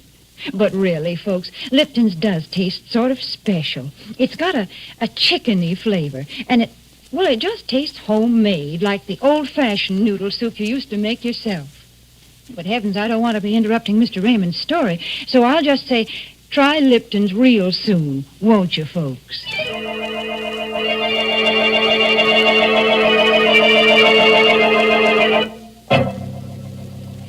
Now, shall I go on with the story of death in the depths of the sea? That strange underwater world where dead men ring their own death knell on the bells of sunken ships? Okay. It's just a moment later now. And Steve Farrell is still standing on the deck of the sunken freighter, Santa Elena. Oh, Steve, anything the matter? Why, no, Captain. I'm sorry. I thought I heard something funny, and I guess I lost my nerve for a minute. After all, this is my first dive in quite a while, but I'm okay now. You sure? We can haul you up, send Mike down. No, I'm okay. I'm going to stay. Well, all right, but don't forget we can't see you from up here. So keep talking all the time so we'll know exactly where you are and what you're doing. Check. I'm up forward now on the port side of the deck. I'm just going inside. The companionway door is jammed shut, and I'm working on it. There she is. And now I'm inside in the car door.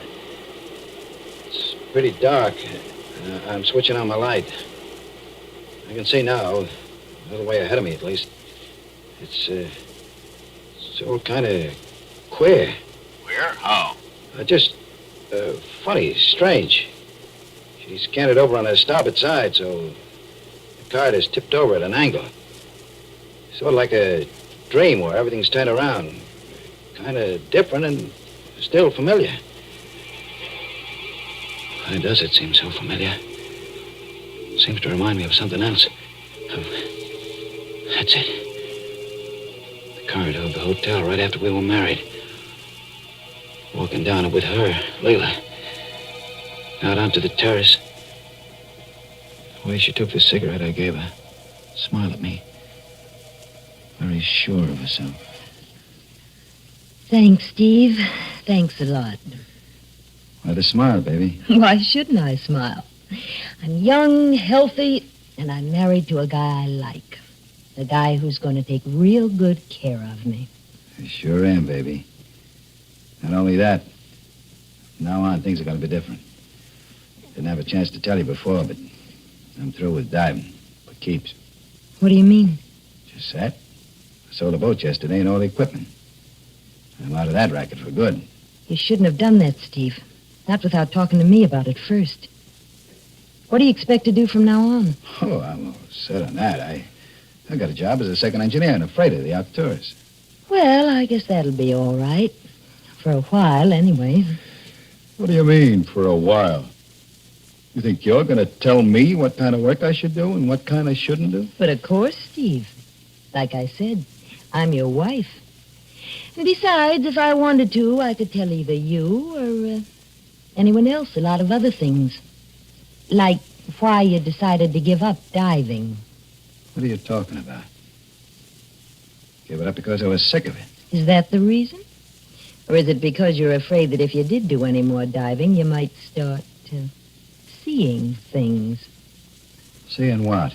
Well, after all, you were right there when Curly had his accident and got drowned. The funny thing is, you were talking about how he might have an accident just before you went off on that trip. I've been thinking I really ought to talk to Andy about it since he was there, too, and find out just how it happened. Andy's not around anymore. He left town right after I paid him off. Oh, I see. Well, remember that the police could probably find him, Steve, if they should ever want to ask him any questions.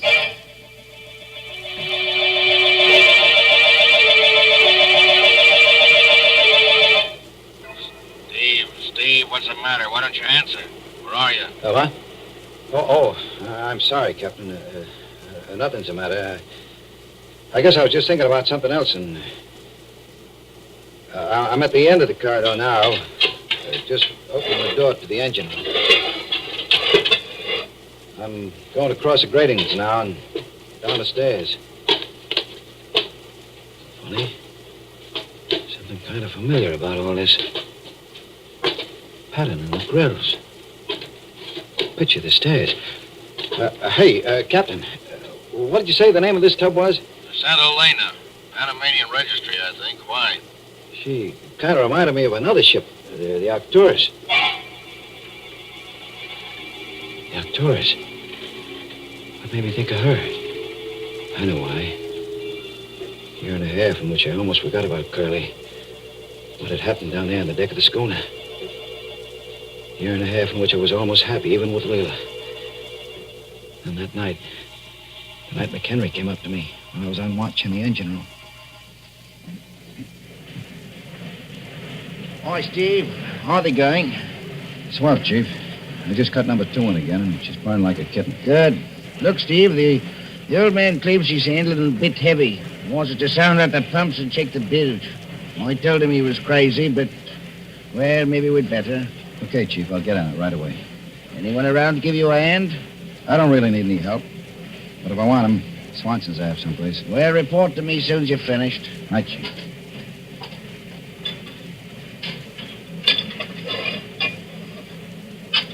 Oh, there you are, Swenson. Hey, where you going?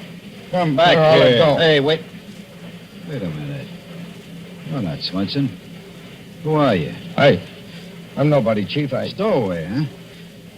Hiding down here behind the boiler. Give me a break, will you, Chief? I ain't doing nobody any harm. Well, I'll be. Steve, big Steve Farrell. Andy Andrews. And I wanted a break. This is terrific, Steve, like money in the bank. What happened to you, anyway? Oh, usual thing. Run of tough luck. Been out of work for about a year now. Look, Steve, I'm pretty hungry. I ain't had nothing to eat since we left port. I guess I could pick up some stuff from the galley for you. But you'll have to be careful. It'd be the devil to pay if they found out I was hiding. Good old Steve. I know you wouldn't let an old shipmate down. And, Steve, while we're at it, I could use a little cash, too. Yeah, I figured that. Well, when we get to port, I guess I could let you have 10 or 20. That's not enough. I was figuring on, like, 500 for a starter. 500? Are you nuts? I don't think so, Steve. You see, after Curly had his little accident and you sold the boat and all the equipment, I figured you'd given up diving because you were kind of upset about it. Then I heard you'd married his widow, that Leila dame. I started thinking back. I remembered how Curly's air hose looked after we pulled him up. The place where it was cut wasn't rough, like it had been done by Coral. It was clean, like it had been done with a knife. So that's it. Blackmail. Oh, why do you have to use words like that, Steve? Okay, Andy. It's going to be a little tough to get, but... Wait a minute. What is it? Someone's coming, one of the wipers. We got to find some place for you to hide. I know. Down there in the bilge. Here, climb in. Right down through that But it's almost full of water. There's plenty of room and you'll be safe there. Really safe. Oh, okay, but you better not... Oh, what are you doing? Let go of me! Let go! Help! Help! You'll be safe here, all right.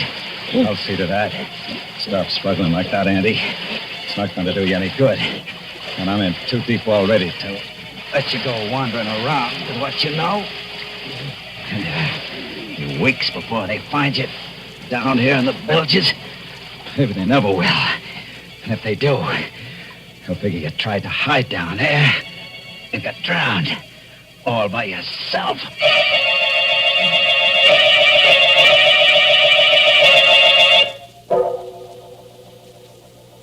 Hello, Steve. Steve, will you talk up and stop mumbling? Where are you now? Down at the bottom of the ladder in the engine room. This light's not too good. The boilers are right in front of me. Seems to be some kind of a brass plate on the floor here. Captain! This isn't the Santa Elena. It's the Arcturus. What are you talking about? It is. Don't you understand it? It's the ship where I killed him. And he must still be down here. Down the bilges. Get me out of here. Pull me up. Okay, Steve. Now take it easy. We'll get you up. Start hauling them up. Mike, you better go down there fast, see what the trouble is. Hurry up, for heaven's sake. I think I see something moving back there, behind the boilers. Hey, Brody. The bell. Ringing like it did when Curly. That means that he's here, too. You're both here. Can't you get me out? We're trying, but something's wrong with your line. Seems to be fouled. Now look, Steve. Try to get out yourself. Start working your way back along your line. No good, Steve. You know that, don't you? You're here to stay. Andy. It is you. Sure, Steve. And I got a friend with me. A friend of yours, too. He's standing right next to you. Curly. We waited a long time, Steve. But now you're here with us. And now you're going to know exactly what it was like with both of us. You're going to know what it's like to drown. Steve, why don't you answer? What's the matter? Steve, your lifeline and air hose, I think they're gone. Hey, Curly, no. Let me go. Too late, Steve. This is it. This is the way it was with us. Trying to fight it first, holding your breath. Then, when you can't fight it any longer, letting go.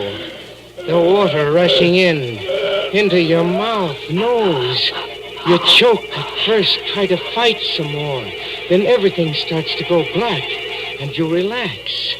There are lights moving in the darkness, and suddenly you feel very peaceful and very free. Peaceful and very free.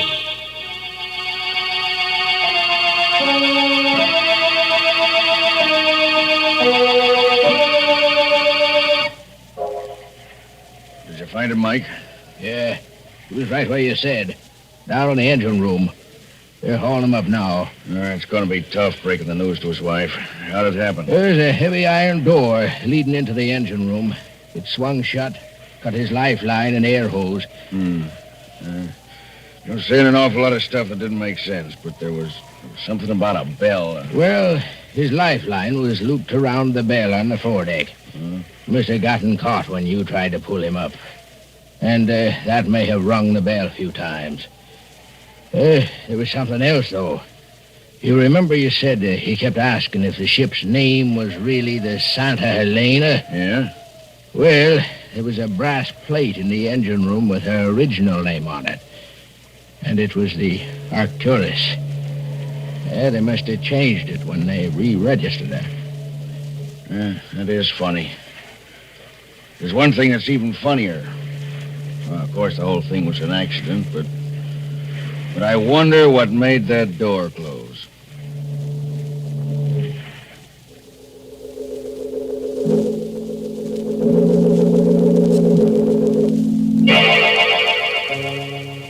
Oh, you do, huh? Even with two able-bodied ghosts about? But that's the way we like to leave you, with a couple of things to keep you wondering. And when we do, then we've known we've really rung the bell. The funeral bell. Oh, Mr. Raymond, with all the different kinds of bells there are, why do you have to talk about that kind? All right, Mary. Pick your own bell, see if I care. All right, then I'll choose a dinner bell. Will you ring it 9 times? Huh? No, sir. You only have to ring it once if you're serving Lipton's noodle soup. And folks will come swarming to the table, because they know it takes Lipton's to show how good a noodle soup can be.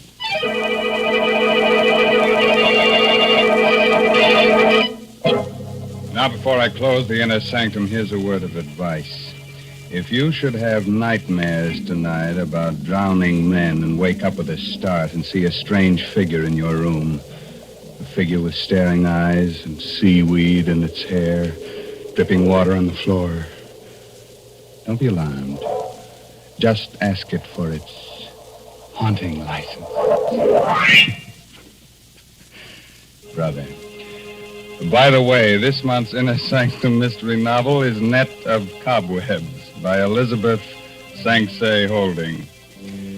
Now it's time to really close that squeaking door until next week at this same time when Lipton Tea and Lipton Soup present another Inner Sanctum Mystery directed by Hyman Brown.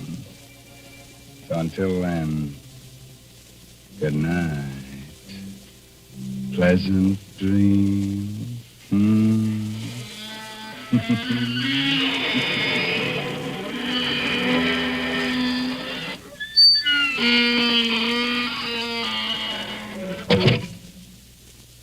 Folks, I don't know how you feel, but that spooky bell gave me the shivers. Right now, I'd like to hear a cheerful sound that'd make me forget all about it. Yes, I'd like to hear a tea kettle singing on the stove. And when that water is at a good rolling boil, let's have a cup of Lipton tea. You know, the tea with the brisk flavor. That word brisk, B-R-I-S-K, means that Lipton's has a lively, full-bodied flavor. It never tastes flat or wishy-washy. So don't forget Lipton tea. And don't forget to tune in next Tuesday night for another Inner Sanctum Mystery. This is CBS, the Columbia Broadcasting System.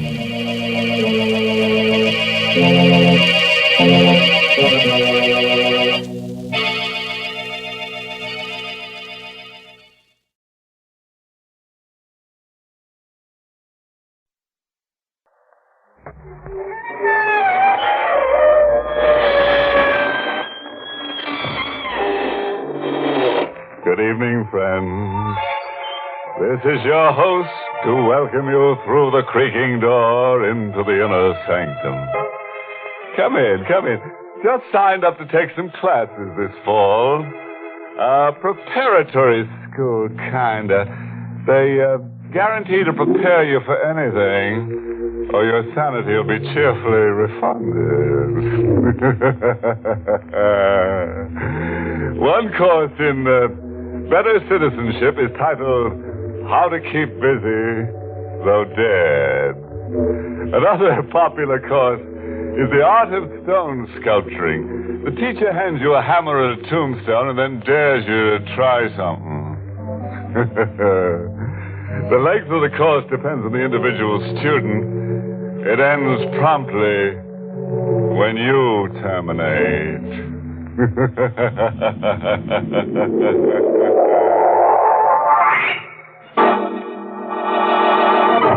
Tonight's Inner Sanctum Mystery, Catch a Killer, was written by John Robert and stars Larry Haynes in the role of Stitch with Barbara Weeks as Gale. And now, let's exercise our fears. Tonight's drama is told under the byline of Stitch Thompson, a newspaperman as hard-boiled as a 10-minute egg. The way men get who make murder their business. He's in Joe's restaurant, staring restlessly at nothing. The way men do who are fed up with themselves. 10 years on the crime beat, and your mind begins to crack a little. Like a punch-drunk fighter talking to himself. You've seen the sordid side of life, and it's crept into your system. You forget more than you remember just to keep from going nuts. But there's one experience I do remember. Because it happened to me last. It began in court. A guy was being sentenced to death. Marco Chase, you have been found guilty of murder by a jury of your peers.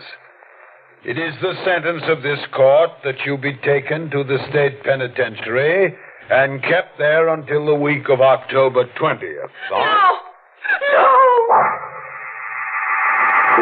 There was a girl, a perky little brunette fainting dead away. A wife or a sister, maybe, or just a woman hearing the bell tolled over a guy who was too young to die. It was a sister, as it turned out to be, a little while later when I ran into her again at Joe's restaurant, a newspaper man's hangout. Now, you better stop it, kid. You'll just get yourself sick. Marco, your husband? My brother. He didn't do it. He didn't murder Mona Taylor. It's a little late to go into pros and cons. Mona Taylor was his dancing partner, huh? Yes, but that was all. He wasn't in love with her, and he didn't murder her. If Mona Taylor was murdered... If? Well, wait a minute. They'd never have gotten a conviction without a corpus delicti. They found her in the river. A body that was hardly anything. It had been weak. And they identified the body. But how? Teeth. Just a small dental crown. And a dentist's testimony. So-called measurements. The measurements fit, but that could have been a coincidence. Yeah, it could have been. The main gimmick was that dentist's testimony. All horribly circumstantial. 90% of hanging evidence is circumstantial, kid. Help him, Mr. Thompson, please. Oh, you know me, huh? Yes. You've succeeded where the police failed so many times. You've been oversold on my reputation. You won't help me? I wouldn't know how. Sorry. I said no, but I took her red eyes away with me. Her red eyes were right in front of me a couple of days later. I was on an assignment, the city morgue. A local racketeer had been riddled with bullets and tossed into the streets. There was a woman beside me, a relative. She was there to identify the remains. I watched her look and I listened to her scream.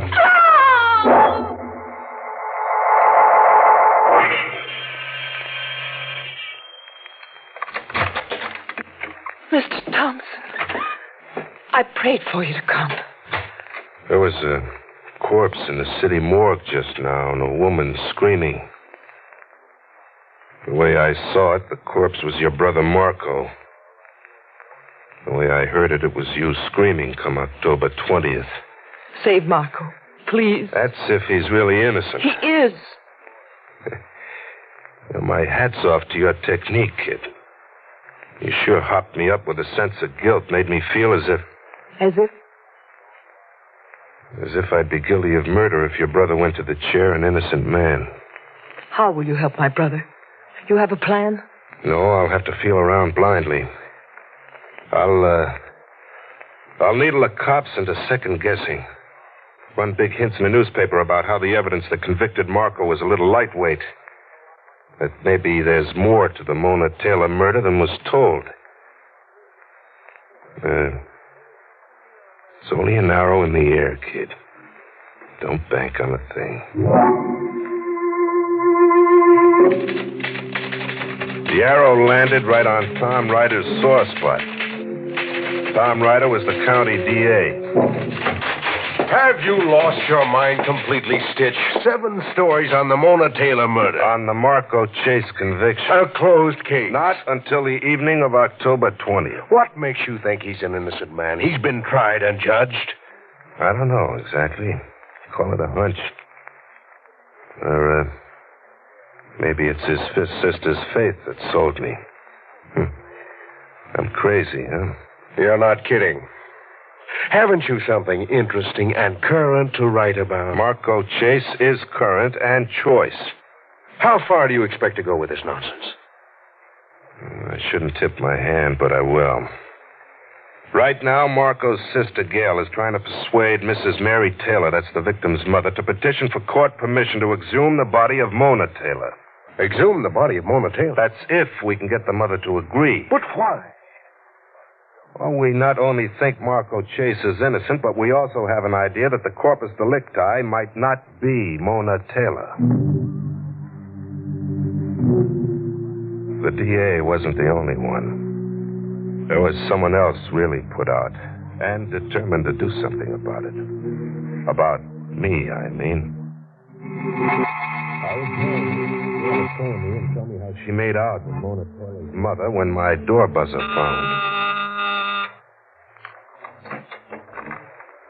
There's a kid with a package. Mr. Stitch Thompson? Yeah, that's me. Well, here's a package for you. Who from? Well, a man in the Owl drugstore said to bring it to you at 9 sharp. 9 sharp it is, thanks. It's just a package. A box in brown wrapping paper. I opened it. Who wouldn't open it? How suspicious can you get? I got the cover off, and the room fell on me.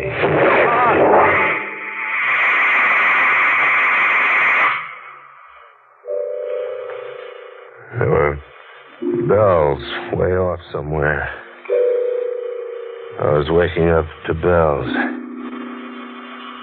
I'd been asleep for 1,000 years like a mummy in a tomb.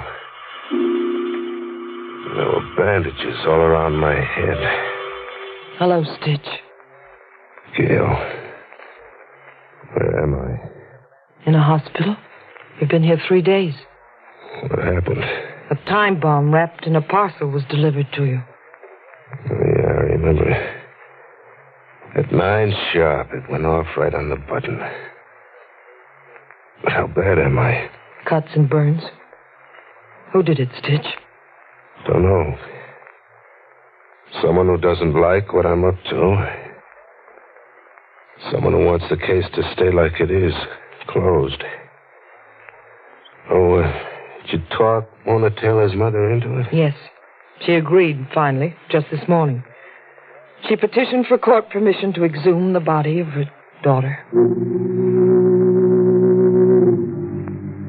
On the day I was checked out of the hospital, we exhumed the alleged body of Mona Taylor and shipped it to a private laboratory.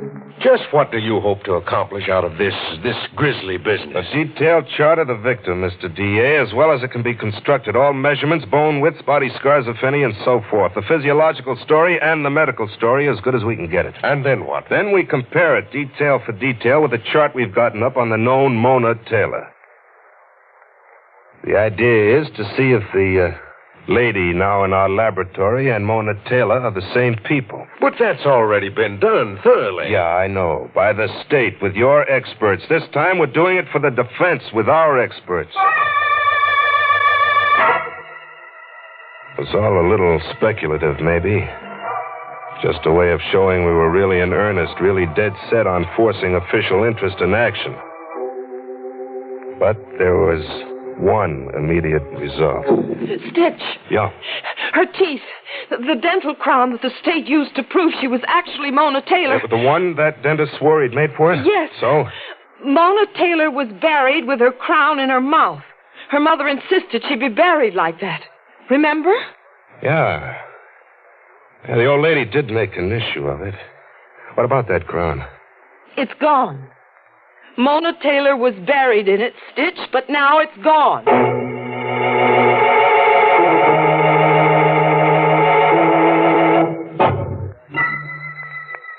I beat the DA to the dentist whose positive identification of the dental bridge did so much to cinch the state's identification of the body.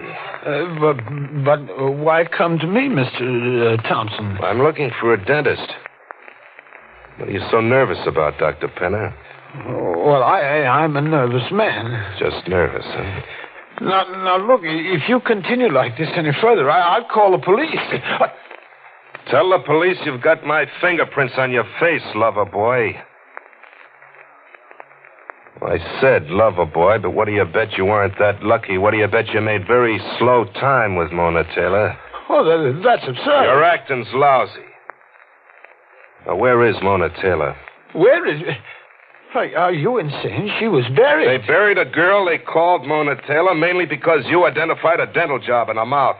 Strike out your testimony, and the corpse was a practically unidentifiable somebody washed ashore after weeks in the river. I'm not just guessing or bluffing, Penner. We exhumed the body this morning and found the dental crown she was buried with missing. Missing? You're acting still lousy. Now talk. All right. I lied when I identified the crown. Why? Well, I was forced to. Someone kept telephoning threats to kill me if I didn't. Who kept telephoning you? I don't know. It was just a voice on the telephone. A hard, determined voice like yours. A voice I became afraid of. He said it was to both our advantages, his and mine, if the body was identified as Mona Taylor. Why'd you go to the crazy risk of stealing the crown? Well, your newspaper articles made me do it. Your demands that the body be exhumed and the case reopened. You see, I was afraid another dentist would turn up, the dentist who had really worked on Mona Taylor. You see, I never did any work on her. Okay, Penner, get your hat. My hat? And take it off when you enter the DA's office. Tell him what you've told me.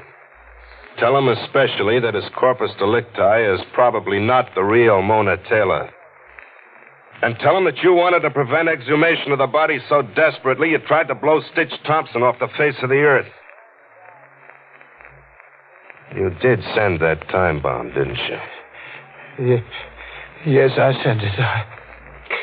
I must have been crazy.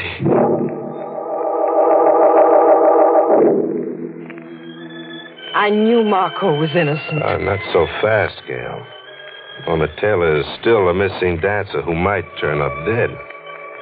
And the odds are top-heavy that she will turn up just like that. Why are you so certain, Stitch? The kind of girl Mona was. All mink and no heart. She made men a career. Bet on it that way, kid. Mona Taylor is dead. We bet on it like that. With the mother's reluctant okay, we holed up in Mona's apartment that night to see if we could get a line on the men in her life from her letters and a stack of diaries. Get a line on one guy, especially. The guy who had put the heat on the dentist Penner in the first place and gotten him to perjure in court. You were right about Mona. About her making a career of men. Yeah, I undersold her. Men crawl through her diaries like ants. She hated men. Men loved her, but she hated them. Yeah. She was no good, Stitch. If she's dead, I'm glad. Oh, I get it. She did a good job on your brother Marco, too. Not for my brother. I don't hate her just for that. I hate her for all the men who fall honestly in love. And for you, Stitch. I hate her for you, too. For me? Yes. I've watched you staring at her picture all night. She's beautiful, isn't she? Yeah, she is. But there are other beautiful women in the world. Yeah, but not like... Now, look, you've got me mooning over a girl I don't even know. I didn't do it, Stitch. It just happened to you. I watched you finger her trinkets before, and her gowns. The way your hands touched things Mona owned and wore. How do I touch them? Tenderly. With a touch of love. Kid, you're crazy. Am I? Sure you are. Sure, I can go for a girl like the next guy can. So what? I could go for Mona, I could go for you. Can't you go for me? Well, easier than for Mona. She's only a photograph on the bureau. You're alive, baby, right within reach. Then reach, Stitch. What? Reach. Kiss me. You kidding? No. Kiss me. Funny, but I can't. You can't. In her room with her picture staring at you with Mona alive in the room. You're trying to hoodoo me into believing I'm in love with a ghost, but the fact is you're jealous of a ghost. I am jealous of her. It's insane, I know, but I am. I'm sorry, Stitch. Oh, forget it. It's a kind of a spell in this room anyway. Now, let's get back to our work.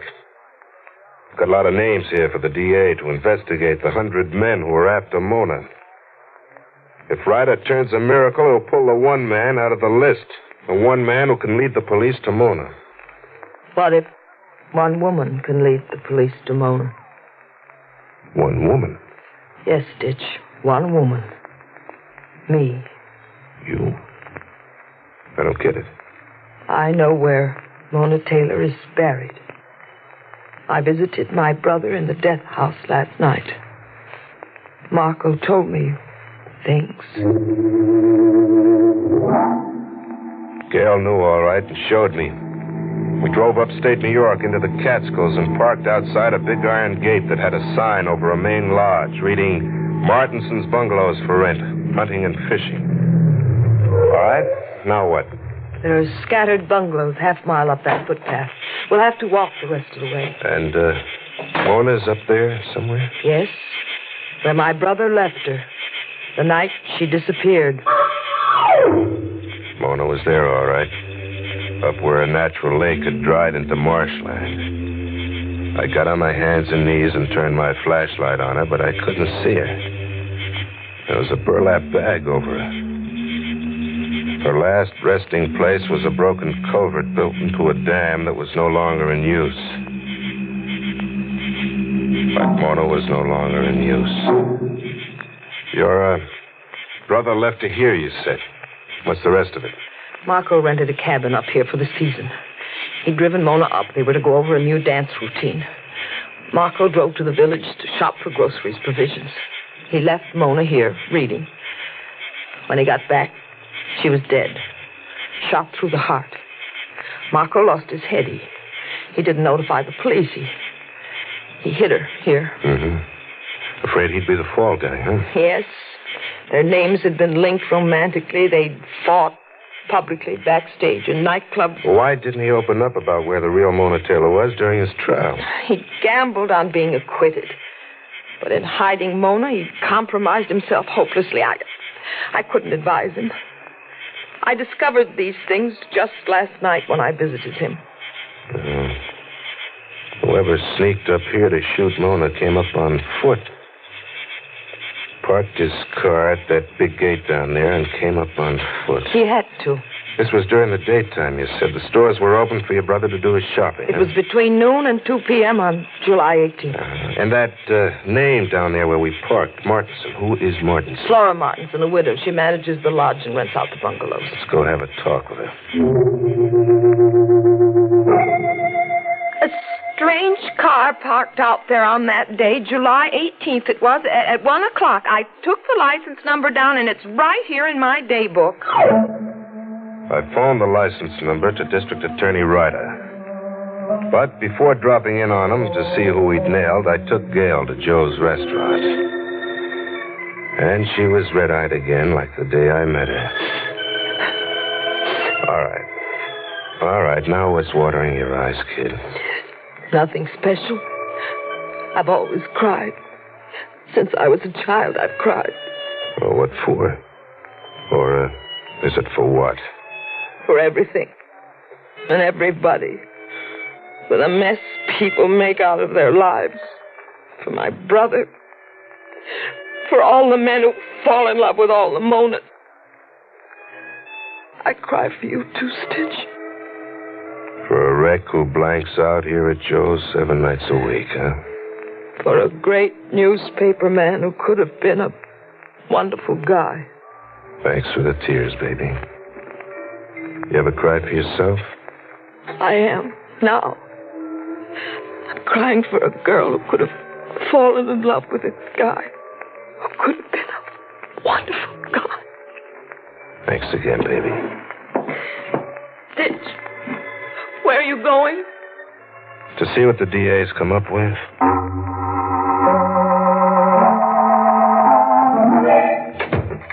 Hiya, DA. Hello, Stitch. Sit down. I checked auto license 6Y410. I wired the state capitol on your tip. Here's what they wired back. Green Coupe, 1946. The owner's vital statistics are age, 36, height, 5'11", weight, 175 pounds, eyes, blue. You sure he was the man who murdered Mona Taylor? Yeah, I'm sure. What's his name and address? He lives at 625 10th Street. His name is Stitch Thompson. Why'd you come forward like this now? This late? I didn't. A brunette named Gail pushed me forward. She knew I was the guy who murdered Mona. She also knew I was a punch-drunk reporter who'd blanked out. So she started a campaign to start me remembering. You know, she did it to save her brother. Well, a funny thing happened to her. She's in Joe's right now, crying her eyes out for me.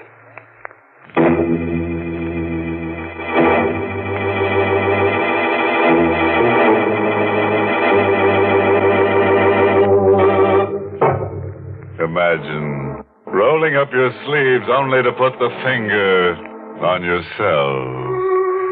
You know, for a guy whose moniker was Stitch, our boy was certainly Unravel.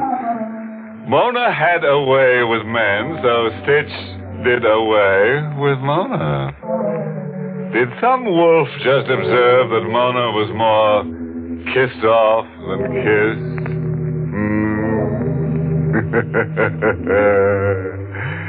Good thing Gail was able to maneuver Stitch into remembering. Marco my words it was.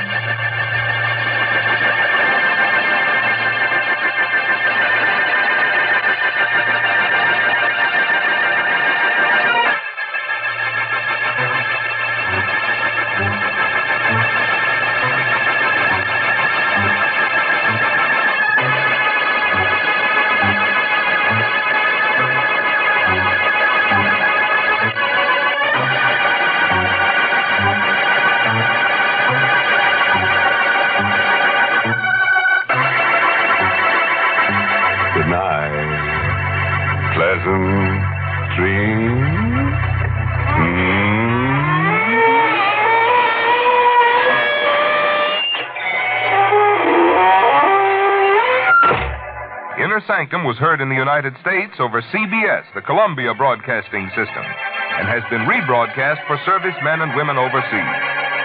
This is the United States Armed Forces Radio Service, the voice of information and education.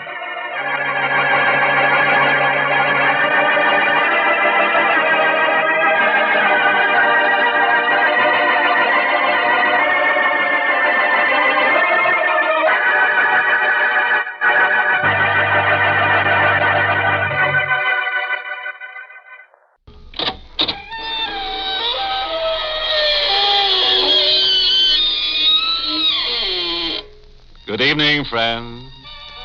This is your host to welcome you through the creaking door into the Inner Sanctum. Come in, come in. I've been reading my fan mail. Huh? Oh, sure, I get lots of it. Delivered in a hearse every morning. One lonely heart writes, "Despite your sinister voice, you strike me as a fine gentleman and a homebody. I am companionable, good-natured, unmarried, and I've been hardly dead a year. Won't you please exchange photographs, signed Lonesome?" Did somebody say the lady spook out of turn?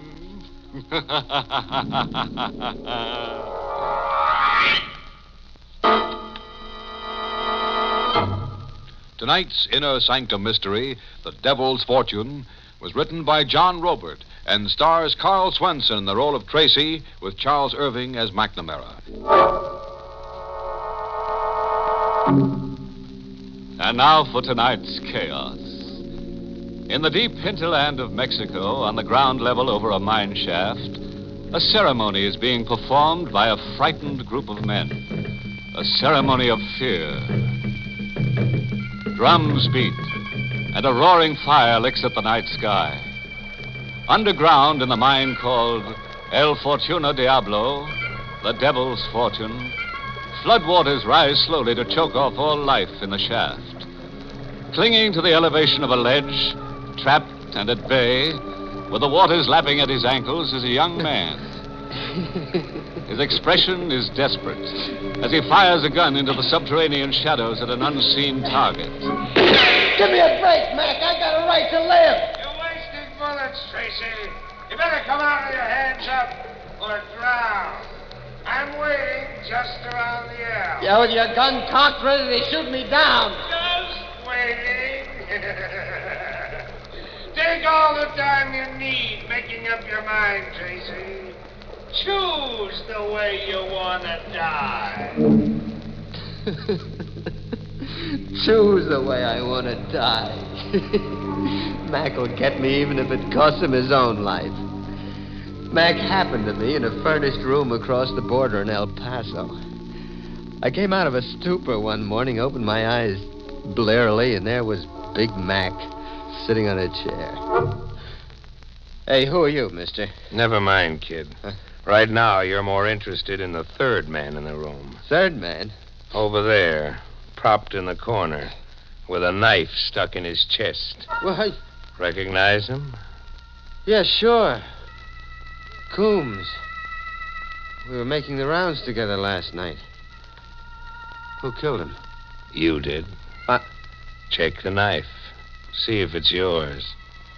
I'll give you the details, kid. At about 2 a.m., you got into a quarrel with Coombs outside the Hotel Navajo. I happened to be around, taking it all in. You're a mining engineer, but you haven't worked in a year. You were stewing over your hard luck. You took it out on Coombs. It's hard to believe that... Take the corpse's pulse, and then believe it. You blacked out, and I hustled you both up here. Why? To give you a choice. Either I call the cops, or the three of us go for a ride. We'll dump Coombs somewhere, and then the two of us push on into the interior of Mexico. Is it a deal? Why are you helping me? What's in it for you, Mr. McNamara. You're a crack mine engineer. I need a crack mine engineer that I can trust. Your knife in Coombs means I can trust you anytime, anywhere. We dumped Coombs, and 2 days later we were 500 miles inside Mexico. Mac? Huh? I've been thinking. That story that you palmed off on me about Coombs. You stuck that knife in him. Maybe. But you'll never be able to prove it now. Mac, you're crazy. And you're soft. Soft and sentimental. The world's an anthill. Knifing Coombs was like stepping on an ant. Get tough, Tracy. Think big. How big? This big. I've got a map here. Yeah. Read off the name. El Fortuna Diablo. An abandoned gold mine just outside a native village called Alicante. All boxed in and boarded up. Hasn't been worked in 20 years. A fortune's been laying around begging for takers. Well, why hasn't anybody worked the mine? Fright. They're all petrified with fright. From the owner, a chump named Parento, right on down the line to everybody in town. There's a legend about the mine that scares them. The devil is supposed to make his headquarters there. Hey, the map is spotted with blood. Whose blood is that, Mac? The chump who had the map previous to me. Called himself Klondike. He lay there drooling over the map, whispering to himself about El Fortuna Diablo. Week in and week out, month after month, I listened to Klondike whispering to himself. Lay there? Lay where, Mac? I had to break his hand open to get the map out of his fingers. Where were you, Mac? I'll tell you sometime, Tracy. Sometime when you get out of line, maybe, you'll wish I hadn't told you. We reached Alicante, bleak, backward village where civilization came trickling in slowly by donkey cart over narrow mountain passes. From here on, kid, watch me operate. How are you going to get El Fortuno Diablo? Steal it. We steal the mine from a Senor Parento, that owner I told you about. It's all fixed. Tonight, Parento's being told the hoodoo is off the mine and that he's a dope not to cut me in as a partner and start operating El Fortuno Diablo full blast. Who's telling all this to Parento? The one guy he'll listen to and believe. What passes for the village wise man in these parts? A joker named Montesano. Montesano has this town organized, like Al Capone used to operate in Cicero. Everybody's scared not to listen to Montesano. Well, why will Montesano play ball with you? A gun in his ribs and $500 in his palm. Just you watch how Montesano plays ball. I watched Montesano bat a home run for McNamara. We were in a room with Montesano, Parento, and a sharp-nosed fella named Salvador. Salvador acted as a sort of bodyguard, advisor, and local technical expert to Parento. You will work the mine, Parento. You and the Senor McNamara. But El Legende del Diablo. The curse is no more. When your father was killed, he put the 20-year curse on El Fortuno Diablo. And now the time is over. But the man, they will not work the mine. In all Alicante, I can find nobody to work the mine. You will tell everybody in Alicante and in the mountains that Montesano say it is good to work the mine. Machinery trickled in by cart over the mountain passes. Fearful workers grumblingly responded to Montesano's call. The shafts were rebuilt, and the mine began operating. At the end of the first week, McNamara played his trump card. He stole the mine.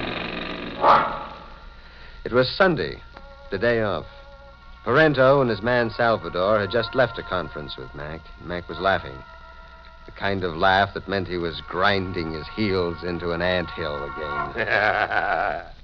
Happy days, Tracy. You've pushed your master plan another foot forward, huh? Oh, my old Tracy.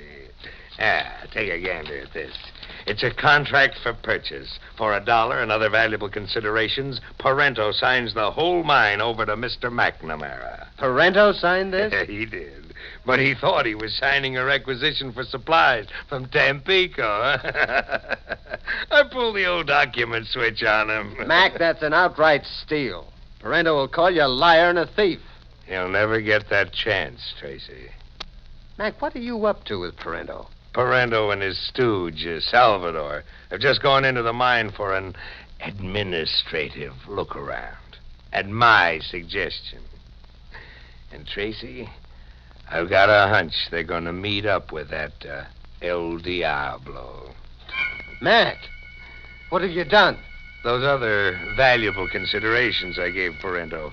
They were a couple of lunch boxes, packed nice and appetizing with chicken sandwiches and hot drinks. In just 1 minute, I'm going to pull the steam whistle cord so that Parento and Salvador get the idea that it's noontime and they're hungry. Minute's up. Mac, what's the connection? What have lunchboxes got... Mac! Now you're smartening up, kid. The box is open on a wire like a booby trap. Reach for a sandwich and smoke gets in your eye. Mac, I'm not going to let you blow up. Freeze, chump. This is a gun in your ribs. Hey. If you're itching to throw in with Parento and Salvador... Mac!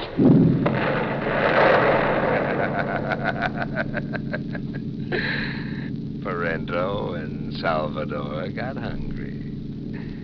Now we're really in the mining business, Tracy. Big.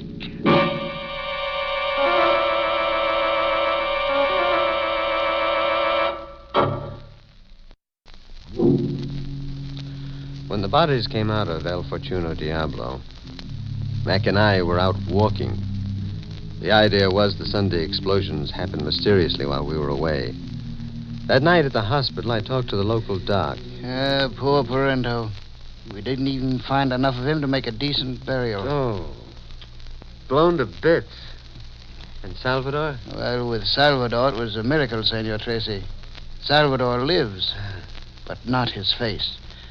Now, when the bandages come off one day, it will not be the face of the Salvador we knew. Just like his mind, poor Salvador left his face behind him in El Fortuno Diablo. Parento blown to bits and Salvador with his head swathed in bandages. McNamara's master plan was going great. Now the mine worked full blast, round the clock, day and night. Montesano was on hand when needed, telling everybody the hex was off, keeping the men in line for Mac. The men were working overtime, but so was the accident emergency bell connecting the shaft to the shack we supervised from. The bell meant an injury, or worse. Tracy, if it's another casualty, I'll fry somebody in oil. We're running a mining operation, not a hospital. It wasn't a hospital case this time. It was a case for the coroner. In the mine shaft, face upward, with his eyes fixed and unwinking, lay a miner, Miguelito. All of a sudden, senor, it's Miguelito. He let out a cry and dropped to the ground. I live 1,000 años and I never forget Miguelito's cry. What killed him, Tracy? Well, nothing apparent, Mac.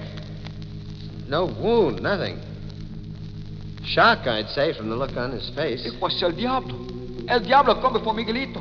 His face is black and standing from the side of his head, I see horns. Stop that line of talk, Manuelo. You're scaring the men. Scared men don't mind gold. Senor McNamara, is it true? It was the devil who come before Miguelito. See? Look there to the ground. El Diablo left his footprints. We looked, and there, clearly defined in the soft dirt, was a print. A hoof print. Mac, it's a hoof. It's a cloven hoof. Tracy, so help me if you blow your top in front of the men. Miguelito had a heart attack, men. He was just a kid, not up to being a miner. Now everybody back to work. The men went back to mining for gold.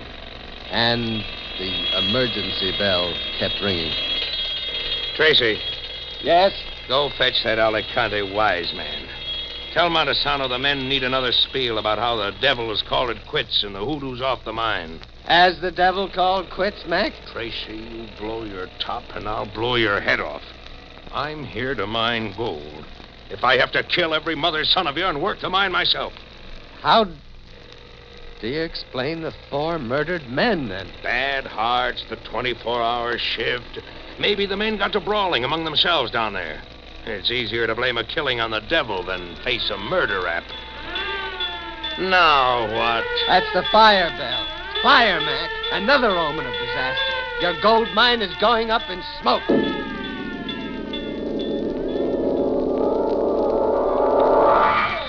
The mine was a raging inferno. Mac ran around like a wild man, barking orders, working with superhuman energy. Manuelo, get that equipment going. Beat the fireman and I'll double everybody's pay. Hey, I saw You let the fire get out of control and lose the mine, and I'll sing every living one of you a farewell lullaby with this. Mac was threatening them with a sample submachine gun spray. He meant mass murder, and the men knew it. Yeah, you're slowing up, man. Maybe a little music will give you more inspiration. It was an impossible task, but the men got the fire out.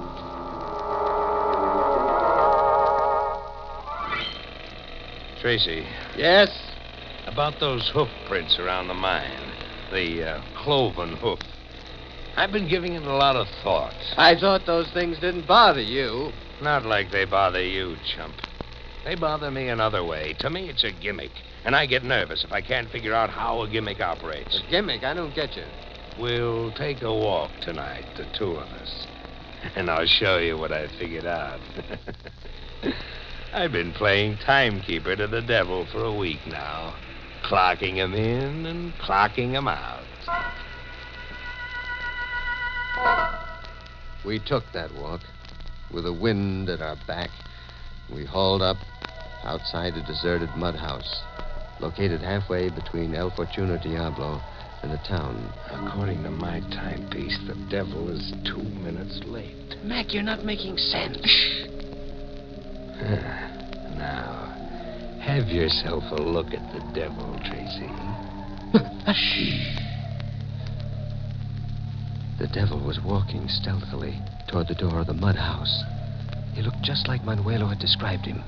Black from head to foot, horns rising from his skull, and feet formed into hooves.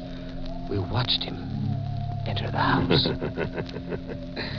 Tracy, you've seen the devil before your time.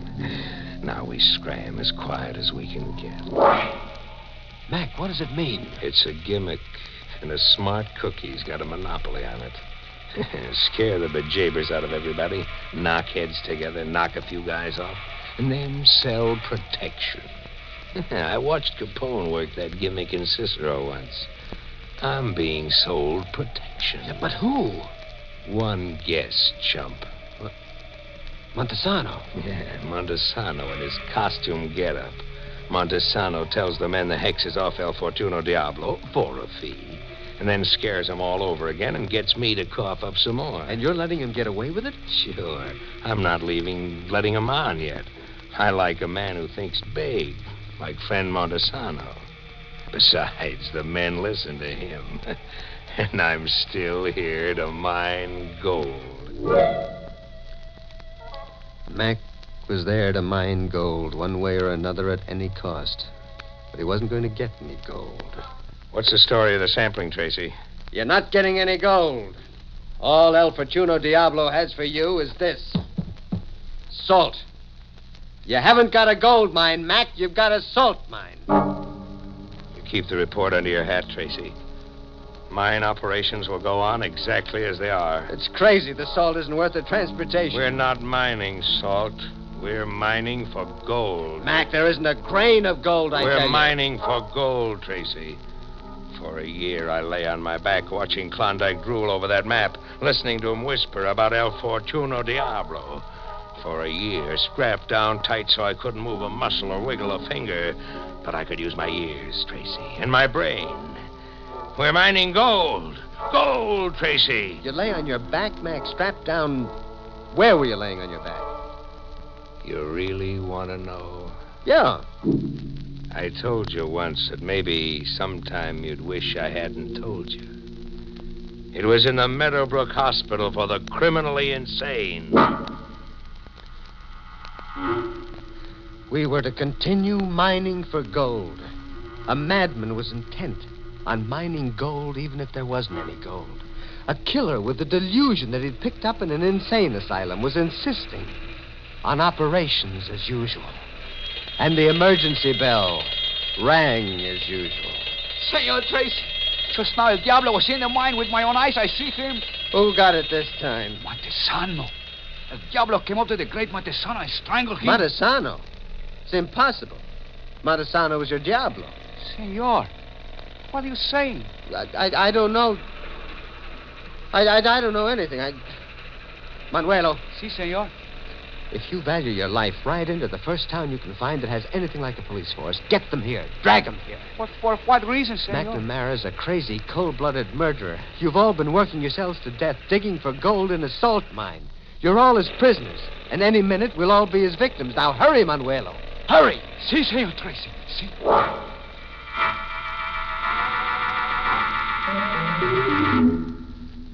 Manuelo didn't get far.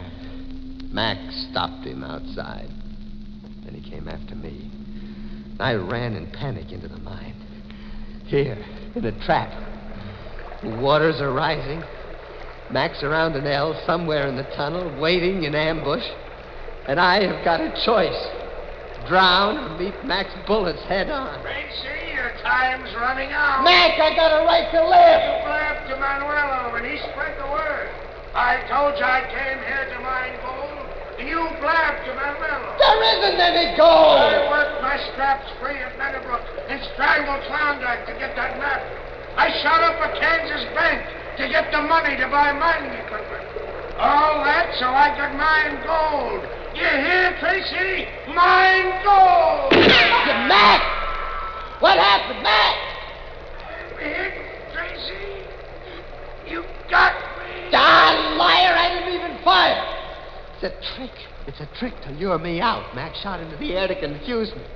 He's there behind an L where I can't see him in ambush. Mac! Mac! He cannot hear you, Senor Tracy. Mac, he's dead. El Diablo! It's the devil standing there. Like Manuelo described him, black from head to floor with horns rising from his skull. How many devils are there around here? First Montesano, now you. Montesano is a faker. He sees tribute, he do many things. Kill many men. I have come to know, senor, that there is no Diablo. No devil? You're not standing there, huh? But I am real, senor. Behind this face, I am Parento. Parento? They couldn't even find enough of you for a decent burial. Because Salvador they could not find. In the hospital, the doctor agreed that Parento will drive the devil from El Fortuno Diablo. And the police agree Parento will be their deputy. You killed Montesano and McNamara? Si, senor. What is so funny, senor? McNamara. I was thinking of Mac's master plan. He never figured that booby trap he planted in your lunchbox would blow up in his face.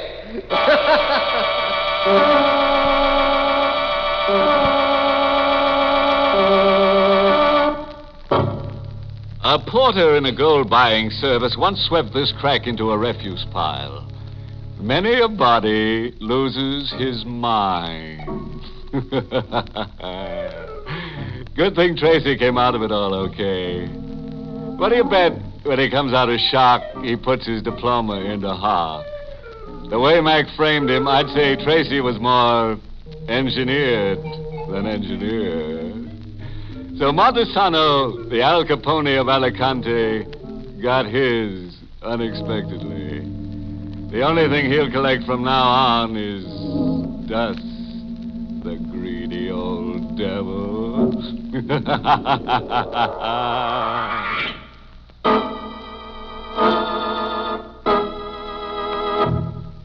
Good night. Pleasant dreams.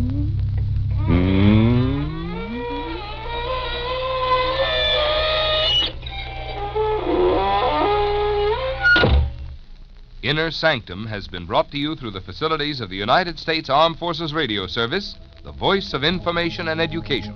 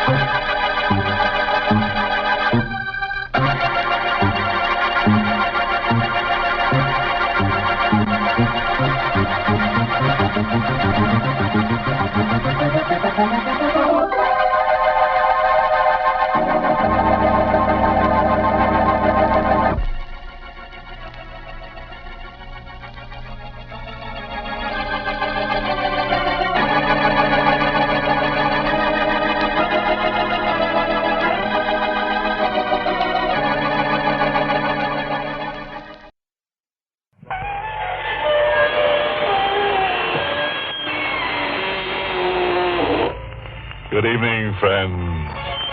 This is your host to welcome you through the creaking door into the inner sanctum. Come in. Come on in and join my wispy white friend. Oh, you're shivering. Cold? Well, don't let it throw you. Just remember that many are cold, but few are frozen. Oh, yes, your sheet is reserved for you. But please don't tear it. Remember the high ghost of living.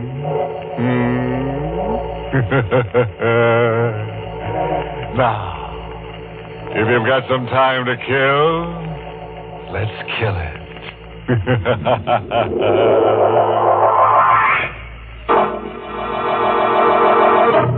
Tonight's Inner Sanctum Mystery, The Judas Clock, was written by Frederick Matho and stars Barry Kroger in the role of Sebastian with Lawson Zerbe as Andrew. Now, all comfortable and tense? Good.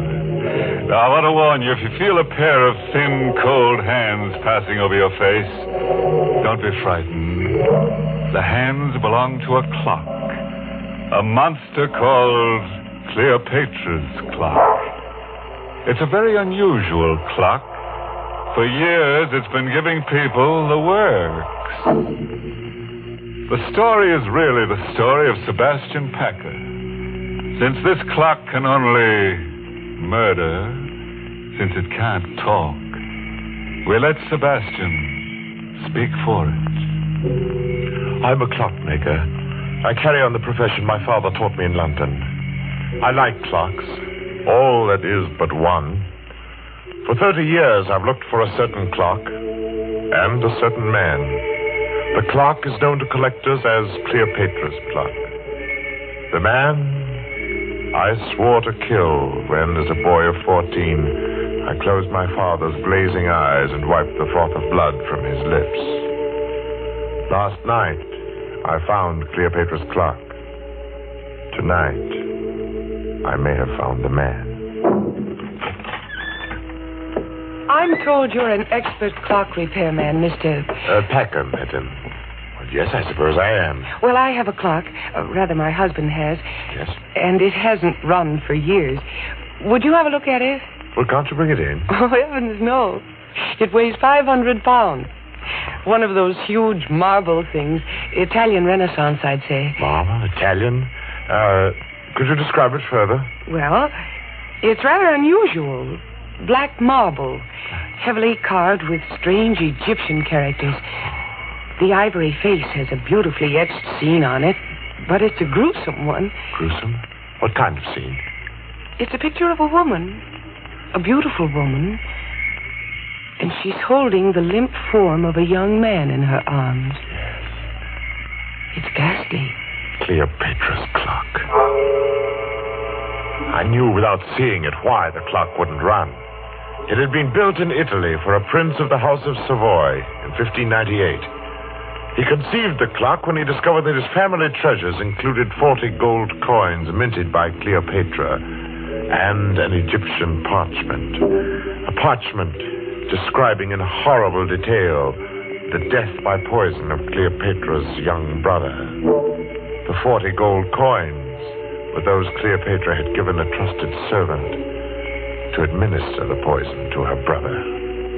The writer of the parchment had slain the servant for his treachery and carried the coins with him to Rome. The Cleopatra clock was made to run only when the 40 gold coins were in place in the clock's hollow weights. 20 in each weight. And the coins had been in my possession since the day of my father's death. Well, Mr. Packer, can you fix it? What? Oh, sorry. Daydreaming. Yes, of course. Does Mr. Arnold. Does Mr. Arnold know that you're having the clock repaired? No, we've only been married a few weeks, and I'd like to have it working when he comes back to town tomorrow. Sort of a surprise. I see. I'll be there in half an hour, Mrs. Arnold.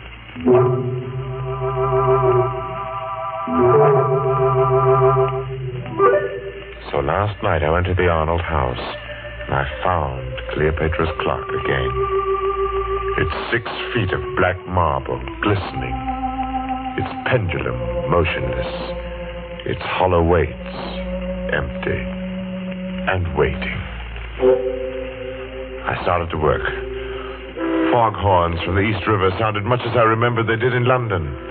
And suddenly I was back there on a fateful day about a fortnight after the clock had first been uncrated by my father. I was in the shop when the man from Scotland Yard stepped in. He walked straight to the clock and stared at it. Good afternoon, sir. Does the clock interest you? Very much. When did you acquire it? A cousin bought it at auction in Italy, and I'm displaying it for sale on consignment. My name's Pettibone, Scotland Yard. I've been looking for this clock for a month. It was stolen in Italy. Stolen? Yes, Mr. Packer, and worse. Murder was done. You know, I'm afraid you've involved yourself in a bit of something here. Murder? I'm taking possession of the clock in the name of the Crown. I shall never forget the look of horror on the detective's face as he laid his hand on the clock's carved column. It froze there while his face drained to pasty white and his eyes bulged.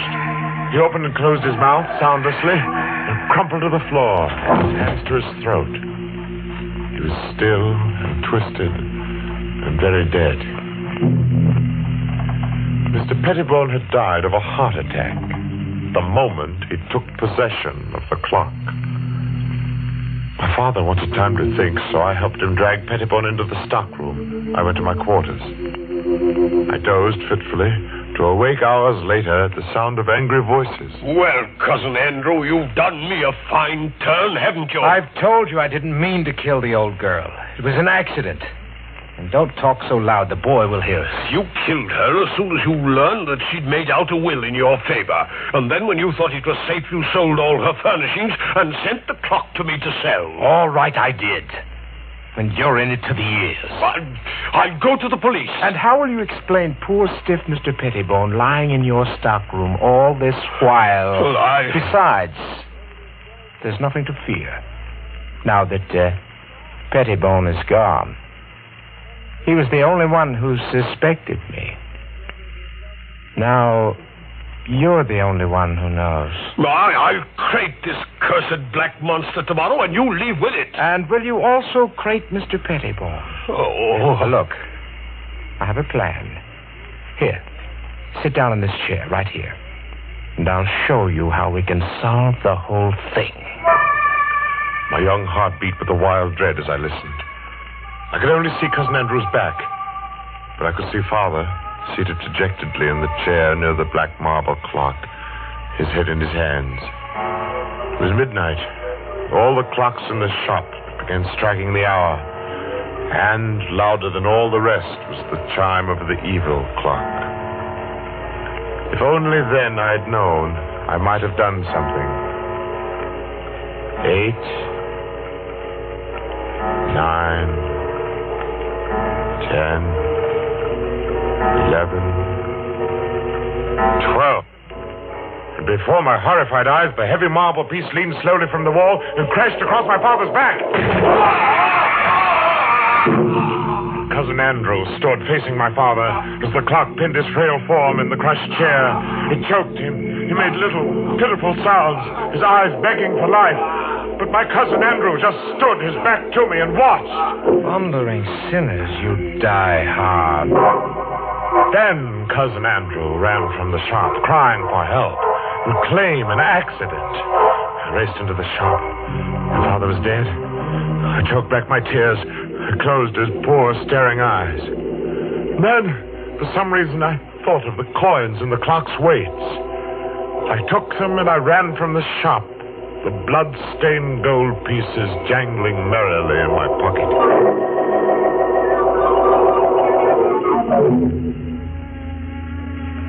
Armed with the notion that the coins were of value and the definite notion that I must eat, I approached one of the many dingy little curio shops in the Limehouse district. I stepped through the fog toward a shop where a dim light burned in the rear. Every inch of wall and ceiling was hung with curios, old armor, swords, shields. I would have run out, but a wizened, apish man barked at me from the rear. Well, what do you want? I have something to sell. What have you got? I have 40 gold pieces, sir. They're supposed to have been the coins Cleopatra paid a servant to poison her brother. I twist the scrawny neck off of you. You're pulling my leg, eh? Oh, no, sir, I'm not pulling your leg, sir. Here they are. Blimey. Gold, right enough. Where did you cop them? I didn't steal them. They belonged to my father. Oh, it's a likely tale. Will you buy them, sir? Buy them, he says. Buy them. Oh, You get out of here before I calls a bobber, you scamp. Go on, now get out. Give me back my coins. Get out or I'll come about and fetch you a sound one. The ugly brute came toward me. He held my coins clutched in a tight, hairy fist. Before I could move, he'd struck me the wall with a clatter. And then it happened. As I hit the wall, my eye caught a metallic gleam above me. I leaped back instinctively. As the hairy arm thrust at me again, a heavy metallic object dropped from the ceiling. It struck across the forearm of the clenched fist.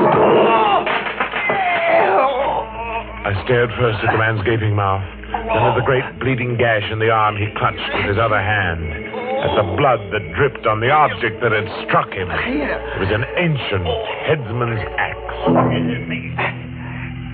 The gaping mouth opened and closed, making no sound.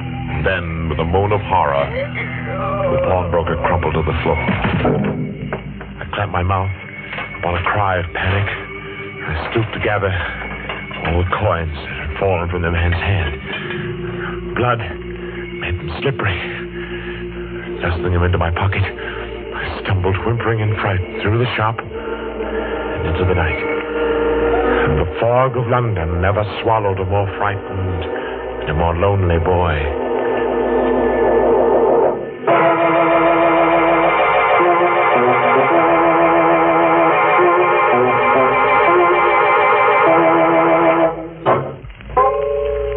I hadn't touched those horrible coins since the day the storekeeper's wrist had been cut by the falling headsman's axe.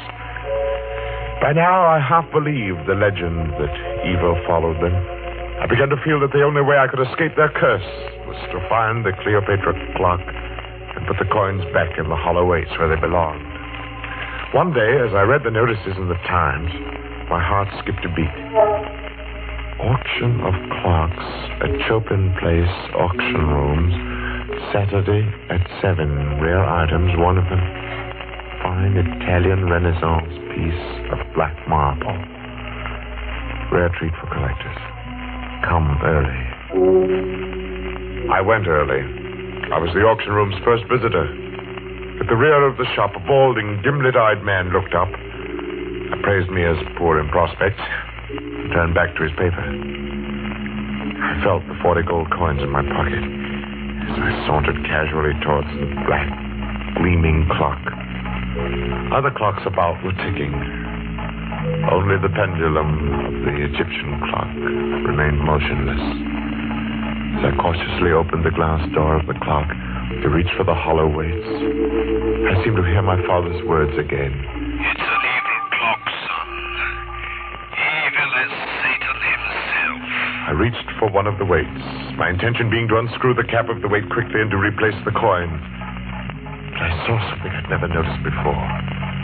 Directly beneath the right-hand weight was a small, round, flat bit of metal set into the floor of the pendulum box. It startled me. I looked over my shoulder towards the man in the rear. He was watching me. I had the unhooked weight in my hand within the clock. I'd have to work fast now to replace the coins.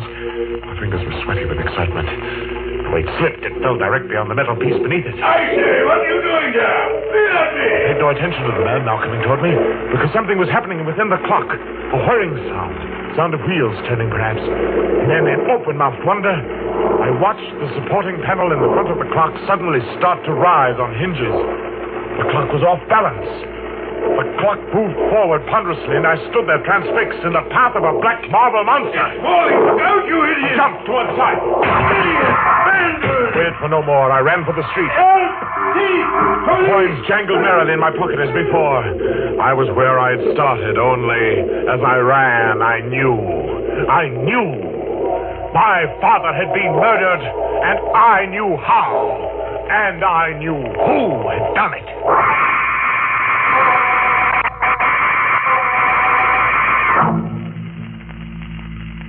I walked for miles, trying to pull myself together. I wandered aimlessly, or so I thought. But fate had traced my path before me, because I was startled to find myself staring into the shop window of a rare coin dealer named Megaroyd. I walked into the shop. Mr. Megaroyd seemed a nice little man. He smiled a bit quizzically at my firm belief that I possessed the betrayal coins of Cleopatra. I poured them on his counter. Oh, I say, you could be right, you know. These are the right era. Oh, I say, suppose they were. Let me put a glass to them. Would they be worth a great deal, even if they weren't? Well, let me see.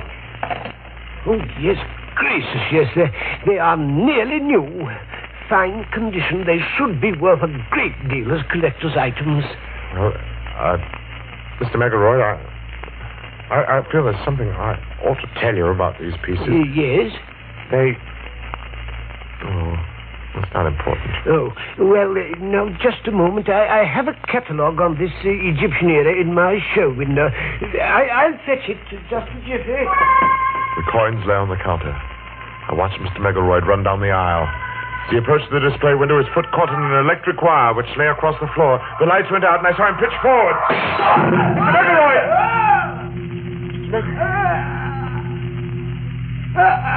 The street light peered through the broken plate glass. It made across a grotesquely sprawled form in the shop window. I needed no more light than there was to see what had happened. The upper half of the heavy plate glass had broken and dropped flat against the solid lower half. Mr. McElroy lay as the pawn shopkeeper had, holding with one hand the bleeding forearm he had pushed through his plate glass window as he tripped. The gold coins were on the floor, covered with blood once again.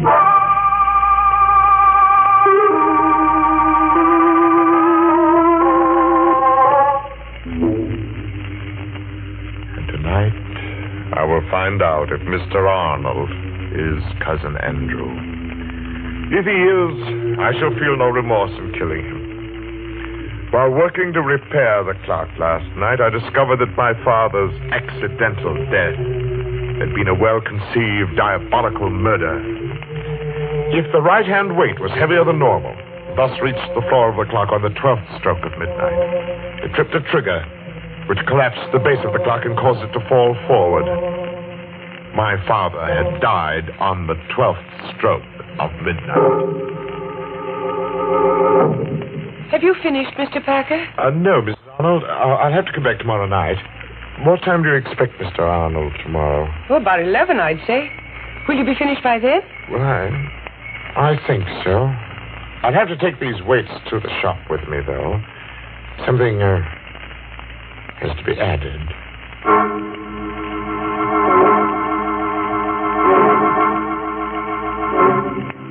I put the coins in their place within the weights. Not 20 in each weight, but 20 in one and 10 in the other. The other 10 coins are in my pocket. In another pocket, I have a small 38, although I don't plan to use it. I have a 30-year-old date to keep.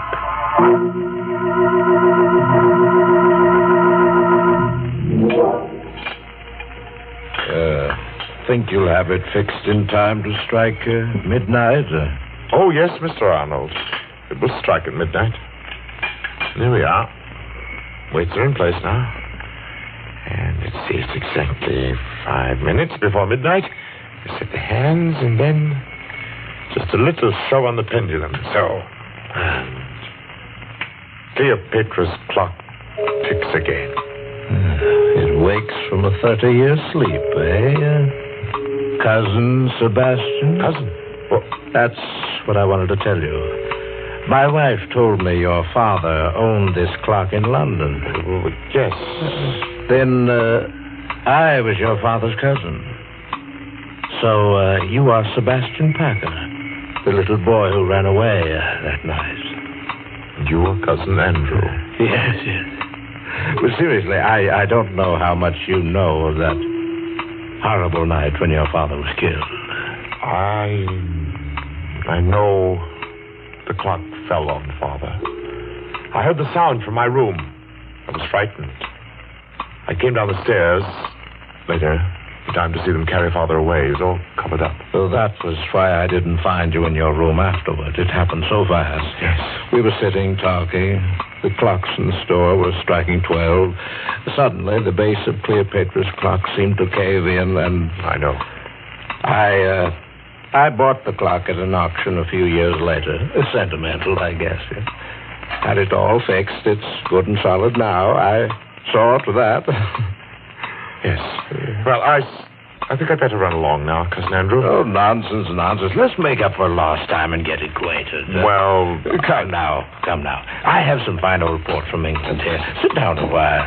No, not that chair. This one's a lot more comfortable. Oh, very well. It's a funny thing when you work with clocks as long as I have. You get to be quite philosophical about time. Oh, is that so? How? Well, here I sit by the big clock, just as my father said 30 years ago. Do you know how many seconds ago that was, Cousin Andrew? No, do you? Well, there are 350,360,000 seconds in 10 years. That would be 946,080,000 seconds in 30 years. You've got quite a mechanical mind, Sebastian. Here, try this port here. Okay. Here's your father.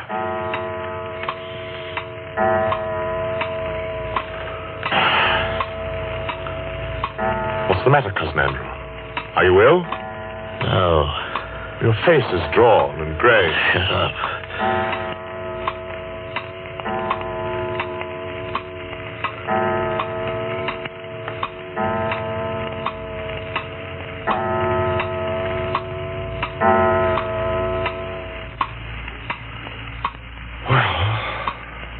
Andrew, it's late. It's after midnight. Better go. I say, you do look awfully ill. Not that I don't care. Thundering sinners. Where are you going? Don't go. I must go, Cousin Andrew. I told the patrolman near my shop that I would like him to meet me at 20 after midnight. The patrolman? Yes.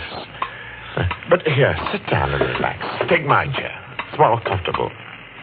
Well, you're shaking like a leaf. Now, you just sit quietly. I'll see myself out. Thundering sinners. Good night, Cousin Andrew.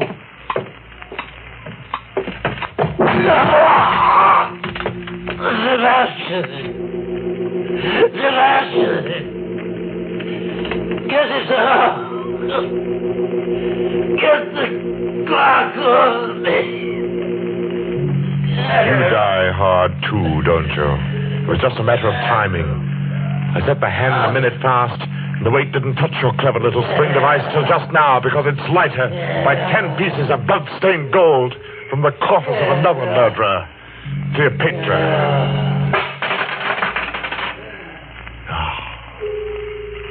Rest easy, Father.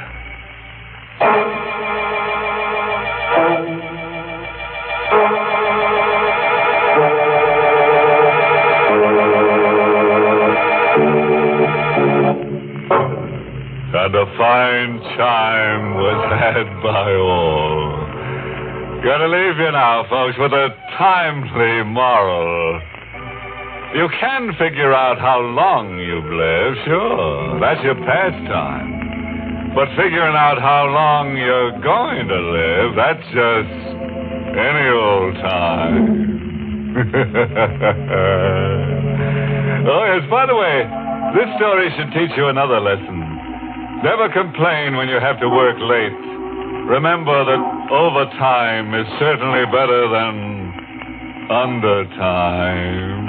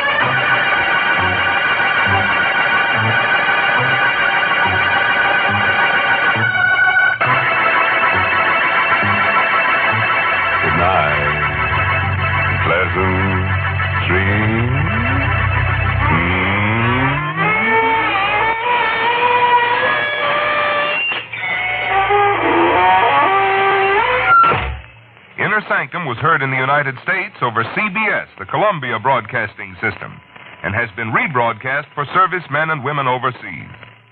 This is the United States Armed Forces Radio Service, the voice of information and education.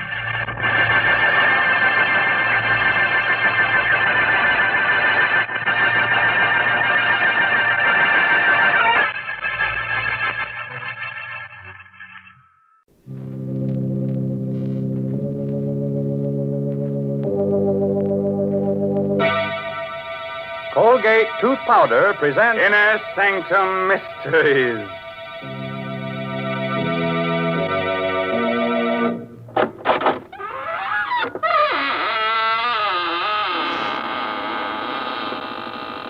Good evening, friends of the Inner Sanctum. This is your host, Raymond, inviting you in through the squeaking door. Well, it's so nice if you'd come here tonight and help me sit up with the corpse. Hey, such dull company, so cold and stiff, bored with being dead. All the life seems to have gone out of him. What? You say you've seen him before? Oh, no, he's not that Horla man who plays in pictures. But he does look like him. So much so, in fact, you might even call him a dead ringer.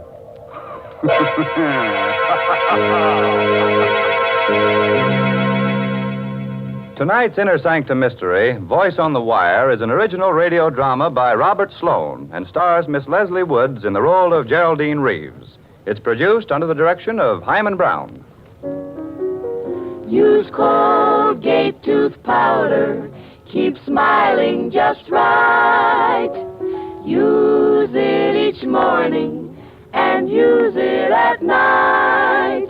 Don't take a chance with your romance. Use Colgate tooth powder. Romance. What is romance? Romance is the light on the path of love, but a light so delicate that even a breath may put it out. Even a breath. You'd hate that to happen to you, wouldn't you? Well, don't let a breath of trouble ruin your romance. Don't let unpleasing breath offend the one you love. I tell you what, brush your teeth night and morning and before every date with Colgate tooth powder. Because scientific tests have definitely proved that in 7 cases out of 10, Colgate tooth powder instantly stops unpleasing breath that originates in the mouth. And let me add, Colgate tooth powder is the only tooth powder that offers proof of this fact. And then, too, Colgate tooth powder cleans your teeth beautifully. No amount of money can buy you a dentifrice that will clean your teeth more quickly and thoroughly. Remember the name Colgate tooth powder, with the accent on powder. Don't take a chance with your romance. Use Colgate tooth powder.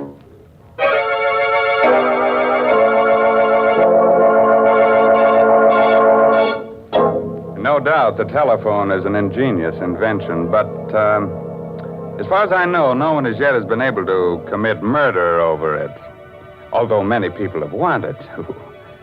Still, there are worse things you can get on the phone than the wrong number, especially if you happen to call the voice on the wire.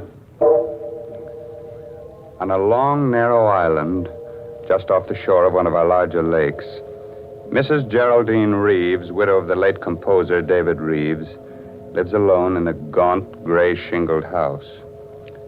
Only a few hundred yards away are the charred remains of her former home, where David was burned to death in a fire just 2 years ago. It's after dinner now, and as the clock in the hall strikes 8.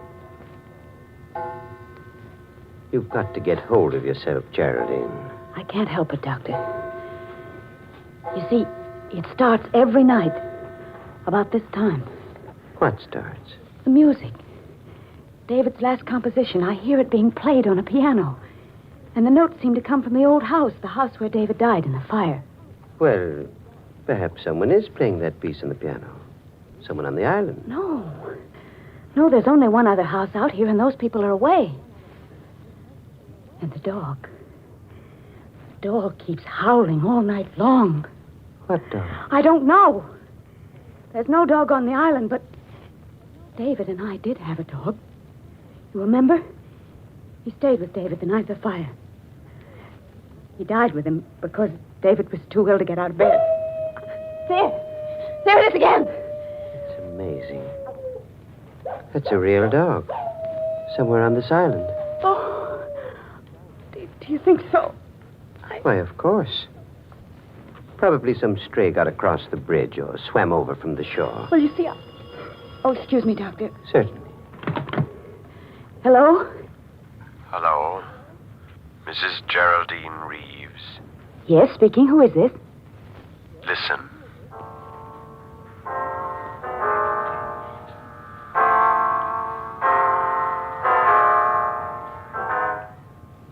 Good heavens! You have 4 hours to live, Mrs. Reeves. 4 hours to live. What? What did you say? Hello? Hello? What's the matter, Geraldine? The music. The same music. I heard it again. What? Over the phone. Someone's playing it on the piano. It must be some sort of a prank. No. A man spoke to me. He said I have 4 hours to live. 4 hours to... Here. Let me have that phone. No, it's no use. He's rung off. Well, we might be able to trace the call.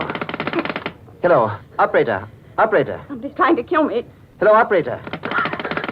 Operator. What's wrong, Doctor? I'm afraid the wires have been cut. We'd better get into my car and drive into town right away. Yes, it isn't safe for me to stay here another minute.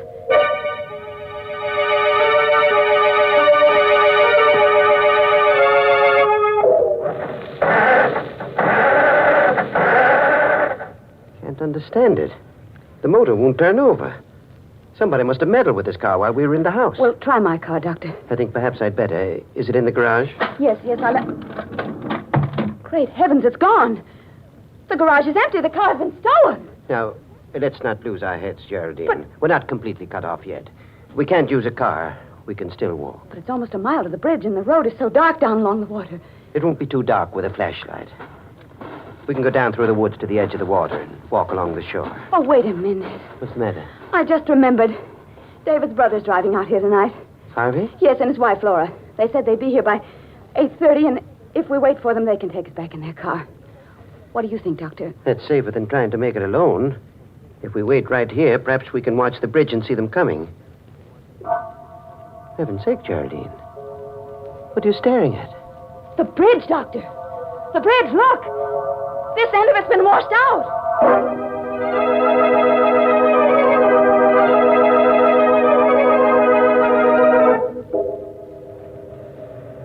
Oh, Doctor, this is crazy, searching for a telephone wire in back of the house. If we're seen out here, there's no telling what might happen. Please, Geraldine. We've got to find out where that wire was cut and splice it together again. It's our only chance of reaching the police. But it's almost 9 o'clock. We've wasted an hour already. If I'm not out of here by 12... Stop it, Geraldine. Stop it.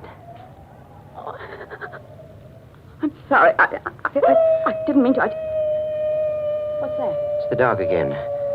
That confounded dog is tied up around here somewhere. No, I didn't mean that. I meant the light on the road. There's a strange light on the road. The headlight of a car. Coming this way. A car? Yes. Quick. Behind the house and stay out of sight.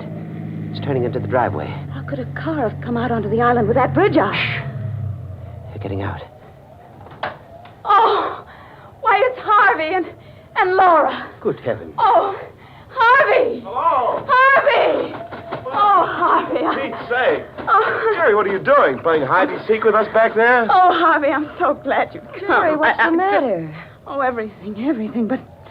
But first you've got to tell us how you got here. Why, we just drove over the bridge and on up the road the way we always do. But how could you drive over the bridge? It's been washed out. What? Well, I saw it with my own eyes, and Dr. Pricing saw it too, didn't you, Doctor? I certainly did. Oh, you must be mistaken. We drove over the bridge not more than 2 minutes ago. Are you sure you haven't been on the island longer than that? Well, I'm positive. Why? Well, some very strange things have been happening here tonight. Geraldine's life was threatened. Her car stolen, and mine tampered with. What? What are you talking about? Look, I'll show you. The starter in my car won't even turn the motor over. Here. By George. It's working now. Say, what is this, Jerry? Have you and the doctor been taking a few pills? Did you drink too much wine at dinner? Oh, no. Everything he said is true. Even the telephone wires have been... I must be going out of my mind. That is my telephone ringing, isn't it? Yes, of course. Aren't you going to answer it? I'm almost afraid to. Come with me, Harvey, will you, while I do? Sure.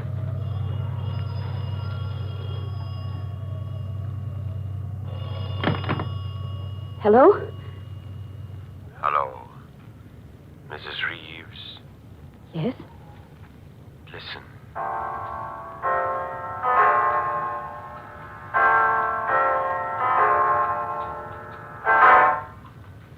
It's 9 o'clock, Mrs. Reeves. You have 3 hours to live.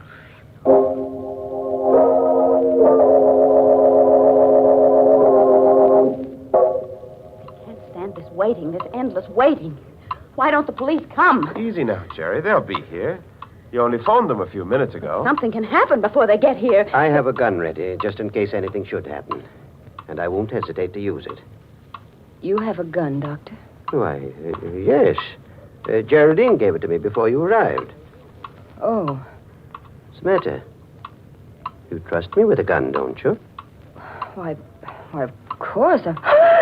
Laura, what is it? A face at the window. I just saw a face at the window. Laura, please, you're letting your imagination run away with you. No, I saw it right there. It was the face of a dead man.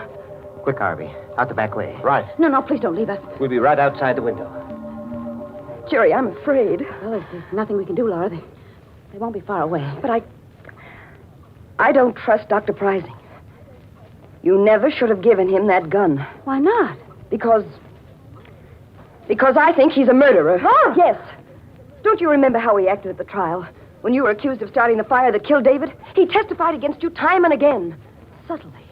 To make them think you did it. Because he started that fire himself. What on earth are you saying? I'm telling you the truth.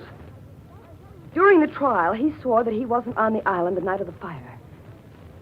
But he was. And I can prove it. How? By this cigarette case of his. Here, look at it. You see how it's charred and melted on the side where his initials were? He must have left it in the fire that night, by mistake. But he couldn't have. The police searched everything the next morning. They would have found it in the ashes. Not if it wasn't there. He came back for it that same night, as soon as he missed it, and dragged it out of the fire. He knew it would incriminate him if it were found in his possession, so he threw it into the lake as he drove home over the bridge. And that's where we found it, in the water. The last time we were out here. Oh, Laura, I hope you're wrong. So do I. But if I'm right, we're all in for... Laura! The lights! Somebody's cut off the lights! Laura! Laura, where are you? Carry the door! Coming through the door, it's the face I saw! Laura! Laura!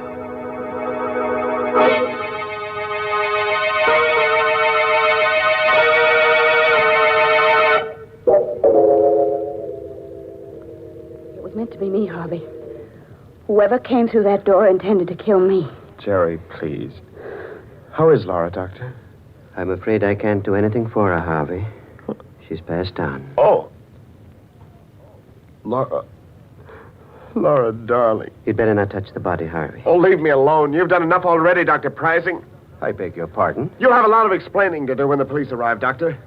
I'll tell them how you ran away from me out there before the lights went out, and how you were here in this room when they went on again. Harvey, don't say things you'll regret later on. Just a moment. Where is the cigarette case Laura had in her hand when the lights went out? What cigarette case? You know the one I mean, Dr. Prizing. The gold one that was charred in the fire. I haven't the faintest idea what you're talking about. I have. And if you're as innocent as you claim to be, you won't mind being searched. Not at all. Go right ahead. I will. Whom are you calling, Geraldine? The police. Can't understand why they haven't arrived yet. It's almost 10 o'clock. Maybe something's happened to them on the way. Maybe their car broke down. Their car, too? Huh? Nothing. Only it seems as if your car is the only one that works when you want it to. Headquarters. Oh, Sergeant. Sergeant, I can't understand why your men aren't here yet. A murder's been committed. Do you think you've been calling the police department all this time, Mrs. Reeves?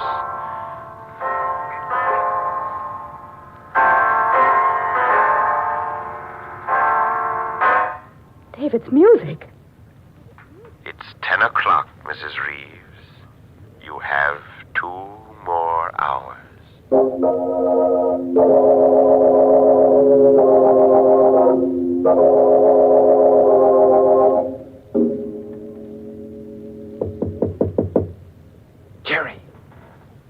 in your room? Yes, Harvey. What is it? This is our chance, Jerry. We've got to run away from Dr. Pricing now, while we're alone. Yes, of course, Harvey, but how will we go? In my car. It's just... Wait a minute. Listen. What is it? It sounds like footsteps in the living room. Pricing must be in there. No, I saw him go outside. He said he wanted to see if he could find the dog. Oh, there's someone in there. I'm going to find out who it is. Be careful, Harvey. He may be standing just outside the door. Yeah. All right. You stay behind me. Is anybody there? Is anybody in the living room? No. There doesn't seem to be. Don't overlook me, Harvey. Well, Dr. Pricing. You've been standing at this door with your ear to the keyhole? No, not exactly. I thought you were supposed to be outside, looking for that dog. I was outside for a while. But I saw someone moving around in here, so I came back. When I got here, your wife's body was gone. What? Gone? Laura's body is gone? I assume that it's gone. It's not where it was, on the floor. But how could it... Look here, Pricey. You were alone in this room. And so were you. After I left. Wasn't it, Geraldine? Well, yes, now that I think back, he was. Certainly. What's more, Geraldine saw me leave the house. And when I left, the body was still here. After that, I don't know what happened. What are you driving at? Draw your own conclusions. I've drawn mine. Why, you... Harvey, stop it! Stop it! I'm sorry, Jerry. I just... The dog again. Yeah. I can't understand why you didn't find that dog, Dr. Pricing. He must be right out there where the old house used to be. Well, if you think you can find him, why don't you go? Good heavens, man. What? Look. There's a fire burning out there. On the grounds of the old house. Pricing, you started that fire yourself, and you're burning Laura's body in it to cover up your crime. Harvey, where are you going? I'm going to the fire, Jerry. I've got to stop it. I've got to put it out. I'm going to lose my mind if someone doesn't stop these awful things from happening. Won't anybody help us? Easy, Geraldine. The man who hopes to kill you was trying to break you down first. It's part of his plan. Here. Take a sip of this brandy. It'll help you.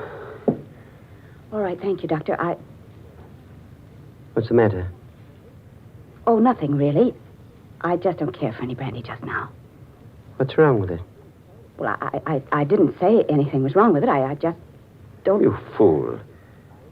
Do you think I'm trying to poison you? I don't know what to think. Here. Give me that brandy. I'll drink it myself. There.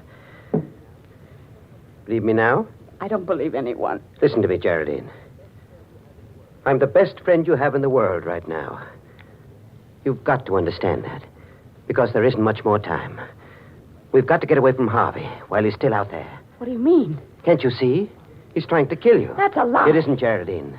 Harvey's the one that's lied to us. He and Laura both. They intended to kill you when the lights went out. But in the darkness, Harvey made a fatal mistake. He thought it was you he was strangling, not Laura. I won't believe that. It's the truth. They never drove across that bridge at 9 o'clock tonight.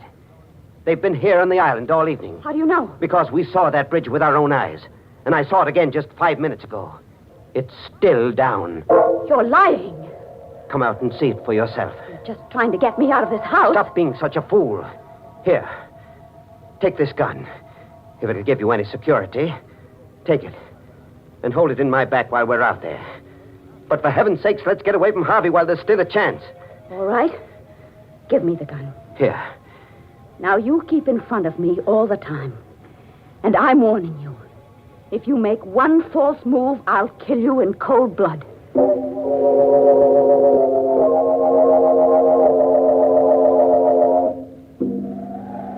You see, Harvey and Laura were lying to us. The bridge is still down. You're right. They couldn't have come across that bridge. Of course not. The only trouble is, we can't get back over it now either. We've got to get away, Doctor, now, before we're seen. What about that house at the other end of the island? People are away. But they might have a boat. Yes, of course they do have a boat. We can row to the mainland. Come on, quick. All right. I have a feeling we're being followed. It's your imagination. Hurry, Geraldine. Hurry. We are being followed, Doctor. But behind us there's a man with a dog. It's just like the dog you owned. The one that died in the fire. Yes. And the man... It's Dave.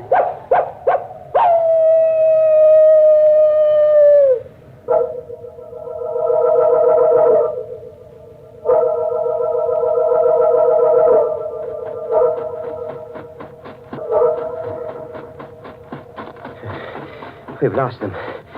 Lost them in the woods. They can't be far Doesn't behind. matter now. The house is just ahead. But the boat, Doctor. The boat's not at the landing. It must be. Well, it isn't. Can't you see it isn't? Perhaps it's around and back. No, that side of the house faces the road. And we'll have to break in and hide here until morning. Our best chance is to be inside, where we can protect ourselves. After all, you still have a gun. But I hardly know how to use it. Then give it to me. No, You still don't trust me, do you? I don't know, Doctor. But I'm the one who's been threatened, so I really should have the gun. Very well. Wait here. I'll break through the window and come around on the inside. Did you hurt yourself? No. I'm all right. Just wait there for me and I'll unlock the door. Oh, hurry, Doctor, please. Hurry. They're on our trail again. Come inside, Geraldine. Quickly. And lock the door behind you. What's wrong, Doctor? Nothing's wrong. We're in luck. There's a phone here. If it hasn't been disconnected. Hello. Hello, operator. This isn't the operator. Tell Mrs. Reeves it's 11 o'clock. She has 1 more hour to live.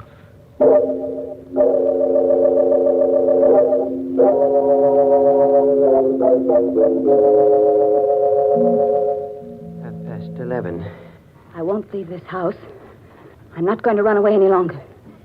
If they're going to kill me, let them come here and do it. Only for heaven's sakes, why don't they do it right away? Why don't they come here and get it over with instead of waiting until 12 o'clock? Geraldine, please. Well, I can't stand it any longer. I'd rather die than go through any more of this torture. I just can't. Sit down for a moment. Relax. And try to ease your mind. Oh, for...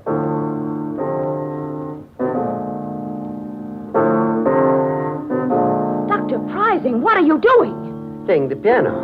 I thought it might relax you. But that melody... You're the one I hear at night, playing David's music. Playing it right here in this house. Yes, Geraldine. I've rented this house to protect you from David and the dog. Well, stop it. Stop playing that piece. Stop it. Now stay where you are. Don't be afraid. I won't harm you. As long as you have that gun. But the gun won't stop David. David's dead. Is he? Listen. He's right outside the door. And in a moment, he'll be here to take you with him. No.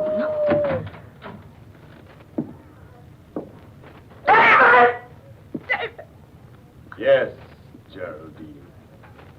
I've come back to see you. In spite of everything you've done. Stop!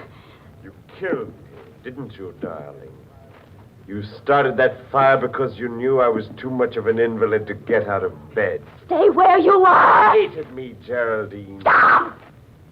No. Your bullets can't harm me now. Nothing you can do can harm me. Because I'm dead and you're still alive. Oh, David. David, forgive me. I didn't know what I was doing that night. Please believe me. I was sorry as soon as I'd started that fire, but it was too late then. I couldn't put it out. I couldn't.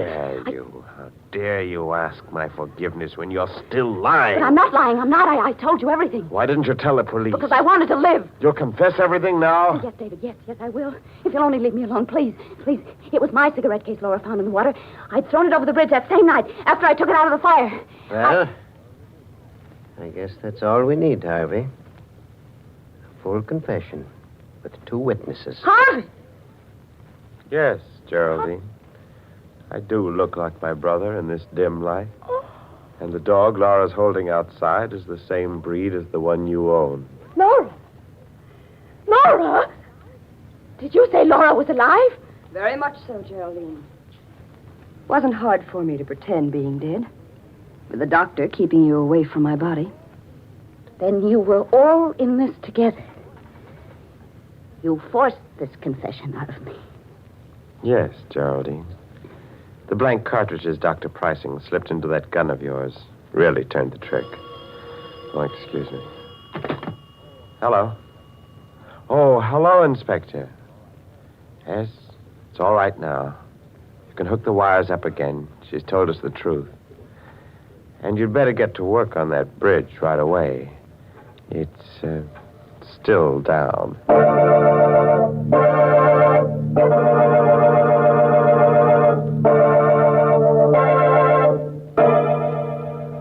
What an outrage, all those opportunities for murder and not a drop of blood spilled all night long. Oh, well, some days you can't lay away a corpuscle.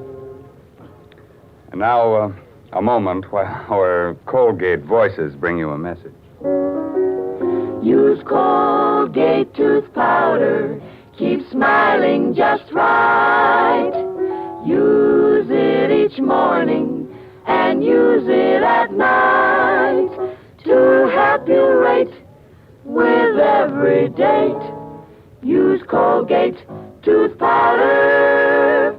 Tell me, do you really mean it when you say, I want to be alone? Or are you just pretending that you don't care about dates? Could it be that a little breath of trouble has cooled your romance? A little breath? What a pity to let unpleasing breath ruin your romance. Why not brush your teeth night and morning and before every date with Colgate tooth powder? Scientific tests prove that Colgate tooth powder, in 7 cases out of 10, instantly stops unpleasing breath that originates in the mouth. So use Colgate tooth powder for all it's worth. Enjoy its exciting cleansing results, too. No amount of money can buy you a dentifrice that will clean your teeth more quickly or effectively than Colgate tooth powder. Remember the name, Colgate tooth powder, with the accent on powder. Don't take a chance with your romance. Use Colgate tooth powder. Well, it's time for me to join the moonbeams now. But before I leave under a cloud, before I'm missed, I thought I might pass on the moral of tonight's story. If you must light a fire under your husband's bed, be careful where you drop the ashes. By the way, this month's Inner Sanctum Mystery novel is Puzzle for Puppets by Patrick Quentin. Well, now it's really time to close that there squeaking door until next week when Colgate tooth powder brings you another Inner Sanctum Mystery. So until then, good night. Pleasant dreams.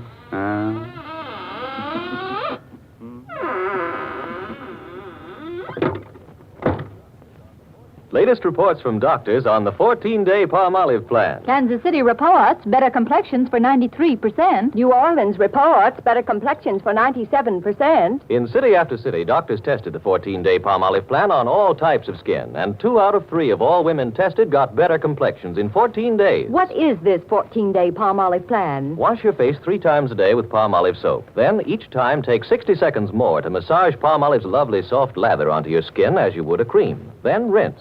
This cleansing massage with Palmolive's lather brings your skin its full beautifying effect. See what Palmolive can do for your skin in 14 days.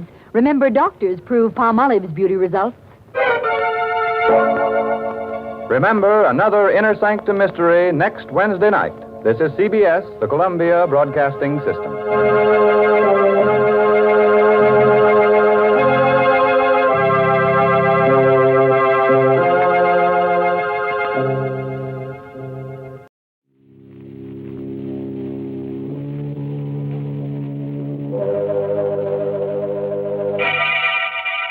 Lipton Tea and Lipton Soup presents Inner Sanctum Mysteries.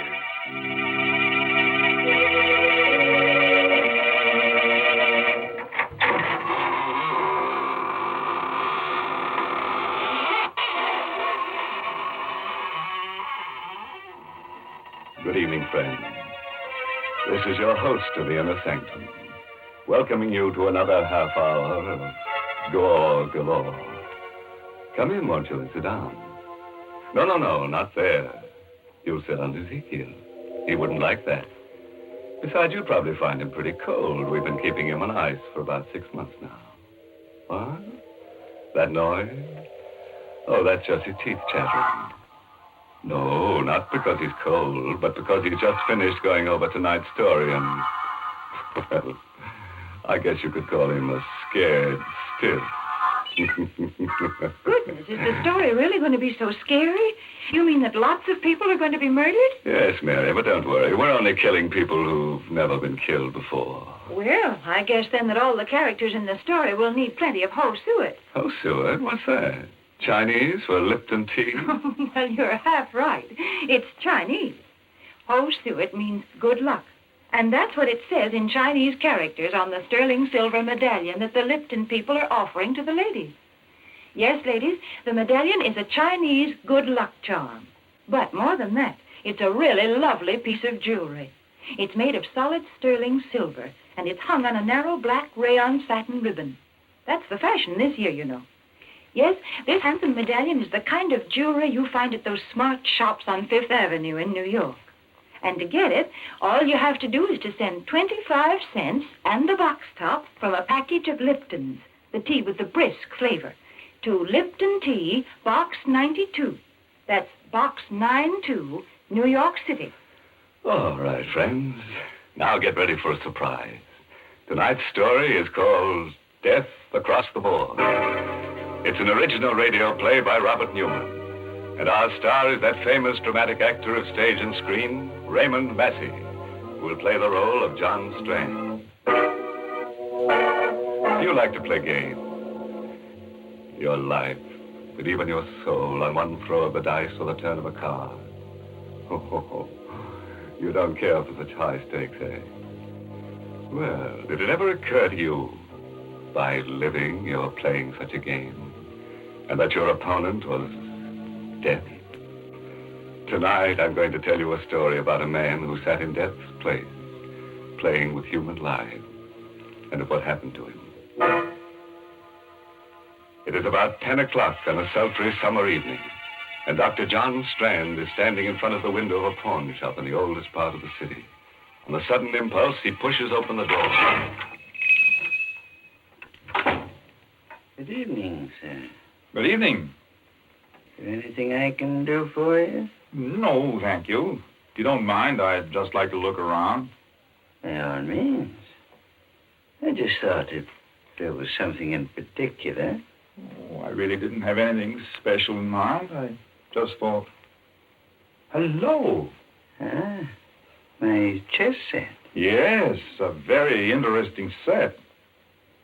And a very interesting game you're playing. My dear sir, you have no idea how interesting. Whose move? White's. Then White should win in 6 moves.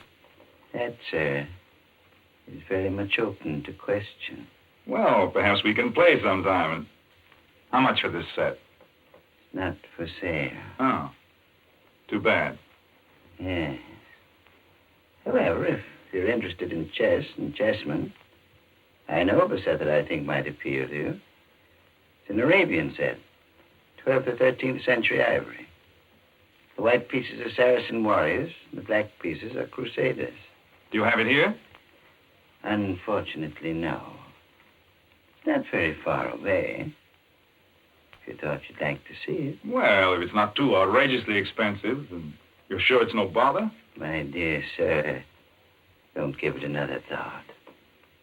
I'll be most anxious for your reactions, even if you don't buy. The address is 23 Vallon Place. It's down 2 blocks and 1 to your right. Go up 1 flight and ask for Felix.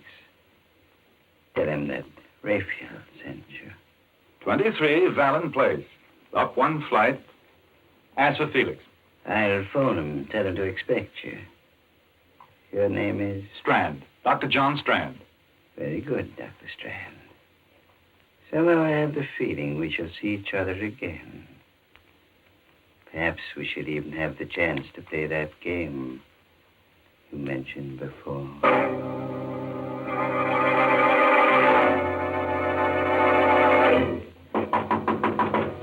Who's that? Who's there? Felix? I said, who's there? My name's Strand. Rayfield sent me over here. He said he'd phone you and... Just a second. How do you do? I hope I'm not disturbing you. Okay, come on in. And stick 'em up. What? I'm afraid there must be some mistake. Sure is, Bob, and you made it, thinking you could come here and take me this way. What? This is ridiculous. I said stick 'em up. Keep 'em up, or I'll let you have it right now. What for? Because I said so, that's what for. Let go of me. Let go. Drop that gun, or drop it, do you hear? Where is it? Sure, let you have it right away. Oh. Okay. Now get up and tell me what this is all about. I said get up and... Felix. Dead. He's dead.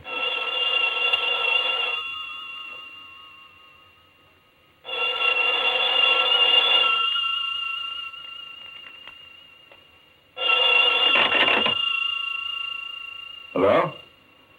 Felix? I'm sorry, but he can't come to the phone right now. Oh, Strand. Congratulations. What? Who is this? This is Rayfield. Now, do you think it's possible for White to win in 5 moves? What? What do you mean? You killed him, didn't you? Of course you did. Or you wouldn't be speaking to me now. May I suggest that you go through Felix's pockets, take out the most interesting thing you find there, and bring it to my shop? What? Hello? Rayfield! Go through his pockets.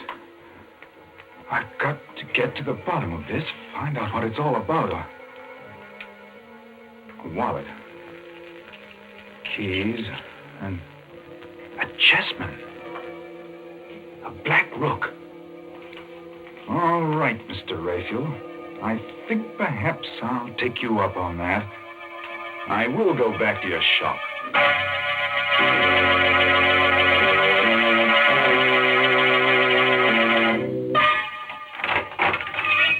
Good evening, sir. Can I help you? Yes. Where's Rayfield? Oh, I'm sorry. He's not in right now, but are you Dr. Strand? I am. I'm Alice Hines. He must have been expecting you. He asked me to give you this. What is it? I don't know, but Another chessman. A white knight. Oh, yes. Mr. Rayfield is quite a chess player. He's more than that. He's a murderer. What? What do you mean? He sent me to see someone, a man named Felix, to look at a chess set. When I got there, he pulled a gun on me and... Well, when I tried to get it away from him, it went off and killed him. Oh, no. Don't look so surprised and innocent. You work for him. You must know what it's all about. There must be some mistake, some horrible mistake. A mistake, eh? Then why did he phone Felix's while I was there? How did he know he'd been killed? Why did he laugh about it? Tell me to come here. Well, I don't know, but I can't believe that about him. I won't. No? Well, we'll see what the police have to say about it. Where's the phone? Back there. But if you're serious about it, you don't have to bother calling them. Riley just went past here a few minutes ago. There he is, up at the corner. Fine. That'll save some time.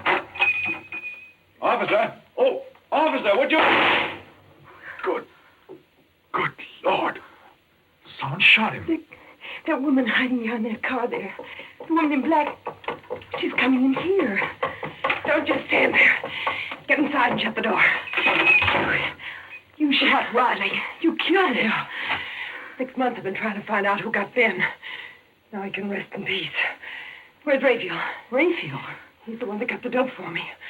Told me how to knock the cop off. Told me to come in here afterwards. Well, Mrs. Hines? Why are you looking so funny? Say, whose side are you on, anyway? Not ours, my dear. Not ours. Well, that's it. I just took it for granted you were working for Ray. Okay, get him up and keep him up. What'll I do with him, Rayfield?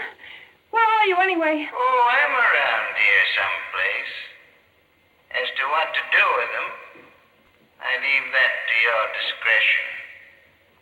After all, they are witnesses. Yeah, that's right. May I recommend the cellar? Right through that door there. It's secluded and quiet. Okay. Get moving. I repeat, Miss Hines. Well? Fantastic. What are you going to do to us? You can't be that dumb, babyface. 6 months I've been wearing black for the only guy I ever loved. I finally get the guy that got him. You think I'm going to leave the two of you around to put the finger on me? You're going to kill us? You cannot. No. Seems to me I did a pretty neat job on that flatfoot. After all, they can't burn you more than once. Okay, open that door and go on down. Allow me, madam. Never mind, wise guy. You go down first, then babyface. It's not very good manners. No, I'm not going to let you do it. Give me that gun, don't you? Let it go! Down after it. And hurry. Watch while I get the gun. I didn't mean to do this. I was just trying to get the gun, but she tripped. She fell. It's tramps. Why is she lying there so funny? Her head. Let's see. Her neck's broken. She's dead. Oh, no. That means I killed her. Not any more than it means I killed Felix. Look. There, lying next to her. Isn't that another chess piece? The Black Queen. Why, he gave me one just like that when I first came to work for him. Only it was a white one. What?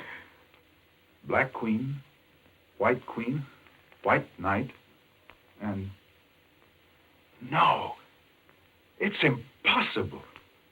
And still... You thought of something. It's too incredible. But I've had a certain nightmare vision that... Come on. We're going to the police. Maybe it's our move now.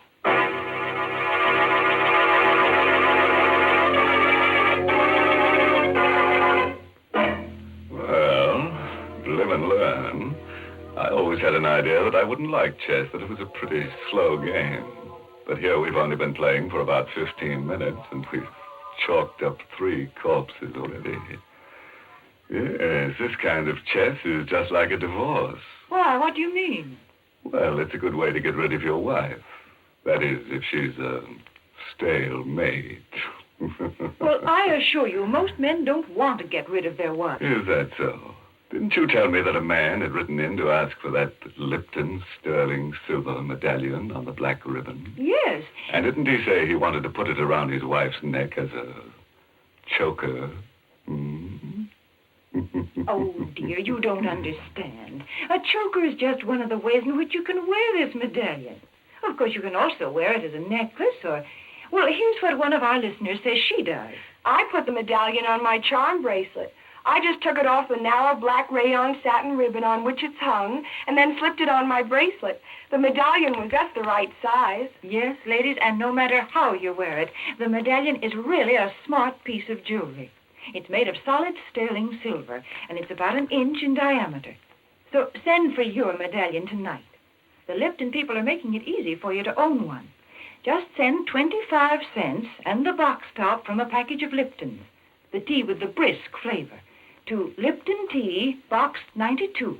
That's Box 92, New York City. It's better right now, friends, while your hands are still steady enough to address the envelope. Well, let's go back to our game of chess. And our star, Raymond Massey, who's playing the role of John Strand. It's about a half hour later now. Dr. Strand and Alice Hines are sitting in a bare, quiet room, the chief's office at police headquarters. For the past 10 minutes, Strand has been talking steadily, describing everything that has happened. So you each bumped someone off, eh? And you've come to give yourselves up.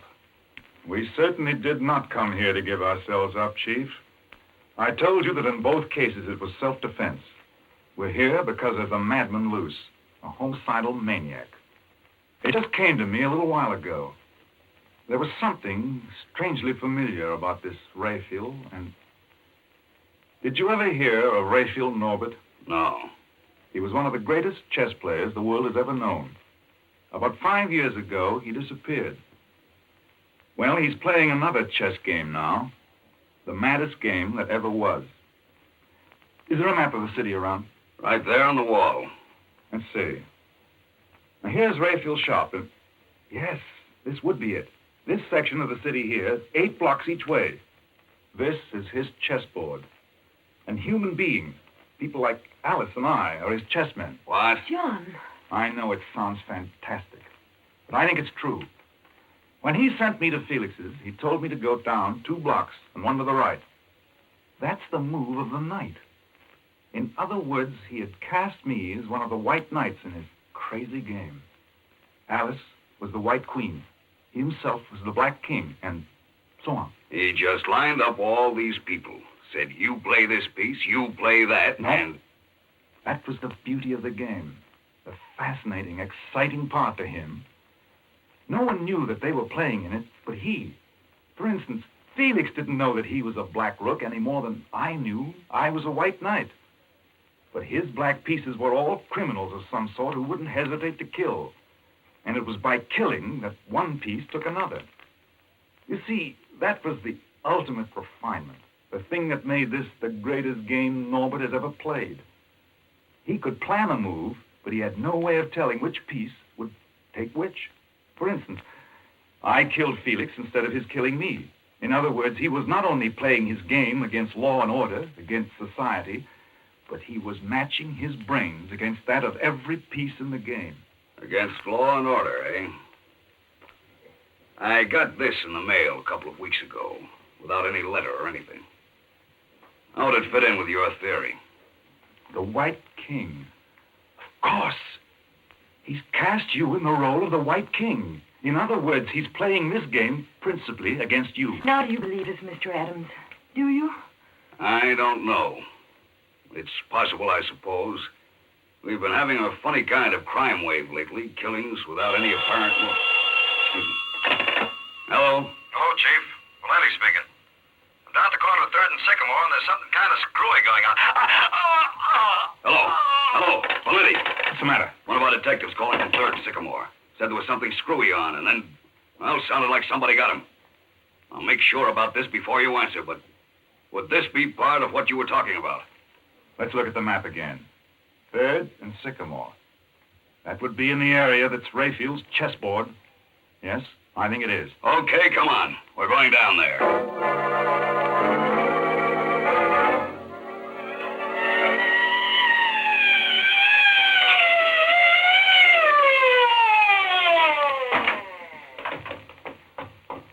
There he is, lying next to the call box.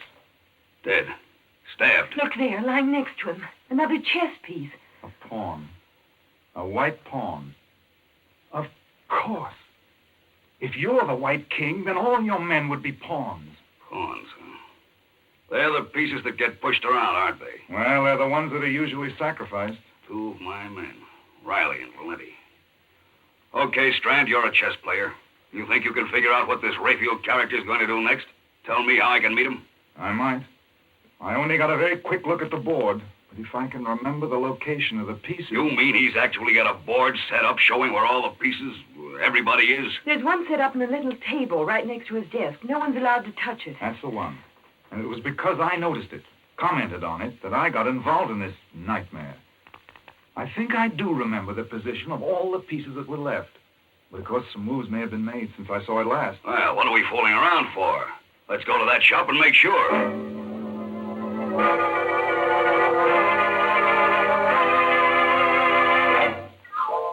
All dark.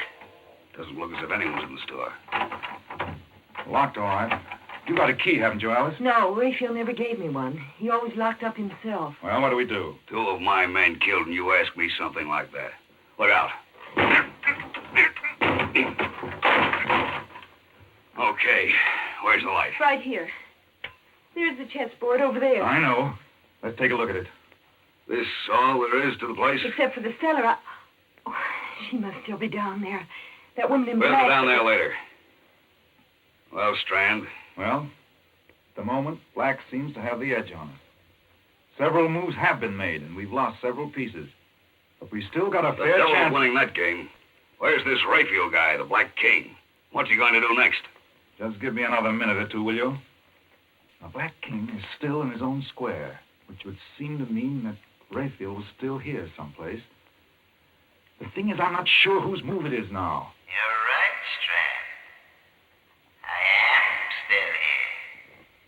And it's my What in thunder? It's him speaking over some kind of loudspeaker system, maybe from the cellar. From the cellar, huh? Well, I'm going to...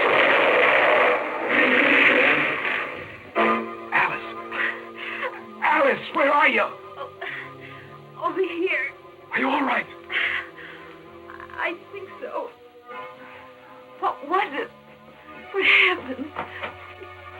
He must have had the place mined or set a booby trap, and when Adams went to open the cellar door, he... Where is Adams? What? I'm not sure, but I think he's over there. I must have some magic someplace. Here. Under that beam. There.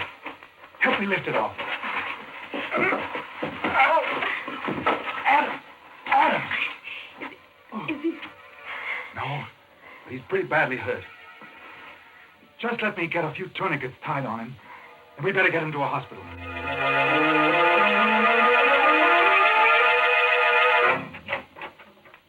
This way. The emergency ward's right in there. How do you know? Well, I ought to. I interned here. Funny. There's no one around. Well, let's put him right there, on the table. Gently. That's it. Hello? This is Dr. Strand speaking from the emergency ward. I've got a very severe accident case here. Is there anyone around who can take care of him? What about surgery? Crandall? Oh, fine. Will you ask him to get down here as soon as possible? Thanks. The chap I used to know, just finishing an operation. He'll be down in a few minutes. Will there still be time? Yes, I think so. We'll have to give him a transfusion once we get him patched up. I'll start scrubbing up myself in case Crandall needs a hand. Isn't there anything I can do? Just keep your eye on him, the tourniquets particularly. It'd be too bad if he lost any more blood. Right. He's still unconscious, but no.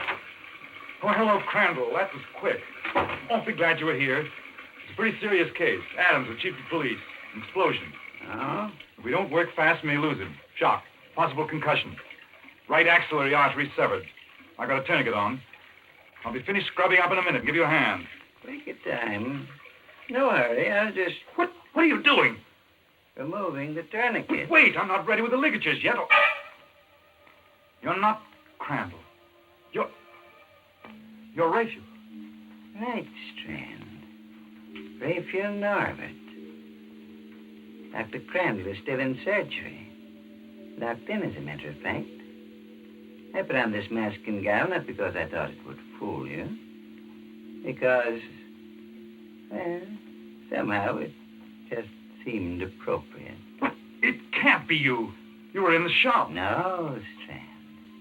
You're thinking of my voice. It was coming over a loudspeaker system from next door.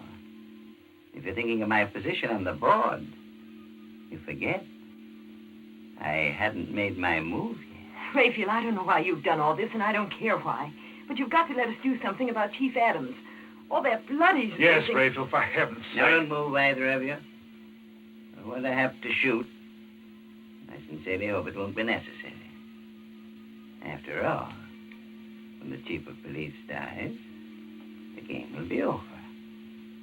And a most interesting game it's been. But haven't there been enough deaths? You're very sentimental, my dear. I'm afraid you never would make a good chess player. Pieces have been taken, that's all. Raphael, suppose we just give up. Say you've won. That's right, Raphael. We'll cede you the game, but let me do something about Adams. There's still time. I've got everything ready here. All the instruments. No, Strand. This is one game I won't have ceded. But I insist on having played out to the last move. If that's the way you want it, all right. If I'm not mistaken, it's my move now. My eyes. I can't see. The formaldehyde won't help them any. Here's his gun, Alice. Watch him while I get these tourniquets back on Adams. Do you think you can still see? Yes. His pulse is weak, but I think we can still save him. As for you, Raphael, you made one bad mistake. You forgot that 3 of us came to your shop. The White King, White Queen, and White Knight. That would put you in check. I bow, Strand. I felicitate and congratulate you. If I'm to lose, I prefer to lose in my own way. Watch it! Oh, he went through the window. There's a railroad underpass right outside. A drop of about 60 feet. I think that's game, match, and tournament.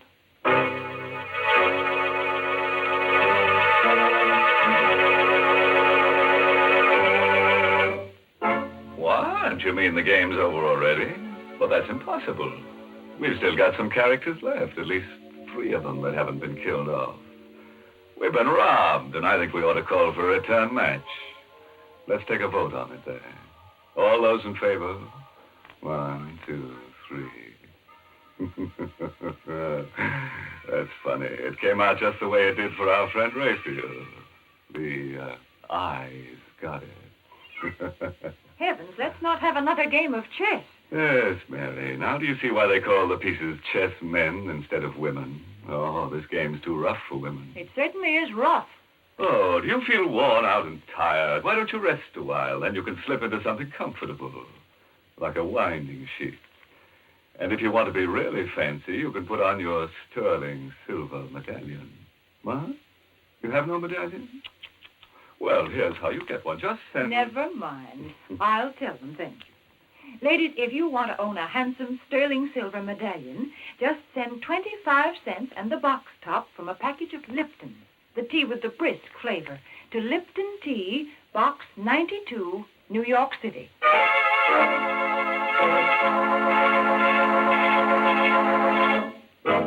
Before I say goodnight, a word of advice. If you should ever get into a chess game with a stranger and you happen to notice that he's got a meat axe on his lap, don't get up and run. Just make sure that there's someone else around to help pick up the pieces. Oh, by the way, this month's Inner Sanctum mystery novel is Lay That Pistol Down by Richard Powell. And oh yes, let me tell you about next week's Inner Sanctum story. Directed by Hyman Brown and brought to you by Lipton Tea and Lipton Soup. Next week's story is about a picture that kills everyone who owns it.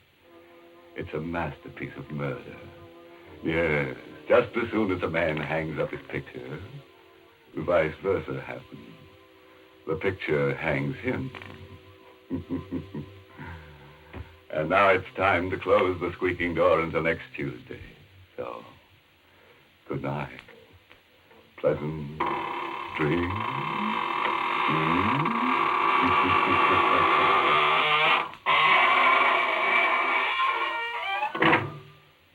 Folks, the next time you send a box of food to your boy overseas, be sure to include a package or 2 of Lipton's noodle soup mix. You see, Lipton's is just like a taste of home. Yes, it has the same homemade chickeny taste as the soup you make yourself, the soup your boy's always been so fond of. That's why it's such a thoughtful, welcome little gift to send Lipton. And as you know yourself, Lipton's noodle soup makes a grand snack. So remember, send a package or 2 to your boy. And remember to tune in next Tuesday night for another Inner Sanctum Mystery. This is CBS, the Columbia Broadcasting System.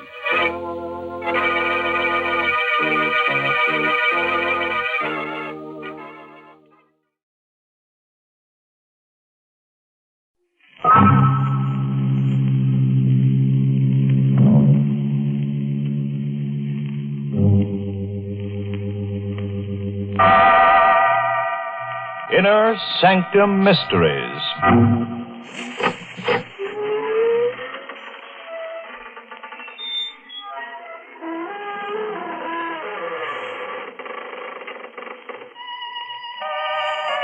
Good evening, friends.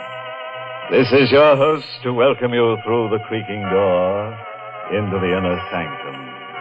Come in. Say, how about joining our Shriek of the Month Club? We're offering free a shroud-bound copy of Die Alone and Like It. It's about an unsuccessful authoress who dies of marital illness. Yes, her husband got sick of her. However, he was thoughtful enough to bury his novelist wife in the basement.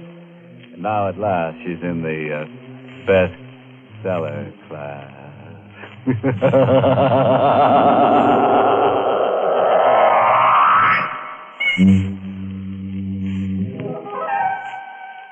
And now for tonight's gruesome little item. Oh, you better not disturb that fellow in the corner. He's our ghost of honor tonight. Poor guy. He died last night for lack of sleep. Now he's in for a wake. Meet John Thompson, age 29, driving a blue coupe across the George Washington Bridge, heading west. It's kind of a close night. Heat lightning is dancing up in the sky when I come down off the bridge into Jersey. Running a mobile gas station isn't bad when things are breaking right. But the way things are, I figure I'll do better out west. I hit the highway and let her out of it. I spot her a few miles past the bridge.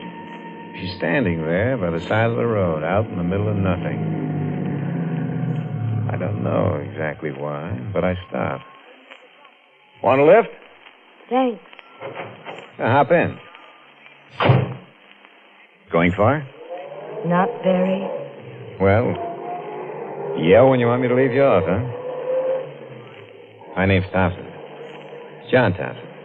Hello, Johnny. Yeah. Hello.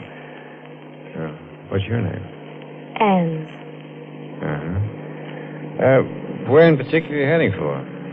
I don't know. But... I'll know when we get there. Yeah, sure. Look, this ain't the old routine, but you look like I kind of know you from someplace. Do I? I don't remember from where or when, but your face. Oh, maybe it just reminds me of somebody I used to know. Don't anymore. Maybe. You don't remember me, huh? Should I, Johnny? Well, it would be kind of more sociable. I'll try, Johnny. We go on like that for a couple of 3 miles. Her not saying anything and me sneaking looks at her. She's pretty young and nice to have next to you, but there's this feeling that I ought to know her and don't. And I get to wondering where she's going in the middle of the night. Hey, Ann. Yes, Johnny. Maybe we can get some music. The knob for turning on the radio is over on your side. See it? All right. They got these all-night programs for people like us, you know, driving at night or jockeying a truck or sitting up with a sick friend. Our next request number, just phoned in this minute by a young lady named Ann, well, we can't make out your last name, Ann, but anyway, Lou's going right ahead and play it for you. Lou White at the piano, playing Stardust.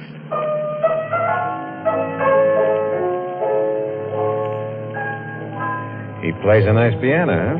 Very nice. Kind of funny, a girl with the same name as yours just phoning in to the show and we started listening to it. I mean, with the same first name. Is it? Yeah, well, I guess it's a coincidence. I like Stardust. Maybe you better try another station. Why? I like Stardust. Yeah, but get another station. I'm happy with this one. Get another station or turn the set off. I don't care which. Do what I'm telling you. Why? Don't ask me why. I can't take that music. It bothers me. Now, will you please? No. I said, will you please turn it off? No. Look, it's my car. It's my radio.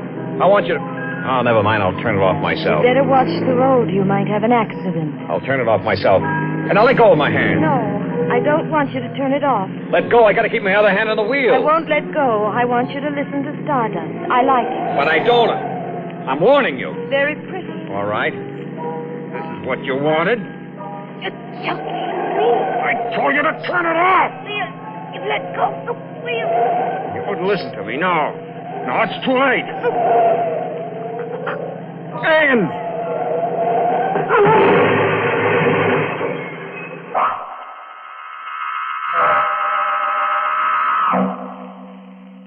It's all black for a while, and then there were streaks of light through the blackness. I shook my head. I was conscious again. I'd slid forward under the wheel, and the car hit the tree. Pulled myself up, got out of the car. Look, it wasn't damaged bad. The bumper taken most of the shock when we hit. One fender was crumpled. Then I remembered. Man. She was dead, I knew. I felt her neck give before we crashed. I swallowed hard for a couple of seconds and went back to the car. Looked in. She wasn't there. She wasn't anywhere near the car. She hadn't been thrown clear. She must be dead. Still, she wasn't there. Not anywhere. I drove away. Fast.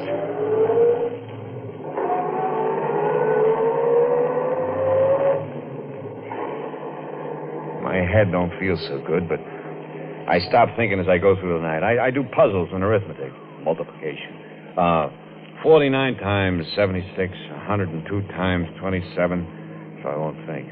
But not thinking isn't easy when you're alone, so when I see a diner, I think that's for me. And I stop and get out. I walk over to the diner.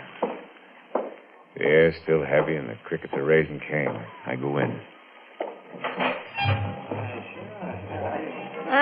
What'll it be, mister? Job and a hamburger. Sure. Coming up. Yeah, it's a hot night, ain't it? Huh? Oh, I didn't notice you sitting next to me. Yeah, it's plenty hot. You're driving a nice car. Yeah, I noticed you pulling in. That's all right. Here you are. Yeah, looks good. Say, Joe, I was wondering, you going far? Far enough. Yeah, that's what I was thinking. West? Uh-huh. How about me riding with you for a bit? My feet are getting awful tired holding me up. Well, sure, I guess so. Thanks. Thanks a lot. Yeah, I could use a bit of company for such... Hey! Hey, you dropped your coffee. I'm sorry. Did I get any of it on you? No, you missed, but your hands are trembling. Well, I'm tired. Come on, let's get out of here. Hey, that'll take care of my check. But, hey, you ain't finished your hamburger. I'm not hungry. Well, you mind if I work it over? No, of course not. Only let's get out of here.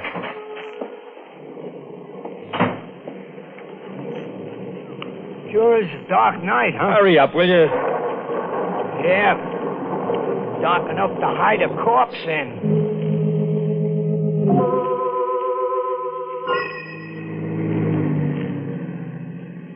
What did you mean back there by dark enough to hide a corpse in? Nothing. Just an expression. Why? It seemed like a funny thing to say. I don't think so. Hey, you better slow down. We're going through a town. It's deserted this hour of night. No, it ain't. Look at that, down near the corner. Huh? Where?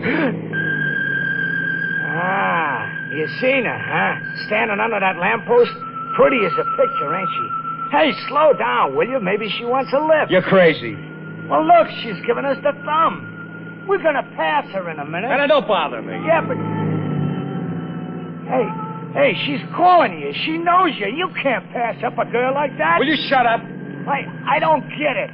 You was willing to give a hobo like me a lift, and you don't even know me. You know that She's girl. not there. She can't be. Well, you seen her. No. You looked where I was pointing. You heard her. No. All right, yes, I did, but she's not real. She couldn't be.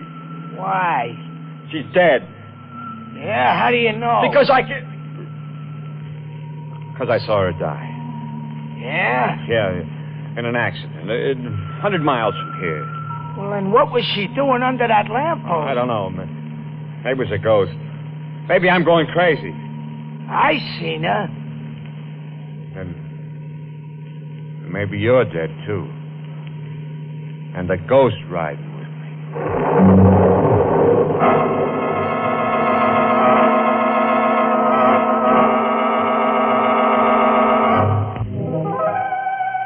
Well, look at you. Chips off an old block of ice.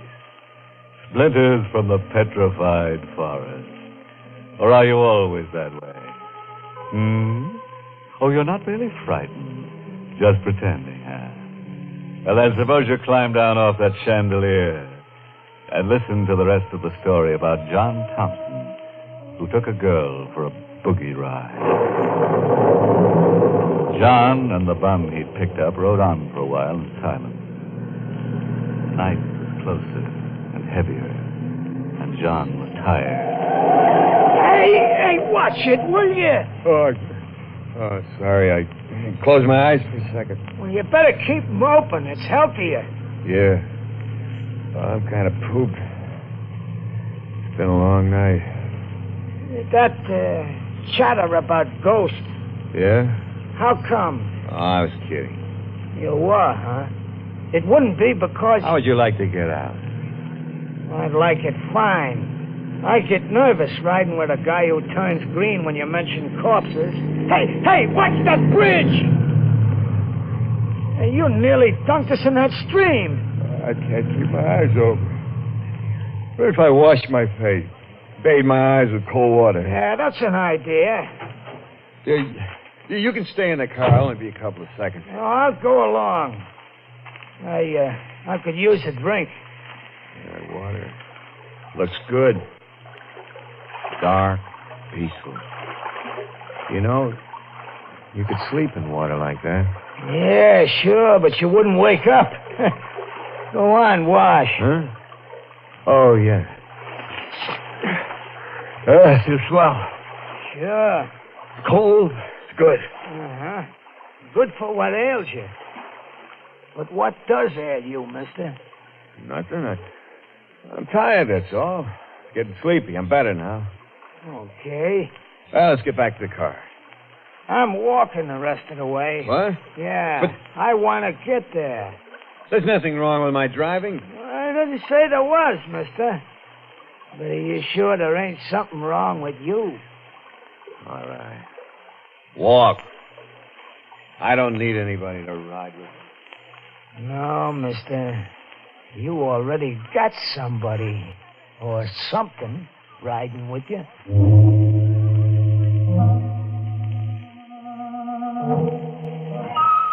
So I walked back to the car. Get in.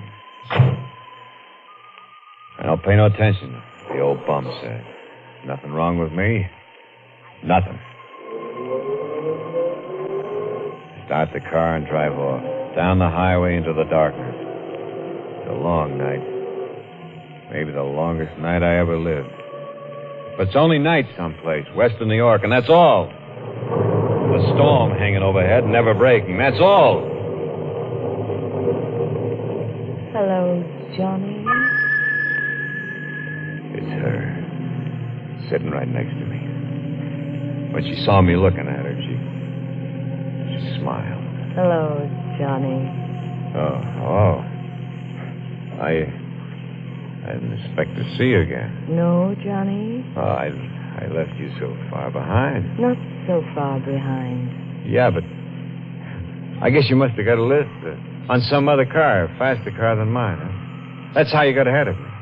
Way ahead of you, Johnny. Yeah, that's the way it works. Sure. You're all right, though. I'm all right. Very all right. Oh, I'm glad to hear that. I mean, funny, ain't it? The rain's still holding off, you know. You're not going to sworn it had poured hours ago? Why are you talking so much, Johnny? Because I'm afraid, Ann.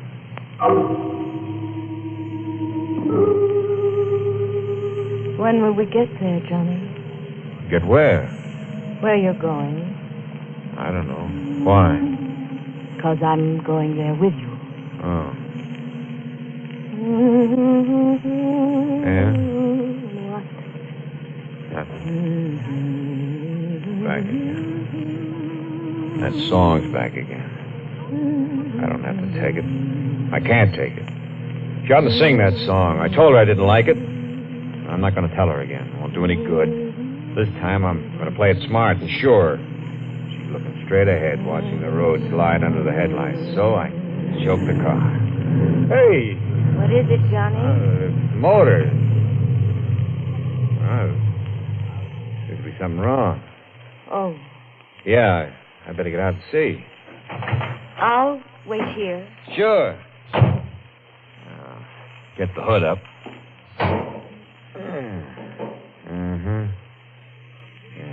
Ann?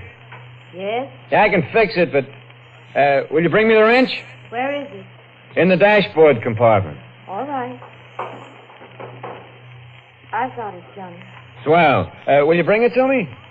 Here it is, Johnny. Thanks. Now all I have to do is... Hey, Hmm? what's that behind you? Where? Well, turn around. You'll see. All right. So she turns her back to me, looks down the road we came, and I lift the heavy wrench. And I... No! This time I made sure. She's dead, lying on the road. But I still got to make sure she won't, even dead, be riding with me again. So I lift her up, put her back in the car. Get in myself next to her.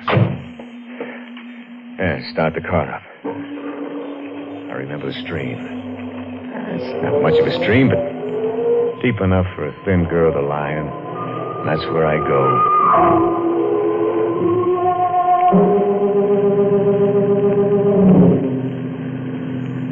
It don't take long to get back to the stream, the bridge over, which is where I stop. Nobody around. Only the darkness and the water flowing underneath, where Ann is going to lie. But before I let her go, I dig out my tools. Tire iron, wrenches, a jack, heavy stuff. Tie 'em to her, so she'll lie quiet under the water. When I get done. She's heavy now. Heavier than she ever was before. But I lift her over the rail and hold her for a second in my arms, and then I let her go. She drops quick and not awful loud into the water. Drops to the bottom of the stream, where maybe it'll be soft and cool for her. And well, I gotta get away from here fast. Fast!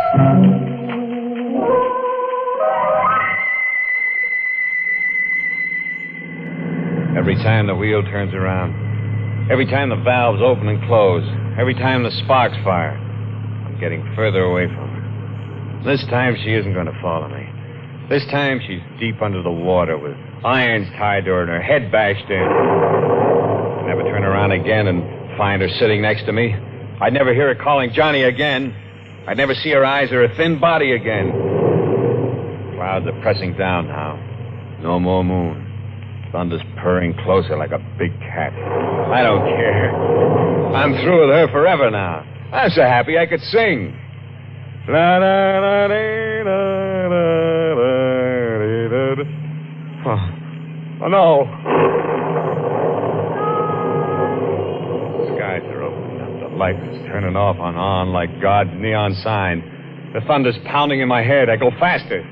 Hit a curve. Take it at 60. Standing there, lit by the light, and it's... Gas pedals down to the floor. The motor's roaring like 100 horses screaming. We're pulling up the hill with rain slanting against the window pane like a million fingers tapping on my brain. The top of the hill swept by the wind, her wet dress plastered against her body. I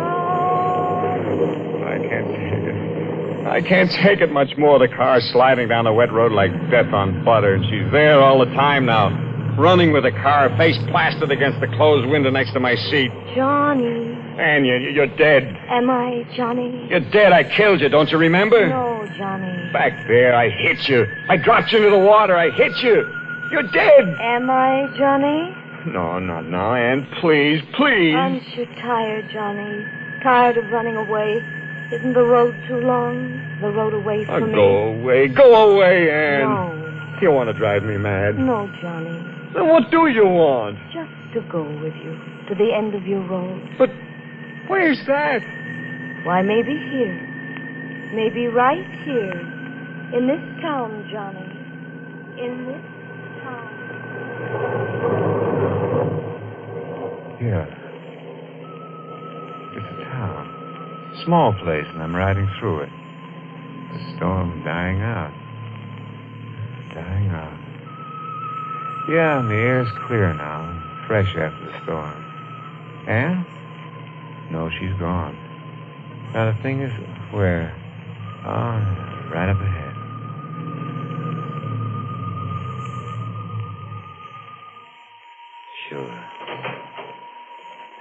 They always have one. Yeah, with a green light shining over the door.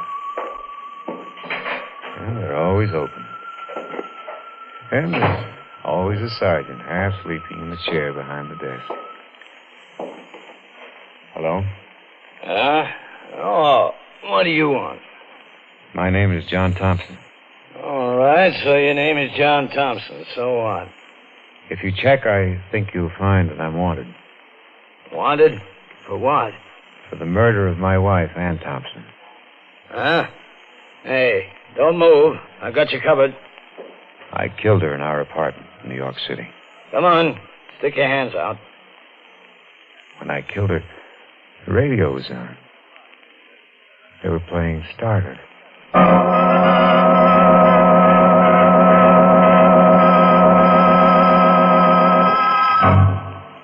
How'd you like our new arrangement of Stardust? We're billing it this week as tune number 1 of the Murderer's Hot Parade. With, of course, a boogeyman beat on a new grave lane. Oh, yes. Before I stop off for a little chat with John in that one-way death cell of his, let me give you a bit of homicidal advice. Never kill your wife with the radio on. Tune in later.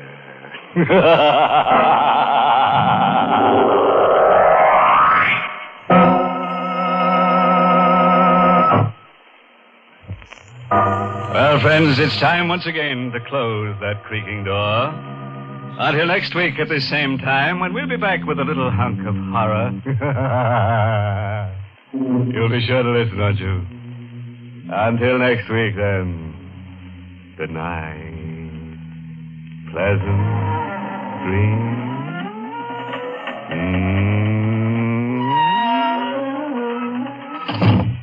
Inner Sanctum has come to you through the worldwide facilities of the United States Armed Forces Radio and Television Service.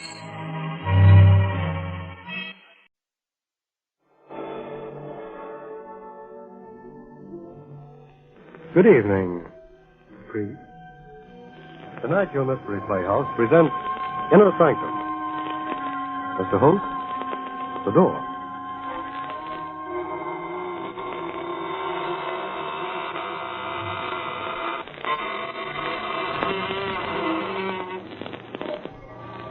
Good evening, friends of the Inner Sanctum. This is your host to welcome you through the squeaking door. What's that? You're scared. Don't be frightened. Why, we've been beating our brains out to make things pleasant for you. Yes, take that fellow lying on the floor. Now, that's a nice guy, really solicitous.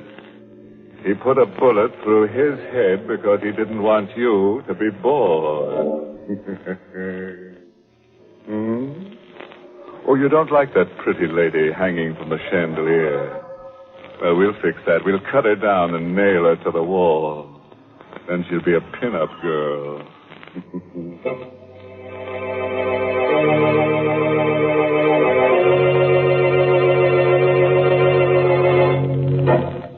And now, friends, do whatever it is that you do when fear fastens cold fingers on your spine. A cigarette, perhaps, or a handkerchief to twist? Anything to brace you against tonight's tale of horror. It's an original radio play written especially for Inner Sanctum by Michael Sklar and called Death is a Double Crosser. Our star tonight is Lawson Zerbe, who plays the part of Harry Smith, murderer. I looked at the blood-splattered mallet, still gripped in my hand. Then down at Marie's body. It was like coming out of a bad dream, only to go into a nightmare. Instead of using a mallet to cut the King Midas diamond, I had used it to murder my wife. And the big diamond was still in the vise, still sparkling in the light of the work lamp, still tormenting me with the glow of its inner fires. The thing was evil. Anderson had warned me. Does the diamond frighten you, Harry? No wonder. The story of great diamonds is a history of intrigue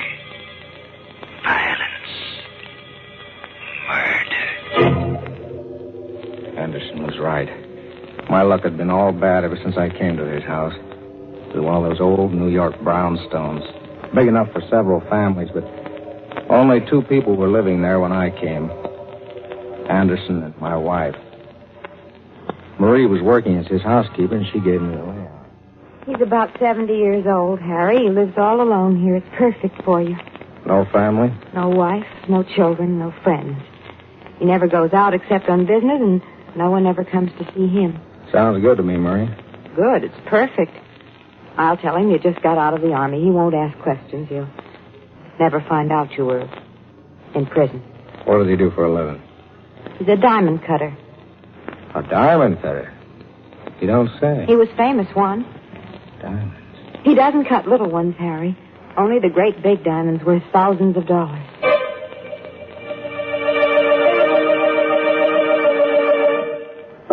I moved in with Marie, and for a while everything was quiet. I didn't mind the quiet after that 5-year forgery rap in Sing Sing. Then one day the peace and quiet ended. I met old Anderson on the steps going down to the street. Good morning, Harry. Oh, hello, Mr. Anderson. Hey, you look all excited. Some good news come your way? I hope so, Harry. Of course, I can well afford to be idle, but it would be pleasant to work again. And it's nice to know that people still remember you. Is it a job? A wonderful job. If I get the assignment. I'm sure I'll get it. He couldn't give it to anyone else. A diamond? One of the largest diamonds in the world. The King Midas stone, discovered last year in the Kimberley fields. It was purchased recently by Johnson, the multimillionaire. I'm on my way to his home to discuss the cutting. Wow, good luck. I sure hope you get the job, Mr. Anderson.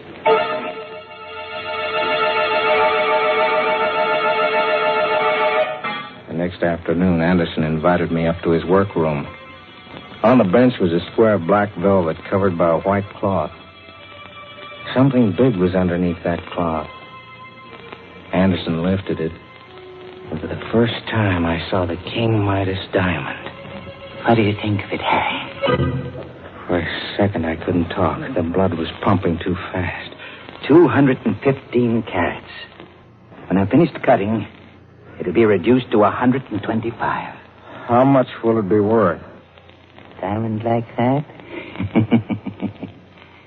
You could get $100,000. And no questions asked.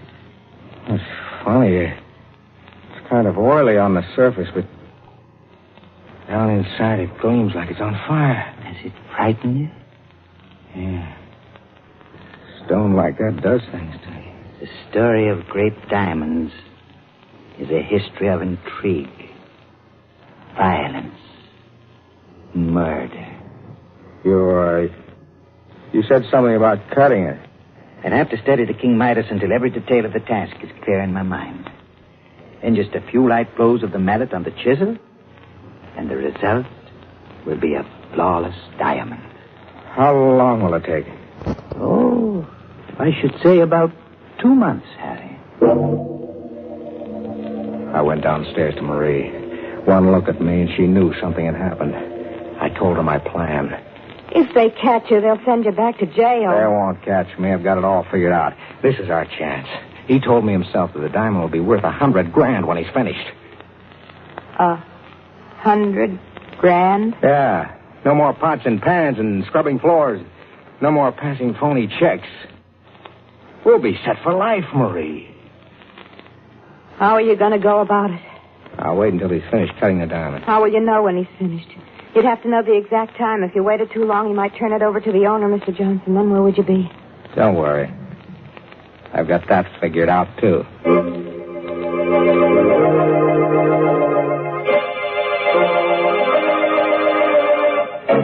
So you want to become a diamond cutter, Harry?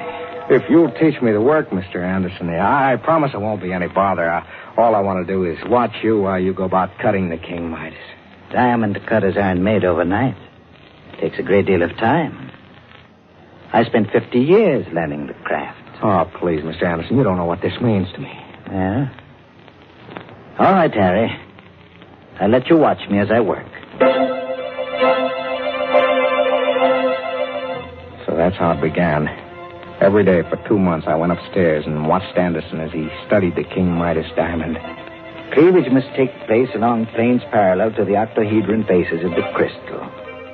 Step by step, he explained the job, how he would split it, where he would place the notches so that the diamond would split along the exact lines he wanted.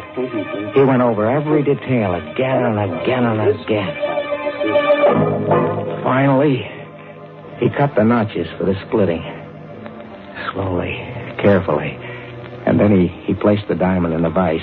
He got out the chisel and the mallet and placed them on the workbench. It was like a wedding ceremony. I was on fire. I couldn't wait.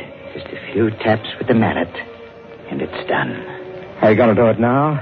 No, Harry. Tomorrow. Tomorrow. He kept putting it off. Then I realized what it was. He was scared. He couldn't trust his unsteady hands. It hit me like a ton of brick. He was never going to cut that diamond. You're so smart. What are you going to do now? I'm going to cut the diamond myself. You? Yeah, me. I know how to do it. It's all set. There's nothing to it. But what about Anderson? We don't need Anderson anymore. You mean... Yeah. But that's murder. So it's murder. They'll never pin it on us. I've figured out a way to do it without leaving any trace behind. We went upstairs. Anderson was standing where I left him at the workbench. He was so lost in thought that he didn't hear us come in. He isn't looking. Get it over with. All right.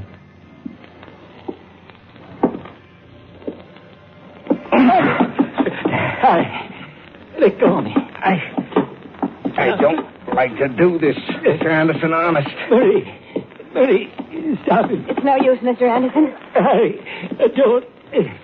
Please. He begged for mercy. He fought back, but it was useless. I had a firm grip on his neck with both hands, and he was an old man. I squeezed tighter and tighter till his voice was cut off. His body stopped thrashing around. I held him like that a couple of seconds more for good measure. You can let go of him now. He's dead, Harry.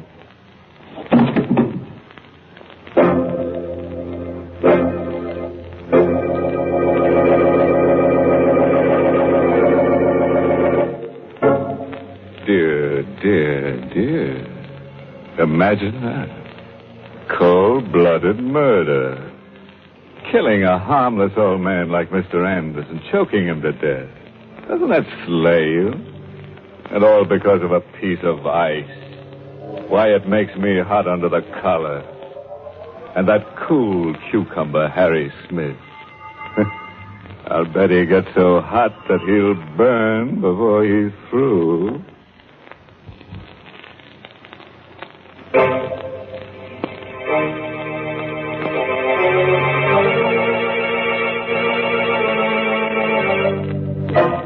Well, friends, let's get back to Harry Smith and his charming wife. Such nice people. They killed old Anderson, the diamond cutter, to steal a piece of ice worth $100,000. And unless they have a lot of another kind of ice handy, they'll have to do something fast to get rid of the body. We carried Anderson's body down to the cellar and broke open the brick wall. Placing the old man's body behind it, we bricked it up again. Then we went through my plan. I wrote a suicide note. To whom it may concern, I, Olaf Anderson, because I failed in the task of cutting the King Midas diamond, have decided to take my life. When this note is found, I will be dead. It was easy for me, a professional forger, to fake the suicide note in Anderson's handwriting. I had him say he was going to end it all in the river and that he was taking the diamond with him to his death. And that night, Marie and I took a walk across the footpath over the Hudson River Bridge. When we reached the middle, You got the suicide note in Anderson's overcoat pocket? Yeah. No cars coming from either direction. Now's a good time to drop it. There. The cops will find the coat and figure that he took it off before he climbed the rail and jumped. All right. Come on, hurry. Let's get away from here. We went home. Marie telephoned police headquarters and asked for the Missing Persons Bureau. Hello? I want to report a missing person. It's the man I work for, Olaf Anderson. Yes, Anderson. I'm his housekeeper, and I'm worried because it's so late and he hasn't come home. My name? Mrs. Harry Smith. We went to bed. I guess we would hear from the police the next morning, and I was right. Yes, what is it? Megan is the name, lady. Detective Joe Megan, Missing Persons Bureau. Oh, yes, come in. Are you the party who reported a man named Olaf Anderson missing? Yes, did Did you... we find him? I think so. I'd like you folks to come down to the morgue with me. The morgue? What for? They've got a body down there. Body of an old man that fits the description of Anderson. It's fished out of the Hudson River early this morning. You might be able to identify it.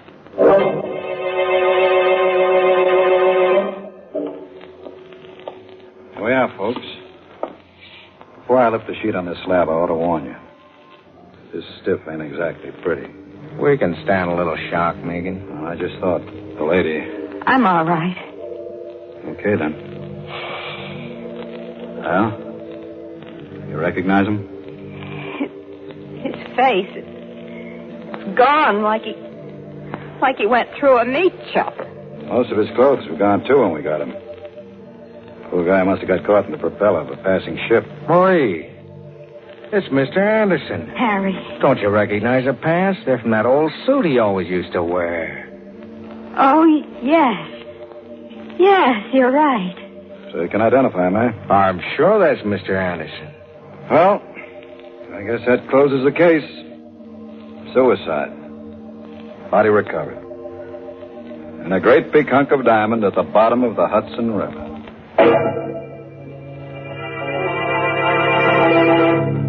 It was a lucky break for us. We were in the clear, and the King Midas diamond was ours. We went back to the house. I took the diamond up to the workroom, and I placed it in a vise. I got out the mallet and the chisel. I thought it would be easy to cut the stone. Until I tried. Well, what are you waiting for? My hand is shaking. I'm kind of nervous. Things have been coming too fast. Let's put this off until tomorrow.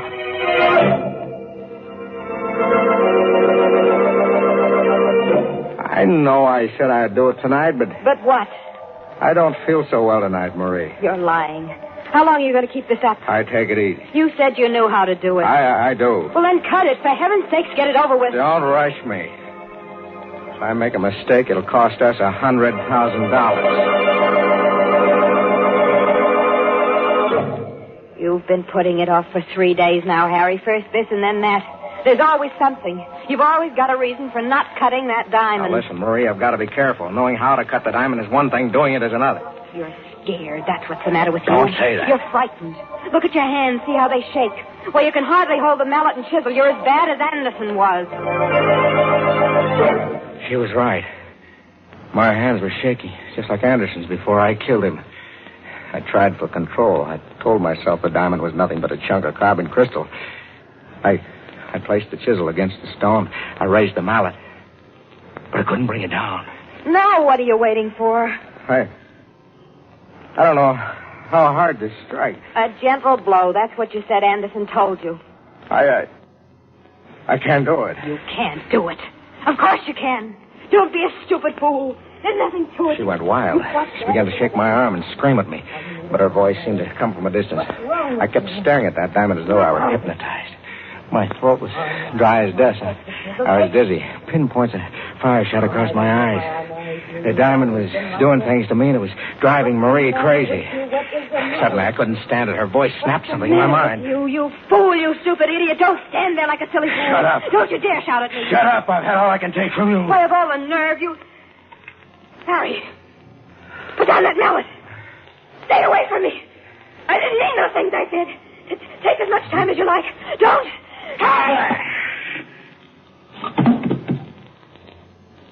Marie. I'm sorry. I lost my head. Marie, say something. She's dead. I killed her.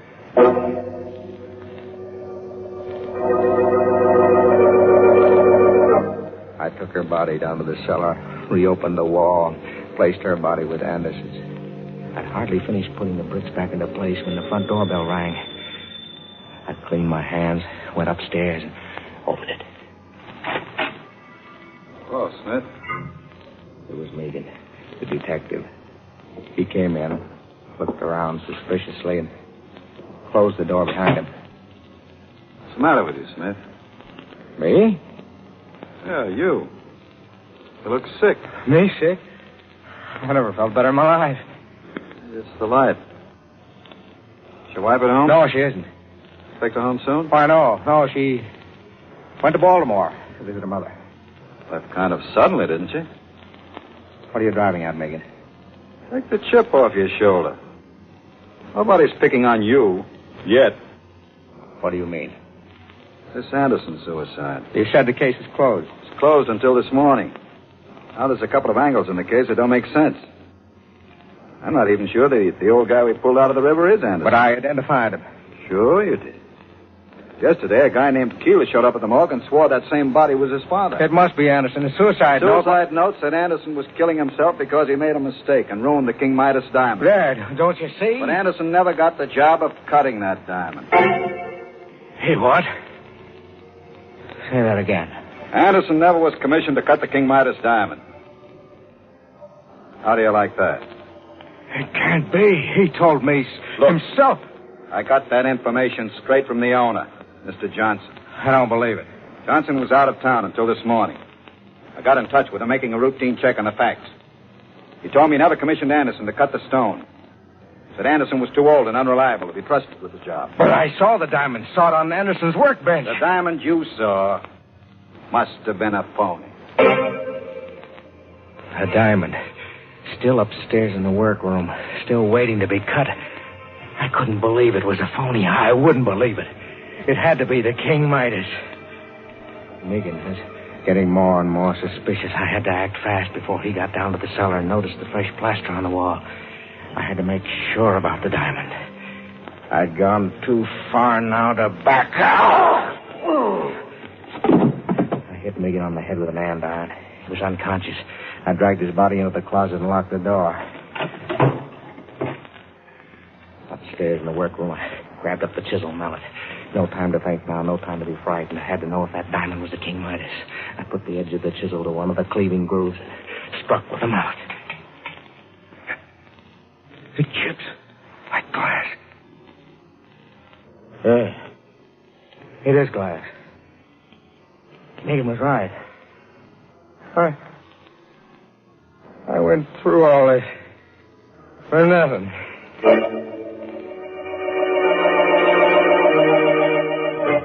The whole thing was clear now. Anderson had lied to me. He had lied even to himself. Yeah, that was it. He had been unwilling to admit even to himself that he was no longer good enough to be trusted to cut the King Midas diamond. He was nuts. And he made up that crazy story. And I swallowed it.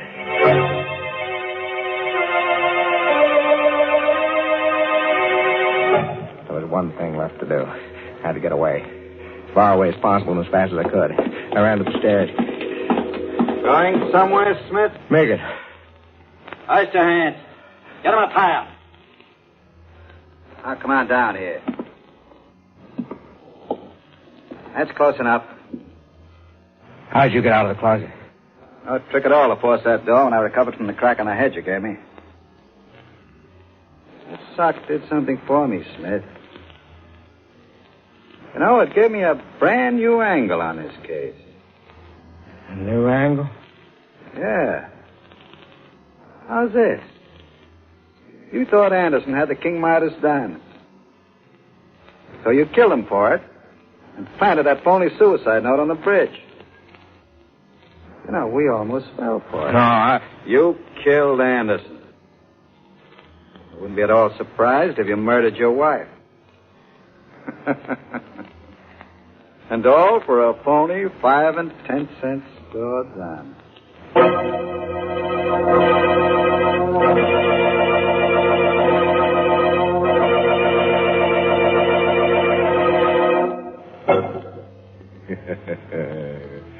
Poor Harry Smith.